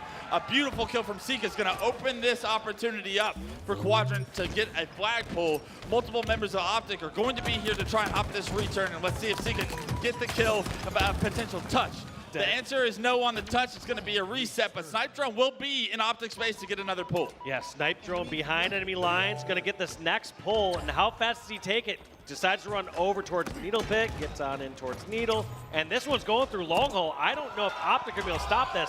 I don't know what control they have over on Bridge and Training. There's 2 down for Quadrant. One does come off Respawn, but here comes Optic Gaming across the bridge. It appears they have a snipe as well, and Trippy is here to stop the cap. Nika takes down Trippy, though. The flag not being returned just yet. Lucid said sit down. Nobody on Quadrant spawning near that flag. The return comes through, and it's the Trippy Lucid duo that shut it down themselves. And what looked like it was about to be a cap there for Quadrant is now turning quickly into a counter cap. Dead Zone moving that across the map. Glory, the last one alive, is going to just have to settle for a trade. And it's with Trippy, and that's going to be first cap going on for Optic. It's a counter cap for Optic, and it's through the camo hall where we traditionally see the success. The first time Optic run it that way, they have that success. They're able to punch that one in off the back of a beautiful play by Trippy and Lucid. Still with Snipe in hand, Snipe Drone able to trade that kill out. So you get the snipe out of Lucid's hands, but at what cost? A 1-0 lead with less than 5 minutes on the clock for Optic Gaming. And here comes the grab. Do they know snipers and sword? They do. Takes a route all the way through Needler, but decides to back down. Now Trippy wisely focuses elsewhere across the map. When you have those power weapons, you're going to be the #1 subject and target across the map. So you want to reposition, you want to refocus, see if you can catch someone else off guard. What a heads-up play by Trippy to drop under bridge, finish that player that was no shield, trying to activate that overshield. The overshield gets thrown off the map. In the meantime, Dead Zone was able to get the rocket, so the entire power curve going towards Optic Gaming now. Trippy still with snipe in hand and looking to be aggressive through green hole. Try and just get that last poke shot, but not afforded that luxury. These players are hitting every single shot, keeping them out of scope and not making it easy to get any picks. Nothing flashy done by Trippy, but the job is getting done. He gets finally taken down as the snipe ammo gets wasted. Dead Zone and Formal will still be here to control the Optics training side of the map. SLG trying to push through camo, needs to wait and try and buy time for his team, but there will be no help from his team. They get taken down, and Optic continued to push through green and camo this time around to find success. 3 go down, Seek is the last player alive, all 4 down, and now here come Optic Gaming. Moving just so fast over in those areas, hitting every curb slide he can, and just always at that front line you see. Oh, Trippy takes down Glory, starting to run the flag, and surely Optic Gaming, the rest of them, can anchor the setup here for Trippy to get this flag all the way through camo to take a 2-0 lead here with just 3 minutes left. Just moving too quick across. They're also going to come back to a nice sniper that's just spawning, and they can take this as fast or as slow as they would like. Trippy, 26-5 and 14, the difference maker here in game 3, the lifeline for Optic when they need him to make a play. Trippy has made a play in this game 3, and because of it, they have a very comfortable lead here in time, all of a sudden becoming a major factor in Quadrant's opportunity to keep this series tied. Now let's see what happens. We've had Dead Zone with the sniper here back to the base. Unfortunately, ineffective with there in that situation. But I want to see who else from Optic is stepping up to create that extra space. We saw Trippy being super aggressive, going for lots of grabs, pushing out really quick, but also had Dead Zone leading a lot of those charges. Yeah, it's the aggression duo of Trippy and Dead Zone so far that have created those opportunities. Formal and Lucid sitting back towards the training and sword side of majority of this map. But Optic Gaming's control of the power weapons have been a real story to tell. As I say that, we're on board with Trippy. He's found himself the rockets, and he's looking to push that 27 kills towards 30. Yeah, and I think the best defense is a good offense. Just take a little bit more space, and then you can go back and clear out your base if needed. But one thing we've seen from less experienced teams is sometimes they'll turtle up once they get that lead, and you start to see that their game plan falls apart as they don't have that aggressiveness, as they don't have that option in their playbook. You don't think you'll see that out of Optic Gaming today. The veterans themselves, the world champions themselves, and Trippy continuing to bulldoze his way wherever he pleases right now. 3 down for Quadrant, another flag being pulled, and Optic are trying to end this due to caps and not time. And look at that same duo once again, Dead Zone and Trippy all the way over at the Quadrant base, which they were not expecting. They're expecting, sure, they could push through on bridge or push through a little bit. They weren't expecting another flag grab at this point. They were going for a long flank through runway. If the situation was different, Trippy might have felt more of a need to desperate for that flag. But with a minute on the clock, they let that flag get returned. They reset. They make sure that they don't go 2-3 down in a situation that could get Quadrant any sort of life. And with that veteran play, Trippy and the boys on Optic Gaming look to close this one out with 40 seconds remaining. Quadrant have got to get a pull now. Yeah, that's such a good highlight there, Wes. Knowing when to give up a cap and just go for slays. That separates the best from the best. They just are going for every little advantage. They're not going to create those windows where you're going to get counter-capped on, or we're going to set the other team up to have their miraculous run. Conversation versus risk versus reward, right? And what the state of the game is, what you need right now. If you need a cap, it's a little bit different of a situation, but you don't need a cap with 10 seconds on the clock. Optic, all they need to do is stand still at this point, because there's no way Quadrant are going to be able to take game 3. Optic have done the job. It was a grind, it was a battle, but game 3 will go in their favor, and they now take the series lead once again, 2-1. A slugfest there between these two squads, but Optic landing more blows. Kills going in favor of Optic, 90 kills to 69 kills there from Quadrant. So just kind of outslaying, outpacing, and also just more touches. They were so many times across over on the Quadrant half of the map, pulling that flag immediately. Early on in this game 3, as we're taking a look at the highlights, Quadrant felt like they were going blow for blow with Optic. They were shutting down what Optic wanted to do. But there was just lapses and moments throughout this game as it transpired on the focus of the power weapons and the power-ups. The trumpets in the backgrounds trying to fire Quadrant up have got to be hilarious. But, I mean, the rocket control and the overshields, as soon as those were coming up every time, it felt like Optic started to get the better of Quadrant. Quadrant not able to really set up for those power-ups and power weapons as they need to. And when you give a player like Trippy rockets and overshield to play with, he's going to have a big stack game, and Trippy does what he does, a big stack game with those power weapons. Yeah, just going absolutely off with those weapons. And also, like you said, anytime they had those kills or advantages, they were just flying towards the flag. And notice how immediately, as they started to transition their focus from the overshield and bridge side towards the green and camo side, they started to have so much success, right? It felt like Quadrant didn't have an answer for the amount of pressure that Trippy and Dead Zone were both putting into their Neeler, into their Mauler, and the havoc that they were creating. It really was that spark of a counter cap where you thought Quadrant were going to take the lead, where that game completely shifted in momentum, however. The snipes from Lucid, the one kill onto the flag carrier from Trippy, and then the double from Lucid was the spark that ignited the flame that became Optic Gaming in the second half of that game 3. Yeah, they just absolutely took control, like you said. All those counter cap opportunities, they took advantage when they had that window open. But now we're looking into game 4 here. Live fire, oddball. Looking at both their HCS Arlington stats. Both of them 1-0 in this game mode at last. Undefeated. Undefeated. Can't lose it. What happens when an unstoppable object meets a, immovable, or unstoppable force meets an immovable object? We'll find out with these two 1-0 teams. Yeah, I don't have the answer, but what I can tell you, Dave, is as that game 3 continued to go on, Optic started to really feel like they had no chance of losing it. The control was always in their favor, even at times where they lose a guy, or they may have one guy overextend and he's the first one to go down. Optic were still in a position where they could manifest control of the map and not give up too much. On a game type like Oddball, I feel like that is such an important quality to have. Let's see if Optic can continue that, or can Quadrant find an answer or replicate that same level as the battle comes underway. SLG is going to open it up with the first pick, and that's a good start for Quadrant fans here. Camo's coming up momentarily, so these kills and the control of the early oddball time is usually a strong indicative of what's going to happen here early in this game 4. Yeah, Lucid trying to hit those shots onto Glory or Snipe Drone, but teammate in the way, so trading out a little damage there. But this ball is not in a safe spot. These teams are just going to be vying for garage control. You see them instantly going over towards the garage window because they realize they control that. They control the garage.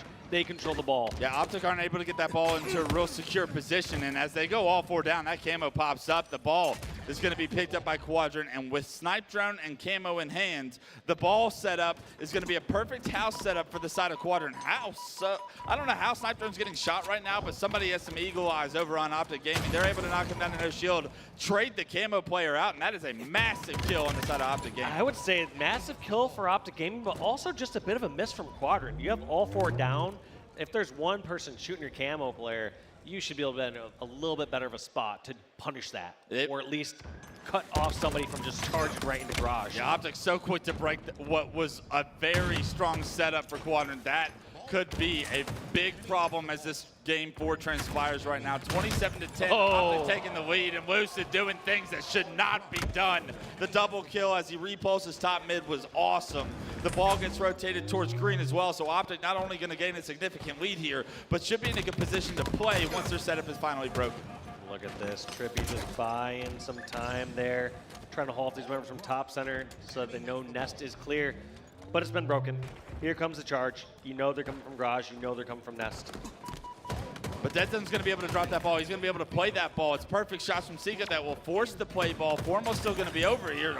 Narrowly takes down Sika. It is a double kill for Sika, but look, the ball already gets reset, and Trippy already has it in his hands, and he's taking it away. One thing about Optic, at least in past seasons, I always felt that they were the best ball rotation team in the league. I'm not sure if that's still true here I think in 2024. I think it is. Rewatching Arlington, that was something that I thought was unbelievable that they were able to do so consistently. Their reads of where to take the ball and when to grab it and put it in a position where respawners can compete for it, you're already seeing that pay dividends here once again in London. Yeah, that last one was wild because we saw 3 dead, Trippy the last one alive, and he runs over towards his spawning teammates, and all of a sudden, Optic are contesting this ball in a situation where they were 3 down. Right. What you thought was going to be a window for Quadrant to maybe try and get the ball in their hands, get it to a place where they're set up. Optic denied that because the last player alive is making such an impactful play. It's 57-10 now. Quadrant find themselves down 47. Snipe in the hands of SLG could change everything, however. It's a double for SLG. The ball gets neutralized for a moment, and this should be the first real Quadrant setup we've seen since that Camo play. Yeah, first Quadrant setup, you have SLG with Snipe, and he's not missing. One thing you also brought up, Wes, was you said, all right, when you're on fire, what are you doing with your team? What are you having them play a little different?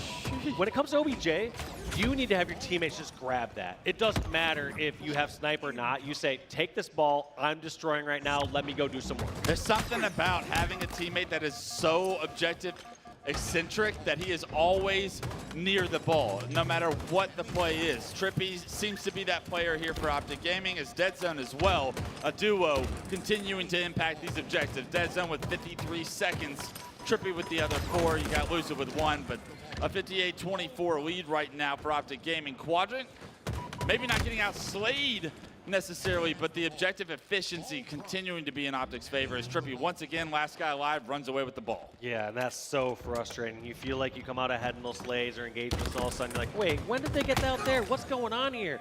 And then that's where frustration seeps in. You start to charge across the map, maybe not taking the exact route you should take. You get punished for that, and you're back in respawn. Yeah, you feel like you're almost getting robbed of the good plays that you feel like you're making. Unfortunately, the best plays to have the op ball in hand, and right now, Quadrant need to find a way to do so. 69-24, Deadzone, ball in hand. There is a player towards Camo in Seiko, but he's got to wait for his teammates to respawn if he has any chance to try and break another Optic Gaming setup. Let's see what Deadzone decides to do with this ball.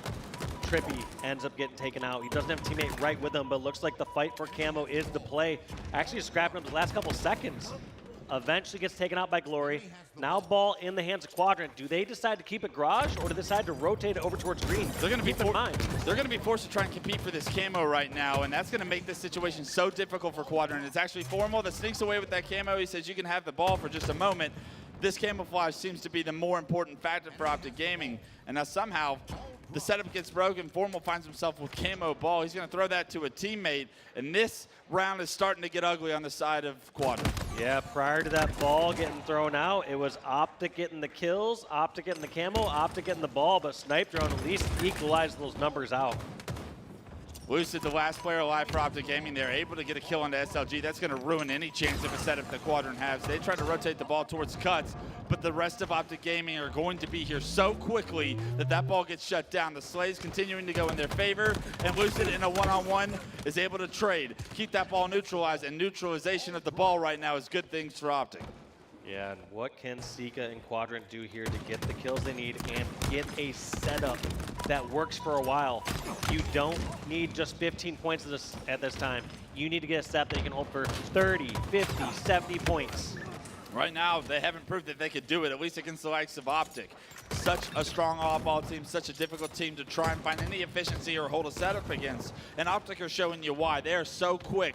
If one player is alive, they can ruin everything as they continuously do it. The ball waits so long in that cuts area that it gets reset right now, and all of a sudden 38 seconds on the clock. Time starting to become a factor as well for a win condition for Optic here in round one. Yeah, it's looking like Optic are just going to try to run this clock out. As I say that, Dead Zone grabs the ball, rotates it on over, and looks like he faked towards pillars, then ran back towards Kedor. I can't tell. But there's also some power in the route you take with that ball. So many players just adjust instantly, saying, all right, they're going to come out this way. I'm ready for it. Yep, they commit to a route, and they double back. Just like that, Dead Zone scooping up the last 3, 2, 1 points there, and that's round number 1 going for Optic Gaming. A dominant round 1 here in game 4 for Optic Gaming, and Quadrant have got to figure out a way to hold a setup stronger than what they did in round 1 if they want any chance of this game 4 being close. Yeah, the scary part there for Optic versus Quadrant is Optic had 54 kills to Quadrant's 51. So only a 3 kill difference. You basically consider that even in slays. But the objective time, complete different story. There's an 80-point difference in the objective time there in that round. Optic Gaming so efficient, such an annoying team to try and compete against. 3 go down. Dead Zone is the last player alive with Snipe. That ball not being able to be picked up by Quadrant because they know Dead Zone is watching it with Snipe. And even this camo being in a favorable position for Optic Gaming to compete for. Quadrant seem to be spread out on the map, and that could be really difficult to try and deal with Dead Zone on this camo push. They do get a couple of kills towards that camo, and that's forced Dead Zone back here, but he still has his eyes on competing for this camo. Yeah, knows that the last players are down low, grabs that camo, gets the damage, and now looking for the spawners. Glory gets traded out. Where's the next one? They know it's dummy door. Yeah, Dead Zone playing this so perfectly, so patiently as well. The ball in Optic's hands. Dead Zone does get spotted out. Multiple members of Quadrant looking for him. Which way did he go? Which way did he go? Able to find the first kill. Asika does get a melee onto him. That ball still towards the other side of the map, though, and Optic's setup is broken, but they have a 15-point lead to play around once again. Broken to a degree. I mean, Dead Zone drew too many players over there towards C-Plat. Even when they get that kill, they aren't able to collapse on that ball right away. And if they don't get that kill, they have a sniper behind them over towards tower, which is not a comfortable position to be in. Yeah, I mean, they're so busy trying to deal with camo Dead Zone, trying to figure out where he went, what's he doing. He's playing mind games with them, and in the meantime, the ball still in the hands of Optic, continuing to be a nuisance. Every single player for Optic making this such a frustrating experience for Quadrant. The differences between these teams has not been seen to this level until this map mode combination because of how dominant a team like Optic Gaming can feel like it is to play against. And Quadrant do have a couple of kills in their favor. The ball is in house. If they're able to take down Formal, this is the moment we've been waiting for. Quadrant with ball in hand, a full house setup. Can you find where Optic are coming from and stop the push? And I like this too. They're also getting the ball in a position where they can play ball. At any other times we've been seeing Quadrant die with the ball, they're tossing the ball out of a window or something like that, but Optic are actually able to grab that ball instantly after they get the slays. This is the first round of slays we've seen Quadrant have with ball in hand. They should be able to make this round very close. Camo is the focus for Optic as Trippy gets taken down. Lucian's going to be able to take down Sika, and I believe Camo got burned. That's why SLG is going to leave this area alone. Ball is still in-house, and SLG's in no man's land as the rest of Optic have been able to take that ball and rip it away from the likes of Quadrant, bring it back to green, and get in a position to play it if SLG can make enough damage. And you got to wonder, were Quadrant supposed to play that? Or were they too confident they were going to get those kills? You could see the confusion there, the hesitancy to toss that ball off, thinking that they were going to get their numbers advantage, and because of it, Ball didn't get played. Ball in the hands of Trippy. He's going to rotate this over towards Garage. Realizes it's clear, but somehow Sniper from SLG, was it? Or no, it's Glory. Oh, wow, a double that he should have got. Would have been nice. Didn't get, though, and now Formal might make you pay. He is taken down, but the setup for Quadrant that would have been, if Glory was able to find that kill on the Formal, would have been so strong at this point. The ball still in their hands, however. Just not even a 15-point game at this point. Quadrant starting to get some slays with these setups, are looking much different here in round 2. Can they keep this up? I mean, they got the points on the board. We haven't seen them get one of those setups where they get the extended point, period of time from the first round. We've now seen that. We've now seen them scrap back 10 points here and there. They've started to figure out a little bit, but is it too little, too late? Optic are so close from closing out this round 2. They still have the ball over in Garage. Can they get the slays? So much damage from Trippy. He's able to not only take 2 players down and no shield, he even finds a kill as well. So 3 members being taken down by the likes of Trippy and the rest of Optic Gaming with a little bit of help. 63-47. Somehow Quadrant have come off respawn and gotten the damage advantage, the numbers advantage, and back to a setup in the back of house. Quadrant have struggled from this position before, but they find the first kill. That's a big one right now. Dead Zone spotted out as well. Narrowly gets taken down by SLG, but a ton of damage from SLG could give them the advantage they need. Formal is the last player alive, forced to Quantum back. He's eventually taken down, and look at that. Quadrant will take the lead here in round 2. They get the kills, they get the time. Now, I would love to see them rotate this ball over towards green. Yes, that's easy for us to say as we see where the spawns are at, but forced Optic to divide and conquer. Force them to have to decide between camo and stopping the ball. Glory, run over towards Rat Tunnel. Gets the one-on-one against Dead Zone as he was getting shot in the back, and ball just gets technically played. I guess if you throw it back to the spawn point, you can call it play ball. But Quadrant had the numbers. 3 were down for Optic momentarily. The ball back in the hands of Quadrant. Make it all 4 down for Optic Gaming. Spawning over towards green is not where you want to see Optic spawning if you're an Optic fan. And 81 points and counting for Quadrant as they bring the ball out towards the key door here. Still, Optic members from Respawners are here to shut this down, but a 20-point lead is the biggest lead we've seen from Quadrant since game 2. And it's just chaos at the end here. Quadrant just trying to scoop up whatever kills they can. They find Lucid at the big door, not able to get the finish there.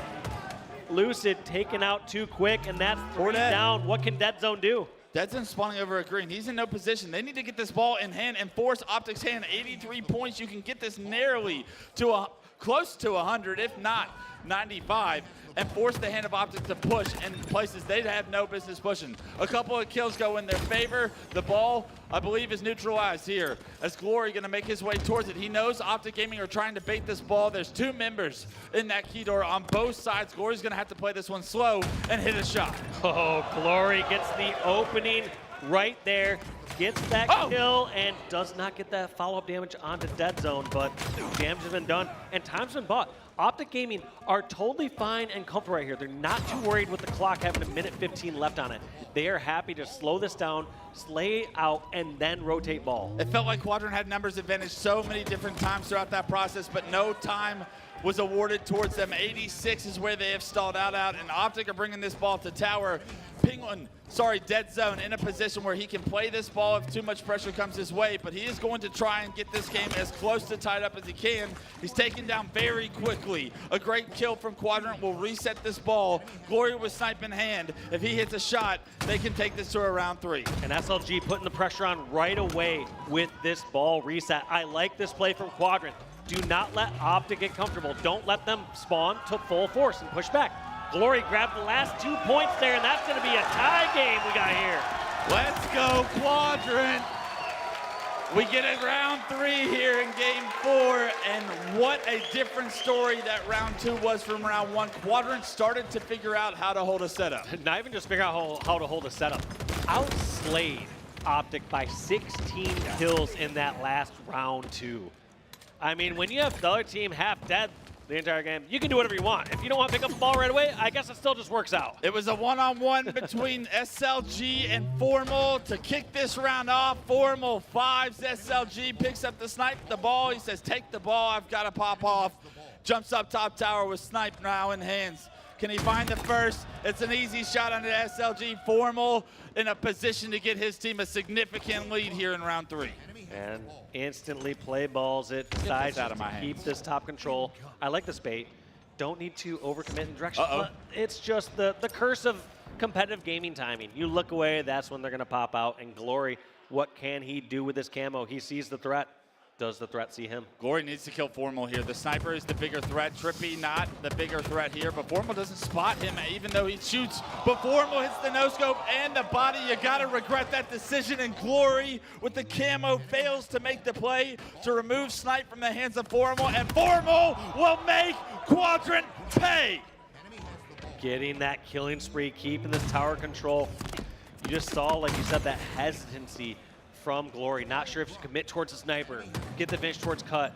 Great positioning from the players from Optic, but like you said, just panic. You know somebody on Quadrant's side was panic calling out Trippy, and he was like, I gotta help that. It sounds like there's direness in this person's voice. I think I just saw an overkill in the kill feed. I can't quite tell with the camera of the player, but immediately Quadrant come off respawn, break the setup of Optic, and although Formal hit some great shots, especially taking down the camo player, the game nearly still all tied up, and Quadrant rotating this ball to green should be able to get a play ball situation if they see too much pressure. However, that ball carrier was by himself at green. Nobody back green to play this ball. SLG trying to get his way back there, finds a kill, hits a G slide, finds the ball, and they don't need to play the ball, Dave. All 4 down for Optic. Quadrant had the slays to pair with it, and they will take the lead here in game 4. Quadrant playing so much better here as the rounds go on.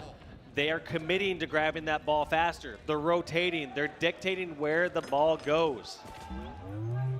Another round of slays in Quadrant's favor. Now starting to gain a significant lead. Camo coming up, and it's in the hands of Snipe Drone. He doesn't choose to activate it right away. Instead, he deals damage to Trippy, wisely backs down, gets it into a secure location before activating it.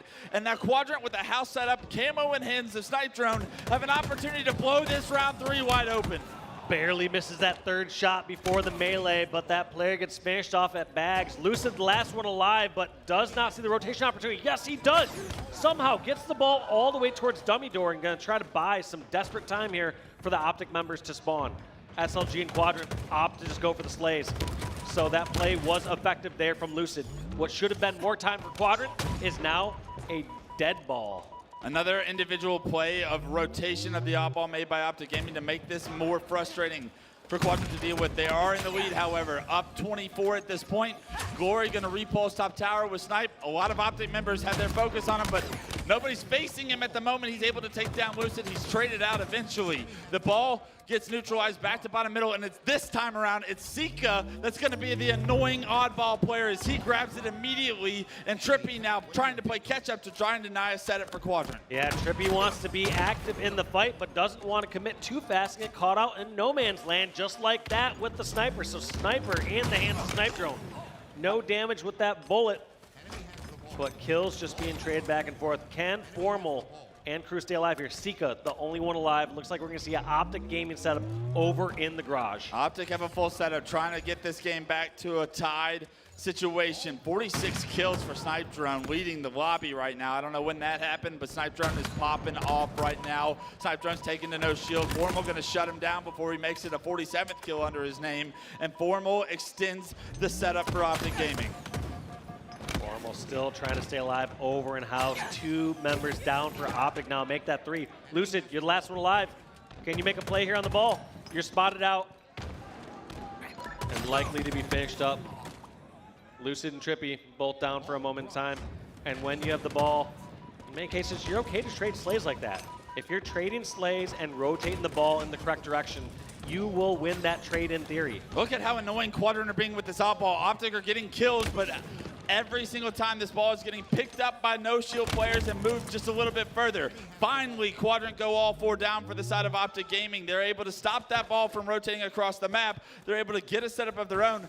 And Lucid has picked up the fresh camo, has chosen not to activate it yet, playing a little bit greedy. Now that he's popped it late, the camo will live longer, but no, it's a beautiful grenade one-shot on the top tower that reveals him and takes him down, and all of a sudden what was once a very powerful situation from Optic is now immediately erased by one grenade. Yeah, 1v1 for a short bit in time, but Quadrant should have a good amount of information, knowing that dead zone was over at tower and that players were spawning over near nest or green. Now, what did they decide to do with that information? Oh, I don't know. Wow. That 5 from dead zone was something to watch. 56 and starting to climb. This game will be all tied up momentarily. These trades are insane. These shots are even more insane. Dead zone with the second back-to-back 5 will push the series or the lead in game 4 for Optic Gaming here in round 3. Yeah, we highlighted in round number 1 when Optic were going even in slays, they were dominating the objective. However, as soon as Quadrant were able to heavily outslay Optic, they took over game 2. What do you do when Optic are outslaying like Dead Zone right now? Dead Zone is unbelievable right now. The difference here in round 3 that have given Optic the opportunity to gain this lead. It's just 17 points. As Dead Zone goes down, so does Trippy. The duo's down. Formal gets taken down. Lucid was momentarily the last player alive. Spotted pillars, knocked down to no shield. The ball being rotated to green so that it is in a position to be played if Optic apply enough pressure back green. Seek is going to be back here. He's going to throw that ball off the map. He's taken down. 3 members of Quadrant are on respawn. Sniper has got to find a way to deny this ball from rotating towards tower. Tie game, essentially. What a melee. I like that route from Dead Zone. Going to be able to pressure that ball right away if it was grabbed. If not, you can just double team down there. Sniper not only gets 1 kill, but gets a melee into the second. It gets the damage advantage for Quadrant. They also get the ball in hand. They retake the lead 81 to 80. Ball going towards back tower. Formal does not want that to go, but knows that it's a trap. He realized someone was not watching immediately from Plat, and it's too good to be true. Your spidey senses start to tingle, and you're like, this can't be right. Where's this person at? He says it's quiet. Too quiet. Checks his corners, and because of it, he's able to get that kill. That ball gets played. Formal goes back to bottom middle, picks up that out ball. 10 points is all Optic need. Where is Quadrant across the map? No one near Formal, and Formal with full shield and 97 points looks to put this ball in an unwinnable situation for Quadrant, and Optic find a way to close this series out before it goes to a game 5. And that, although wasn't a game 5 for us, that was one of the closest series we've seen between these two. And if there were questions of will this be a rivalry, if Quadrant can play at that level consistently, the answer will be yes. Yes, I mean, Quadrant are looking scary good. I mean, just such a difficult pool, though, as you look into the players that have played so far. Sentinels, terrifying. Optic, top 2 team in the world. It's just so tough when you find yourself in the pool of death, especially with a top 12 seeded Sentinels where you know that they belong somewhere inside the top 6, probably top 4.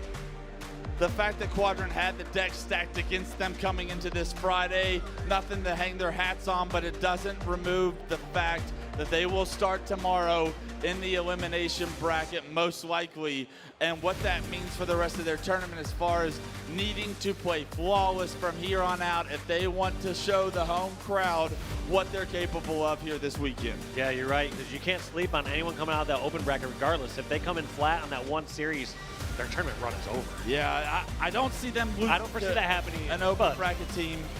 The big question is what does that early elimination bracket run look like? How does that bracket play out? Because those winners bracket round 1 teams will go to the elimination bracket, and some of those teams are going to be very strong. You could see another Sentinels. You could see one of our a complexity or something, and those are no pushovers. Quadrant show you that they are competing against 2 of North America's top 5 teams, I would say, and pushing them just about to the limit, if not to the limit of game 5 in both their series so far.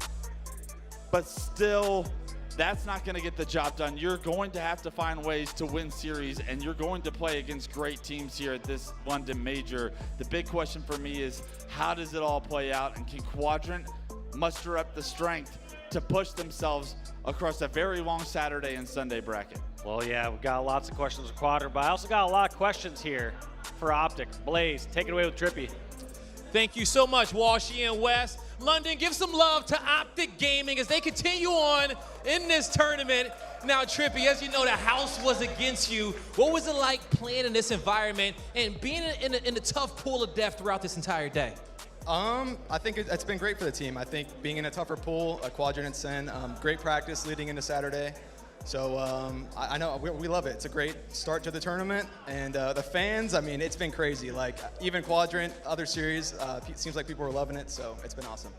It's been absolutely electric in the venue today. Now, you know, you've been to London a few times. How you like being back on this side of the pond, having to play on this side of the world? What has your London trip been like? It's been great. I mean, other than the cloudy weather, I will say, that's the only thing. But I mean, no, being internationally and being able to just travel and play Halo is like a dream come true, so it's been awesome. There you go. And lastly, okay, you know, what are you proud of for you and your squad to accomplish throughout this pool play today? And what do you guys want to look forward to tomorrow? Yeah, I'm just super proud of our ice. A lot of those games came down to the wire, and we just really we're cool, calm, collected, and just closed out the game. So it's a great look going into Saturday, and I'm looking forward to it. It's gonna be fun. Hey, keep doing what you're doing, okay? You guys are gonna go far. Show some more love to Optic Gaming, everybody. That's gonna do it for us here today. Lottie, let's close it out. Thank you so much, Blaze and Trippy there, and GG's Optic Gaming. GG's. Oof, I bet you're sweating up here. Do you want me to give you a second? Oh, I'm before I come actually to you? sweating. It's a problem. I'll solve it sometime when I get a break. I don't know if those actually exist. I'll tell you what, just take 40 seconds while I go to Tony. Just have a little breathe for a second. Tony, I mean, watching that, it was electric. We knew that this was a rivalry matchup. We were questioning about the fact that the rosters had changed slightly as well, how that would look, how it would play out. The results have been different because Optic Gaming, they take this one, and they definitely look like the more dominant team, but the fight Quadrant had in them, it was formidable. I think something that I had noticed towards the end there in that final one for me was how uncomfortable Quadrant could make Optic at certain times. They could take them out of their comfort zone, things got a little bit chaotic, and I felt like Quadrant actually thrived in that environment. They liked dictating that pace and making Optic feel super uncomfortable. And we saw some kind of chaotic energy coming from the Optic Gaming squad. They managed to get control back again and relinquish the kind of force that we know them for, which is methodical, to be honest. How did you feel like the two matched up, especially with the different rosters this time around? I mean, they matched up amazing. I mean, you talked in the back, and you used the phrase dictating the pace, and Quadrant actually had the ability to do that many times within the series. Even going to that game number 1, they outslayed them by a few slays, but also out-assisted Optic Gaming by 15 assists. Now, obviously, Optic, they had a perfect run for that last hill to close it out, and that was the efficiency coming in. But that game 2 Slayer was crazy. SLG with the 17 kills, including the final one. There were so many times where Quadrant really were dictating the pace, but it's Optic Gaming. Yes, it really was Optic Gaming. I was really actually excited by the fact that Optic were able to kind of put themselves in these situations against Quadrant and come out of them. I think there's a lot of times where you're going up against a roster, you start to become uncomfortable, the pace is being dictated by them, and it's hard to get out of those kind of scenarios. I was really impressed with how Optic managed to work things around. I know it's late, I know they're tired, I know things haven't been going exactly to time, but managing to rally together and do that against a rival that they know has a hometown crowd against them is really difficult to do. So that tells me, 1, a lot about their mentality, and 2, a lot about this skill on this roster. And Optic Gaming, they're out to play. Was you just about ready to pop in? Yeah, I'm here. All and right. It's an unbelievable series. I was not expecting Quadrant to play this well against how good of an Optic team I think that this team is. They had so many windows of opportunity for even more success that they let slip through their hands, and that's what when they watch the broadcast tonight and go over a VOD review, they will see that this series was very winnable if they had played a little bit better, if certain situations had gone in their favor that they had advantages in, but they allowed Optic to make the play and not themselves to make the right play. But Optic Gaming, if you make mistakes like the ones Quadrant were making, you cannot beat a team like Optic Gaming, and that was a series that proved that. Quadrant showed that they had the individual skill to compete with some of the world's best players. It was just small decisions that really dictated some of the significant amount of opportunities that Optic were able to have. I think if Quadrant are able to fix those, they become so much scarier in my eyes. I just want to say and highlight here, looking at the stats, it just shows you how close the series truly was. Yes, it was a 3-1. It didn't go all the way to that game 5, but that is okay because you can see moments of complete and utter chaos happening here. Look at 30,000 damage Seeker had, the only one in the lobby with 30k damage plus. That's huge. And then you also see, just in terms of the slays, it's very even across the board. There's not a huge amount of differential between the two. And we kind of touched upon slays here as well, Tony, where often we found Quadrant kind of outslaying Optic a little bit, and certain advantages throughout the series where, yes, at certain points in time they were outslaying, but they weren't necessarily winning. You know, what's that telling you about this Quadrant roster right now that they might need to clean up going into tomorrow? Well, it's really that objective efficiency. I mean, the fact that you can outslay, out-assist, and lots of times out-tempo the opposition. We've now seen this now in 2 different series where it's just that objective efficiency that they have to maybe fix a little bit, which I think they have a right head on their shoulders. They're gonna do that film review. They're gonna theory craft there. They're gonna get there. On the other side of things, I love me my stats, but I almost feel like this was really misleading because I feel like Dead Zone started off a little bit slow when it came to the kill department. He did, but in that final game, not only was he really flying out in slays, 39 kills, which wasn't the most as far as his team. He had the most assists. He had the most ball time. He had very impactful and very unselfish plays. I remember one where he grabs that camouflage, Formal's down to 1 shot. A lot of players might bait their teammate to stay alive with camo. No, he puts himself out there, makes himself the shield to keep Formal alive, then gets out and allows Formal to get there. It's just a lot of unselfish plays. I really love the way Dead Zone specifically played that game 4. Yeah, I feel like every single time we were seeing a massive play from Optic, it was Dead Zone that was doing it. Whether it was even just small things like ball rotations that buy his team so much time, Dead Zone was on his A game in that series, and they needed him to be on his A game to get that series out of the way to deny a game 5. So shout out to Dead Zone. I don't speculate the pickup at all, and I think that this further solidifies that Optic Gaming picked up someone in Dead Zone that when they need a player to step up and make plays that are going to impact the outcome of the game, they don't have to be the flashiest, although some of them were. Dead Zone is a perfect player for this team to answer the ring of the bell when Optic need him most. Without question, he is always a game changer on that roster and has been since the time he joined it. So incredible stuff from the entire team to get through that absolute grueler. Let's take a look at the pools right now, though, and see the updates coming forward. Of course, today has been pool play day. It is Friday of your London Major. And as you can see on Pool B, Optic Gaming 2-0, sitting nice and pretty alongside every single team that have come in here. So top seeds are looking pretty good right now. No major upsets, although we were looking at that Pool B clutch about, you know, the pool of death and how it was doing, because obviously Sentinels, Quadrant, Optic Gaming, that is a really difficult competitive situation for all 3 of them, especially with the seeding coming in as well. Quadrant coming in as the underdog. I know they finished 0-2, but what I will say is they didn't play like an underdog today. Today they played like they were meant to be there, like they had deserved to be there, and honestly could have deserved a win or 2. There were small little situations and margins that might have changed the outcome. That's the difficult part about this, is when you watched Quadrant play today, they played against 2 of the 5 best teams in the world, in my opinion, and they went toe-to-toe. They went blow for blow. They were swinging fists with the best in the world. And right now, being 0-2, although you feel like you played great today, you didn't come away with a series win, and that still will put you in the elimination bracket come tomorrow, as long as the open bracket team doesn't just start throwing around and creating an upset where it becomes a game differential, which I do not expect an open bracket team to compete with Sentinels and Optic. So I think Quadrant will still be forced to go to that elimination bracket, and that's a tough pill to swallow because you're like, we're not playing bad. Yeah. We just played 2 great teams. But if you want to be a great team, Quadrant have expectations of being a great team, you got to find ways to beat other great teams because there's only so much room at the top. Quadrant are going to kick themselves for not being able to create an upset today, but their tournament is not over, and we'll see how resilient they are and how their headspace can stay into it throughout the rest of this weekend, because that's going to be such a difficult task knowing you have no room for error going into the elim bracket. Quadrant obviously feel like they're one of the best teams in the league. They should feel that way.